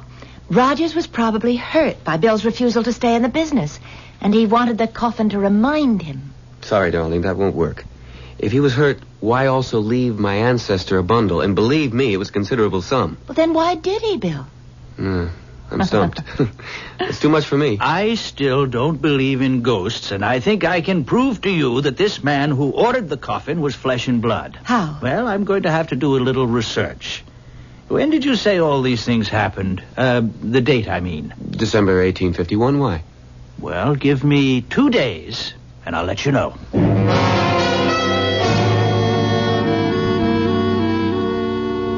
Right? I have solved the mystery of our peculiarly shaped coffin. Good. How? I kept asking myself, why did this man go to all the trouble of ordering a coffin, which, to say the least, was strange, and also behave as if he wanted everyone to believe he was a ghost? But have you forgotten Mr. Rogers believed that he was crazy? I mean, wouldn't that account for all his behavior? Yes, that would, but I preferred to think of this fellow as a con man. You see, a really great con man who successfully conned your grandfather but had more difficulty with the undertaker. Why? Precisely, why? Now, that's where this newspaper article comes in. Here, I made a copy at the library. Let me read it to you. The headline, Wells Fargo payroll stolen. Aha, then it goes on. Yesterday, the largest robbery in the history of the Wells Fargo Company was successfully perpetrated by 3 masked men who boarded the westbound Lackawanna Limited, entered the baggage car, and made off with more than $40,000 in $10, $20, and $50 bills. So, It goes into more detail, but there you have it. There you have it. You've lost me. Now, don't you see? The robbers needed a safe place to hide the money.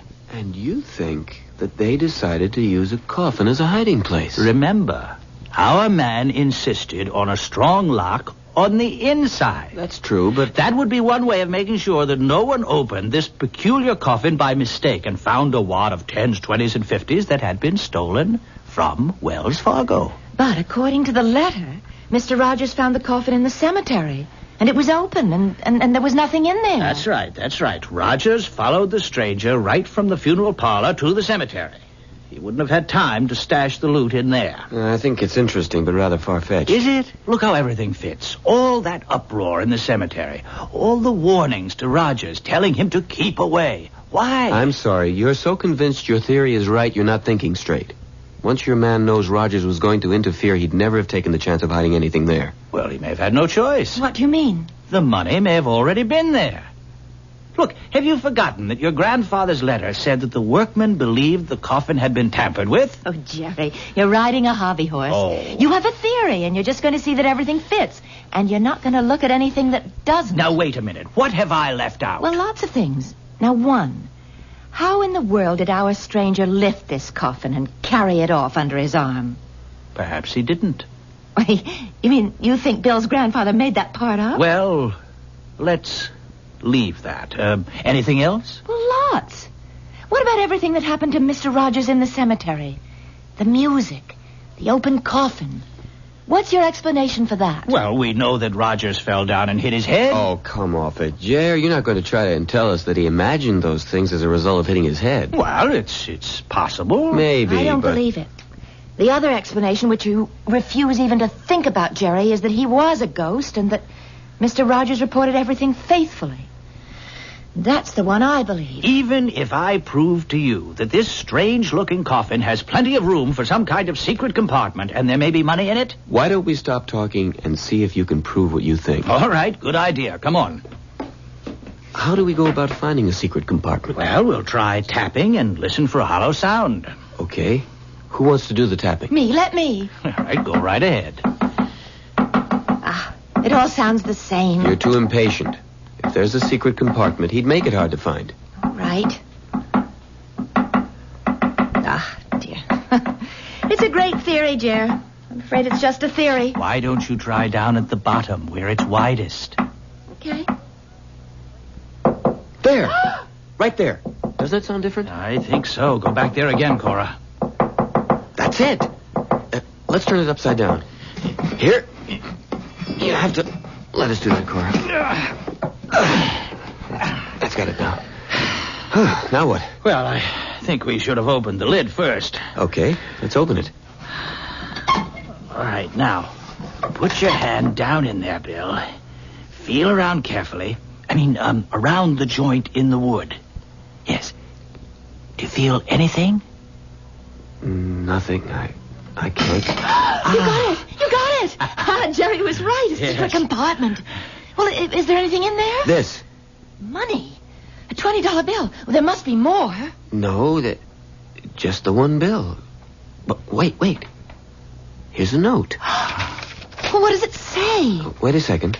It's hard to read.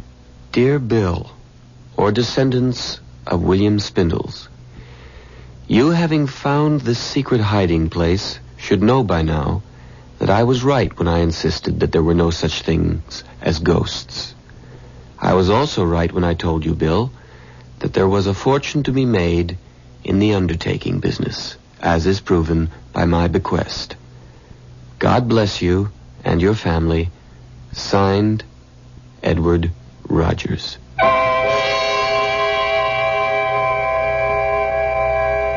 What do you do when you discover that the fortune you expected turns out to be a single $20 bill? Well, if you're William Spindles, you advance the idea that Edward Rogers had indeed found the Wells Fargo loot in the coffin and taken all of it except the one bill. Is there another explanation? I think so, and I'll be back with it in just a moment.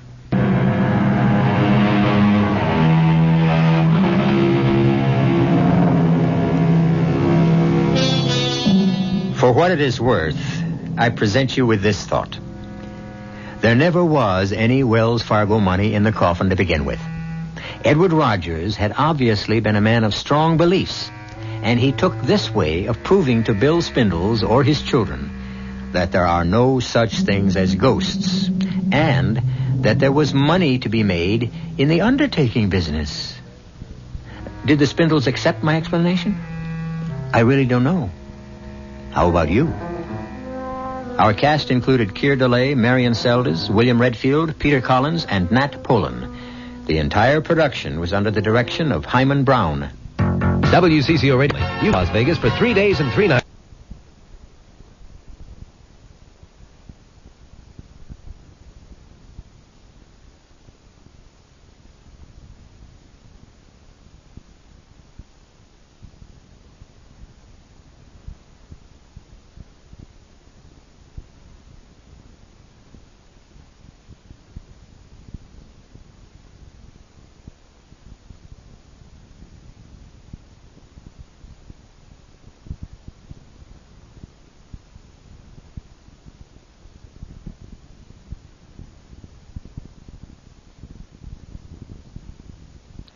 And now, Mystery Theater.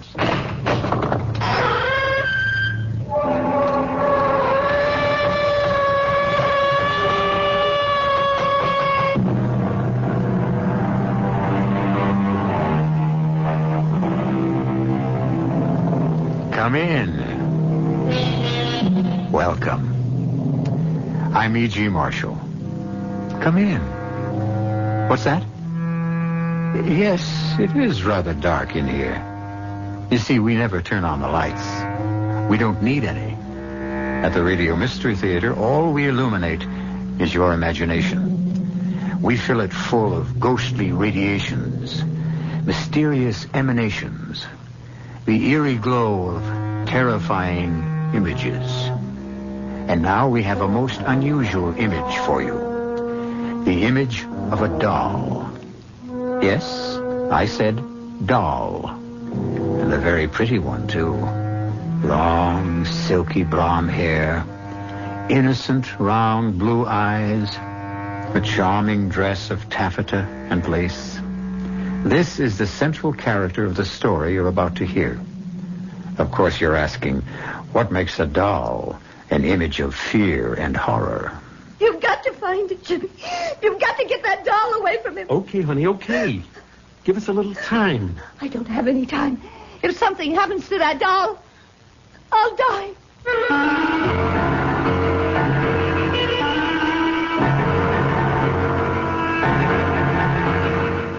Our mystery drama, The Doll, was written especially for the Mystery Theater by Henry Slessor and stars Joanne Linville and Ross Martin.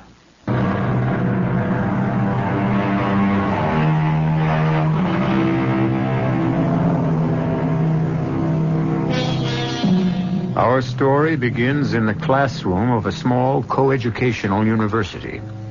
Not a very unusual setting.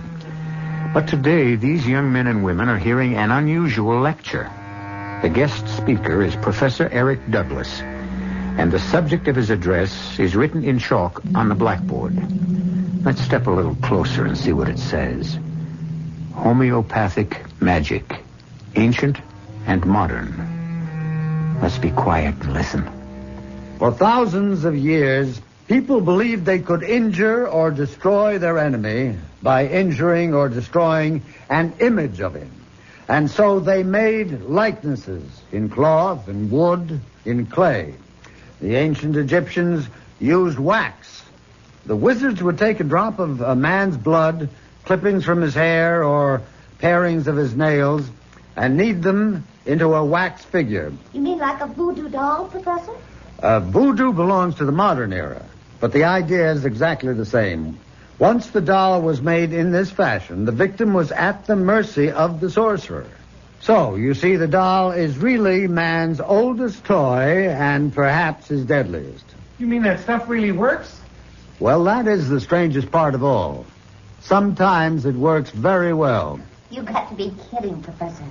Young lady, I wonder if you'd like to help me with a little experiment. Me, Professor? Yes, will you come up front, please? Now, just for the fun of it, shall we make a doll? Huh? All right, now let's see, what shall we use? Now this little towel will do fine. I'll just tie a knot to make the head. There we are. And now let's dress it up a little. Can you help me? How? Well, with some part of you. A hair from your head, perhaps. Now, how about something you own? That ring, maybe. May I borrow that? Well, yeah, thank you. Now, we'll put that around the neck. And voila. We have an instant voodoo doll. Fascinating, isn't it? To know that the doll is meant to be a representation of you? Now, look at it. I'm looking. Yeah, well, keep looking. Now, don't take your eyes off of it. You can almost see your face in the cloth, can't you? It's almost as if the doll is you. Whatever happens to the doll happens to you. You, the doll. You, the doll, sharing one body between you. One life, one destiny. I still think it's silly. All right. And let's see what happens when I take this letter knife. What are you going to do? Nothing. I'm merely going to plunge this knife into a meaningless piece of cloth. No, don't!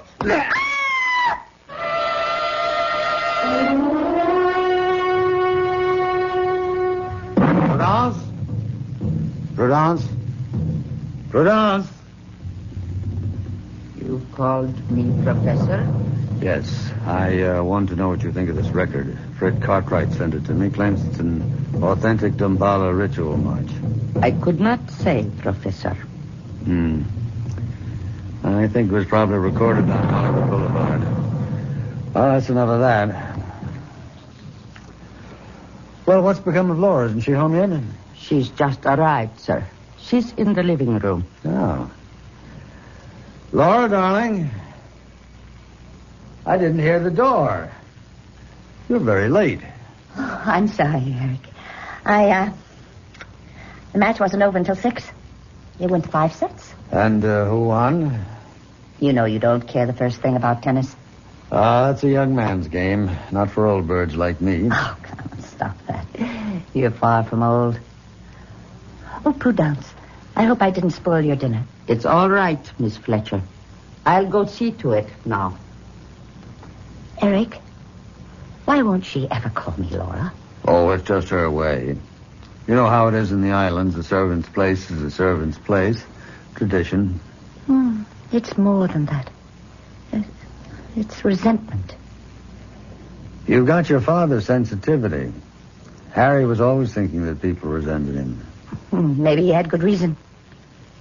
He wasn't very popular among his colleagues. Your father was a renegade.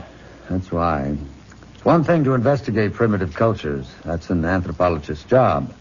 But to spend your life among them, to raise your child among them... No, I never complained. Well, you managed to turn out pretty happily. But you're still half savage, of course.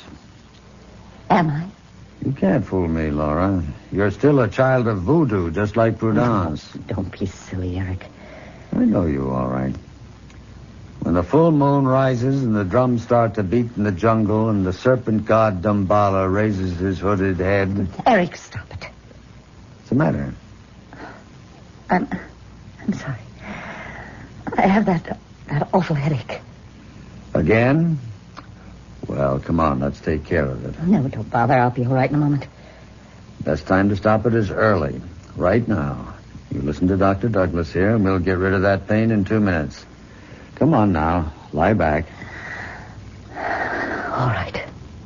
Now, just relax. Just remember how we've done this before. Yes. I remember. That's right. Now, shut your eyes, Laura. Think of your mind as a large, empty cavern. And in the cavern, you hear my voice. Very faint, as if I'm speaking to you from far, far away. Yes. You feel at peace, relaxed, happy. Your head is clear. Your pain is gone. Yes. It's gone. Oh, you're happy now, Laura. You're happy to be here with me. With me, my darling. Aren't you? Yes. I'm happy. You love me, Laura, don't you? Not in the way you loved your father. You love me as a man. I'll say it, darling. Say, I love you, Eric. I love you. Say my name, Laura. My name. I love you, Jimmy. What is the matter with you, Prudence? I'm sorry, Professor.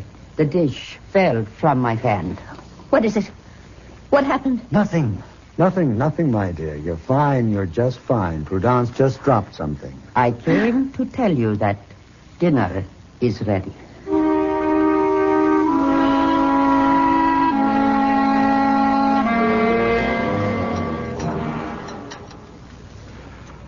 Well, so you had a good tennis game, did you?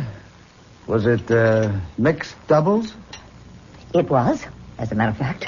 Oh. Who was your partner? Now, someone named Jimmy by any chance? Why, yes. How did you know? Oh, well, no mystery. You spoke his name while you were hypnotized. Who is Jimmy? Well, his full name is Jimmy Collins. You known him long? About 3 months. 3 months? Well, you never mentioned him before. Oh, I'm sure I did. I'd love for you to meet him, Eric. I'm sure you two would get along. What's he do for a living besides mixed doubles? He's in Wall Street. Well. Maybe you've started choosing your friends more carefully, darling. I'm glad to see that. But, just the same. Eric, I wish you would stop talking to me like a scolding father. I am not your father. I was talking to you as a friend. I'm sorry. Do you wish dessert now, Professor? No. No, Prudence, no dessert. Gotta stay in trim. Who knows? I might take up tennis yet. Laura, I tell you what. Why don't you bring this Jimmy around? I'd love to meet him.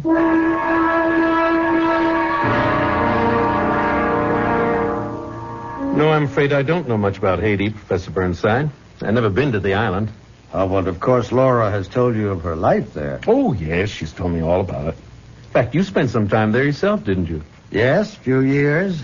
That's where I met Laura and her father, as a matter of fact. You can see that Eric brought back half the islands with him.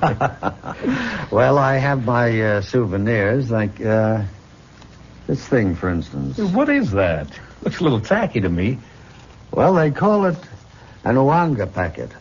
It's a charm the voodoo men use for every purpose. Some good and some bad. We should throw out that awful thing, Eric. Well, it was a gift made for me by an old Mamaloy in Port-au-Prince. It's a protective charm, guaranteed to ward off the devil, and, of course, Laura can tell you more about it. Laura's much more of an expert on voodoo than I am. You mean just because she was raised on the island? Well, it's an interesting primitive study, otherwise sheer nonsense, of course. Oh, well, you shouldn't have said that. You've offended Laura dreadfully. Laura's a believer, you know. She played with voodoo dolls the way other children play with Chatty Cathy and Betsy Witsy. Harry, please stop it. Ask her, Jimmy. Go ahead, ask her if that isn't so. Oh, I'd feel very foolish asking that question. Oh, Jimmy, of course it isn't so. Well, that's good to hear, frankly. I mean, it'd be a heck of a thing on our honeymoon, waking up and finding an Ouanga bag in my slipper. Did you say honeymoon? Yes. Didn't Laura tell you? Laura and I are engaged. We're going to be married next week.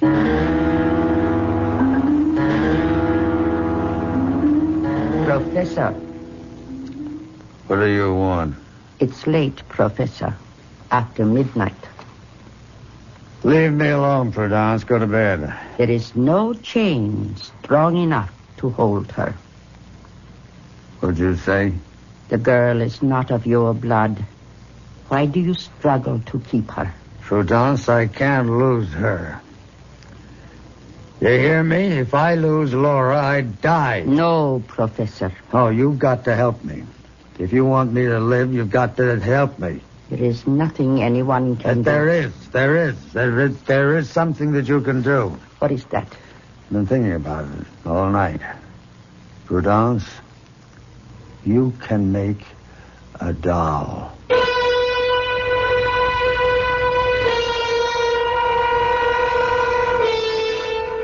Well, what have we here? A four-sided triangle?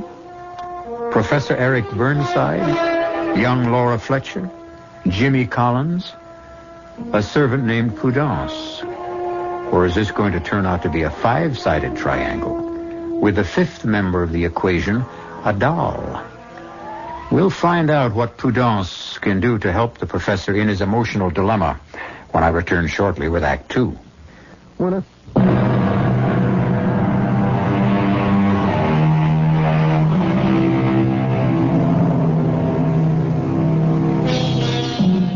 A week has passed since Laura Fletcher made her earth-shaking announcement to Professor Eric Douglas. The announcement which turned the professor's world completely upside down. But for a man who has looked into the future and found it bleak and empty, Eric seems like a happy man at the moment as he listens to the sound of the Damballa ceremony and waits for Laura Fletcher to enter the room. Eric? I'm here. Laura. Well, let me stop this racket. Well, don't you look lovely? And don't you look well? Eric, I can't tell you how good it is to see you smiling. Well, I've got something to smile at, all right? Myself. I don't know what came over me that night, Laura. I just was not myself. I couldn't let you run off and get married without my blessing. And a suitable present, of course. A present? Eric, you shouldn't have. You've always admired this ivory charm, and I want you to have it. You and Jimmy. Oh, Eric. It's beautiful. It must be priceless. Well, it's not as priceless as our friendship. I wouldn't want anything to happen to that. Oh, thank you so much. Jimmy will be as thrilled with it as I am. I think we should talk before you go away, darling. I think we should talk about your father. What about him? I have to ask you this, Laura. Whether or not you've ever told your fiancé the full story. I've told him quite a lot. Including the way it ended for him? Don't talk about it now, Eric. Please. You know, I still blame myself. I knew that Harry wasn't right in the head. I could see the signs. And I shouldn't have let it go as far as I did. Please, Eric. You know that I cannot bear to remember that time. I know. You were only 14, but you witnessed it all. His mad delusions. Don't. Oh, my head. Laura, what is it? It's that... The pain again? Yes. Oh, poor darling. Here, come on. Lean back. It happens every time I remember my father. Shh. No. Don't talk. Just lean back. Relax. Close your eyes. Yes. Thank you, Eric. Thank you. Now breathe deeply, darling. Deeply. Now, you remember how we do this together. How we make the pain disappear. How you clear your mind of everything but the sound of my voice. Yes. You can't hear anything but me now, Laura. Just my voice echoing in your mind. You're asleep now. You're so deeply asleep that you won't waken until I tell you. You won't know anything but what you hear me say. Do you understand? Yes, I understand. That's it, my darling. Deep, deep, deep. Prudence? Prudence? Yes, Professor. I'm here. Bring it to me. No, Professor, this is wrong. Bring me the box, Prudence. Very well. Here. Yes. Yes, Prudence, a beautiful doll. That's a beautiful likeness. Laura? Laura? Open your eyes. Yes. What do you see, Laura? I see.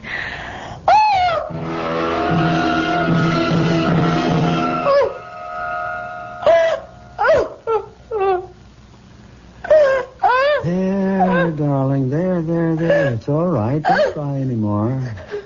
What happened?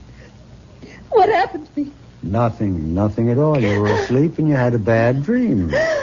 Asleep? Yes.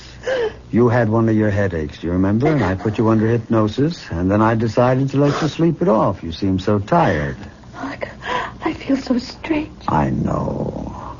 The truth is, well, I'm not sure that you're well. What do you mean? When do you and Jimmy plan to get married? This weekend? I can't help wondering if that's wise. What do you mean? I wonder if you're well enough. You seem so run down, and the headaches are obviously worse. Took a long time to make you lose the pain. Eric, Jimmy and I are getting married. This Saturday. We're driving to Crompton Lake, and we're getting married by the Justice of the Peace. Nothing is going to change that. Nothing.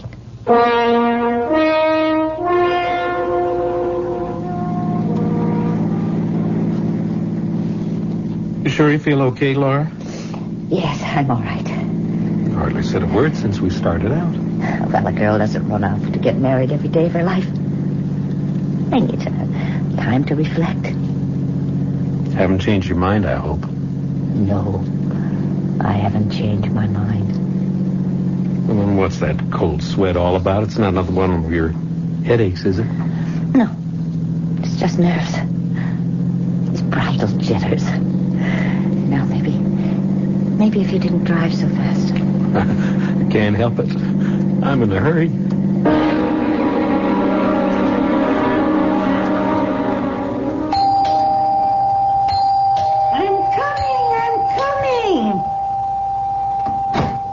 Don't have to rip the bell off the door, young man. I'm sorry about that. My name is Collins. I called this morning about the wedding. Oh, the judge is inside. He's near deaf as a post, so better make the I-do's good and loud. I intend to.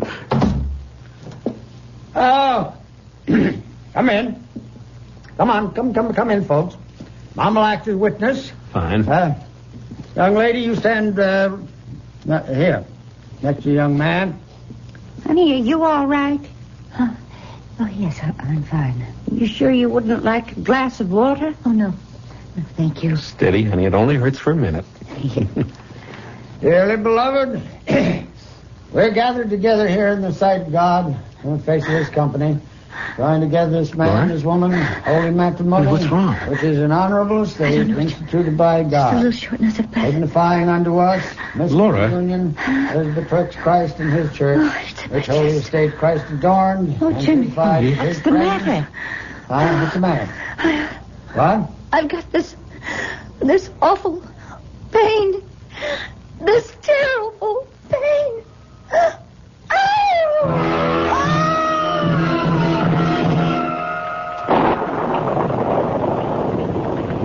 It's raining.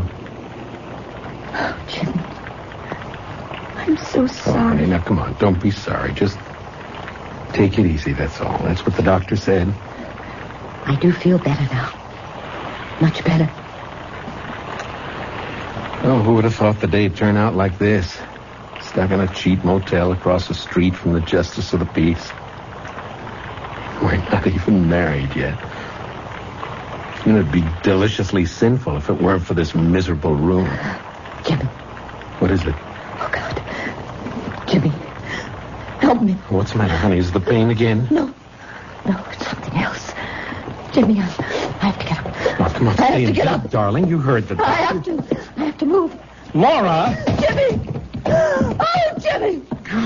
Lord, you hit the wall. I can't stop myself.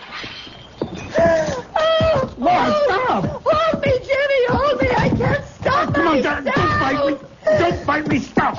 Flinging yourself around this way. Oh, I can't help it. I can't. I have to move. Look out for the table! What's happening to me? I have to get some control of myself.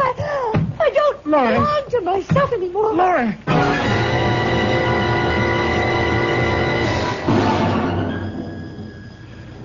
I can't tell you how sorry I am, Jimmy, but I also can't say that I'm surprised.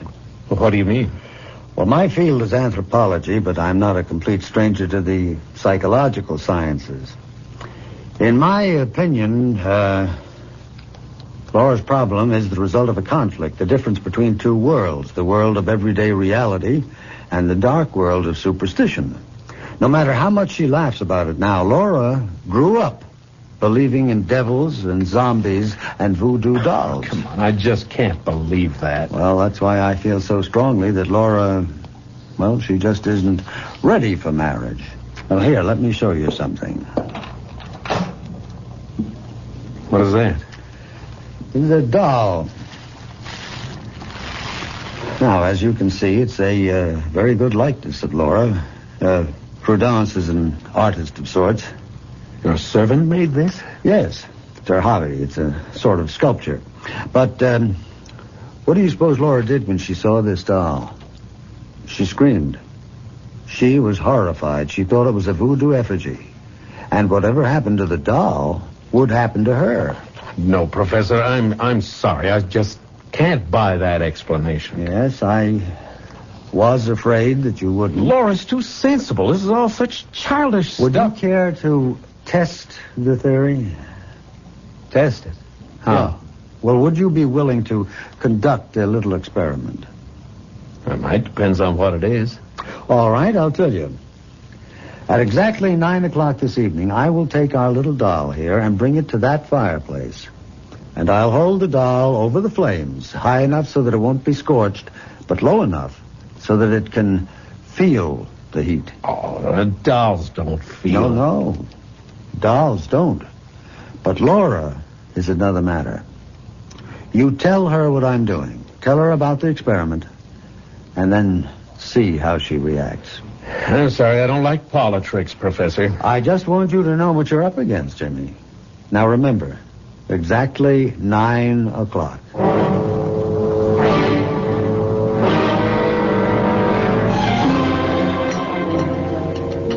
I don't understand you sometimes, Jimmy. I mean, I know you saw Eric. You told me you were going to. All right, I saw him. And? He just told me a lot of nonsense, that's all. About me? And my father? About you and voodoo dolls. What did he say exactly? Laura, why did he have that doll made? What doll? You know. The one that looks like you. What are you talking about? You said you saw it, didn't you? No. I never saw any such thing, Jimmy. He must have been joking. He must have been putting you on. I saw the thing, darling. You what? I saw the doll. It was about this big and obviously hand-carved and... Well, it did look like you, Laura. Same long blonde hair, blue eyes, very much like you. That woman knows how to carve. Woman? You mean Prudence? The servant? Yes, that's what he said. She made the doll, and that you actually think... Laura, you can't believe in voodoo. Not really. Oh, dear God. Then that explains it. That explains everything. What? The pain in my chest, it was like the thrust of a needle. Oh, now, come on. And the way I lost control as if I did... Like I was being flung about like a doll. It was exactly like a helpless doll. Now, cut that out. You know that isn't so. You're just convincing yourself of this nonsense. It's all in your mind. But what else explains it, Jimmy? What else? As long as he has that doll, he has me. Shh. Honey, please. That's crazy. You've got to find it, Jimmy. You've got to get that doll away from me. Okay, honey. Just give us a little time. I don't have any time. If something happens to that doll, I'll die. No, Laura, you can't really believe that. I want you to prove that isn't true, and you can tonight. What do you mean? That nutty friend of yours said he was going to try a little experiment tonight, just to prove the point to me. Well, I want you to disprove it. What sort of experiment? He said that exactly 9 o'clock he was going to take the doll and bring it to the fireplace. Oh, no. He said he was going to hold it over the flames high enough for the doll to feel the heat, and he said you'd feel it, too. Oh, Lord, Jimmy. Well, what time is it? It's 9:20. We'll get out of here. No. We'll go back to my place, and we will prove him wrong, darling. Prove him a liar. Oh, God, I'm getting warm. I'm getting terribly warm, Jimmy. That's your imagination. No, it is... Oh, honey, he said 9 o'clock. Wait a minute.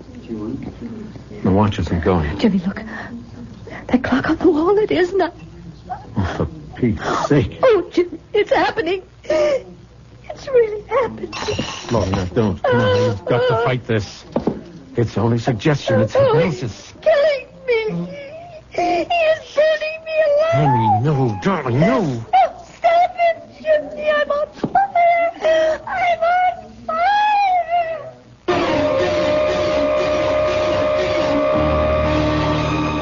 Yes, the mind is a powerful weapon. And when it's turned against ourselves, it's the most dangerous weapon on earth. Can Laura Fletcher find a way to stop her own mind from tormenting her and possibly ending her life? At least she isn't alone in the struggle. We'll find out what Laura and Jimmy can do about the deadly doll that menaces her when I return shortly with Act 3.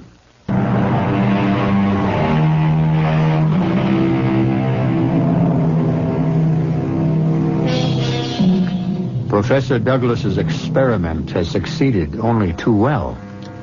And it's also succeeded in convincing Jimmy Collins that something has to be done to save the sanity and even the life of the woman he loves. And that the best place to be in would be the home of Eric Douglas, his servant Prudence, and the doll itself. Oh. Hello, Miss Fletcher. Hello, Prudence. Is Professor Douglas home? No, miss. He's gone. Gone where? On a lecture tour. He took the early morning train not half an hour ago. When do you expect him back? Not for days, he said. Prudence, I have to talk to you. Please let us in. Yes, miss. Prudence, when my fiancé was here the other day, the professor showed him a doll. A doll, miss? He said you made it. I made no doll, miss. I saw it, Prudence. It was in a black cardboard box about this big. And he took it out of this break front here. I know nothing of a doll, sir. All right. Suppose we look for ourselves. Please, sir. Jimmy, is it there? No, it's empty. Please. I cannot allow this. All right, where's the doll, Prudence? I don't know. Please, you have to help me, Prudence. You don't know what he's doing with that doll. He's making voodoo magic with it. Do you understand? I am a Christian, Miss Fletcher. You know what I'm talking about. He's putting a spell on me, Prudence. He's using that doll you made to make me do his bidding. He wants to stop me from marrying. He thinks only of your happiness, miss. You are like his daughter. He is torturing me. Would a father torture his own child? You've got to help us find him, Prudence. You must know where he's staying. I'm sorry. I know nothing. All right. Then the least you can do is give him a message. You tell him for me, for both of us, that his game isn't going to work. that Laura and I are leaving too, and we're not coming back. I'll never see her again. Did you get that? No matter what he does, he'll never see her again. Did you get that? No matter what he does, he will never see Laura again.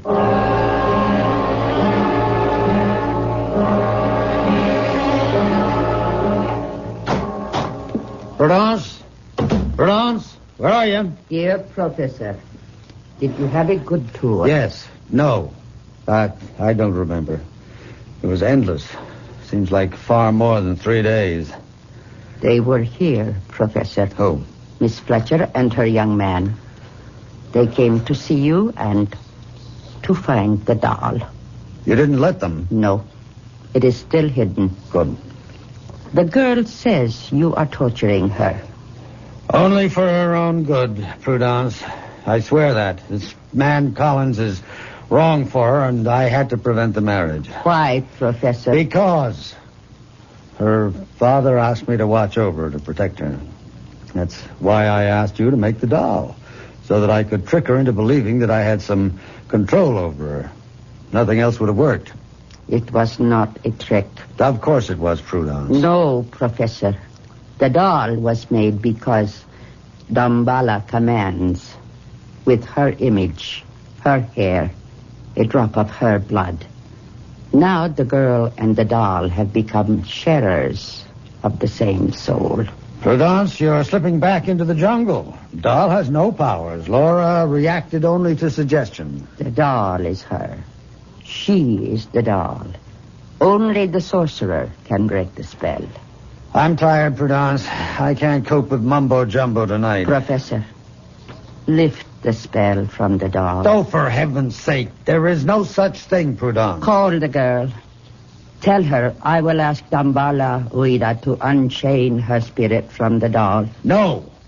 I will not do anything of the kind. Why? Because you don't want her to marry? That's right. Because you want her for yourself? What kind of talk is that? I'm more than twice her age. But you still want her. I have eyes. I have ears. I will call the girl. I will tell her that the doll is here. And that you will lift the spell from it. Stop that. Put that phone down. Now, you stay out of this, you hear me? I made the doll for you.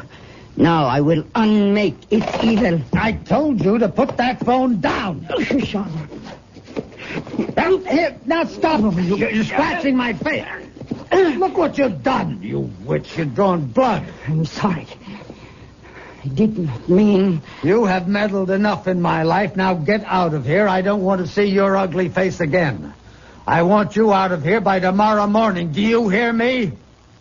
Yes, Professor. I heard you.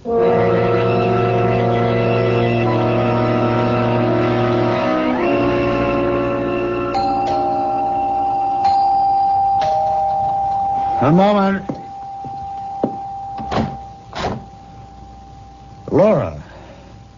Hello, Eric. You know Jimmy Collins, of course. What are you doing here? Sorry to be such early arrivals, Professor. We wanted to make sure you didn't go off to another lecture this morning. I have nothing to say to you, Mr. Collins. Don't plan to stay long, Professor. Only until you give us that doll. The doll? That's right. But for heaven's sake, you're really serious, aren't you? You really believe that doll has some mysterious powers. It doesn't matter, Eric. I'd just feel better if you'd let me have it. I know it's here. How do you know that? Who told you? Prudence called me. Prudence? Yes, very late last night. She told us that the doll is in the hall closet. In a black box. She lied to you. Woman's gone crazy. I had to fire her. Want me to look in the closet, Professor? How dare you? I could have you arrested for what you're doing. Eric, please.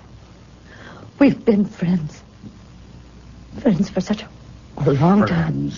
That is a beautiful word, isn't it? Friends, almost as good a word as father. That is all I ever meant to you. Oh, Eric. Let's have the doll, Professor. Oh, yes, the doll. The voodoo doll. Mr. Collins, I think that you are as mad as she is. Maybe I am mad, Eric. But I am afraid of the doll. I can't help myself. So please let me have it. I'll give you 1 minute to lead us to the doll, Professor. Oh, and then what will you do? Pump me full of lead? And I'll find it myself. In the course of it, I might break quite a few things. Quite a few things in the process. Things you may value. All right, I will show you the doll. There. Is that what you're after? It does look like me. I think I remember seeing it once before, but it's as if it was in a dream. I'll take that, Professor. Stop right there. What? Now, suppose I didn't give you the doll. Suppose I smashed its head instead. Eric. All I have to do is smash the head against this wall. One sharp blow, and the head is broken. The skull caved in. The pretty blue eyes shut forever. Ah, shall I, Laura? Eric, why are you doing this to me? You smashed my life, didn't you? You didn't care what happened to me? Oh, Eric, but I do care. You walked out with him. You left me for him. Well, here's what he... Then... you, Laura. Professor. Eric, what's the matter? Jimmy, what's the matter with him? My chest... pain. Jimmy. It's a heart attack. I think he's dead. Oh, my God. Are you sure? Look at his face. Oh, no. There's no sign of a pulse. He's gone, Laura. Oh, no. Lord, just like that. Must have been the excitement. No, it was not. Prudence. The spell is lifted, miss. When the sorcerer dies, the spell dies with him. What's that in her hand? Prudence, what are you doing with that knife? It was the only way, miss. Wait a minute.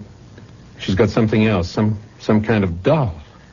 Prudence, you didn't. His skin and his blood from my fingernails. His curse from my lips and heart. Oh, Jimmy. How horrible.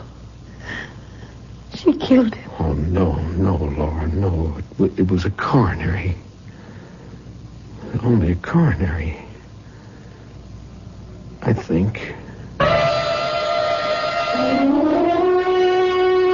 Well, personally, I don't think I'll ever trust a doll again.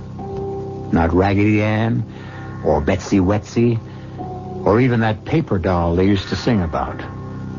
Of course, there's no question in my mind that Professor Douglas died of natural causes as opposed to supernatural. There's a great deal to be said for the power of suggestion, which, of course, is why you're about to hear the following suggestion.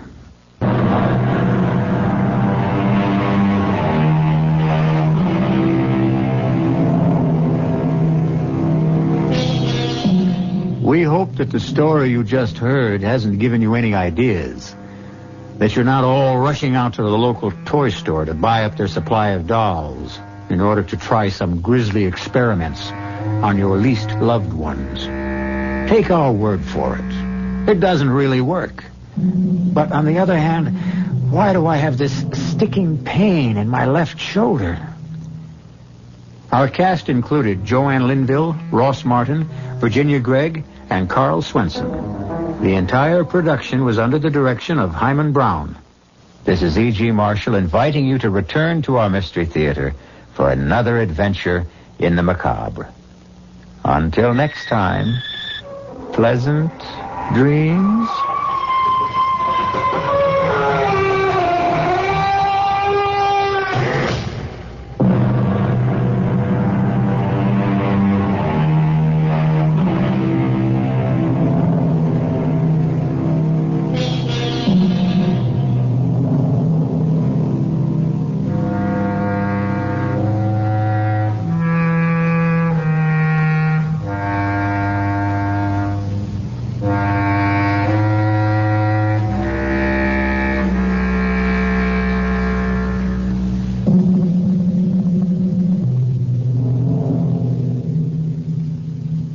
And now, Mystery Theater.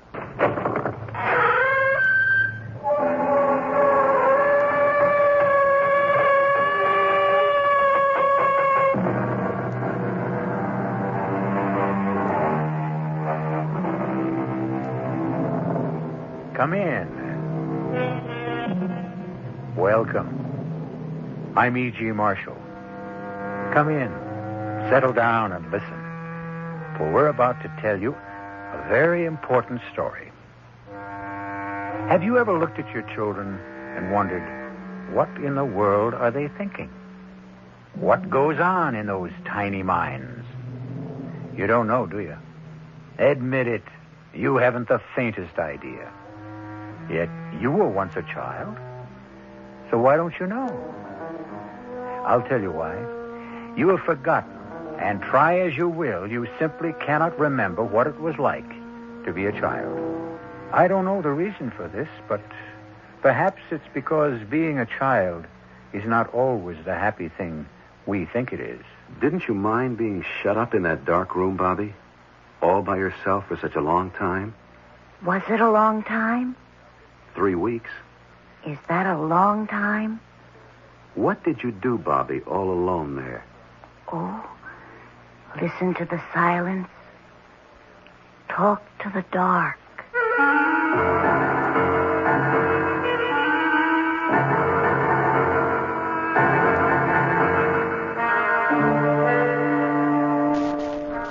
Our mystery drama, The Secret Life of Bobby Deland, was written especially for the Mystery Theater by Elspeth Eric and stars Michael Tolan.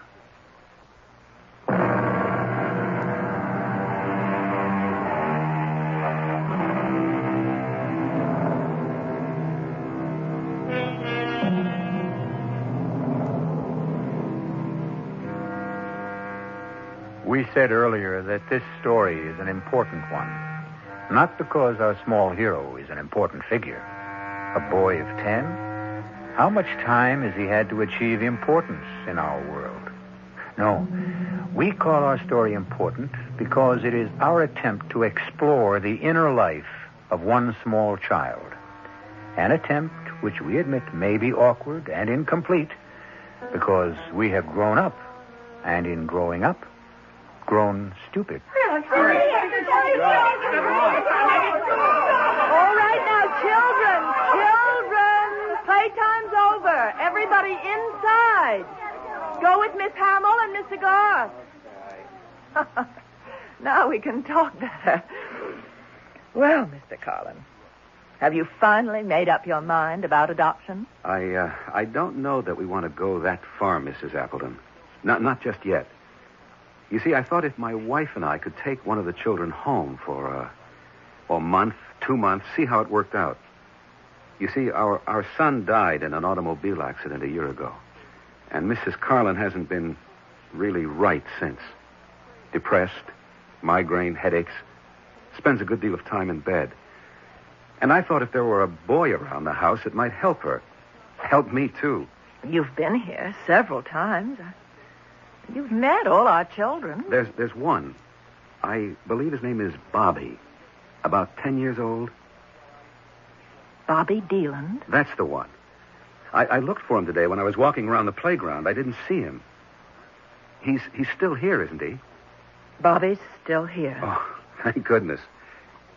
He's such an unusual boy. I'm surprised he wasn't asked for before this.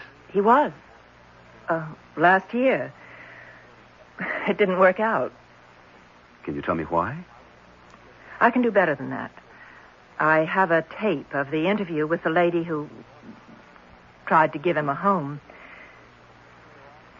It's a practice here to make tapes of the conversations with prospective parents. It saves confusion, possible embarrassment later, if there's trouble. Oh, you're being taped right this minute, Mr. Carlin. I hope you don't mind. No, not at all. Now, look, I won't play it all for you, just the part that concerns us now. And we did everything we could think of to make Bobby happy, Mrs. Appleton. He seemed happy. There wasn't any way we could guess that he didn't like it with us. And And then to wake up one morning and he was gone.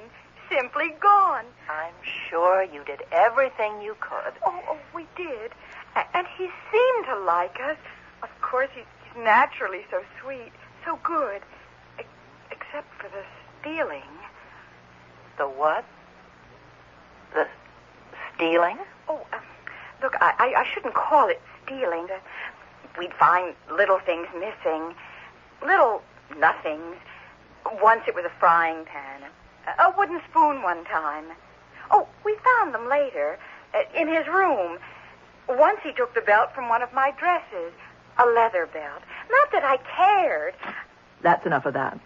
But I should tell you, Bobby's been guilty of petty pilferage like that here at the orphanage. A hairbrush belonging to one of the teachers. And Where did he go when he ran away? well, the police found him that same night, wandering along a country road. There was a full moon. They had no trouble. And when the woman came to pick him up, he wouldn't talk to her. Wouldn't even see her. Didn't seem to hold anything against her. He just said it was no use. No use? It's what he always says. Before? Several times during the last couple of years. Look, I'm telling you all this to let you know that if you take Bobby into your home, you're not getting the usual child. No child is the usual child, Mrs. Appleton. Well, shall we go and have a talk with him? See how he feels about all this? By all means. Oh, I should tell you, Bobby's in confinement. You don't mean solitary He's confined to one room without lights or windows. I know that sounds severe, but It does. we've tried everything else. Even corporal punishment, though that's prohibited by law. It didn't do any good. He doesn't seem to feel it. How long has he been confined? Oh, nearly 3 weeks now. Mrs. Appleton, 24 days is supposed to be the limit before the victim goes mad. That's been established in prisons with grown men. Bobby's a boy. A most unusual boy. Shall we go talk to him? Please. This way. Mrs. Appleton, may I ask you, what is Bobby being punished for? What did he do? Oh, didn't I tell you? He ran away from the orphanage. That's the only thing he ever needs to be punished for. Running away.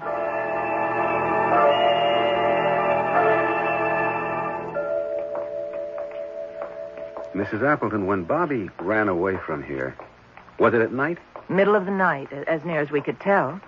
Oh, here we are. Was there a full moon that night? I don't recall. Does it matter? It might. Oh, here's my key. Bobby? It's Mrs. Appleton, Bobby. Yes, Mrs. Appleton. He's all right. You can come out now, Bobby. The door's open. Can you see? Yes, I can see Mrs. Appleton. Does the light bother your eyes? Not very much. You remember Mr. Carlin, Bobby. It's nice to see you. I'm very well, Bobby. Thank you. I'm going back to the office now, and you two can have a nice talk. Thank you. You can join me there later, Mr. Carlin. Well, Bobby, I'm pleased you remember me. Didn't you mind being shut up in that dark room all by yourself for such a long time? Was it a long time? 3 weeks. Is that a long time? What did you do all alone in there? Oh, I listened to the silence. Talked to the dark. I see. Would you like to come and stay with me and my wife for a while? See if you'll like it. We have a big house. A very big house? Well, pretty big. With servants? We have servants, yes. And beautiful gardens and a big green lawn? Well, does it matter if it's a big house with a lawn? A big white house. And servants, does that matter? I don't know. I thought it did. I could sort of see it. Well, what do you say? Would you like to visit with us for a while? I think I would. There's a good school nearby if you'd like to go. I'm tired of memorizing things. Well, whatever you say. Now, why don't you go pack some clothes, and I'll go see Mrs. Appleton in her office and make the arrangements.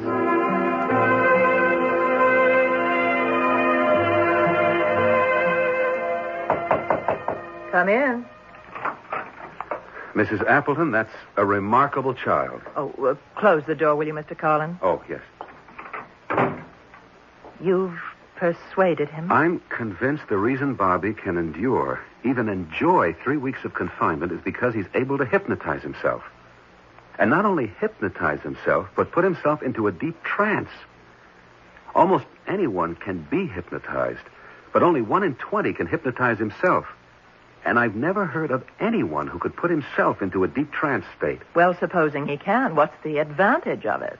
Why, it means that he can reach his unconscious mind and perhaps unite it with his consciousness. A terribly difficult thing to do. And to do it alone without any outside help, I never thought it was possible. Well, supposing he can do whatever it is you say he can, what of it? Mrs. Appleton, do you know what powers are locked in the unconscious? What forces, what instinctive knowledge, primitive memories? I've always thought of the subconscious as an untidy mass of very unpleasant emotions. It is untidy, but we've been taught the emotions are unpleasant because they lack morality and purpose, as indeed they do. Their only purpose being to express themselves. Most of us manage to live without expressing ourselves, Mr. Carlin. Yes, but supposing you find one solitary human being who refuses to live that way. You mean Bobby? Well, Mr. Carlin, if he's willing to go with you and you want him, I've checked you out and everything's in order. Oh, one thing, Mr. Carlin, I hope you're not going to talk to Bobby about his mother. Why not? Why shouldn't he talk about his mother if he wants to? Well, it's not really healthy in his case. He makes up outrageous stories about her. Such as what? Oh, that she was fantastically beautiful, that she married into royalty, a prince or a duke. Oh, children often fantasize that way. Last year he told us that she was a movie star, imagine. Who was she really? Oh, just a poor, pathetic woman on relief. I found that out from our records. I wasn't here when she brought him, but that was 6 years ago. He was only 4. They're unpleasant. The records say she simply couldn't afford to keep him. She's never been back? Never been back. Never called to see how he was getting along. Never sent him a present or even written him a note. Come in. Oh, Bobby. All packed to go home with Mr. Carlin? He has a big white house, Mrs. Appleton, with a big lawn and flowers and lots of servants. Haven't you, Mr. Carlin? Yes. I'm sorry about your wife. What? What about my wife? I'm sorry she's so unhappy. Didn't you tell me she's unhappy and sick sometimes? I don't think I did. You must have. Or how would I know?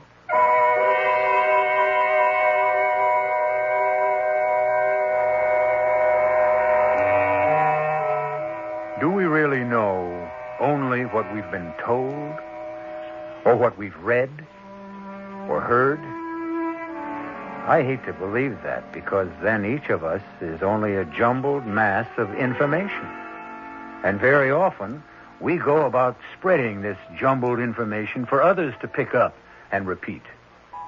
No wonder the world is in such a turmoil, if all we know is what we've been told by people who only know what they've been told, who only know what... Oh, no, there must be more. We can't go on this way.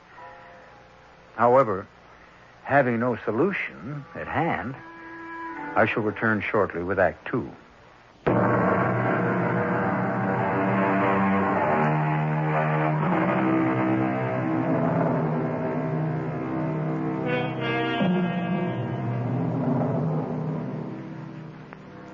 When one adopts a boy 10 years old, it is not only the 10-year-old boy who has been taken into the new home, it is also the boy who was once 9, once 8, once 7, and so on, clear back to the day an infant was born. And these early years are unknown, utterly unknown to the new parents. Just how unknown they are to the child is the subject of our story. We're almost there, Bobby. I know. You know? Well, I figured. You mean you felt it, that we were almost there? Something like that, I guess. Mental telepathy, maybe? What's that? Well, thought transference. I was thinking to myself, we're almost home, and the thought transferred itself to your mind. Is that what happened? I wasn't thinking about anything at all. It's when we're not thinking about anything at all that the thoughts of other people enter our minds. I'd like to think about that. Well? I think that's very true what you said, Mr. Carlin. It's when you're not thinking about anything at all. That's when the good things happen. What good things, Bobby? Oh, all the good things. Mr. Carlin, you should have turned right there. No, that's Birch Tree Road. We live on a You street... should have turned there. Go back. Hey, Bobby, take it easy. Go back. Bobby, I know where I live, and I know how to get there. Your telepathy wasn't in good working order that time. Now, here is where we turn. To the left. We go about a quarter of a mile up this road, and then we're there. It's pretty. Is it what you expected? Kind of. It smells nice. You smell something?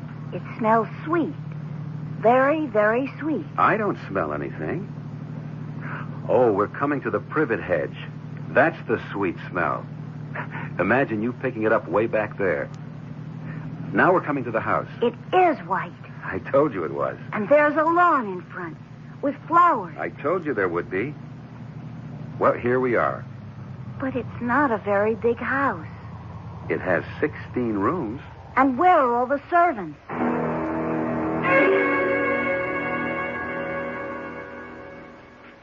Did you sleep well in your new room, Bobby? Yes, I did. It's a very nice room. Nicer than the orphanage? That was nice. But this is nicer. This morning, Bobby, I want to take you to meet my wife. Her name is Anita, if you want to call her that. I think I should tell you she gets migraine headaches from time to time. I know. I knew she was sick sometimes. I think she's sick now.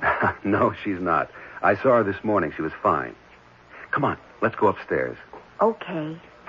It's not very nice to be sick like that, is it? No, it certainly is not. I used to have asthma. That was terrible. What did you used to do about it? Oh, I made it stop. Made it stop? Just like that? Sort of. It was a long time ago. Here we are. Anita, may we come in, dear? Come on. Anita, this is Bobby. Go away, please. She's sick. My dear, is it another migraine? Please. I can't... Bobby, we'd better come back later. She's sick. You'll meet her tomorrow. Come on. Mrs. Carlin, I'm here. I know how much it hurts, but I want you to know I'm here. And I want it to stop hurting. Please. Try to look at me, Mrs. Carlin. Bobby, don't. When she's like this, it's no use. I want you to give me your headache, Mrs. Carlin. I want you to give it to me. Look, Mrs. Carlin. Anita, look. Give me your headache. I want to take it away from you. I'm going to take it away from you. Do you hear me? I'm going to take it. You're going to give it to me. I'm going to take it. Yes, I'm taking it. You're giving it to me. You're giving me your headache, aren't you? Yes, you are. I know you are. Please give it to me. All of it. Yes. Oh, please. Oh, yes. Yes. Yeah. Yes. Yes. Yes. Yes. Yes. It's gone. All gone. Bobby, where are you going? It's all right. All right. Bobby? I couldn't help Mr. Carlin. I had to throw up. Well, that's all right, son. That's all right. How is Mrs. Carlin? She says her headache is gone. Yes. Of course it's gone. She gave it to me. And how are you? I think I'm going to be all right pretty soon. I never knew before what a migraine headache was like. Now I know.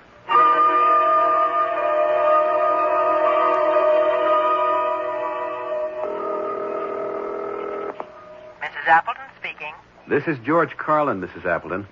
I've got great news for you.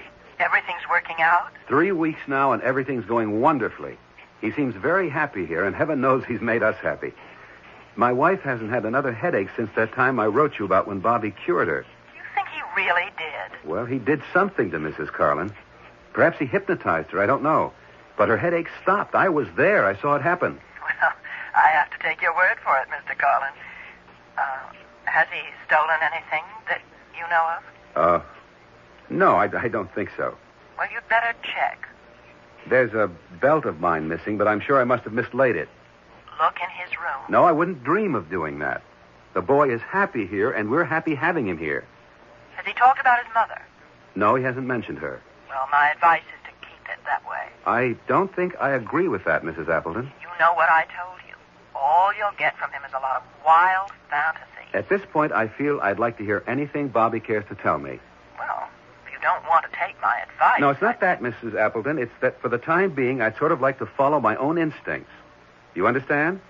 I suppose so. I'll keep in touch with you. Please do, and good luck to you. Thank you.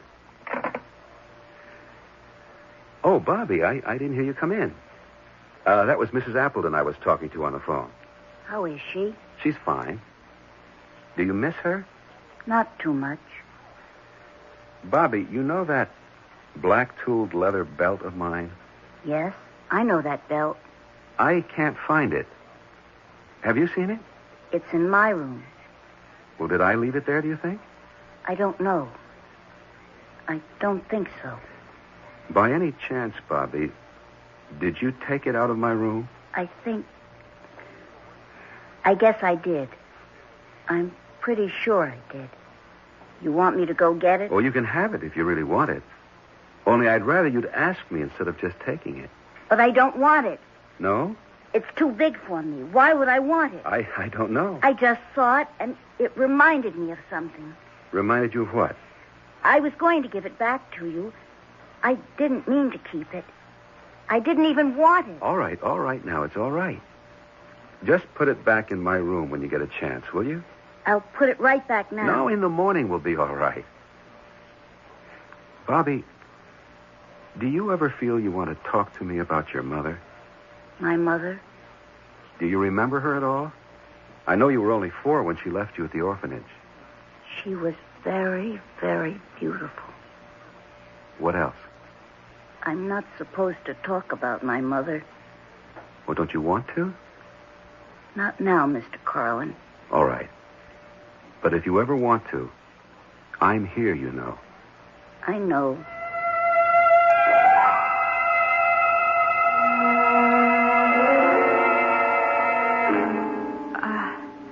George? George?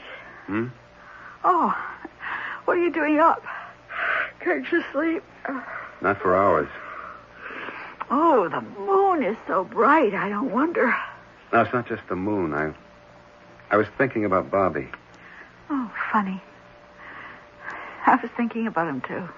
I talked to Mrs. Appleton this afternoon. She asked me, did Bobby ever talk about his mother? He never does. That's what I told her. And she said, fine, keep it that way. But I said I didn't agree, that I thought he should talk about whatever he felt like talking about. Oh, you're absolutely right. Bobby came into the room about that time, and I brought up the subject of his mother. And all he'd say was, she was very, very, very beautiful. That's all? I tried to get him to go on, but he just clammed up, said I'm not supposed to talk about her. Mrs. Appleton probably told him not to. She has a point in a way. She says Bobby makes up wild stories about his mother, whom he hasn't seen or even heard from in 6 years. You mean since he was 4? That's right. But he tells people, or used to, that she had dozens of admirers, finally married some title gen, became a movie star. Oh, George. Our children often do that. Another thing, Mrs. Appleton asked me if Bobby had snitched anything. And I told her about my black-tooled leather belt. Then when Bobby came in, I asked him had he seen it, and right away he said yes, it was in his room. Really? I asked him if he'd taken it, and he said he guessed he must have. Did I want it back? It was too big for him anyway. Now, isn't that peculiar? You know, I told you the woman who took him last year said he snitched silly things. A frying pan, a wooden spoon, a belt off one of her dresses. Oh, Now, I wonder if that's where our little frying pan disappeared to. They were asking me in the kitchen if I'd seen it. What, there's a frying pan missing? Heavens, George, we have about 12 frying pans of assorted sizes. Is there anything else missing? No, nothing else. Oh, unless you want to say one of my shoes is missing. One of your shoes? Those high-heeled things. I've given up high heels, and I put those out to give away. And next time I looked, there was only one. Must have gotten thrown out. Goodness, it would take one shoe. Who would throw away one shoe? Oh, George. Look, come on back to bed. Maybe you can get to sleep. Yeah, maybe. That damn moon wasn't so bright. Shines right across the bed. Why don't you pull the curtains? You know what? It's a full moon. Well, pull the curtains and come to bed. Can you see, or do you want a light on? Oh, I can see. What was that? What was what? Didn't you hear a door close? What door? It sounded like downstairs. There he goes. Bobby? Yes, and there's a full moon. Oh, George. Like before. Call him back. Go after him, George. No, I don't think I'm going to do that. Well, for heaven's sakes, why not? You can't just let him go wandering around all by himself. No, I don't think he's going to be just wandering around. You think he's going someplace in particular? Yes. Where? I don't know. And I don't think he knows either. But someplace.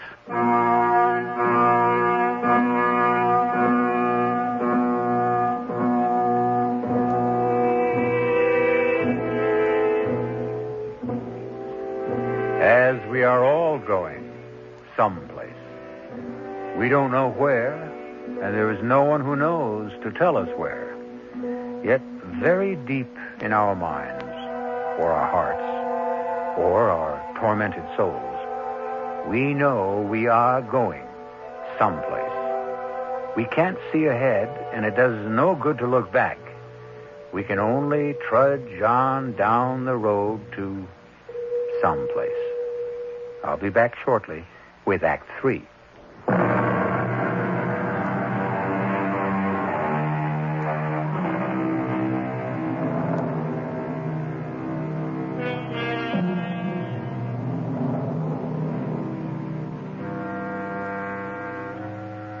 The full moon with which Act 2 ended has been wiped out now by the exploratory colors of the rising sun. And steadily down a winding road trudges a small boy, 10 years of age, steadily, purposefully, toward a destination he could not name were you to ask him. It is Bobby Deland. The thin little boy's arms start to wave wildly as a truck approaches. Stop! Please! Please stop! What's up, kid? Could you give me a lift? How far are you going? I don't know exactly. Down the road a ways. Come on, get in. Here, let me give you a hand. That's a pretty big step up. I can do it. What you doing out at this hour? It's hardly daylight. I have to go see somebody. You expected? Yes, I'm expected. I didn't say when, though. Going to see your folks? My mother. Oh, your mother. And I guess you know where she's at.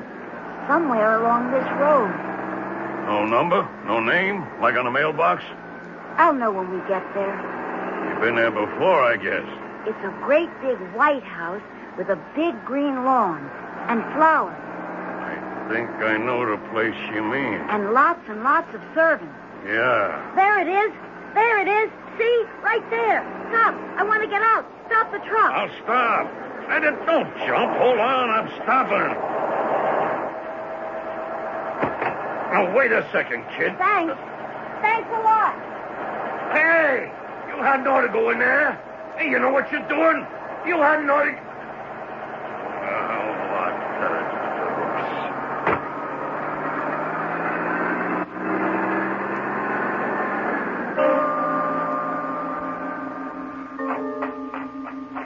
That's it.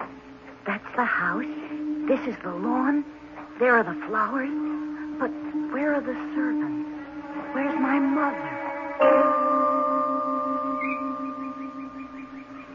You want to sit here, Baroness, under this tree. Is that all right? I'll fetch you some coffee, and I'll be right back. Excuse me. Are you my mother's maid? Yes, I am. Will you tell her I've come to see her, please? If she feels well enough to see me. What's your name? Bobby Deland. Would you tell my mother? And how did you get in here, Bobby? Somebody dropped me off. Before. I'd been waiting till I saw the servants come out of the house. Now, please, I'd like to see my mother. You mean that lady over there? Yes, my mother. Oh, I'm afraid that's not your mother, dear. That's the Baroness Hortha. Well, her name before was Mrs. Deland. Please tell her I want to see her.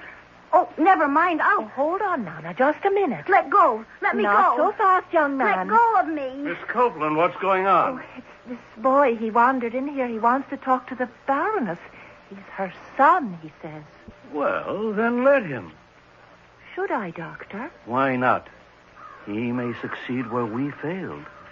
Go ahead, my boy. Thank you. Hello, Mother. I'm here.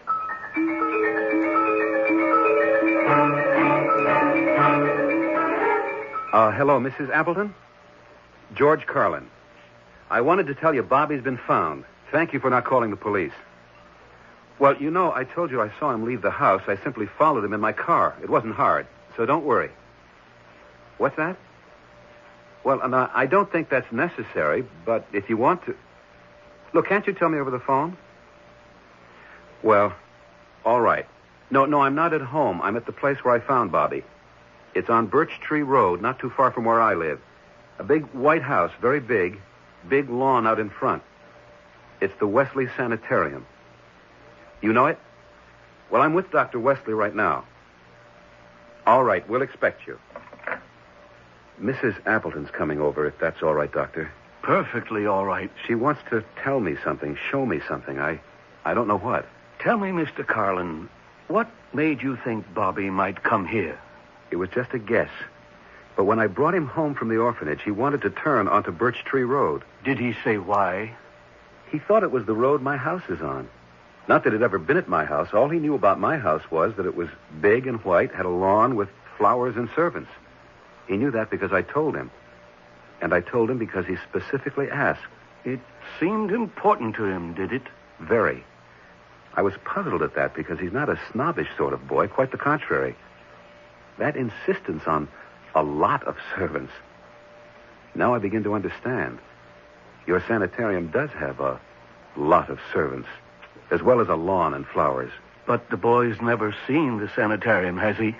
He hasn't even seen his mother since the age of 4. Then how would he know? I suppose that when you dream about a certain person for such a long time and fantasize about that person the way he did about his mother... What sort of fantasies? Oh, wild ones. That she was much admired, much sought after, that she married into royalty, became a movie star. Hold on there. She did marry into royalty. You don't mean she's really a baroness? Yes, indeed. The Baroness Hortha. Well, I thought that baroness stuff was, part of her dementia. The Baron brought her here. The Baron pays her bills. He's not very high up in the royal lists, but he's a baron, nevertheless. The boy couldn't have known that. No more than he could have known Birch Tree Road. Now, about her becoming a movie star, the Baron told us that she made a motion picture a few years ago. Actually, that's where he met her. He put up the money. She starred in it. Well, that's impossible, isn't it? Someone would have known, seen the picture, recognized her. I don't know who saw the picture, Mr. Carlin. It was a pornographic film. No. The Baron has made a good bit of money on pornographic films, I'm told. She made the film? Starred in it. She married the Baron? He's devoted to her. Well, then what happened? About a year ago, she became severely depressed. It went further, into melancholia. Finally, she became very nearly catatonic, and he brought her here. She won't talk to him when he comes to see her. She's never spoken to any of us. It was about a year ago, as I understand it, that Bobby began to talk about a big white house with a lawn and gardens and a lot of servants. Could he have known that she'd been brought here? To a place he'd never seen, didn't even know existed? It's a rare person who has a faculty to sense what is going on. But if there is a great affinity between two people, I suppose a telepathic communication is, well, it's possible. Was there such an affinity between Bobby and his mother? After all, she abandoned him when he was 4 and never communicated with him after that. Communicated with him? I'd say by all the evidence she communicated with him the whole time they were apart. She may not have known she was communicating, but her son was, on the face of it, so sensitively attuned to her and her existence, he could pick up waves that emanated from her that she knew nothing about. Come in. Dr. Wesley, I hope I did the right thing. What's that? Well, I left the little boy with the Baroness. Is that all right? I think so. The Baroness has never shown the slightest sign of being violent. Quite the contrary. Well, she does seem interested in him. I mean, she looks at him. Sounds like progress to me. So then I should just leave them together? Where are they? In her room. I'd say leave them together. But leave the door open. Yes, Doctor. It will be astounding if she recognizes him, accepts him. It could mean she's on her way back. Dr. Wesley, this faculty you talk about, this rare ability to sense things, what is it? It doesn't have a name. Anyway, not a name that appears in scientific journals, but some clairvoyants have it, some mystics have it, some saints, I suppose. Many poets have it. It's an ability to reach far into oneself, to make contact. Do you know the poem called The Labyrinth? W.H. Auden wrote it. There are 4 lines from it that I quote to myself all the time. The center that I cannot find is known to my unconscious mind. I have no reason to despair because I am already there. Nice, isn't it? What does it mean? Oh, come, Mr. Carlin. You know very well what it means. That if we only go deep enough into ourselves, we will find the center that will stabilize us? Is that it? Give us peace? Is that it? The peace that passeth all understanding, because I'm afraid understanding has very little to do with it.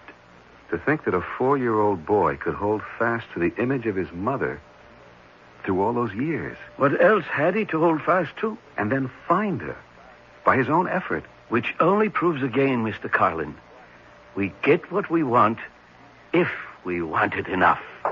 Come in. Mrs. Appleton. I got here as soon as I could. Mrs. Appleton, Dr. Wesley. Please sit down, Mrs. Appleton. Oh, thank you, Doctor. Now, the boy's all right, Mrs. Appleton. You're not to worry. He's with his mother. His mother? He found her here, Mrs. Appleton. She's the reason for his running away all those times. Mr. Carlin, Dr. Wesley, I brought something to show you. Something for you to hear. And what is that? Well, when you called me last night, Mr. Carlin, I was so upset. Everything had been going so well, and then to have him run away again. Well, anyway, I couldn't get back to sleep. So I went down to the basement, and I rummaged around among the old files, and I found this. A tape? Yes. We keep tapes at the orphanage of all the interviews we have with prospective parents and with the people who leave their children for adoption.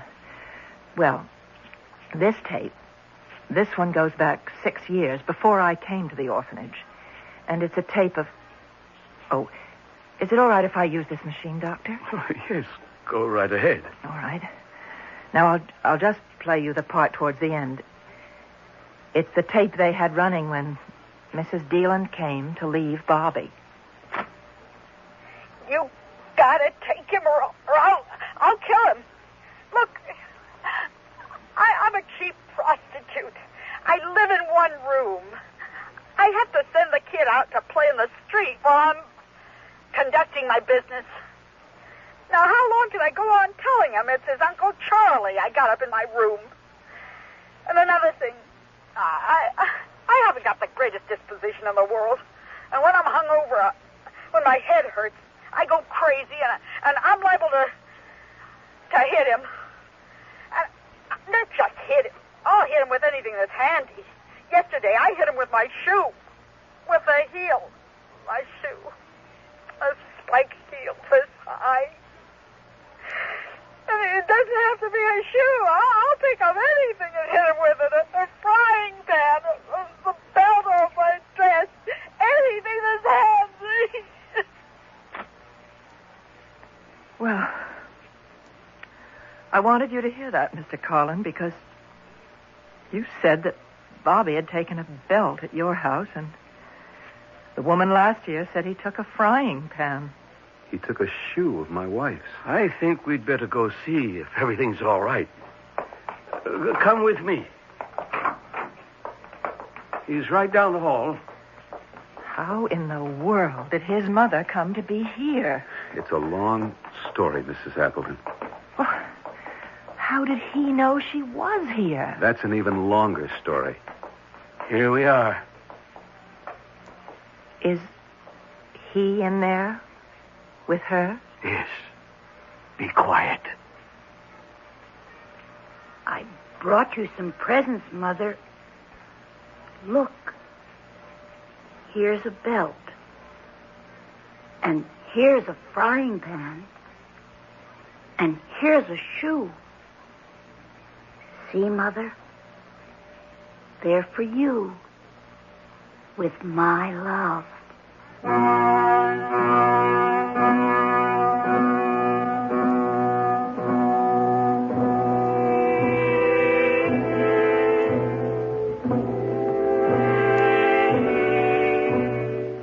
Mothers of the world, rejoice, for you are loved. Of course, in the human nature of things, you are simultaneously hated, and by the same person. For no emotion as powerful as love can flourish unadulterated. Side by side with love goes hate. It is, you might say, a package deal. I'll be back shortly.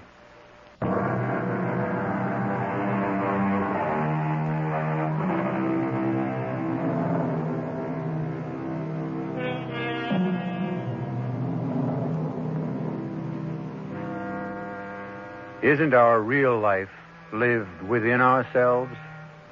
The posturing we do in full view of others, what is that but the antic behavior of a poor clown who needs to be applauded?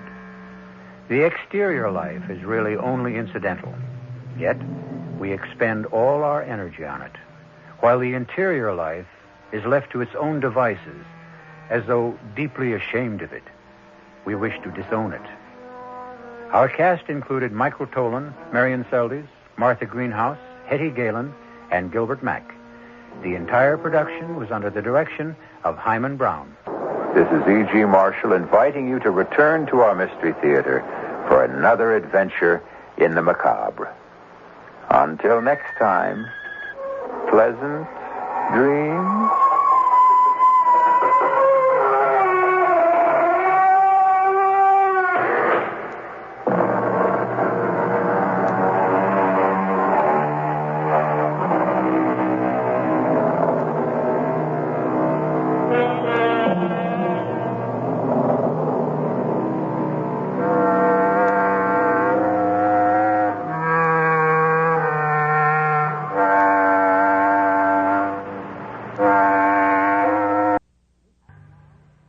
And now, Mystery Theater.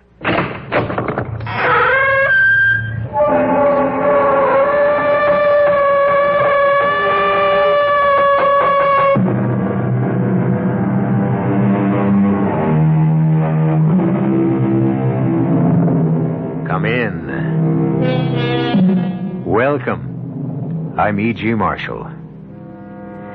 Now, what do you think of when you hear someone say, the spirit of 76? Fifes and drums? The Battle of Bunker Hill? Valley Forge? Most likely. But what isn't too well known is the fact that there was a spirit in 76. A spirit. A ghost. A demon. Indeed, a fearful, deadly apparition to whom all of us owe an almost incomprehensible debt. Because had we not been able to secure the good offices of this frightful phantom at precisely the right moment, well, we might still be subjects of his, I should say, her Royal Majesty. Jabez Follansby, this court-martial has found you guilty of spying for the enemies of your sovereign, King George III. But, General, I just been trying to fight for freedom. It is the sentence of this court that you be hanged by the neck until dead. General, I don't think he's going to stand for it. Well, you don't think who is going to stand for it? Windandingo, that's who. He's the old Indian spirit of justice. And these are his holy and sacred stamping grounds. He isn't going to let you hang me. Oh, indeed. And how does this alleged spirit of yours propose to interfere with His Majesty's justice? Oh, he'll think of something. Well, he better think quickly. Sergeant, march the prisoner to the nearest suitable tree.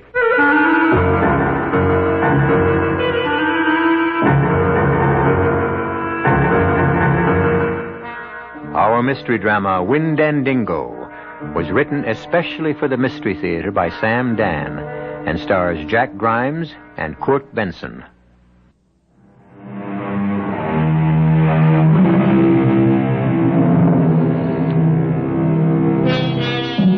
"1777 was hardly a vintage year for the American Revolution. We were losing. The British appeared to be so strong, so well organized, so wealthy, while we seemed so weak, so disrupted, so poverty-stricken. What we needed so desperately was a victory. Of course, in October, that victory would be ours. In a backwoods settlement in New York called Saratoga, British General John Burgoyne would lose not only a battle, but an empire. He would lose it because, well, historians have advanced all sorts of strategic reasons, but nowhere among them will you find mention of an Indian demon called Windandingo. And no one speaks of an obscure American, Jabez Follansby. Jabez Follansby? Who could ever believe he would become a hero? You're mad at me, John. No, James. Nope, I ain't mad. I can tell. I can always tell. I said I ain't mad, and now let's be done with it. John, take me back with you. Nope. Why no? Because you're mad? Because you just ain't cut out for soldiering. But I just ain't cut out for farming either. Yeah, I know. I was practicing with your old musket, and I hit the tree every time at 50 yards. And that's a smooth bore. Why, you just give me a Kentucky rifle or even a Pennsylvania, and I could hit I could be a sharpshooter. Yeah, well, how come then you hit Enoch Fraser's prize bull? Well, there was an accident, I swear. I thought he was locked up in the barn, and so I wasn't watching. Now, you promised me something, Jabe. Yes, John, I will. I'm taking you to Uncle Dick's Tavern up near Saratoga. John, that's way north. It's like a foreign country. Yeah, but there'll be someone to take care of you, so you gotta promise that you'll behave. But I can take care of myself, John. Jabe, do you want to win the war? Answer yes or no. I guess so. Well, you have to help out on the home front. And you can't have me coming back from General Gates's army to get you out of scrapes. You've got to do your part. You've got to. Now, what do you say? Whoa there. They're coming after us, boy. We may as well face it. Who? Look behind you. It's Enoch Fraser and the sheriff. Hold in the name of the law. Caught you dead rights. Caught you in the act. Sheriff, place these felons under arrest. Sheriff, you know we weren't running away. Well, I know, John. I know. I've got to get Jabe to his uncle's tavern up past Albany, and I only have a week's leave from the army. I'm in my right, Sheriff. Jabez Follinsby here shot my prize bull. I demand compensation. I'm willing to make good for him, Enoch. It's just that the army ain't been paid. Am I supposed to wait, Sheriff? Throw him in jail. Well, I was only practicing so I could join the army and fight for freedom. What army would take a half-wit like you? I demand you arrest these two desperate brigands and throw them behind bars. Now, everybody just shut up. Tomorrow morning, Judge Mackenzie's going to be in town. Yeah, but Judge Mackenzie's Enoch Fraser's cousin. It can't be helped. He's the only judge we got. You throw them two desperados in jail, Sheriff. We're all going back. Now, we'll spend the night at Frankenthal's Tavern. But they'll escape. John, now will you give me your word of honor? I don't want to put you and your brother in jail. All right. Done. Let's head back. Well, Sheriff, I hold you responsible. Oh, shut up, Enoch. Well, can I ask you something, Enoch? Why don't you like me?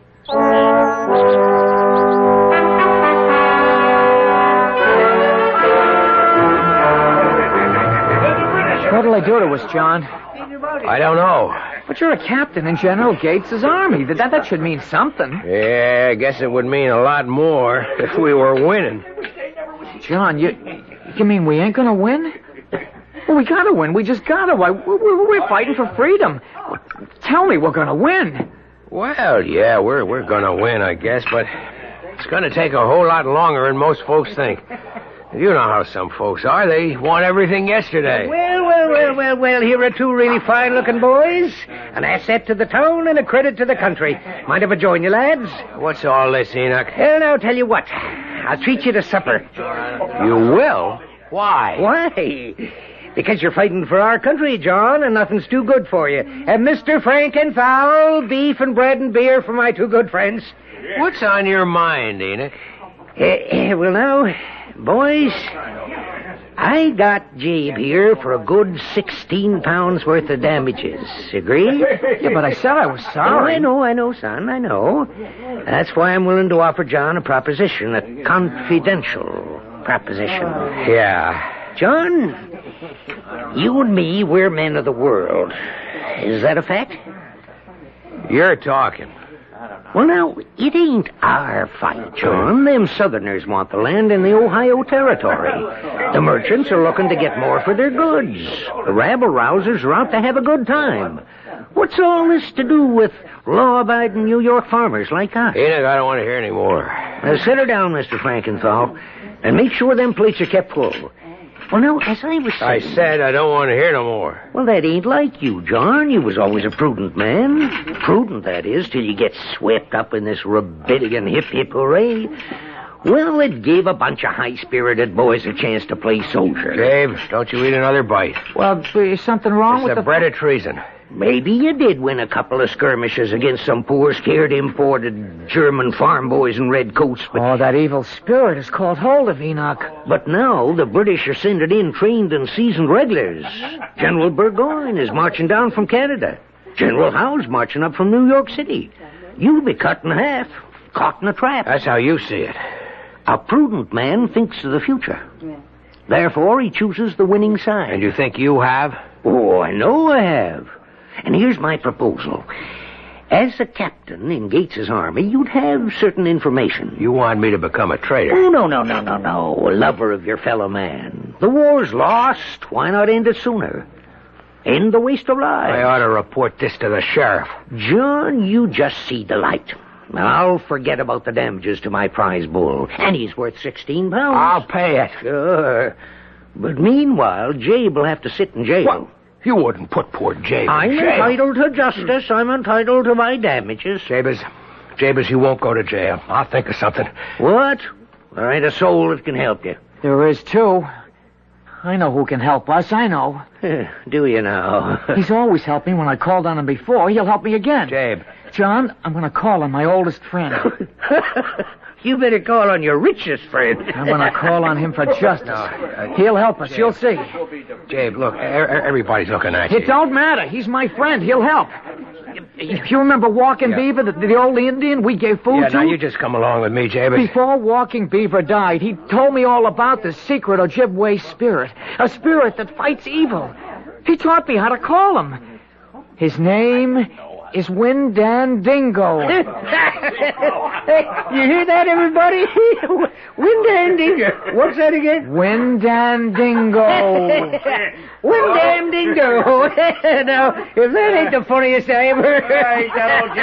Don't laugh. Don't laugh at Windandingo. Why not? Because he don't like it. Well, if he don't like it, he damn well. I'm warning you. I'm warning all of you. Windandingo don't like it. All right. The joke's over. Any man here who laughs at my brother has to settle with me. Hold on, everybody. We don't want no fighting. Now, John, you just take Jabe upstairs and put him to bed. But, Sheriff, I don't want anything to happen to Enoch. Nothing's gonna happen to nobody. But Enoch Fraser has got to say he's sorry to Windandingo. He's got to say it. Hey, John, you better get him upstairs.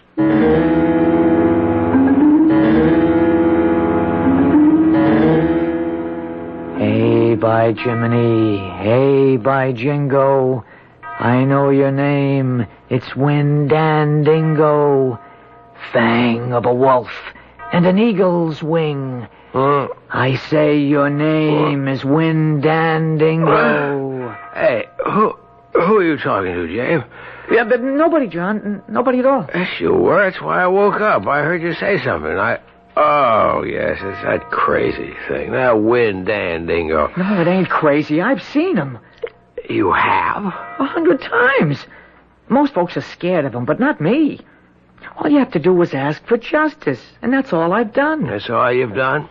Windandingo's a good spirit, and I'm asking him to fight against the evil spirit that's taken hold of poor Enoch Fraser. Because, well, it takes a spirit to fight a spirit, don't it? Jabe, go back to sleep. Yes, John. Tongue of a copperhead, horns of a moose, claws of a bear, feathers of a goose. Jabe. Hey, by Jiminy. Jabe, shut up. I'm really sleepy. But, John, this is the only time we can call Windandingo, at midnight. It's the only time he's able to hear the voice of mortal man. And the clock just struck. Listen. He's here. That's his voice. Jabe, that's just an eagle way off. Listen. Will you go back to sleep? Who's that? Sounds like Enoch Fraser. He's come to kill me. Enoch must be having a nightmare. Don't let him. Let me go. Let go. Oh, Enoch does drink an awful lot. Don't kill me. No, it's Windandingo, all right. Don't. And justice is being done. What? I didn't think Enoch's crimes were that serious.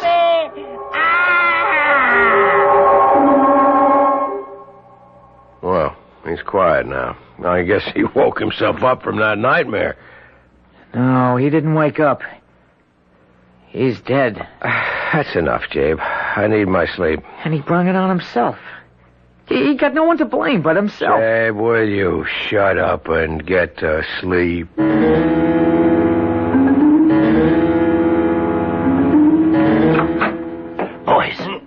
Boys, get up. Wake up. Come up, Sheriff. John. What is it? Boys, what? You got to leave. What's wrong? Shh. Don't let no one hear. Get out of here as fast as your legs will take you and as far as your horse can go. Why? Enoch Fraser is dead. He's dead? Dead. Murdered. But who killed him? Who? Why, Jabez. Who else?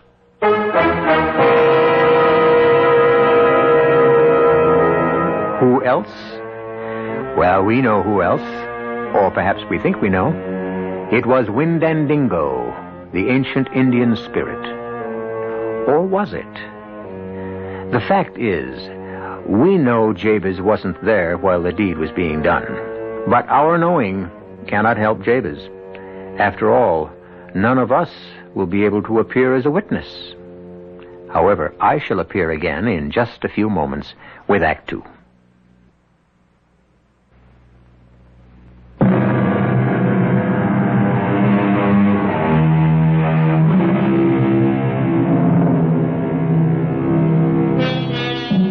It is the fall of the year 1777. We're about a month away from the great victory at Saratoga that will turn the tide. And one of the principal characters who will decide the fate of the revolution is now deep in trouble in a little Hudson River town. His name is Jabez Follansbee, the same Jabez we met earlier. Impossible. How could Jabez be the principal character in anything? Well, don't sell our Jabez short. He has a great many hidden facets. Nah, Sheriff, you know Jabe couldn't kill anybody. I know, but it don't look good. Jabe, did you kill Enoch? No, John, I never killed anybody. And he don't lie, Sheriff. Except maybe that prize bull of Enoch's. Look, boys, everybody heard Jabez threaten Enoch with this Windindango. No, Windandingo. Well, whatever. And that was the name Enoch was screaming. You know how some folks are.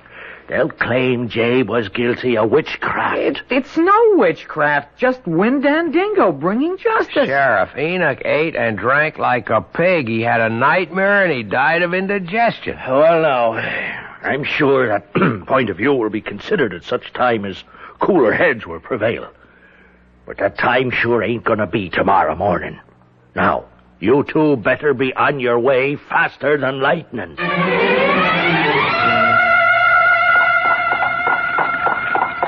John, you don't believe I killed Enoch. But how could you? You were with me all the time. Well, you could believe I had Windandingo do it. I don't believe anything of the kind. I didn't ask Windandingo to kill Enoch. All I asked for was justice. Sure. And it was justice Windandingo gave him, that's all. There. Now, before we go inside... What? Now, you promise me that you will do as Uncle Dick and Aunt Martha say. You'll keep out of scrapes. You won't fire guns. John, can't you take me with you? If you come with me, you'll have to kill people. Now, could you do that, Jabe? Could you shoot a man? No.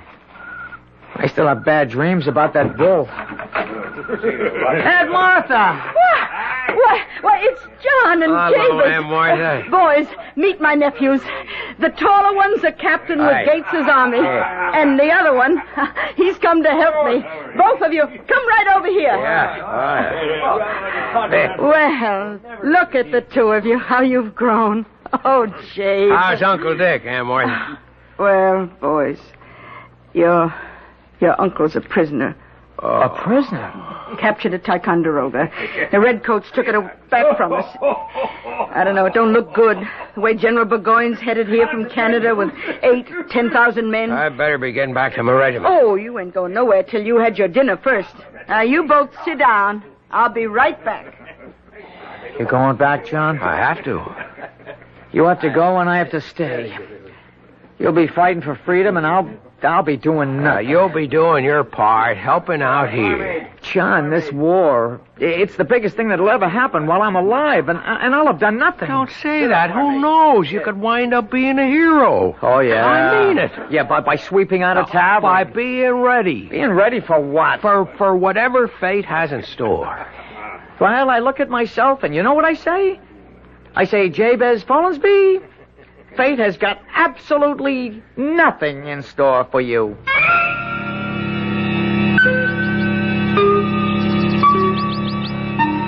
Yankee Doodle, keep it up, Yankee Doodle dandy. Mind the music and the step, and with quick girls. Yep. You there. Yes, sir. Oh, you're a captain, aren't you? Yes, I'm a captain. I can tell from your uniform. My brother's a captain. He's with General Gates. Yeah, well, where's the nearest American troops? Well, I guess they're in Albany, Captain. How far is that? Oh, maybe 30 miles. Can I get a fresh horse? Yes, sir. Now, son, listen. The British have broken through. General Burgoyne's headed this way.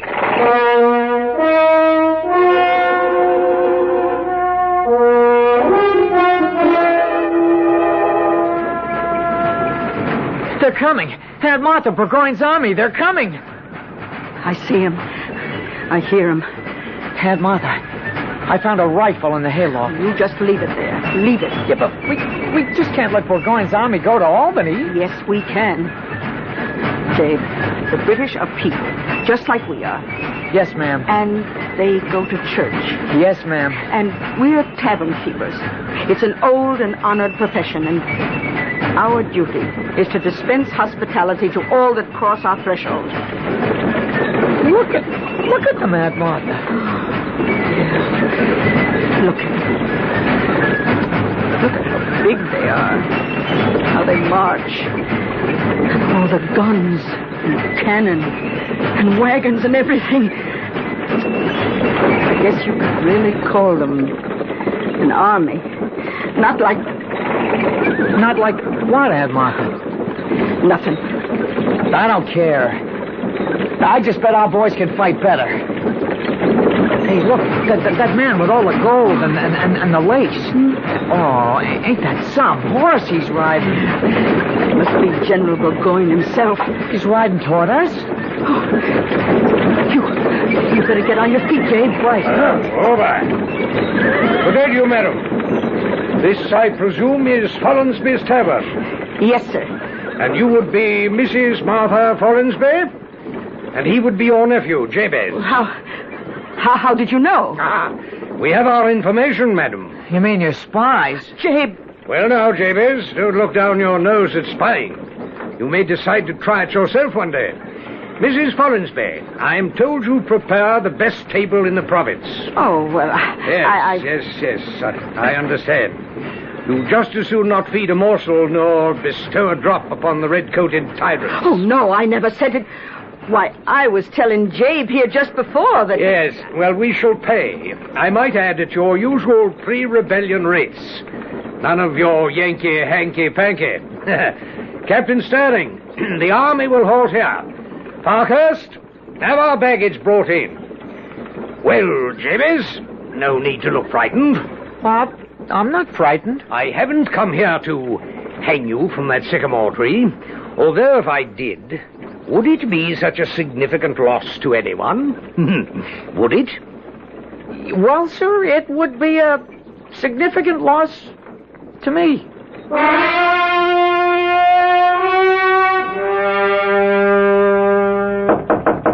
Come in. You told Aunt Martha you wanted this wine, General, and here it is. I see. Aunt Martha wants me to clean up the room, too. Yes. May I inquire, Jabez, that's a rather large knife you carry in your belt. Yes, sir. You look like a peaceable enough fellow. Why are you so well armed? Well, I'm in the woods a lot, and you need a knife. I must say, Jabez, I'm considerably relieved. I'd overheard you and your aunt talking in the kitchen. Oh, General. No, I wasn't eavesdropping. Well, the truth is, I was. Who can resist the temptation? And I heard you talking about fighting for freedom. I had assumed, perhaps, that you might strike a blow for freedom with that knife. With the knife? Well, how? How? By letting out the heart's blood of Sir John Burgoyne. Sir, please don't say that. The idea of stabbing somebody, it makes... It makes me sick. Well, what's this? You're actually trembling. Now, have some wine. No, sir. That'll make me sicker. Oh, I'm truly sorry. I didn't mean to upset you. But you must admit that the assassination of the tyrant commander, as I believe I'm called, would be a mighty blow for freedom. No, sir. I ain't gonna admit that. Why not? Well, I've been thinking, well, I figure I'm willing to die for freedom. I'm just not willing to kill for it. Sir, the dispatches have arrived. You have a communication from General Howe. Do I have a letter from Mr. David Garrick in London? No, sir. Well, are you sure, Parkhurst? Yes, sir.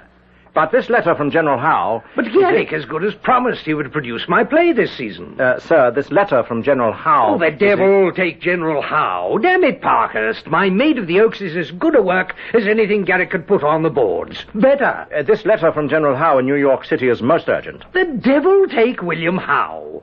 Fanny Kemble herself wants to play the part, and...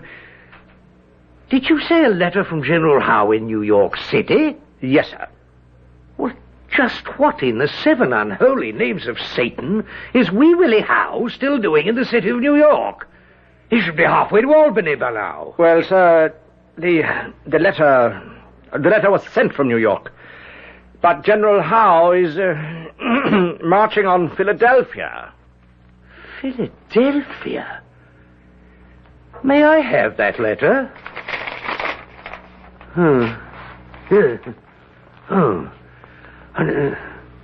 So, dear Burgoyne, the greatest assistance I can give you is to capture Philadelphia, and thus prevent Washington from moving northward. Your obedient servant. Washington? He wants to save me from General Washington? That threadbare Virginia aristocrat and his pathetic rabble that masquerades as an army?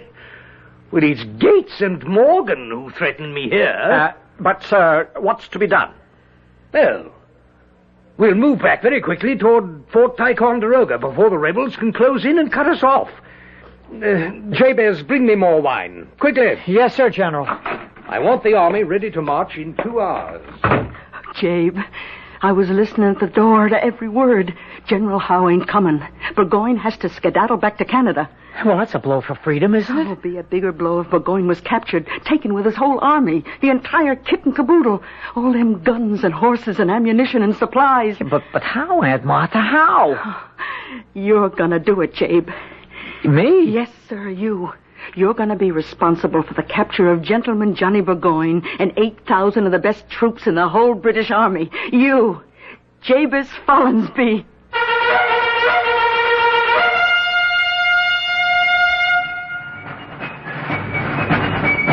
Well, the only thing that can be said at this point in time is that she knows something we don't know. And she's right. Because as students of history, we know the end of the story. We know that Burgoyne and his army were captured. Now we shall expand that knowledge and discover how, when I return shortly with Act 3.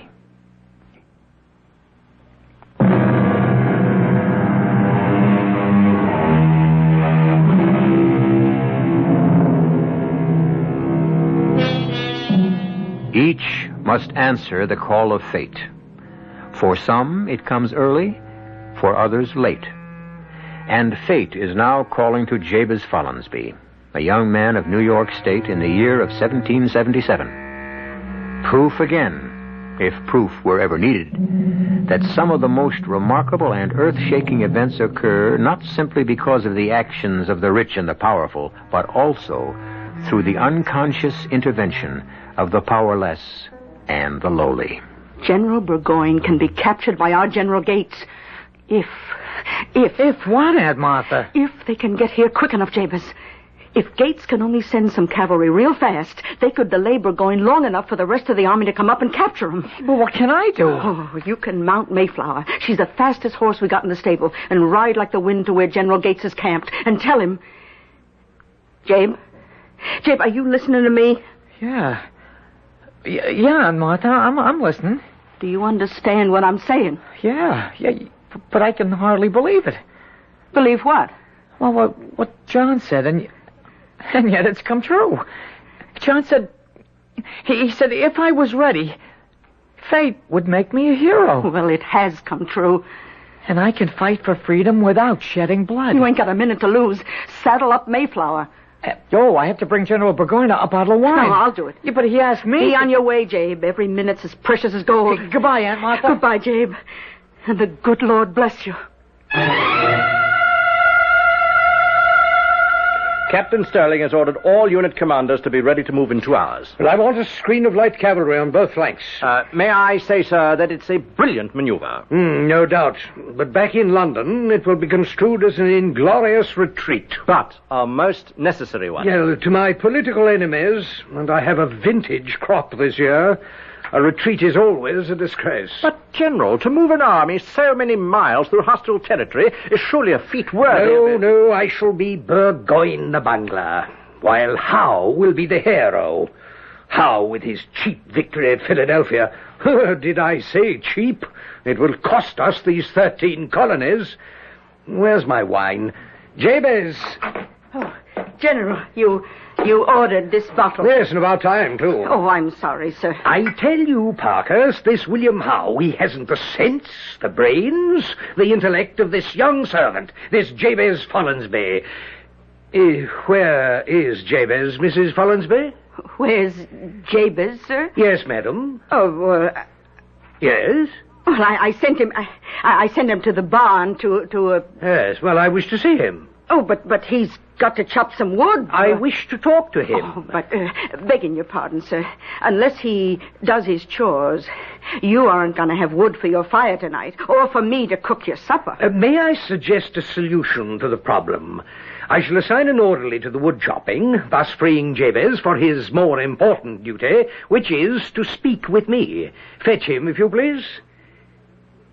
Madam, is there a difficulty I am unaware of?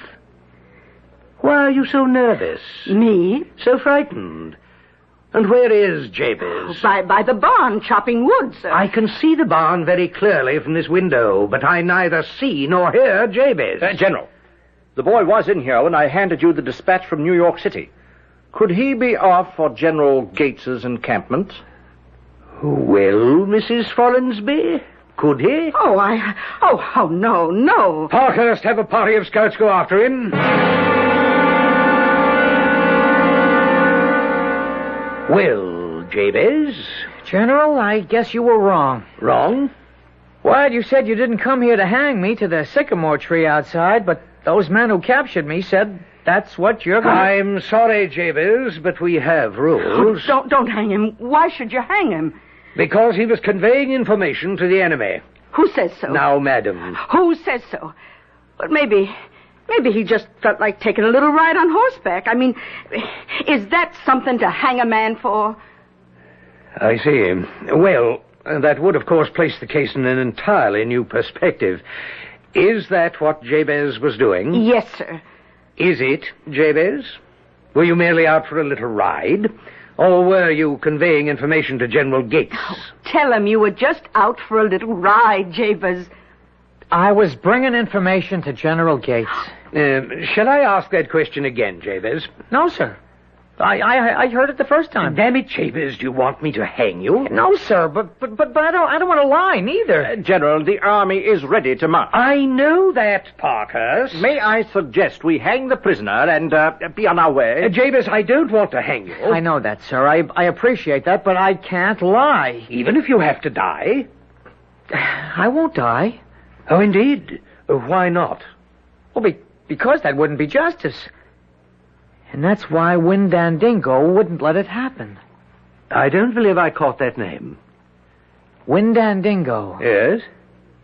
Windandingo. He's the old Ojibwe Indian spirit of justice.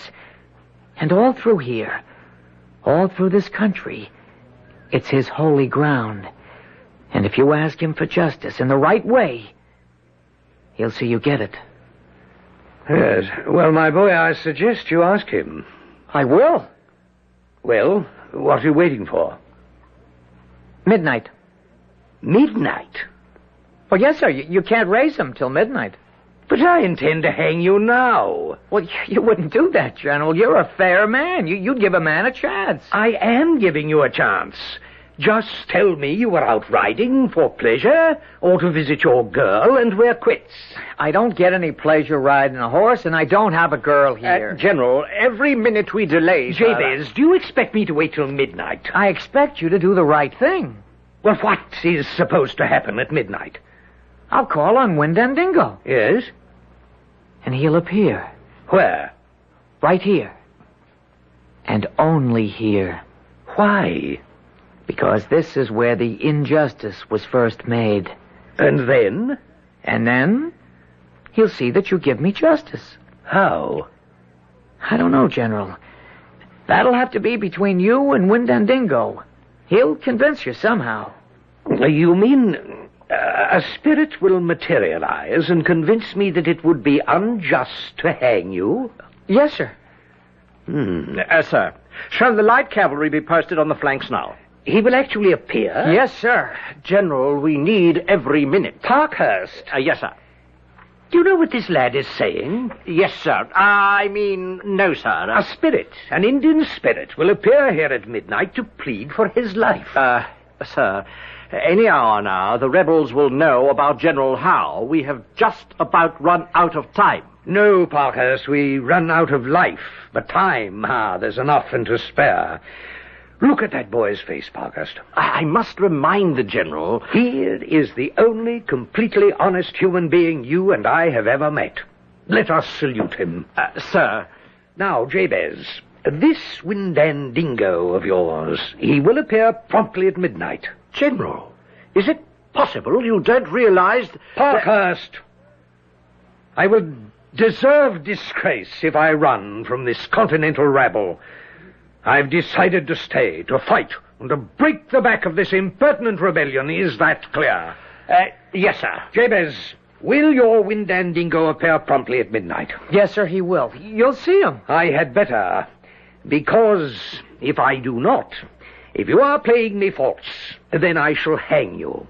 Hang you from the bough of that sycamore tree. I shall hang you by the neck until you are dead, and leave you dangling for the kites and crows to feast on your carcass. You understand? Yes, sir.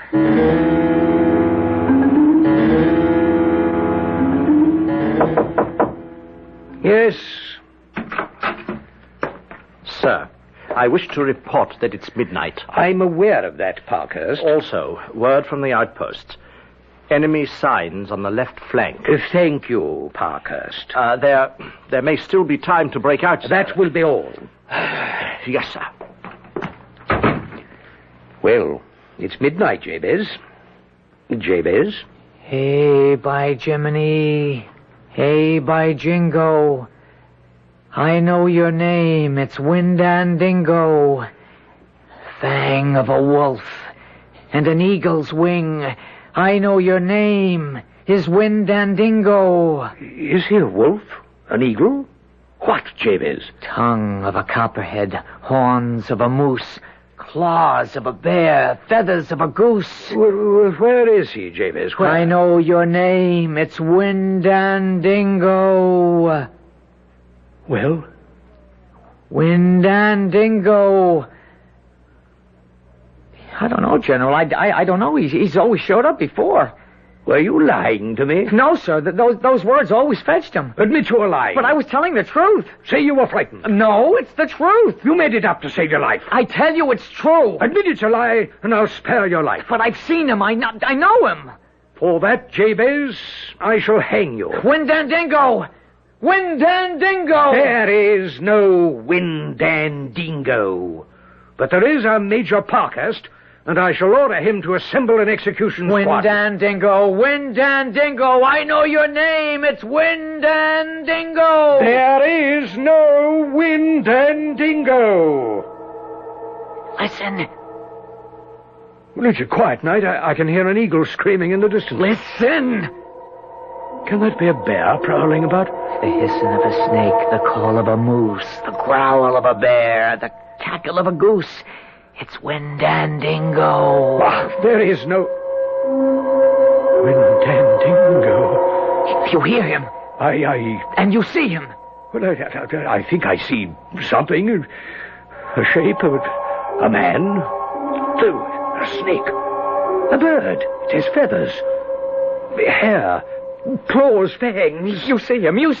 What is it? It's Windandingo. No. It isn't possible. It doesn't exist. These things don't exist. It's Windandingo. Go on dreaming. You're awake. I had too much to drink. It's Windandingo. What does he want with me? Listen to him. I'm listening. I can't hear a word. He talks without words. He's in your mind. Listen to what he's saying. He gets angry if you don't listen. What is Windandingo saying? Spare his life. Give him justice. Give all people justice. Without justice, there is only death.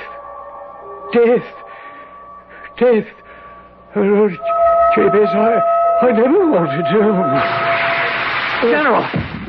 General Burgoyne, help! What have you done to the General? Well, I didn't do nothing. General, are you all right, sir? Yes, where did it go? Where did what go? But it was just standing there. What was just standing here? Oh, Jabez. Yes, General. You're a young scoundrel. But sir, I really should hang you. When Dan Dingo was here. But I won't. On one condition. Give me your solemn oath. Go join Gates's army. Sir, I really am not much for fighting. Jabez, there's nothing so destructive to the smooth operation of an army, indeed a government, as a completely honest man. You've done enough damage here. Now take your talent for disruption over to your own people. It's perhaps the best chance we British have to win this war.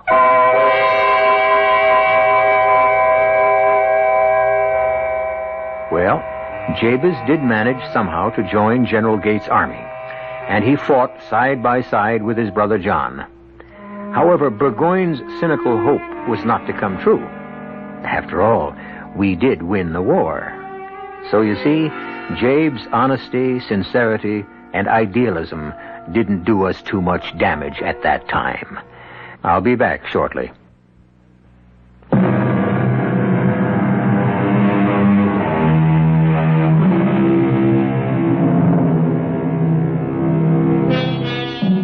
In case you're wondering what happened to Gentleman Johnny Burgoyne, he went home to become richer and more powerful than ever. He spent the rest of his life writing plays, and they say one of them was about a powerful Indian spirit. Unfortunately, many of his papers have been lost. A pity.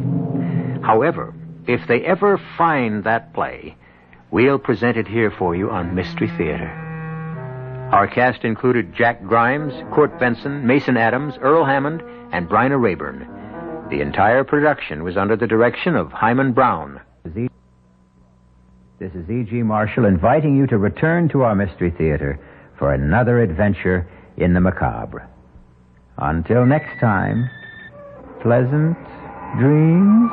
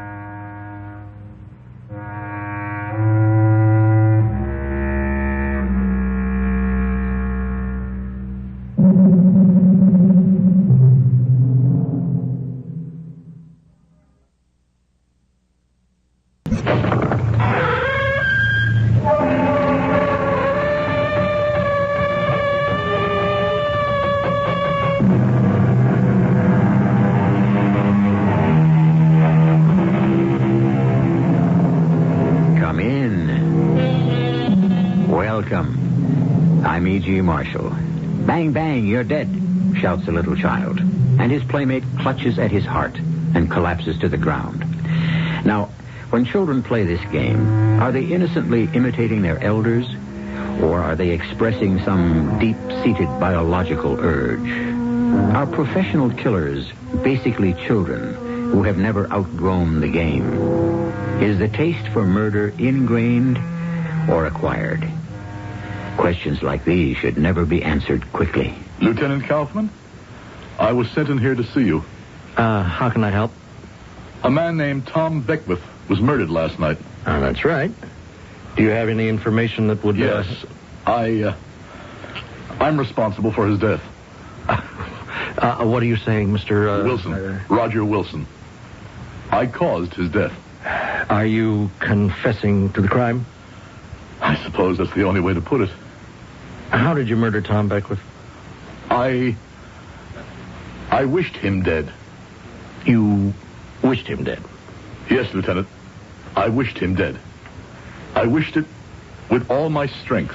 He was killed by 2 shots from a .38 caliber pistol. Now, did you fire them? That's immaterial. Mr. Wilson, You don't look well at all. I'll have an officer see you to your home. I see. Well, let the record show that I did my duty as a citizen.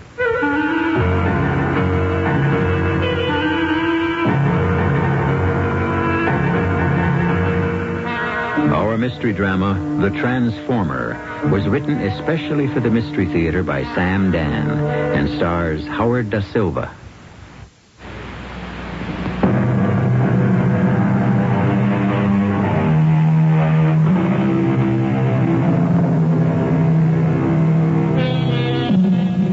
There are strange and mysterious transformations.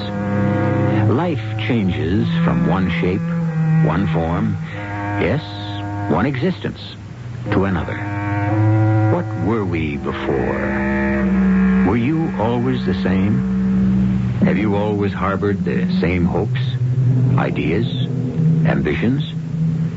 Suppose the person you were 10 years ago should meet the person you are today. Would it be a happy meeting? Let us meet Roger Wilson. Roger Wilson, 42 years of age, just beginning to lose hair and gain weight. Roger Wilson, who has already accepted the fact that while he will not set the world on fire, he will at least bask in a cheery, comfortable glow.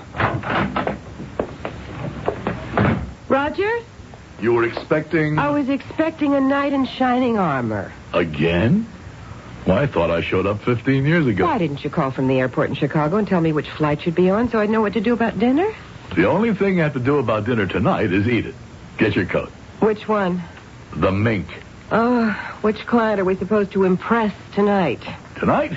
Tonight is all fun. We're never supposed to have fun at dinner. We're supposed to be in there selling away. Oh, come on. It's not that bad. Oh, the nonsense I've had to hold still for these past 15 years. Well, Dolly, if you sold your soul, at least it wasn't for a mess of pottage.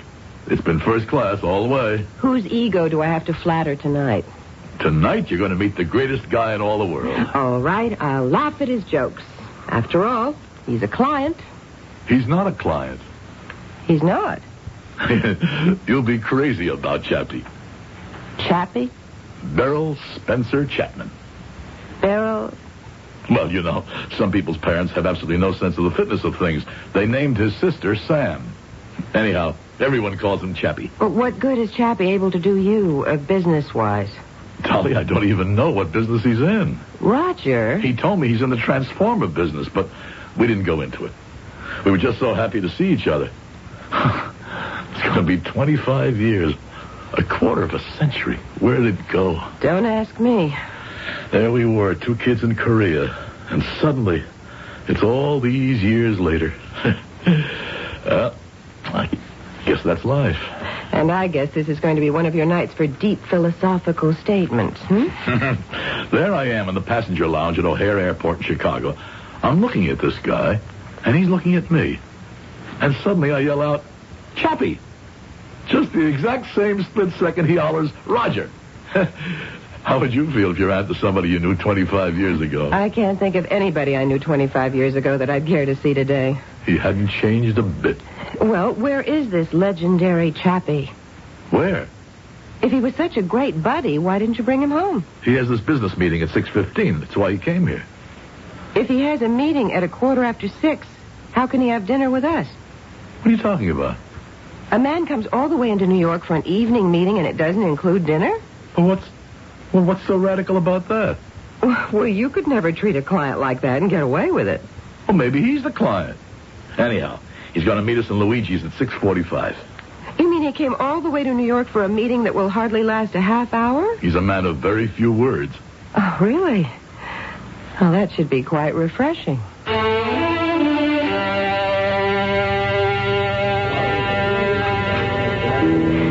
You must be a very efficient businessman, Chappie. Why? Well, I'm simply amazed at how quickly you're able to conclude a business meeting. Are you? When Roger gets involved in these things, they can go on for hours, even days. Do they? I can never get Dolly to understand there's so much to talk about. How do you avoid all that talk, Chappie? Well, what's to talk about? You know the deal, you go in and close it. What kind of business are you in? Transformer business. Oh. Well, tell me all about it. It's kind of technical. Well, I was a science major at college. A transformer is an instrument used for changing voltage. You have a step-down transformer. You have step-up transformer. Oh, darling, I'm sure Chappie doesn't really want to talk shop. All right, you're absolutely right. When a couple of old war buddies get together, I'm sure they can't wait to swap stories. I'll sit here quiet as a mouse and just let you boys talk. Dolly, when you see, Chappie and I were very close. Very close. And one of the reasons we got along so well was because we could just sit there in that foxhole for hours and just say nothing. How could you just sit there for hours and say nothing? Well, sometimes by saying nothing, you say everything. How about dessert? Nothing for me. Cheesecake.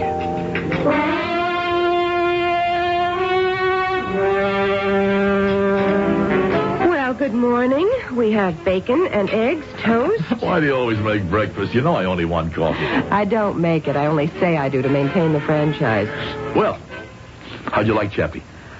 I like strong, silent men, but... Yeah, we would sit there in the mud and the snow day after day, night after night. We'd hardly speak a word. How did you communicate? Extrasensory perception? We only had one aim, to keep alive. I would look out for him, and he would look out for me. Well, I can't imagine you not saying a word for days on end. You haven't answered my question. Which question? How'd you like Chappie? Has he left town? No, he plans to stay for a week or two. As a matter of fact, we're having lunch. A quiet lunch, no doubt. Now for your morning news headlines. Oh, must we? Gangster Chief Tony Arman was murdered last night. The victim, obviously, of a gangland execution. The medical examiner places the time of death at about 6:30 p.m. The killer fired 2 lethal shots and disappeared as if into thin air. No one in the neighborhood, 3rd Avenue and 67th Street, heard or saw anything suspicious. Your next headline report in 10 minutes. 3rd Avenue and 67th Street? Oh, we were just 2 blocks north of there at Luigi's. You still haven't told me what you think about Chappie. Oh. Well, he doesn't seem to be your type. I mean, you appear to have nothing in common. When you're huddled in a foxhole, you have everything in common. Because after the war, you drift apart. But there's always that deep feeling of friendship. He has fascinating eyes. Yeah? When he first came into the restaurant, they had sort of a glow. And then they changed, and they seemed to grow softer. As soon as she spoke about that look in his eyes, I got a sudden chill down my spine. I knew that look. I remembered that look. That funny look that glowed in his eyes. Every time. Each time. Each time. Each time he would be crouching there, freezing, peering desperately into the darkness. Raj. Yeah? You hear something? Yeah. Yeah, Chappie. Something's moving. Where? I don't know. Wait, I see him. Where? That clump of bushes at 10 o'clock. See? Yeah. Must be 500 yards. More like 6. Let me raise my sights. Chappie. Yeah? He's headed home. Let him go. Let him go? He's just some goof-off. They got goof-offs on their side, too. He got lost. Let him go home. Watch this, Raj. Watch me squeeze it off. Got him. And the body that was crawling in the snow suddenly stiffened and became still. It would remain still forever. I looked at Chappie. He was breathing very slowly through his mouth. And there was that look. The look I can neither explain nor describe in his eyes.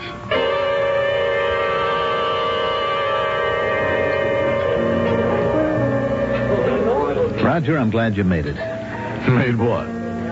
It. Remember the it we used to talk about back there? Come home, marry a good-looking dame, get a good deal. Oh, well. Did you make it too, Chappie? Sure. Everything except the dame, but I'm still looking. Well, marriage. It has its good points, has its bad points. You know, I love Dolly, but there are times when I could kill her. Yeah? I'm just kidding. I worried about you, Roger. Why? You saved my life. You saved mine, too. Well, that don't make it even. I worried you wouldn't make it when you got back home. Why? Because you're soft. But now I feel better. I see you're all set. You must have a great job. Well, I thought it was a great job 5 years ago. Something wrong with it now? Yeah. It's the end of the line. No? There's only one place I can go, and that's general sales manager. Sounds big. Oh, sure. But you see, Chappie, it won't happen. Why not? You've got the stuff. I've also got a problem. His name is Tom Beckwith. Tom Beckwith? Thomas Eldon Beckwith, Jr. Why is he a problem? Well, he's alive. Yeah? Well, you see, Chappie, he happens to be my age, and so I'm kind of stuck out on a siding with no way of getting switched onto the main line. I see. Oh, I won't starve exactly. How's the transformer business? Chappie? Hmm? Oh. What time you got? That's about 1:15. I just remembered I got to see a guy. Let me have the check, huh? No, come on. It's my party.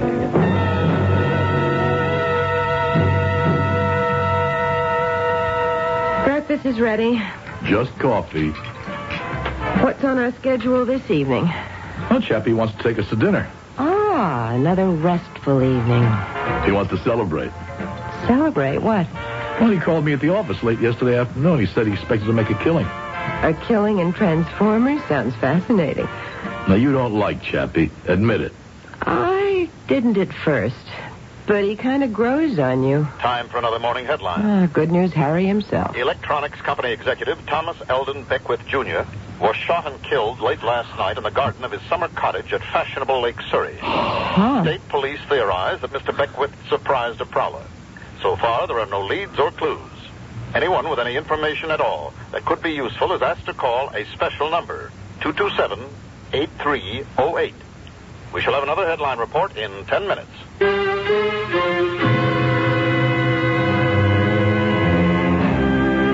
No doubt he will. But it's hard to imagine another headline of any kind that would equal this one in impact on Roger Wilson. Well, what do we have here? Is Chappie a professional killer, or is it all coincidence? Don't downgrade coincidence. Better still, don't do anything. Just wait here for a few moments, and I shall return with Act 2.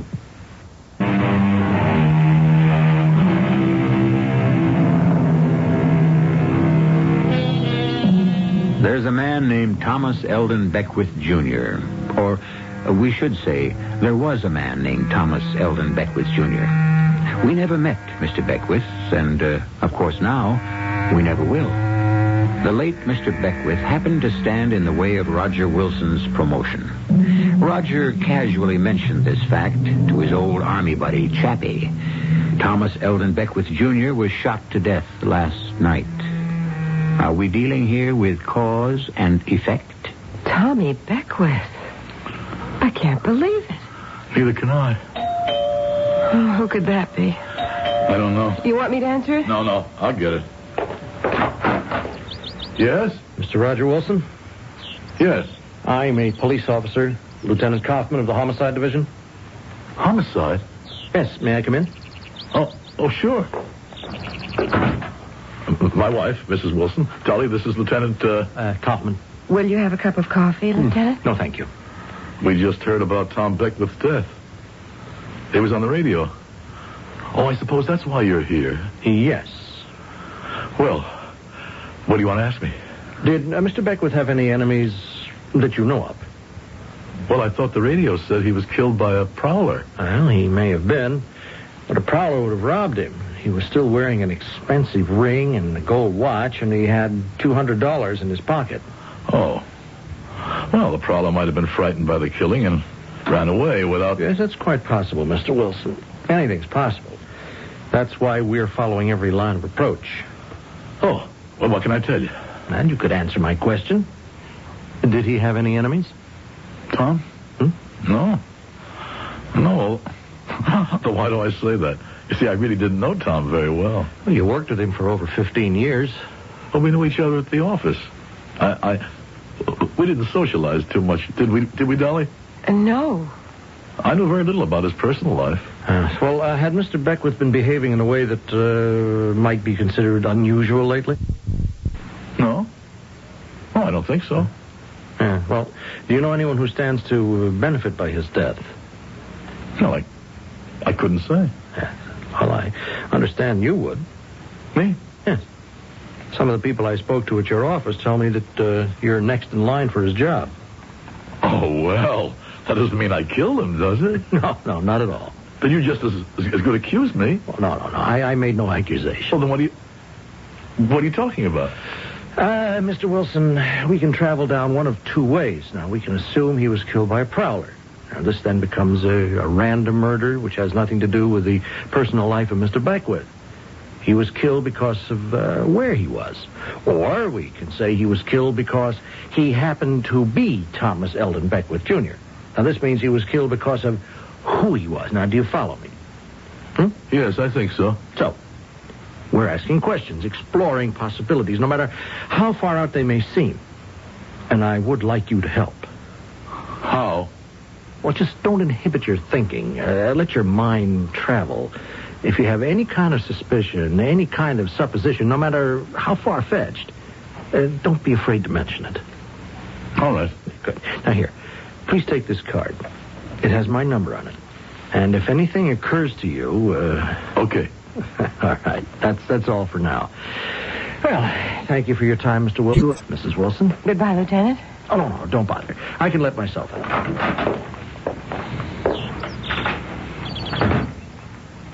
Tom Beckwith. Who could have killed Tom Beckwith? Evidently, that lieutenant thinks I did. Oh, Roger, come on. He doesn't think anything of the sort. Besides, how could you have done it? You were home with me all night. Yeah. That's an advantage of married life. You have a built-in alibi. Roger? You're quiet as a ghost. You're shaking. I'll be all right. Roger, death is always a tragedy. It's too bad about Tom Beckwith, but by no stretch of the imagination can you pretend you two were friends. It's one thing to be sorry, but how can you be so cut up about it? I'm not cut up. Roger, tell me. What's the matter? What was I going to tell her? I didn't even know what to tell myself. Chappie. Was it possible? It was just a vague suspicion. But now, this... Don't inhibit your thinking, said the lieutenant. Let your mind travel, no matter how far-fetched. All right, Lieutenant. What do you want me to tell you? A war buddy of mine is a professional killer? Just suppose, for the sake of argument, that I went to your office right now and tried to explore this far-fetched suspicion with you. How would you react? Lieutenant, I know who killed Tom Beckwith. Do you? A man named Beryl Spencer Chapman. I go slow. Now, I have to write it all down.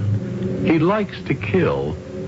I know that from when we were in Korea 25 years ago. He used to get a look in his eyes. A look? Well, you know this gangster who was gunned down the other night, Tony Arman? Yeah? A few minutes after Arman was shot, Chappie joined us at a nearby restaurant, and he had this killer's look in his eyes. Now, let me write this down. The killer's look. The next day, I just happened to mention that... Yeah? Then what? That Tom Beckwith was the one who was standing in the way of my promotion to general sales manager. I better write that down. And last night, Beckwith was shot to death. Why did you mention it to Chappie? Why? Yes. Why? Well, because... Was it because you hoped that Chappie would kill him?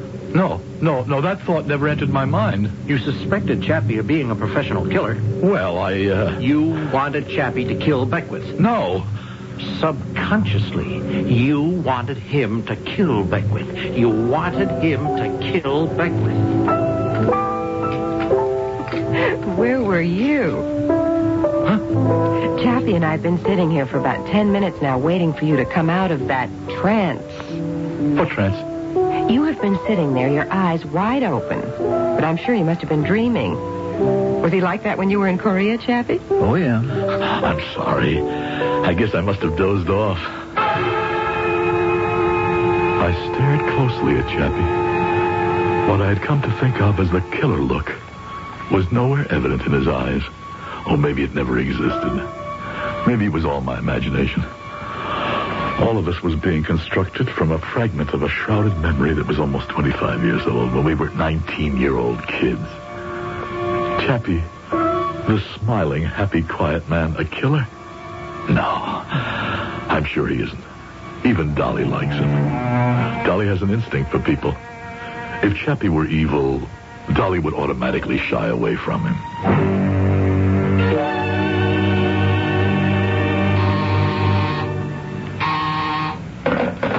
Yes? Now send him in. You wanted to see me, Mr. Struthers? Yes, I want to see you, Roger. You know why? Well, You're under the impression that I'm going to offer you Beckwith's job, aren't you? Well, Mr. Struthers, everywhere I go around here, I hear the same thing. Roger Wilson's going to be the next general sales manager. Well, I did have reason to believe I was next in line. Line? What line? What is this, a bus station? I've given this company 20 years. I know, and you have been well paid for it. Now, Beckwith is dead. Yes, sir. Now, why should I replace him with another Beckwith? Sir? You're another Beckwith. You're the same style. Oh, no, sir. With all due respect, I think I'd be a better sales manager than Tom was. Well, you'll have to prove it. Now, there's one account this company must have. Webster. Webster? Webster, right now, buys 20% of all the components manufactured in this industry. Now, Webster's growing every day. I want that account in this house. But, sir... Beckwith couldn't bring it in. Can you? Do you realize there's a deep personal situation that exists at Webster? Well, we make a better product. We can give him a better deal. Yeah, but... Now, listen. You want me to give you the sales manager's job? You give me Webster.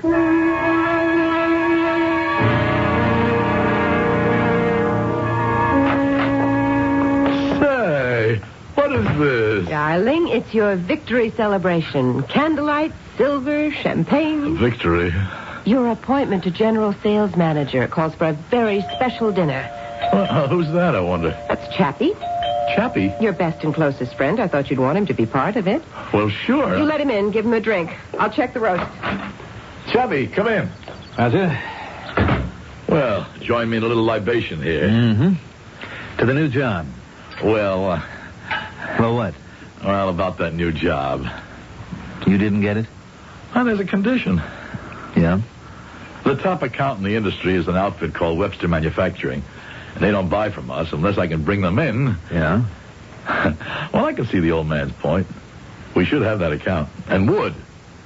Except, well, it's something personal. Personal? Yeah. Yeah, we have a competitor. And they have a salesman. We don't know how he does it, but he's got Webster all wrapped up. Yes. Yeah, I spoke to Jim Webster himself. Mm-hmm. He as much as told me, Roger, he said, I'd buy from you folks in a flash. You got the product, you got the price, but... But what? But as long as Jerry's alive, he said, I'm obligated. Why is he obligated to Jerry? I don't know. It doesn't matter. As long as he feels that way. Yeah. So that's that. Sure. Well, maybe it's time I found another job anyhow. What's Jerry's last name? What'd you say? I said, what's Jerry's last name? Boy, is that important? Well, what is it? Well, why would you want to know his last name? I'm just curious. Okay, forget it. How about a refill? Sure. His name is Trask. Jerry Trask.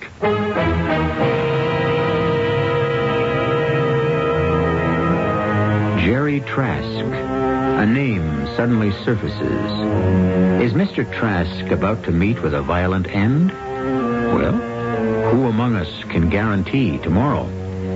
But this does not seem to be a happy time for those people who stand in the way of our friend Roger Wilson. Is war buddy Chappie expressing professional curiosity? Indeed, is he even a professional? Well, we usually answer these questions in Act 3, which I shall bring you in just a few moments.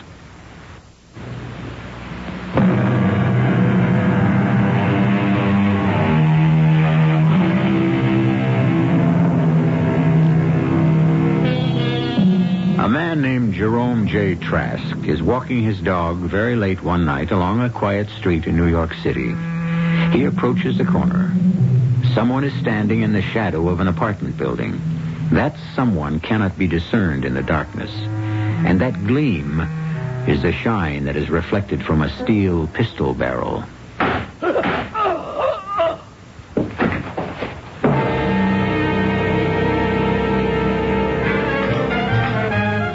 More coffee? No, this is fine. What'd you say? Well, let's turn this thing off so we can hear ourselves talk. No, leave it on. Why? I want to hear the morning headlines. I can't imagine what for. They're always so depressing. It's always some murder. Roger? Something wrong? No. Are you sure? Nothing's wrong. Why do you insist? It's just that you seem to be so nervous this morning. I'm not nervous.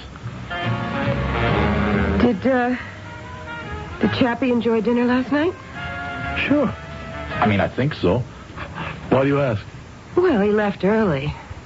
Why, do you suppose? Now, your morning news headline. Well, here he is again, Doleful Donald. Is our city in for a wave of random murders? Is a mad killer loose in the streets? Early this morning, another senseless shooting, another tragic death. Just before dawn, Jerome J. Trask, 37, was shot to death as he was walking his dog along East End Avenue and 77th Street. At this moment, police are unable to supply further details. We shall return in 10 minutes with your next headline report. Well, another morning, another murder. Roger? You know, lately you've been getting a funny look on your face. What kind of funny look? Just kind of funny and far away, as if you're not with us. You just kind of disappear. What do you mean, disappear? You sit there and you give the impression that you're off somewhere in another time or another place. I've just had some things to think about. Some very puzzling things. Like what? Like, I'm not even sure I know. Well, you're a fountain of information. Did you call in and get us a starting time? Starting time? At the club, we're playing golf this morning. You and I and Chappie. Golf? Oh, Roger, we spoke about it last night. Now that has to be Chappie. I'll get it. You pour him a cup of coffee. Hello, Chappie. Come on in. We probably won't tee off until after lunch. Roger forgot to get us a starting time. Was he this absent-minded in the Army? Sometimes.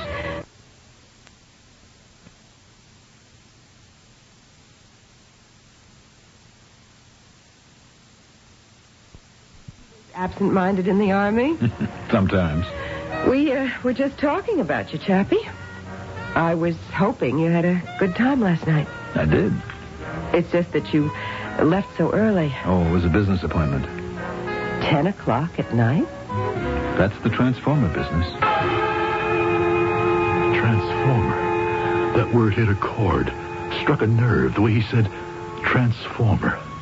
It was the way I had said transformer years ago in a foxhole in Korea. They were attacking us in force, and we were throwing everything we had at them. Okay, Jimmy, okay, you're wasting the taxpayers' money. There's nothing to hit out there anymore. They all went home. Got any water? Yeah. I get so thirsty after a firefight, I could just keep drinking for hours. All I've got is half a canteen. Honey, how many of them did you get, Raj? None. I just fired into the air. I counted 14. 14 definite. I saw him go down. It could have been more. You want to stand guard a while? I got to clean my rifle. Now? Rifle should be cleaned every time it's been fired. All right, go ahead. When's the last time you cleaned yours, Raj? Oh, let me see. I mean, just because nobody comes around for inspection, that doesn't mean that... Don't worry about me, Chappie. I gotta worry. You're my buddy, aren't you? What are you laughing at? Oh, nothing. Yeah? Well, it's the way you handle that rifle. In your hands, it isn't just some standard government issue. It's what? It's a mystical object. Yeah? What's that? Well, let's say it's a kind of cosmic transformer. A transformer because it works like cataclysmic transformation. Where do you get all them big words, Raj? That's what you learn in college. Where was I? Oh, yes. A rifle is a transformer. It transforms the living into the dead. How do you like that? I like it. Yeah, I like it pretty good. You know something, Raj? I may even go into the transformer business when I get home. Transformer business? Why not? Well, for one thing, it's against the law. That ain't gonna bother me. Why not? Them laws are passed by fat politicians. I already broke a bigger law. Which one is that? God's law. Don't it say in the Bible, thou shalt not kill? So what are we doing out here? This is different. It's always different. There's an explanation. There's a million explanations, Raj. I figure I'm in bad already, so go all the way. All the way? Where? Here I've been killing people for the government for less than $200 a month. That's not the way to look at it. I know guys who pay better. A whole lot better. Yeah. Transformer business. You want to go in it with me when we get home? No, thanks. You see, Chappie, that's what I meant. He just disappears on us. What are you talking about? You were sitting there for over a minute with a blank look in your eyes, wasn't he, Chappie? Anybody mind if I have another glass of orange juice? Oh, help yourself. Must be very thirsty this morning. Yeah. I get that way sometimes.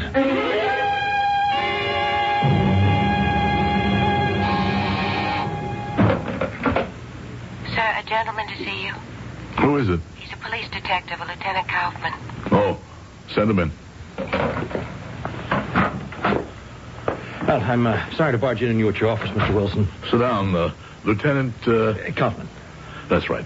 What can I do for you? I don't know. Well, then. Mr. Wilson, let me speak frankly and off the record. Now, Mr. Beckwith is shot to death. Soon after, Mr. Trask is murdered. Do you know who would be my prime suspect in both cases if he didn't have an ironclad alibi, huh? You. Me? Why? Mr. Beckwith stood in your path for promotion? But I haven't been promoted yet. Yet. Mr. Trask was a most formidable competitor. You admit I have an alibi, and I know I didn't do it. Mr. Wilson, last time I asked you to think, to explore any angle, any glimmer, regardless of how crazy it might seem.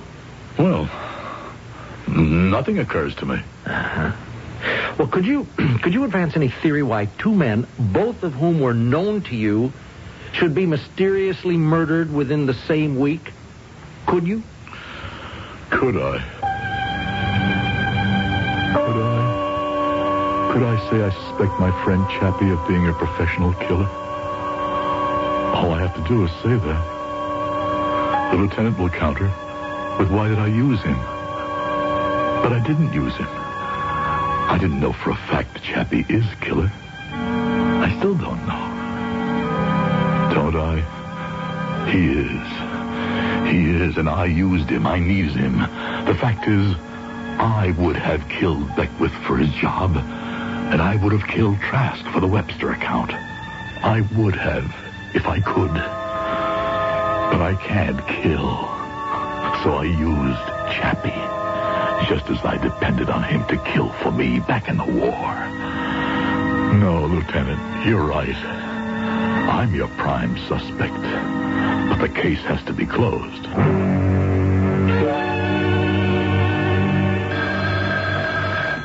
Excuse me, Lieutenant. Yes? Roger. What are you doing right now? I'm in a meeting, Mr. Struthers. Well, when you're finished, go outside in the corridor and see the new name that's being painted on what used to be Beckwith's store. Mr. Struthers.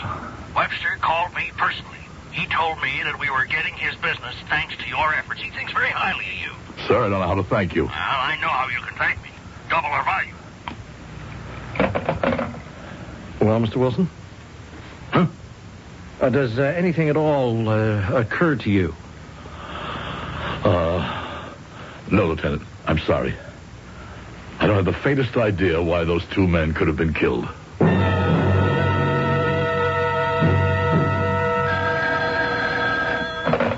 Hello? Dolly? Roger, are you at the airport? Yes, I'm at the airport in Kansas City. Roger, it's my birthday. I know, but I had to close this deal. You haven't been home in 2 weeks. Look, I can't help it. All right. Listen, I'm sorry. I'll be home Tuesday, okay? Okay.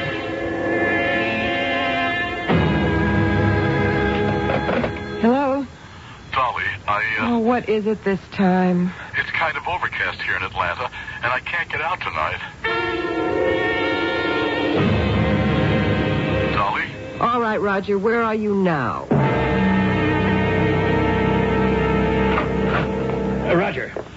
Oh, hello, Mr. Struthers. I'm glad I caught you before you left. Now, we have to get to the airport. Now? This minute. There's a bad problem in Denver. But tonight is my anniversary. Congratulations. Now, do we have a file on... Sir, my wife is waiting for me. Call her up. Tell her something much more important has happened. But, Mr. Struthers, I can't say that to my wife. You can if it's the truth.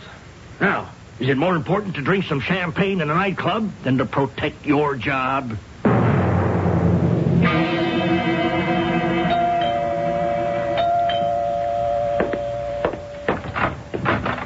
Oh, Chappie. Dolly? Come in. Well, sit down. Have a drink? Sure. Roger's due home from Denver at 6. Unless what? Unless he calls at the last minute and says he has to go somewhere else. Chappie, I don't know what I'd have done without you to keep me company. You know, Roger has changed. Yeah?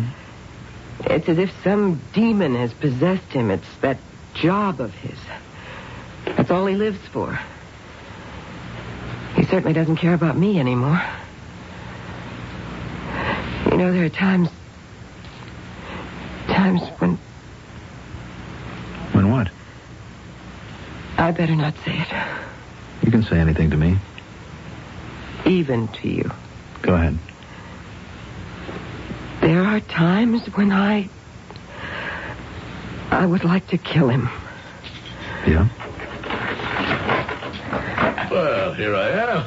Hello, Dolly. Honey. Hello, Chappie. I'm glad you could make it, Roger. You sure you don't have anything more important to do? Oh, come on, honey. You have to understand it. My job makes the Let's man. not start that again. You boys have a drink. I'll see about dinner. Sure. Yeah, she can knock the job, all right, but you'll notice she has no objection to all the money. She's changed, Chappie. She's not the same sweet, understanding kid I married. She gets me so mad, I wish... Yeah? Forget it. Sure? There were times I wish I could kill her.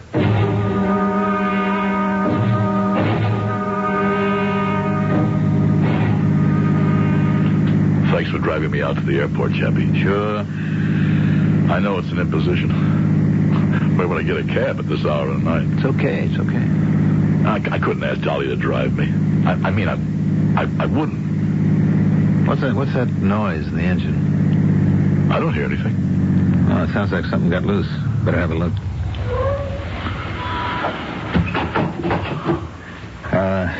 You want to hold the flashlight? Do you know what to do? I mean, underneath that hood, it's all a mystery to me. Do you have any tools? I only need one tool, Roger. I carry it with me all the time. What's that? A transformer. Chappie, what are you going to do? I'm going to make a transformation. Chappie, you can't. You know, Raj, I've been making transformations for the government, for personal clients, for friends. And now, for the first time in my life, I'm making one for me. You're not going to kill me, Chappie. No, I'm just going to transform you. Why? Because Dolly asked me to. But Dolly doesn't know. She knows. Like you knew. That's why you kept asking, didn't you, Raj? Asking me to transform those guys. But why? Why kill me? Because she needs this transformation to make her happy. And so do I. Chappie. It won't hurt. Oh.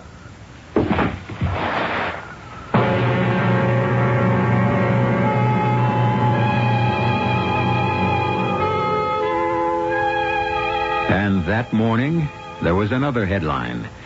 And Lieutenant Kaufman of Homicide was even more puzzled than ever. His only comfort might be derived from the fact that sometimes bad things occur in a series of 3. And if he can't find the killer, At least there won't be any more of those particular killings. I don't know. It all depends on what Dolly's needs are. I'll be back shortly.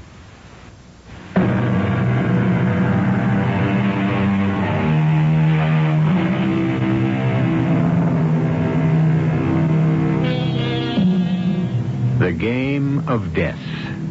It begins innocently enough in childhood and progresses into more and more serious variations as we grow older. Still, it must remain a game. After all, if you look at it, it has rules, it has penalties, and when it's over, everyone goes home and becomes friends again. Isn't that the story of the world? Aren't so many of yesterday's enemies today's bosom friends? It's all a question of changing, of evolving, and it goes on all the time. Our cast included Howard Da Silva, Terry Keane, Mandel Kramer, and Earl Hammond. And now, Mystery Theater.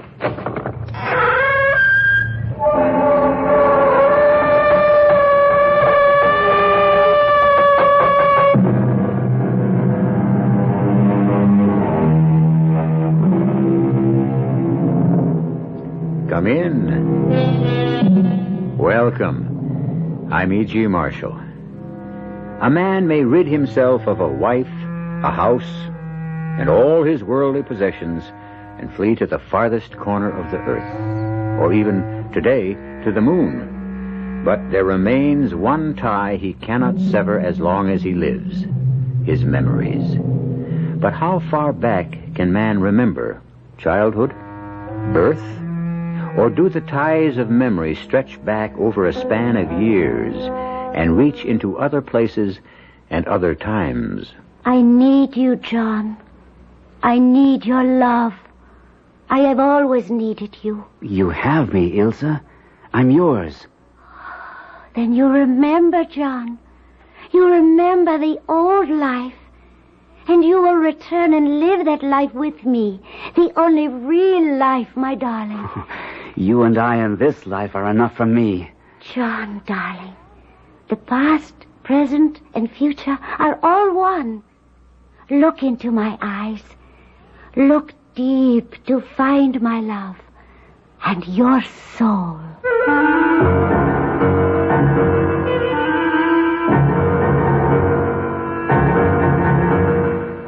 Our mystery drama, The Velvet Claws, was written especially for the Mystery Theater by Murray Burnett and stars Gordon Gould.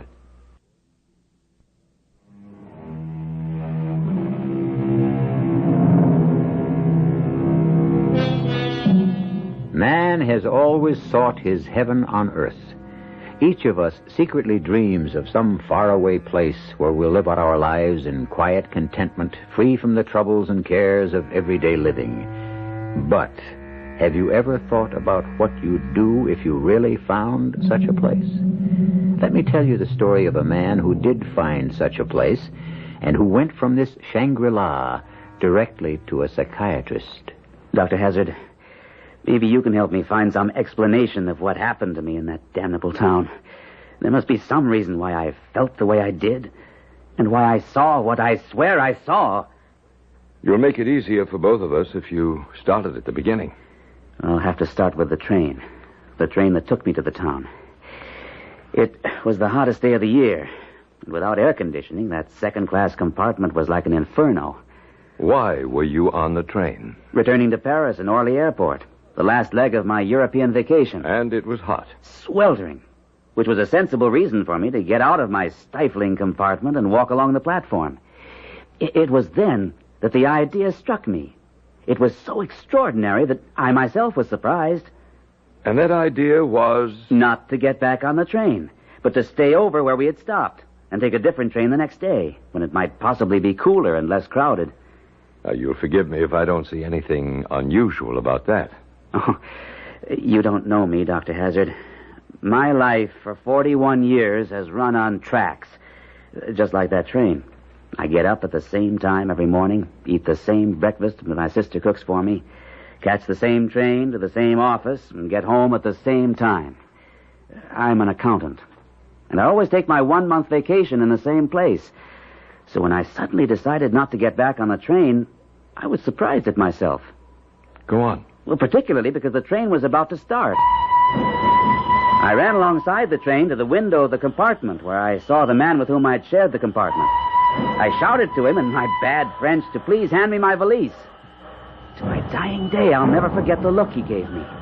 Half warning, half revulsion. But he handed me my bag and shouted a long sentence.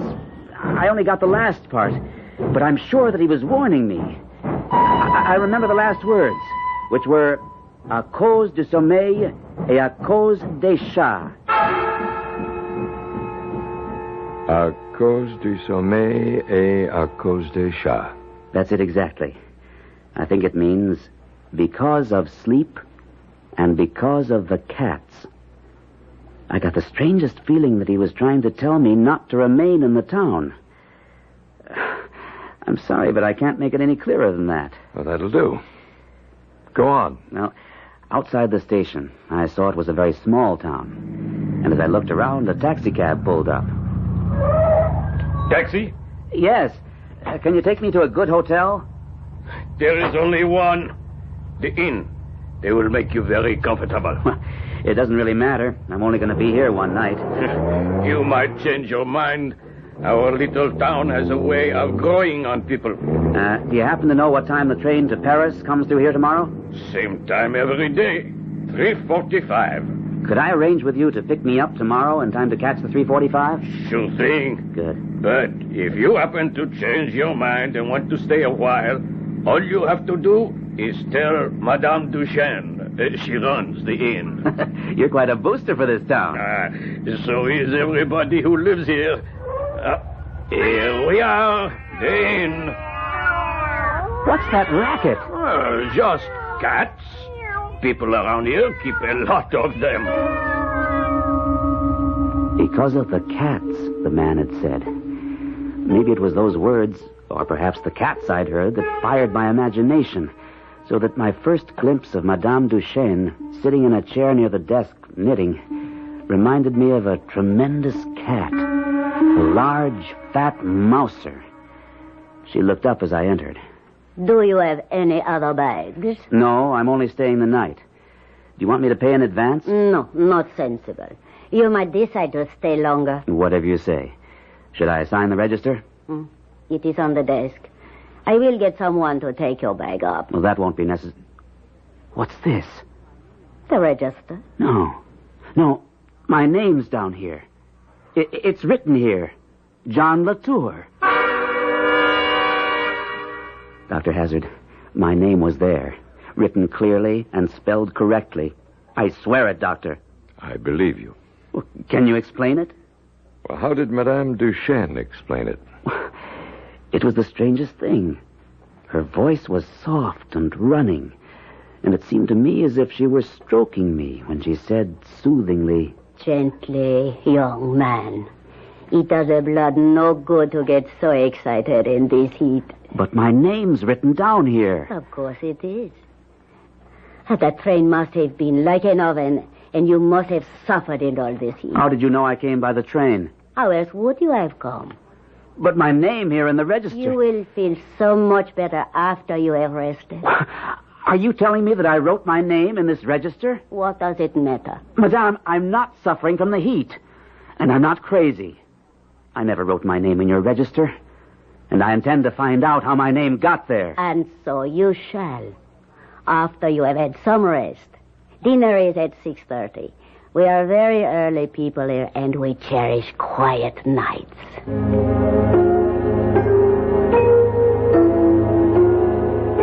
Peaceful. That's the only word I can think of to describe the way I felt. I felt soothed and stroked like a cat. Like a cat? Yes. It's silly, but the warmth and stillness made me feel like purring. And yet you experienced no feeling of alarm? Not then. It's hard to remember feelings, Dr. Hazard, although they were very strong at the time. I was about to propose an experiment. Have you ever been hypnotized? No. Do you have any objections if I try to put you under? I don't think so. But is this part of your usual procedure? I have used hypnosis where I thought it might help.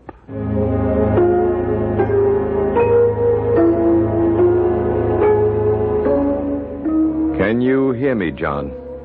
I hear you. It's your first day at the inn. You're in your room. How do you feel? Peaceful. Quiet. Everything's velvetized. Velvetized? Smooth and furry, like the room is fur-lined. And you're going down to dinner? Not yet. First, I want to take a walk in the town. It's just after sunset, and dusk is covering the quiet, peaceful streets. Are there any people? Oh, yes. Men and women all busy and paying no attention to me. No, that's wrong. They're watching me. Closely. Very closely. Ignoring me is all a sham, a pretense. They're watching me. You discover this right away? No, not right away. Not till after I sit down. Where? Where did you sit? On top of the wall of the old fortifications. I can see down into the valley. Almost the whole town lies below me in the last of the sun. And there's music. The music is strangely beautiful. It has a definitely feline quality. Now and again, I even hear the plaintive meow of a cat. But somehow, it belongs. Suddenly, the music stops. I'm hungry, and I remember Madame Duchesne telling me that dinner was at 6:30. I feel it's important to please her. I don't know why, but I do. And I start back to the inn. Hurrying back? Oh, no. No one ever hurries. I stroll back. And my eye is caught by a small porcelain figure of a girl in a shop window. The porcelain figure of the young girl in the window. How much is it? I do not know exactly. You don't know? You see, monsieur, the price varies depending on the customer. You might be able to buy that figure at a ridiculous low price. Oh, come off it. You already know I'm interested. You don't have to give me any phony sales pitch. How much is it? Please. How can you believe that I would play tradesman's games with you, monsieur? Oh, no. Never with you. Look, I don't want to be late for dinner. How much? 35 francs. Well, that seems a bit high. It is a beautiful porcelain. But seeing who you are, I might let it go for 25. And just who do you think I am? Excuse me, monsieur, but my cat is hungry. Well, the cat can wait. I am sorry, but we do spoil our cats here. So I will allow you to examine the little figure, and if you want it, just leave 25 francs or whatever. The price is not important. And he disappeared into the back of the shop. All at once, I was afraid. Afraid of the quiet, dark shop. Afraid of the porcelain figure in my hand. It's so quiet, and yet I sense with every fiber of my being that there's activity. Intense activity going on around me. I can't hear it, and I can't see it, but it's there, and it's sinister and dark and disturbing. John Lithgow. What? Oh, Dr. Hazard. I was under, wasn't I? Did you learn anything? Something was beginning to disturb you. I didn't like what was happening, so I brought you back. I don't remember anything. You were in a shop looking at a statuette of a girl. Oh, yes. Yes. That crazy old man mistook me for someone else. Did you ever find out who he thought you were? Not then. I went back to the inn, had a good dinner, went to bed. And the next day, I was out in the courtyard waiting for the taxi driver to pick me up. I kept getting more and more nervous as the time passed, and he didn't arrive. Madame Duchesne kept assuring me he'd be there in time for me to catch my train. I remember my relief when I heard the car coming. Why are you so late? Up right in, monsieur. I will have you at the station in no time. Didn't you cut a little fine? Nothing to worry about. You will be waiting on the platform when the train pulls in. Although I must admit I am surprised. I thought you would decide to stay over. I know you did. I told you I wouldn't. So you did. What's wrong? Nothing. Just the engine acting up. I will take a look under the hood and have her running in a moment. You sure you have enough gas? I had a full tank this morning. There is no need for you to get out, sir. I can fix it. There's the train. Get my bag. Not too much use in that. You could never make it walking. Can't you fix it? I am afraid not. It looks like my battery is gone. You mean I'm going to miss the train? Today's train. There will be another one tomorrow. But I wanted to... Why don't you walk back to the inn and stay over one more night? I will bring your bag after I get this thing moving.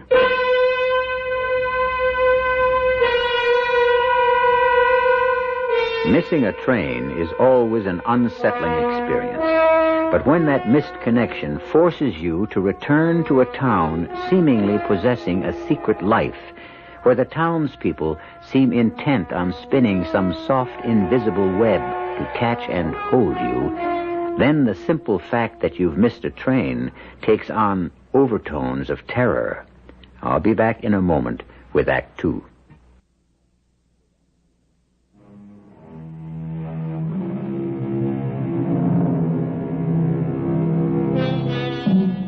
When asked the question, "How was your vacation?" many of us give the standard answer, "Great. All I need now to recover is another vacation."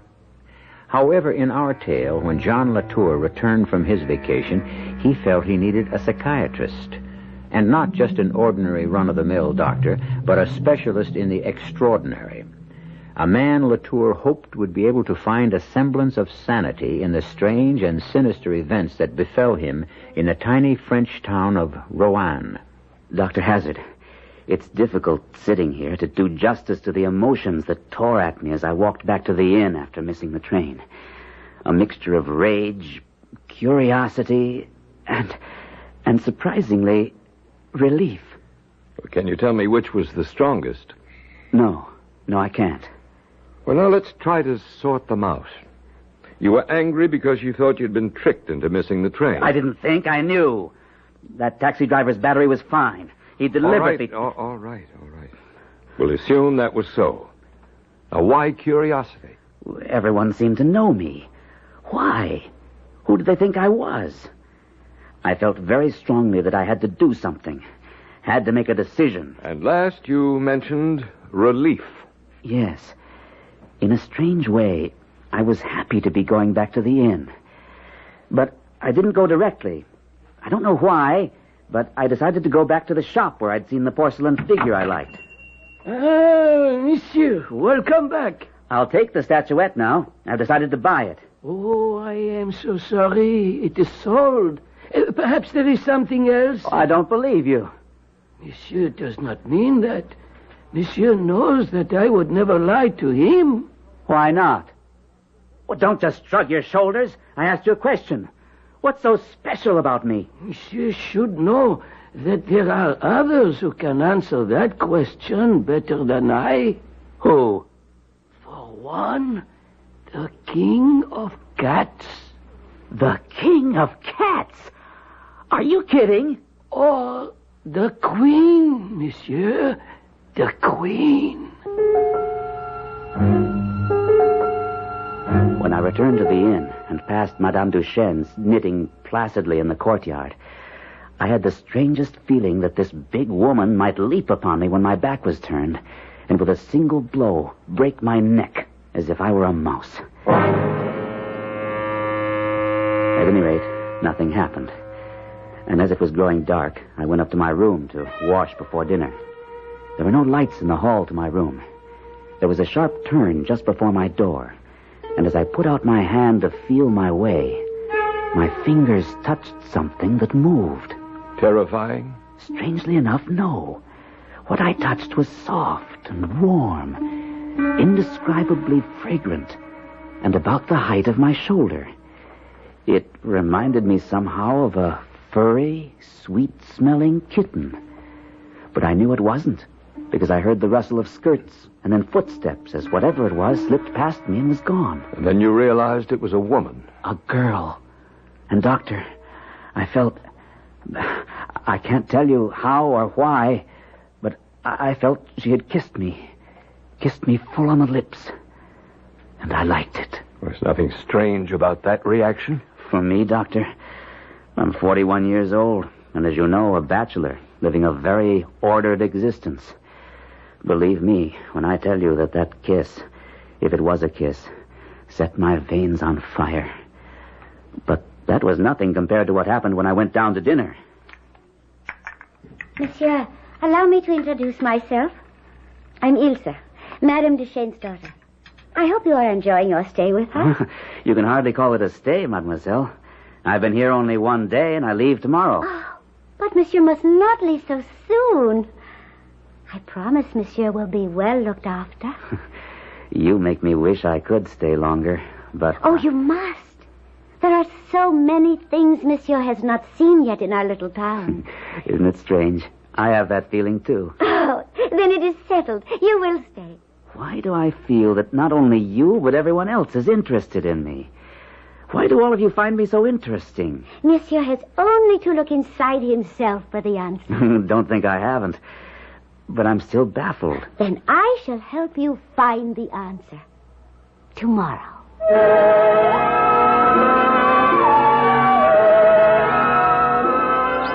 Look. From the top of this wall, you can see the whole town. Oh, is it not beautiful? You're beautiful. Oh, thank you. Look, you see that old house there? Yes, it seems abandoned. It is. That is where my family lived many years ago. Oh, and that big aristocratic-looking mansion. Who lives there? Oh, no one now. But that was my mother's house, also years ago. What happened to make your mother decide to abandon a great house like that? Oh, this wasn't always the quiet little town you see now. It was full of tourists and townspeople. But it was the ignorance of the people that made it as you see it now. Ignorance? You see that large square over there to your right? Yes. That was where they burned the men and women the ignorant called witches. Witches? There were witches here? So many people believed years ago. And after they burned many good people, the town died with them. And now it is peaceful, quiet. Precisely. And there are many of us who think perhaps it is better this way. My mother enjoys running the inn. And you? Oh, I adore it. After all, how else would I have met you? Well, that's smoke from the burning leaves. Smoke? Over there. See? Watch and you'll see some flames now and then. Oh, no. Maybe if we got closer, we could smell it. It's one of the most delightful scents in the world. No, run. Come quickly. Run. What's the matter? No, hurry. We must run. Ilsa, wait a minute. Please. Ow! Can you get up? Can you walk at all? I don't know. It's twisted pretty badly. We must get you back to your room.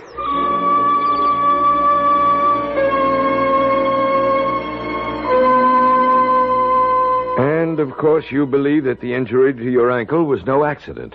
What do you think, Doctor? Did the charming Mademoiselle Ilse nurse you as she promised? I don't know whether you could call it nursing, but she kept me ceaselessly under observation. She was always there, always quiet, always restful, but everywhere at once. I was continually meeting the stare and laughter of her great eyes. She always made me conscious of her female presence. Mm-hmm. How did you feel about it? Delighted. And terrified. Why terrified? Because she seemed to sum up in herself all the strange, hidden forces that operated so mysteriously in the town. She had those marvelous, graceful, feline movements, going smoothly, silently to and fro. Then my ankle was healed enough for me to get around. Oh, but it is wonderful. You are well, and you walk again. Almost. Let's say I can hobble around. Enough, perhaps, to come down to the dining room? Would you be very angry if I told you that I could have gone to the dining room yesterday? Oh, why should that make me angry? Because I made you bring my meals here to my room. That does not make me angry, but happy. Because you enjoy waiting on me? Only partly. It is more because you have not mentioned leaving, even though you are well enough to walk. Admit that you find it difficult to leave here. I'll admit that and more. I'm finding it difficult because you are my nurse. And you also like our little town, no? I'm enchanted with it. And enchanted with you. I am happy you have decided to stay.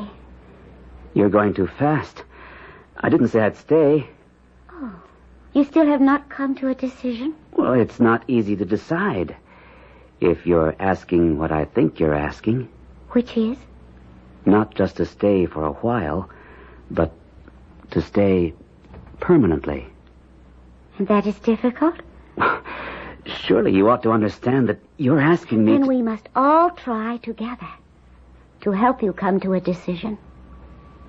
The right decision.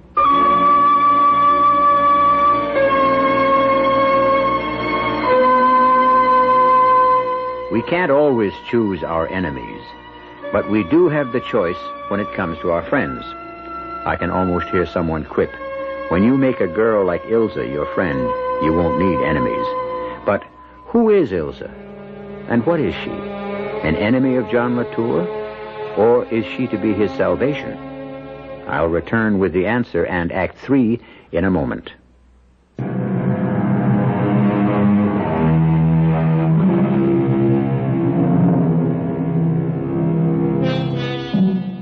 The hero of today's story, John Latour, fell in love with a strange, beguiling French girl in a small French town he'd never even heard of. The trouble with John Latour was that at the same time he loved, he feared, and yet he didn't know what it was that made him afraid. He hoped to find an answer from psychiatrist Dr. Kenneth Hazard. And now I come to that afternoon, Doctor. The afternoon when, for the first time, Ilsa gave me a glimpse of the dark and secret life of the people of Rouen. Yes? I think you're going to find what I'm going to say incredible. Oh, why don't you try me? We were walking again, along the ruined ramparts. We stopped, I don't remember why, but I remember leaning across the ramparts with Ilsa close beside me. Ilsa, you don't know how much these past few days have meant to me, how much you mean to me. I look at you, and it's as if my eyes were open for the first time. You're the most beautiful thing I've ever seen. You do like me, then? You know I do. If you like me, you must also like what I do and what I belong to. Belong to?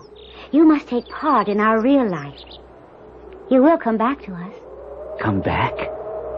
The past, present, and future are all one, John. What is this real life you speak of? The old life of long ago. The life to which you too once belonged, and to which you still belong. Why do your words make me think of death? Not death, my love, but the past. This old life, what was it? Our life. The life we led once before and will again. The life you came back to, and do not wish to leave. But I did want to leave. I tried to go, you know that. I know, but I have the spell to hold you. The spell of old love. I can make you live with the old life with me, because the force of the ancient tie between us is irresistible. I mean to have you, for you love me, and are utterly at my mercy. Ilsa, this is nonsense. I came to this town wholly by chance. No, you came because I called you. I have called to you for years, and you came with the whole force of the past behind you. You had to come, for I own you and I claim you. No one owns anyone else. Come close and look into my eyes. Look deep, my love, for the truth lies in my eyes. Tell me what you see. I see forests and mountains and caves. And I see you. I see you wonderfully clear. You have leaves in your hair, and you are dressed in rags, but still beautiful. How beautiful. Go on. Keep looking. I see flames and smoke. You're dancing. Dancing before some altar. And there's a figure on the altar. There are others. They're dancing too. And all looking at you with hotly desirous eyes. But you're only looking at the man you're dancing with. And who is that man? It's me. I'm dancing with you. I'm your partner.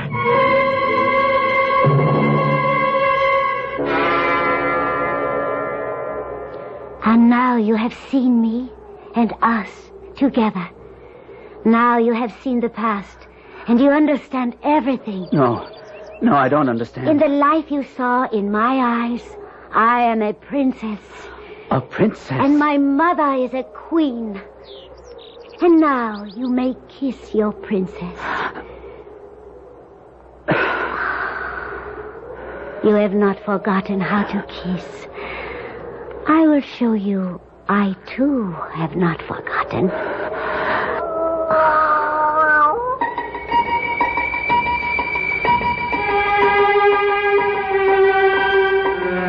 I knew I had to escape. I ran back to the inn, hoping to reach my room unobserved. But the hall wasn't empty. A large, dark thing lay against the wall to my left. When it moved, I thought it was a cat. But then it rose straight up before me, and I saw it was Ilse's mother. Monsieur has decided then. That is well. I am content. Here, give me your hands. My hands? But of course, for the dance. We go this night to celebrate. Ilse, come to us. Come quickly. And suddenly, Ilse was there, and we joined hands, and we danced some steps that seemed oddly and horribly familiar to me. Ilse was dressed in rags, as I had seen her before. And then others were there, all dancing. And I heard voices crying, "To the Sabbath! To the Sabbath! On to the witches' Sabbath!" And suddenly, Ilse's mother shouted, It is time!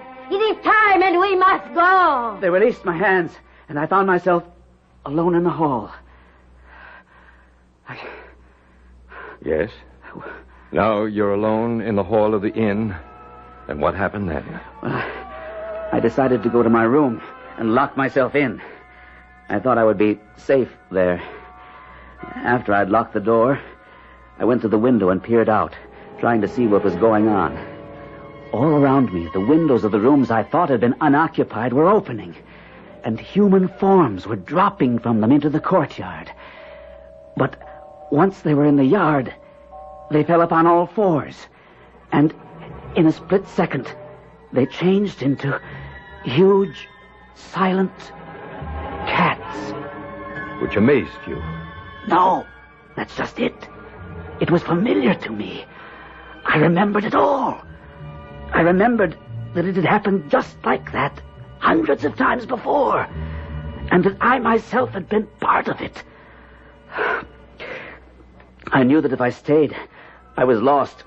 I knew that with a dreadful certainty. So I unlocked my door and tiptoed downstairs. They had all gone. Well, didn't you think it strange that they should have left you there alone? Very. I couldn't believe I was forgotten. I moved as quickly as I could through the courtyard and to the rampart wall. I couldn't resist climbing to the top, because I knew from there I would get a view of the surrounding countryside. And when I reached the top of the wall, I was transfixed by what I saw in the valley below. I saw countless moving forms drifting between the trees, and overhead, flying shapes in the sky. And you knew what those shapes were? The townspeople, flying on their way to the witches' Sabbath. I see. As I stood balanced on the top of the wall, A large animal darted swiftly across the open courtyard behind me, and then, with a flying leap, landed on top of the wall next to me. My heart gave a great leap, and I could feel it thudding against my chest. It was Ilsa. See, my love. See where they await us. The woods are alive. Already the great ones are there, and the dance will soon begin. The salve is here. Anoint yourself and come. And my memory stirred with the pungent smell of the salve she'd smeared over her.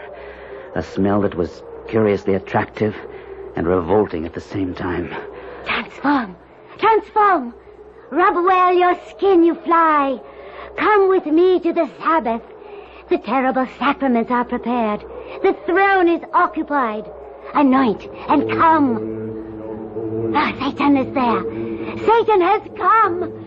We will worship and dance till the moon dies and the world is forgotten. Here, let me anoint you. Oh, it burns. Wait. It is sweet, for I am my love. No. Let me think a minute. It's been so long. No time, my love. Here, wait. Come.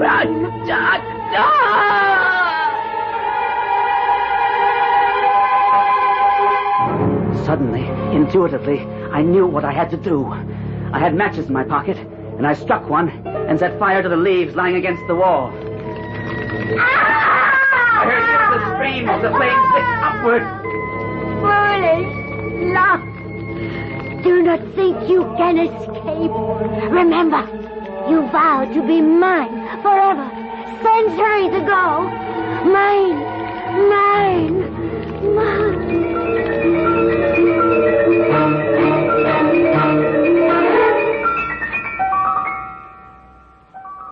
I know I never returned to the inn, but how I got back to this country, I don't remember. All I know is that I'm here, and I'm frightened. Of what? Demons, Doctor. The demons Ilsa unleashed in me. Can you help me fight them? Will you? Before we can talk about fighting, we must understand exactly what it was that happened to you. Whether or not this wasn't just a vivid dream. Dream? Look at this mark on my shoulder. Let me open my shirt so you can see it clearly. Yes, I see a faint reddish mark. Yeah, well, that's where Ilsa rubbed me with the salve. That should prove it wasn't a dream. Well, what do you think it was? Well, that's why I came to you. It was no dream. Can you offer any other explanation? Perhaps. Have you ever read any books about witchcraft in the Middle Ages? Never. Then there would be no way of your knowing that in the year 1700, the town where you stayed had been a sort of headquarters for all the sorcerers and alleged witches of the entire region. After trial and conviction, they were burned there by the score. That's what Ilsa said. Including 2 women, a mother and a daughter. So Ilsa and her mother could have been... Could have been what? I don't know. How did you find all this out?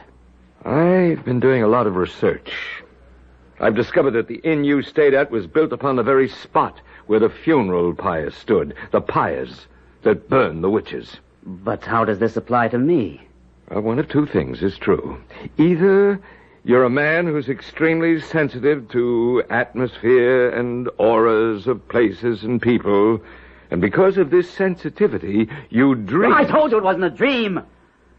Or, and this possibility is fascinating, you and Ilsa and her mother were somehow in that time long ago tangled up in the events that took place there. Are you suggesting I'm a reincarnation of some 18th century warlock? No. I'm not suggesting anything. You see, we have evidence that some people under hypnosis can recall events and people and conversations that took place centuries ago, and you may very well be one of those. And how do we find out? Well, I'm not sure. I'm not sure we can, but I'm interested enough to give it a try. I'm going to visit your little town and answer some questions of my own. And what do I do? I'll be back in a week. Meanwhile, you sit tight. And I urge you, on no account can you go back to Europe because it could be dangerous. Ah, yes. I remember Monsieur Latour. I trust he is well. Oh, he's all right? How's your daughter? Ilsa is well also, thank you. Did Monsieur Latour speak of her? Oh, yes, he did. Madame, can you tell your impression of Monsieur Latour? Most certainly. He seemed a very strange and absent-minded gentleman. And frankly, after his disappearance, I feared he had met with some kind of violence in the neighboring forest. Tell me, is he planning on returning next summer? No, I don't think so. I doubt if he will ever come back. And I think you are wrong, Dr. Hazard. I feel that he will return.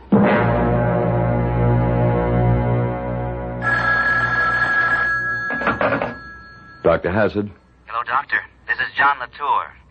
I know we had an appointment as soon as you got back, but I'm calling to cancel it. Well, when do you want to make it? I don't know. I owe you an apology, Doctor. An apology? For what? For wasting your time. I really believe that it was all just a bad dream. At any rate, I won't be able to make another appointment for a while because I'm calling from the airport. I'm off to Europe in half an hour. I'll drop you a line from the old inn at Rouen when I get there.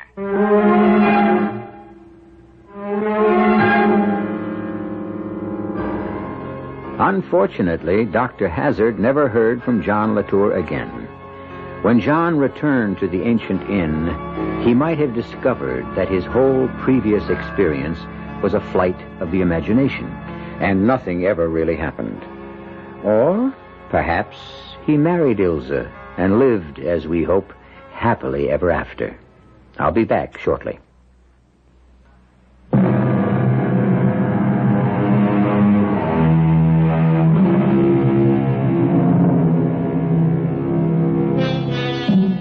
We've all had the experience of coming to a place and finding it strangely familiar. In fact, we're sure we've been there before. We try to dredge up memories which would help us recall the reasons for us thinking we'd been there. After this tale, maybe some of us will be happy to let our memories remain cloudy and our subconscious happy. Our cast included Gordon Gould, Arnold Moss, Evie Juster, and Gilbert Mack. The entire production was under the direction of Himan Brown. This is E.G. Marshall inviting you to return to our Mystery Theater for another adventure in the macabre.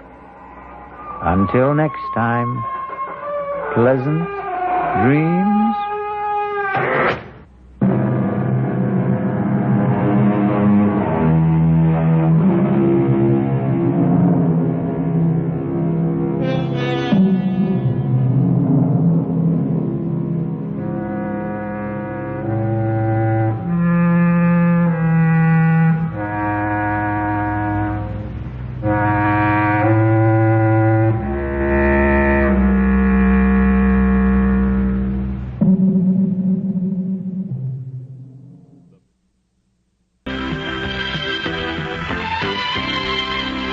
And now, Mystery Theater.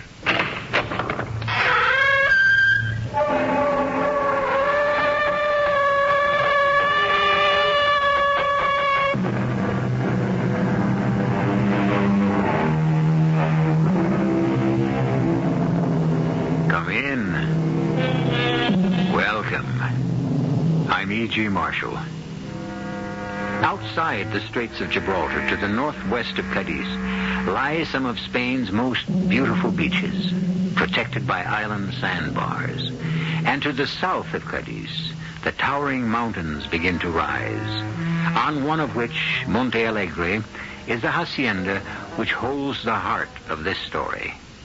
Approaching it by car at this moment are Chad Reynolds and Elizabeth Monroe. But you haven't told me about the Senora Escobar. La Doña, to give her a full title? Oh, no. She's not to be mentioned. Why not? Because she is dead. You remember that little lodgia I showed you cut into the mountain? The wedding present. Uh-huh. turned out to be her tombstone also.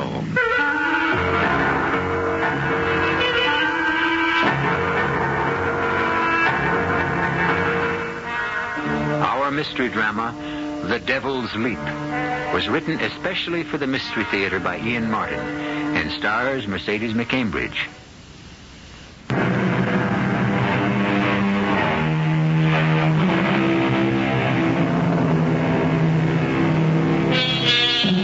All men love beauty in a woman. America has worshipped a long line of beauty queens, sex symbols, love goddesses. And today, as of this moment, one of the, perhaps the best loved, is Elizabeth Monroe. Sitting with her agent Mark Burns, a longtime friend, at a table at Madrid's brightest, newest, and most expensive nightclub, La Ronda. What's the matter, Liz? What? You're not eating. Oh, no, I, Don't stop worrying about me. I'm washed out. You shouldn't have let me book you into this place. Oh, don't be silly. I was here for retakes on the picture, and I had this... Well, I wanted to sing again, Mark. I mean, in front of people. Listen, you could go home, take the Hollywood bowl, and fill it and get your heart's desire. Little wine? All right. No, I didn't mean that. I meant... Oh, hey, you spilled it. I'm sorry. No, I'm the one that's sorry. Well, why did you start so and turn away like that? I just didn't want that boy crossing the dance floor to see me. You mean Joe College or whatever he is? I mean Don Pedro Escobar de Villarmo. Oh, okay. So outside of his name, what's his particular problem? It's just that he hates me. He's male and he hates you? Enough to kill me. And with reason. When I think of what I once had to do to that boy, Mark, I can't stay here. Come on. I'll have to go back to my dressing room.